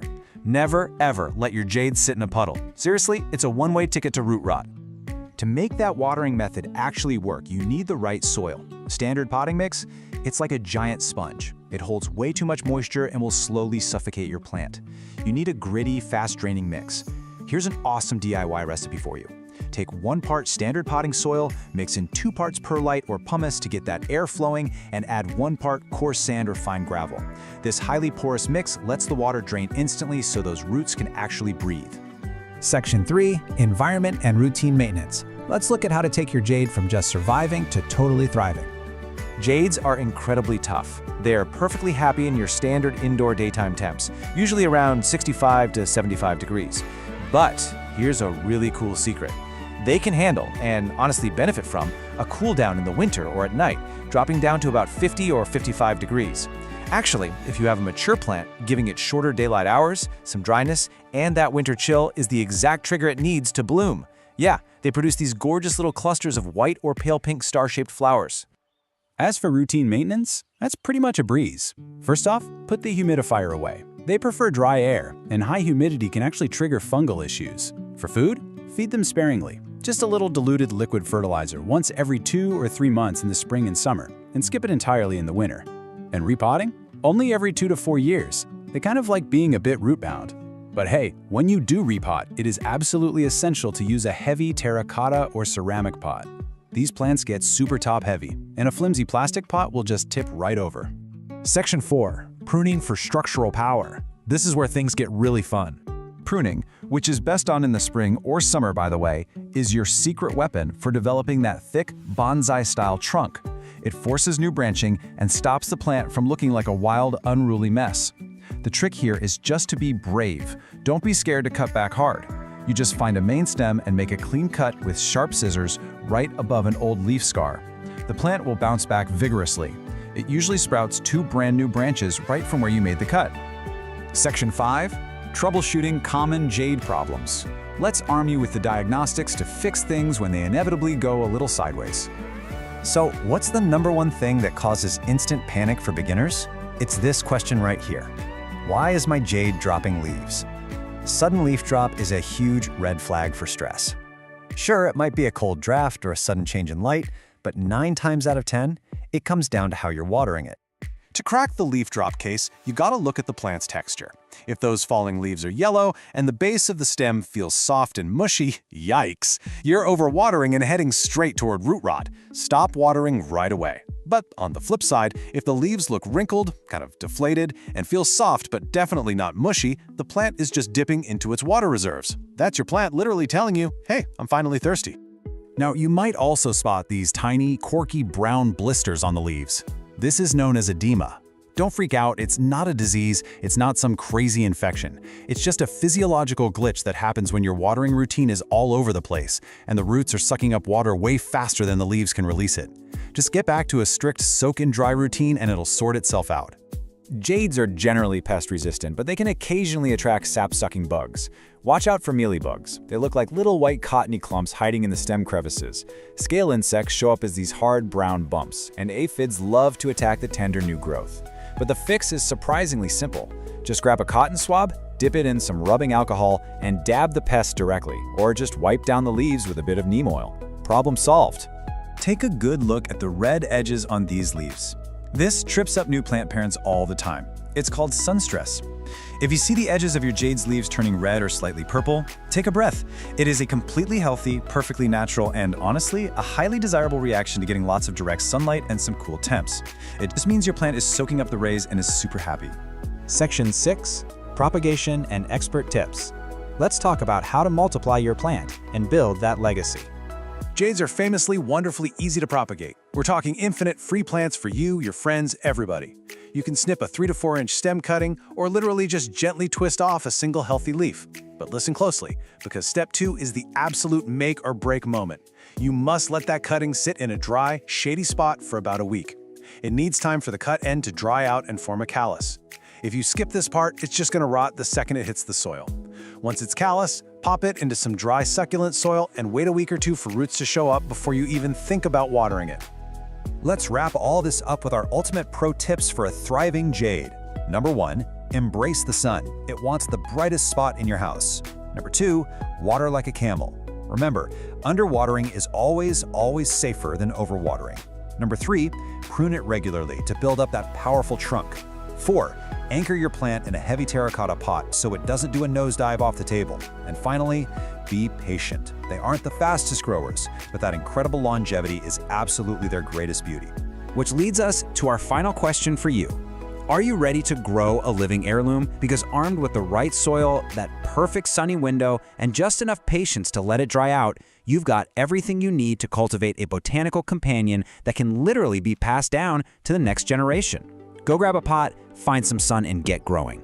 Thanks so much for hanging out with me on this explainer, and happy planting. Welcome to The Explainer. Let's dive right into things today. We're looking at a plant that absolutely, literally stops you in your tracks. I am talking about the Alocasia frydek. If you have ever seen one in person, you know exactly what I mean, right? It's got those deep, dark, velvety green leaves with electric, glowing white veins. Just pure jungle drama. But it definitely has a bit of a reputation as a diva in the houseplant community. You know, the kind of plant that drops a leaf if you just look at it wrong?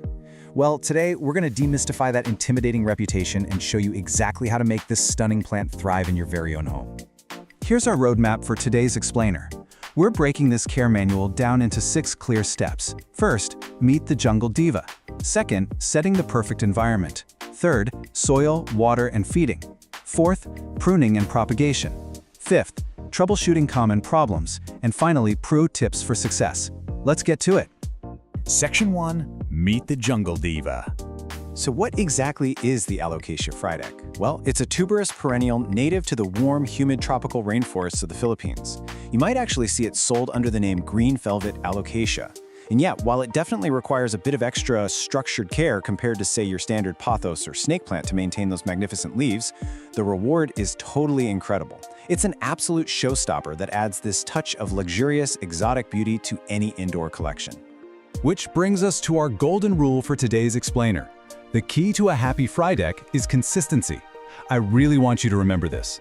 Success with this plant isn't about being born with some magic green thumb. Not at all.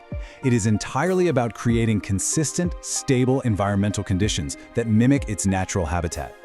If you can provide stability and avoid wild swings in your care routine, this diva will reward you endlessly. Section 2. Setting the perfect environment. Look at that target humidity range, 60 to 80%. This is absolutely non-negotiable if you want perfection. Seriously, high humidity is the biggest secret to keeping a frydek happy. Think of it like a high-end daily spa treatment for your plant. If your air drops below this range, you are on a fast track to those dreaded brown, crispy leaf edges. You can hit these numbers pretty easily though. Use a room humidifier, place the pot on a pebbled tray, or group it tightly with other humidity-loving plants to create a nice little microclimate. Beyond humidity, we gotta talk about foundational lighting and temperature. You want bright, indirect light. An east-facing window is usually the absolute sweet spot. The crucial point here is to avoid harsh, direct sunlight. Direct sun will quickly scorch those beautiful velvety leaves and fade their amazing color. Temperature-wise, keep things cozy, right between 65 and 85 degrees Fahrenheit. It's vital that you protect it from cold drafts, AC vents, or leaky windows. If temperature drops below 60 degrees, this plant is going to be highly stressed. Section 3. Soil, water, and feeding. Now this is tricky because both overwatering and underwatering can cause your plant's leaves to droop or wilt. So how do you know which is which? Well, overwatering usually shows up with yellowing lower leaves and a mushy stem base, while underwatering leaves the topsoil completely bone dry. The absolute golden rule here: always physically touch the top 1 to 2 inches of the soil before you water. Literally stick your finger in there. If it's dry, give it a thorough soak. If it's still wet, wait. Letting it sit in soggy soil is a guaranteed recipe for root rot. And speaking of healthy roots, let's talk about soil. Standard indoor potting soil on its own is way too dense. It'll hold way too much water and just suffocate the root system. Instead, you want to whip up this ideal DIY chunky soil mix. Take equal parts of a high-quality potting mix, perlite, and orchid bark. You can also throw in some cocoa coir or worm castings for extra nutrients if you want. This creates an airy, chunky texture that drains really quickly, but still retains just enough moisture for the plant to drink. To fuel those massive, stunning leaves, you'll also need a solid feeding regimen. Fertilize your frydek once a month during its active growing seasons, so that's spring and summer. Use a balanced liquid fertilizer like a 10-10-10 or 20-20-20, but dilute it to half strength. And here's a absolutely critical tip: always apply it to already moist soil to avoid burning the delicate roots. Once fall and winter roll around, you need to stop feeding completely because the plant's growth naturally slows down.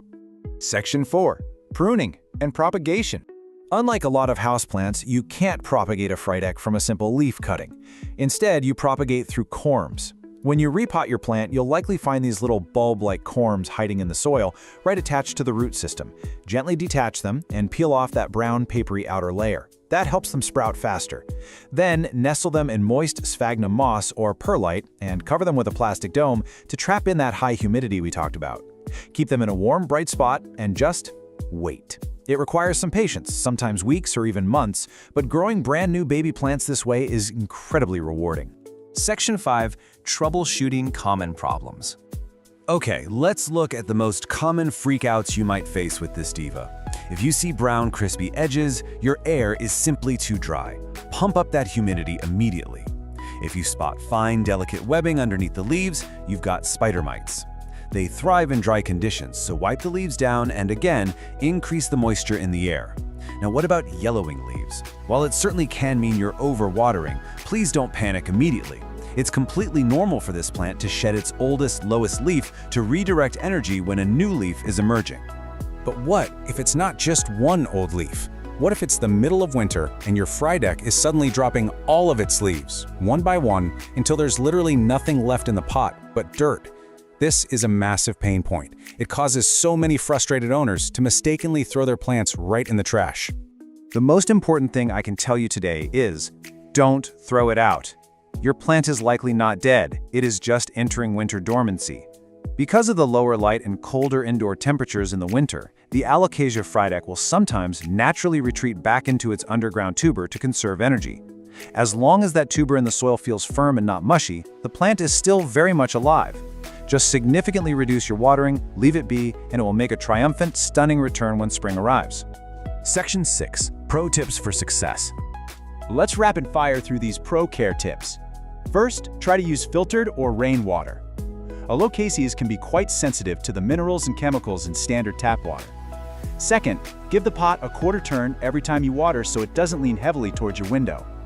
Third, and this is a big one, gently wipe those massive leaves down with a damp cloth every single month. Not only does this keep them looking vibrant and stunning, but it removes dust, helps the plant photosynthesize much more efficiently, and allows you to inspect for pests early. Finally, don't rush to repot. They actually like being slightly root-bound, so stick to repotting only every 1 to 2 years. Which brings us to our final thought for this explainer. Now that you know the secrets, are you ready to master the most rewarding diva of the jungle? You have the blueprint for light, soil, humidity, and even winter survival. But here's the real question. Once your frydeck starts thriving and producing massive, velvety leaves, which rare jungle plant are you going to conquer next? Thanks for joining me on The Explainer today, and happy growing. Hey everyone, and welcome to This Explainer. Today, we are focusing on a plant that is honestly just as beautiful as it is notoriously dramatic. I'm talking about the nerve plant, officially known as Fittonia albovinus. If you've ever wanted to add a really striking, brilliantly patterned plant to your indoor jungle, but you've been a little intimidated by its diva reputation, you are in exactly the right place. We're going to completely decode everything this plant needs so you can grow it with absolute confidence. So, picture this. You walk into your room and you check on your stunning new nerve plant. But instead of looking all perky and fresh, every single stem has suddenly fallen completely flat. The leaves are literally lying on the soil like the plant has just given up on life. Your heart drops, right? You think you've killed it. But what if I told you that this terrifying, panic-inducing moment is actually one of the absolute best features of this plant? You see, houseplant keepers affectionately call this whole phenomenon the faint. And it is arguably the most useful built-in alarm system in the entire plant world. This dramatic collapse simply means the soil has dried out. That's it. And the best part? A really thorough watering will usually have those stems standing completely upright, looking pristine again, within just 20 to 30 minutes. It's highly theatrical, literally like a Victorian lady on a fainting couch, but it is entirely reversible. Okay, so here's our game plan for this explainer. 1. The dramatic nerve plant. 2. Light, water, and soil. 3. Temperature and high humidity. 4. Feeding and pruning maintenance. 5. Easy stem propagation. And 6. Troubleshooting and pro tips. Let's get into it. Starting with Section 1, the dramatic nerve plant. Meet the Fittonia. Originally coming from the shaded floor of the Peruvian rainforest, the Fittonia is universally loved for its deeply veined leaves. They look like these tiny, intricate, colorful mosaics etched right onto dark green foliage. And alongside its stunning visual variety, I mean, we're talking bright pink, deep red, silver, you name it, it is completely non-toxic to cats and dogs, which is a huge plus. Because of its rainforest floor origins, it has a naturally shallow root system and stays incredibly compact. That makes it absolutely perfect for small indoor spaces where you want a really big visual impact without taking up much room. Moving right along to Section 2, light, water, and soil. The holy trinity of plant care. First up is light. Because it naturally lives down on the dense rainforest floor, the Fittonia is shade tolerant.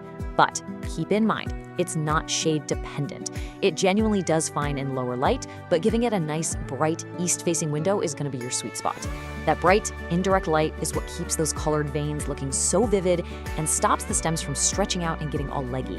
But a quick warning here, even a single hour of direct, hot midday sun will bleach and crisp up those leaves almost instantly, so definitely keep it protected from direct rays. Now, when it comes to water, the symptoms of getting it wrong are distinctly different. While the plant really loves moisture, you gotta find that perfect balance. Overwatering leads to mushy stems, sour-smelling soil, and soft yellow leaves, which is basically the dreaded root rot. Underwatering, on the other hand, triggers that dramatic faint we just talked about, but with a super fast recovery. To avoid both of these extremes, always use the knuckle test. Just stick your finger into the soil down to the first knuckle. If the surface feels dry, it's time to water. Do not wait for the soil to dry out completely. To maintain that perfect, consistently damp sponge moisture level without totally drowning the roots, you absolutely need the right soil. This recipe is fantastic for that. You want 2 parts moisture-retaining peat or cocoa coir, 1 part perlite for aeration, and just a handful of orchid bark or coarse sand. This balance ensures the roots can drink their fill while still getting the oxygen they desperately need. And please remember, unless you are building a completely closed terrarium, drainage holes in your pot are absolutely mandatory. All right, section 3, temperature and high humidity, creating the environment. So trying to recreate a tropical environment is probably the single most demanding aspect of Fittonia care. And it really all comes down to this one crucial number, 60%. This plant needs at least 60% ambient humidity to actually feel at home. To put that into perspective, in a typical home during the winter, humidity often drops down to like 30%. If you ignore this gap, you are very quickly going to see the edges of those beautiful leaves turn totally brown and crispy. I know a lot of people try to fix low humidity by just misting their plants, but honestly, misting is really ineffective. It only raises humidity for a few minutes, and it can even invite mold issues. If you want guaranteed success, terrariums are literally the ultimate cheat code here. Placing your nerve plant in a sealed or even just partially sealed glass terrarium instantly traps the moisture, keeping the humidity hovering right between 70 and 90% without you lifting a finger. Or as an alternative, a steamy, naturally humid bathroom makes a fantastic home for them too. Next up, section 4, feeding and pruning maintenance. Pinch early, pinch often. This quote is your absolute golden rule for styling. Nerve plants naturally want to creep along the ground, but if you just leave them alone indoors, they can turn into a bit of a straggly mess. You should regularly snip or pinch off the tips of the longest stems, right above the leaf nodes. This really simple action literally forces the plant to stop growing long and instead branch outwards, laterally. It completely transforms it into a lush, dense carpet of color. Now, did you know this plant actually flowers? It totally does, but you should probably stop it. The flowers are these small, stiff spikes that really aren't particularly showy. And the catch is, when the plant focuses its energy on blooming, it completely stops producing those gorgeous patterned leaves we all love, and it can even get a bit leggy. So pinching those little flower spikes off the second you see them redirects all that vital energy right back into the foliage, where you actually want it. Which brings us to section 5, easy stem propagation. This is the really fun part. You can actually turn your prunings into brand new plants using super simple water propagation. Just cut a healthy stem that has 2 or 3 sets of leaves on it. Carefully pinch off the bottom leaves so the nodes are exposed, then simply submerge those bare nodes into a glass of room temperature water. Put it somewhere with bright, indirect light, and within just 1 to 2 weeks, you'll see fresh roots starting to pop out. Once those roots get to be about 1 inch long, you just pot the cutting right back into your moist soil mix. It really is that fast and reliable. Finally, section 6, troubleshooting and pro tips. So let's talk bugs. When you're troubleshooting pests on a nerve plant, the absolute easiest way to diagnose the issue is just by looking at your moisture levels. Because Fittonia needs moist soil, that can sometimes attract fungus gnats. The best way to treat them is with yellow sticky traps to catch the flying adults, and a neem oil soil drench to handle the larvae in the dirt. On the flip side, if your humidity fluctuates and the air gets too dry, you might accidentally invite spider mites. You can easily treat those by regularly wiping the leaves down with a diluted insecticidal soap. Catching these guys early really makes treatment a breeze. Okay, let's rapid fire some final pro tips to absolutely guarantee your success. First up, protect your plant from cold drafts. Anything dropping under 55 degrees Fahrenheit can cause a rapid, scary leaf drop. Second, because they have those very shallow root systems, always opt for wide, shallow pots rather than deep ones. This prevents the dirt at the very bottom from staying waterlogged. Third, try bottom watering by sitting the pot in a tray of water to let the soil wick it up from below. This keeps the delicate leaves totally dry and safe from fungal issues. And finally, go ahead and feed them a balanced liquid fertilizer monthly, but be sure to dilute it to half strength so you don't accidentally burn those shallow roots. So, armed with the right soil mix, a plan for targeted pruning, and that game-changing terrarium cheat code, you are fully prepared to tackle this plant. The nerve plant really doesn't have to be intimidating. It just knows exactly what it wants. But it kind of makes you wonder, what other so-called dramatic divas of the houseplant world are hiding in plain sight, just waiting for you to unlock their secrets? Thank you so much for joining me for this explainer. Now go check that soil. Welcome to this explainer.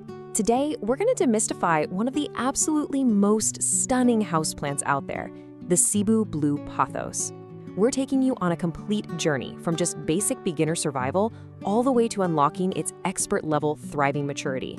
So whether you just brought home your very first little cutting or you're looking to elevate an older plant, well, you're in exactly the right place. Now, what's literally wild about the Cebu Blue is that it essentially gives you two totally different looks, and it depends entirely on how you care for it. Left to its own devices, it's this delicate, cascading, juvenile vine. But give it the right environment, boom, it transforms into a dramatic, climbing, mature plant that looks like it was plucked straight out of a tropical rainforest. It's basically two beautiful plants in one. Okay, here's our roadmap for today. We'll start by officially meeting the Cebu Blue. Then, we'll dive right into light and water essentials, move on to soil, humidity, and feeding, tackle pruning and easy propagation, troubleshoot some common problems, and finally, wrap up with those expert pro tips for getting fenestrations. All right, Section 1, meet the Cebu Blue. Let's officially introduce this stunning species and see why it's such a collector's dream that's actually surprisingly super forgiving for beginners. So, you're probably pretty familiar with the classic golden pothos, right? The one with those standard heart-shaped green and gold leaves? Well, the Cebu Blue completely flips the script. It sports these incredibly elegant, elongated, arrow-shaped leaves. But honestly, the real showstopper here is the color. It's got this almost metallic, silvery blue shimmer that just instantly elevates a room. It's a subtle but absolutely gorgeous upgrade from your everyday trailing plant.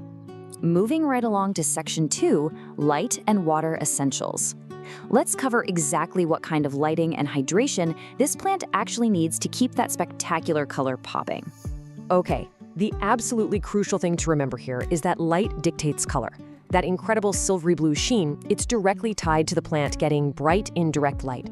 Think, a cozy spot near an east-facing window. Now, if you stick this guy in a dim, dark corner, it'll survive, because hey, it's a hardy pothos, but it's gonna lose that beautiful blue tint, fade to just an ordinary green, and the vines will get all stretched out and leggy. No one wants a leggy plant, right? Now for watering, the golden rule is 1 to 2 inches. Just let the top 1 to 2 inches of soil dry out completely between waterings. Literally just stick your finger right into the dirt to check. It's that easy. These guys actually store water in their thick stems and leaves, so they're wonderfully forgiving if you're a bit of a forgetful waterer. Seriously, it's always way better to slightly underwater a Cebu Blue than to overwater it. But when it is time to water, don't just give it a tiny little sip. You want to do what we call the drench and drain cycle. Drench that soil thoroughly until water is freely pouring out of the drainage holes at the bottom. But here is the absolute most critical step. Immediately empty the saucer underneath. If you let the pot sit in a puddle of standing water, you are fast-tracking your way to deadly root rot, which is pretty much the #1 killer of these plants. Let's jump right into Section 3, soil, humidity, and feeding. We're gonna build the absolute perfect foundation here, starting with chunky aroid soil and mimicking that ideal tropical vibe. You have to remember where this plant comes from. In its native environment, it climbs up trees in the tropical forest of the Philippines. Because of that, it absolutely hates compacted, heavy dirt. So you're gonna wanna use the rule of 3 to mix your own soil. 2 parts standard potting soil, 1 part perlite, and 1 part chunky orchid bark. This airy, super well-draining aroid mix gives the roots all the oxygen they're craving and stops them from sitting in soggy, swampy conditions. And coming from the tropics, you bet this plant loves humidity. While it'll totally tolerate the average, slightly drier air in your house, Hitting that 50 to 70% relative humidity sweet spot is the real secret sauce. You can easily pull this off with a simple pebble tray filled with water under the pot, or just by running a small humidifier nearby. Do that and it'll reward you with way faster growth and noticeably larger, super happy leaves. Now, fresh potting soil does have nutrients, but they definitely deplete over time. The Cebu Blue isn't exactly a super heavy feeder, but giving it a balanced liquid fertilizer, diluted to half strength, just once a month during its active growing season in the spring and summer, that acts like a perfect little vitamin boost. It keeps everything lush and vibrant. Just remember to stop feeding it completely in the winter when its growth naturally takes a break. All right, section 4, pruning and easy propagation. Your plant's got a great foundation now, so let's talk about keeping its shape bushy and, honestly, my favorite part, multiplying your collection for absolutely free. So regular pruning isn't strictly required for the plant's health, but if you don't give it occasional trims, those beautiful vines are eventually going to get long and kind of stringy. The fix is super simple. Grab some clean scissors and snip the vine just above a node. That's the little bump where a leaf attaches to the stem. Doing that forces the plant to push out brand new, fuller branching growth right from that exact spot. And whatever you do, please do not throw away those cuttings. Propagating a Cebu Blue in water is practically foolproof and so incredibly rewarding. Just take your cutting, make sure you snip about a quarter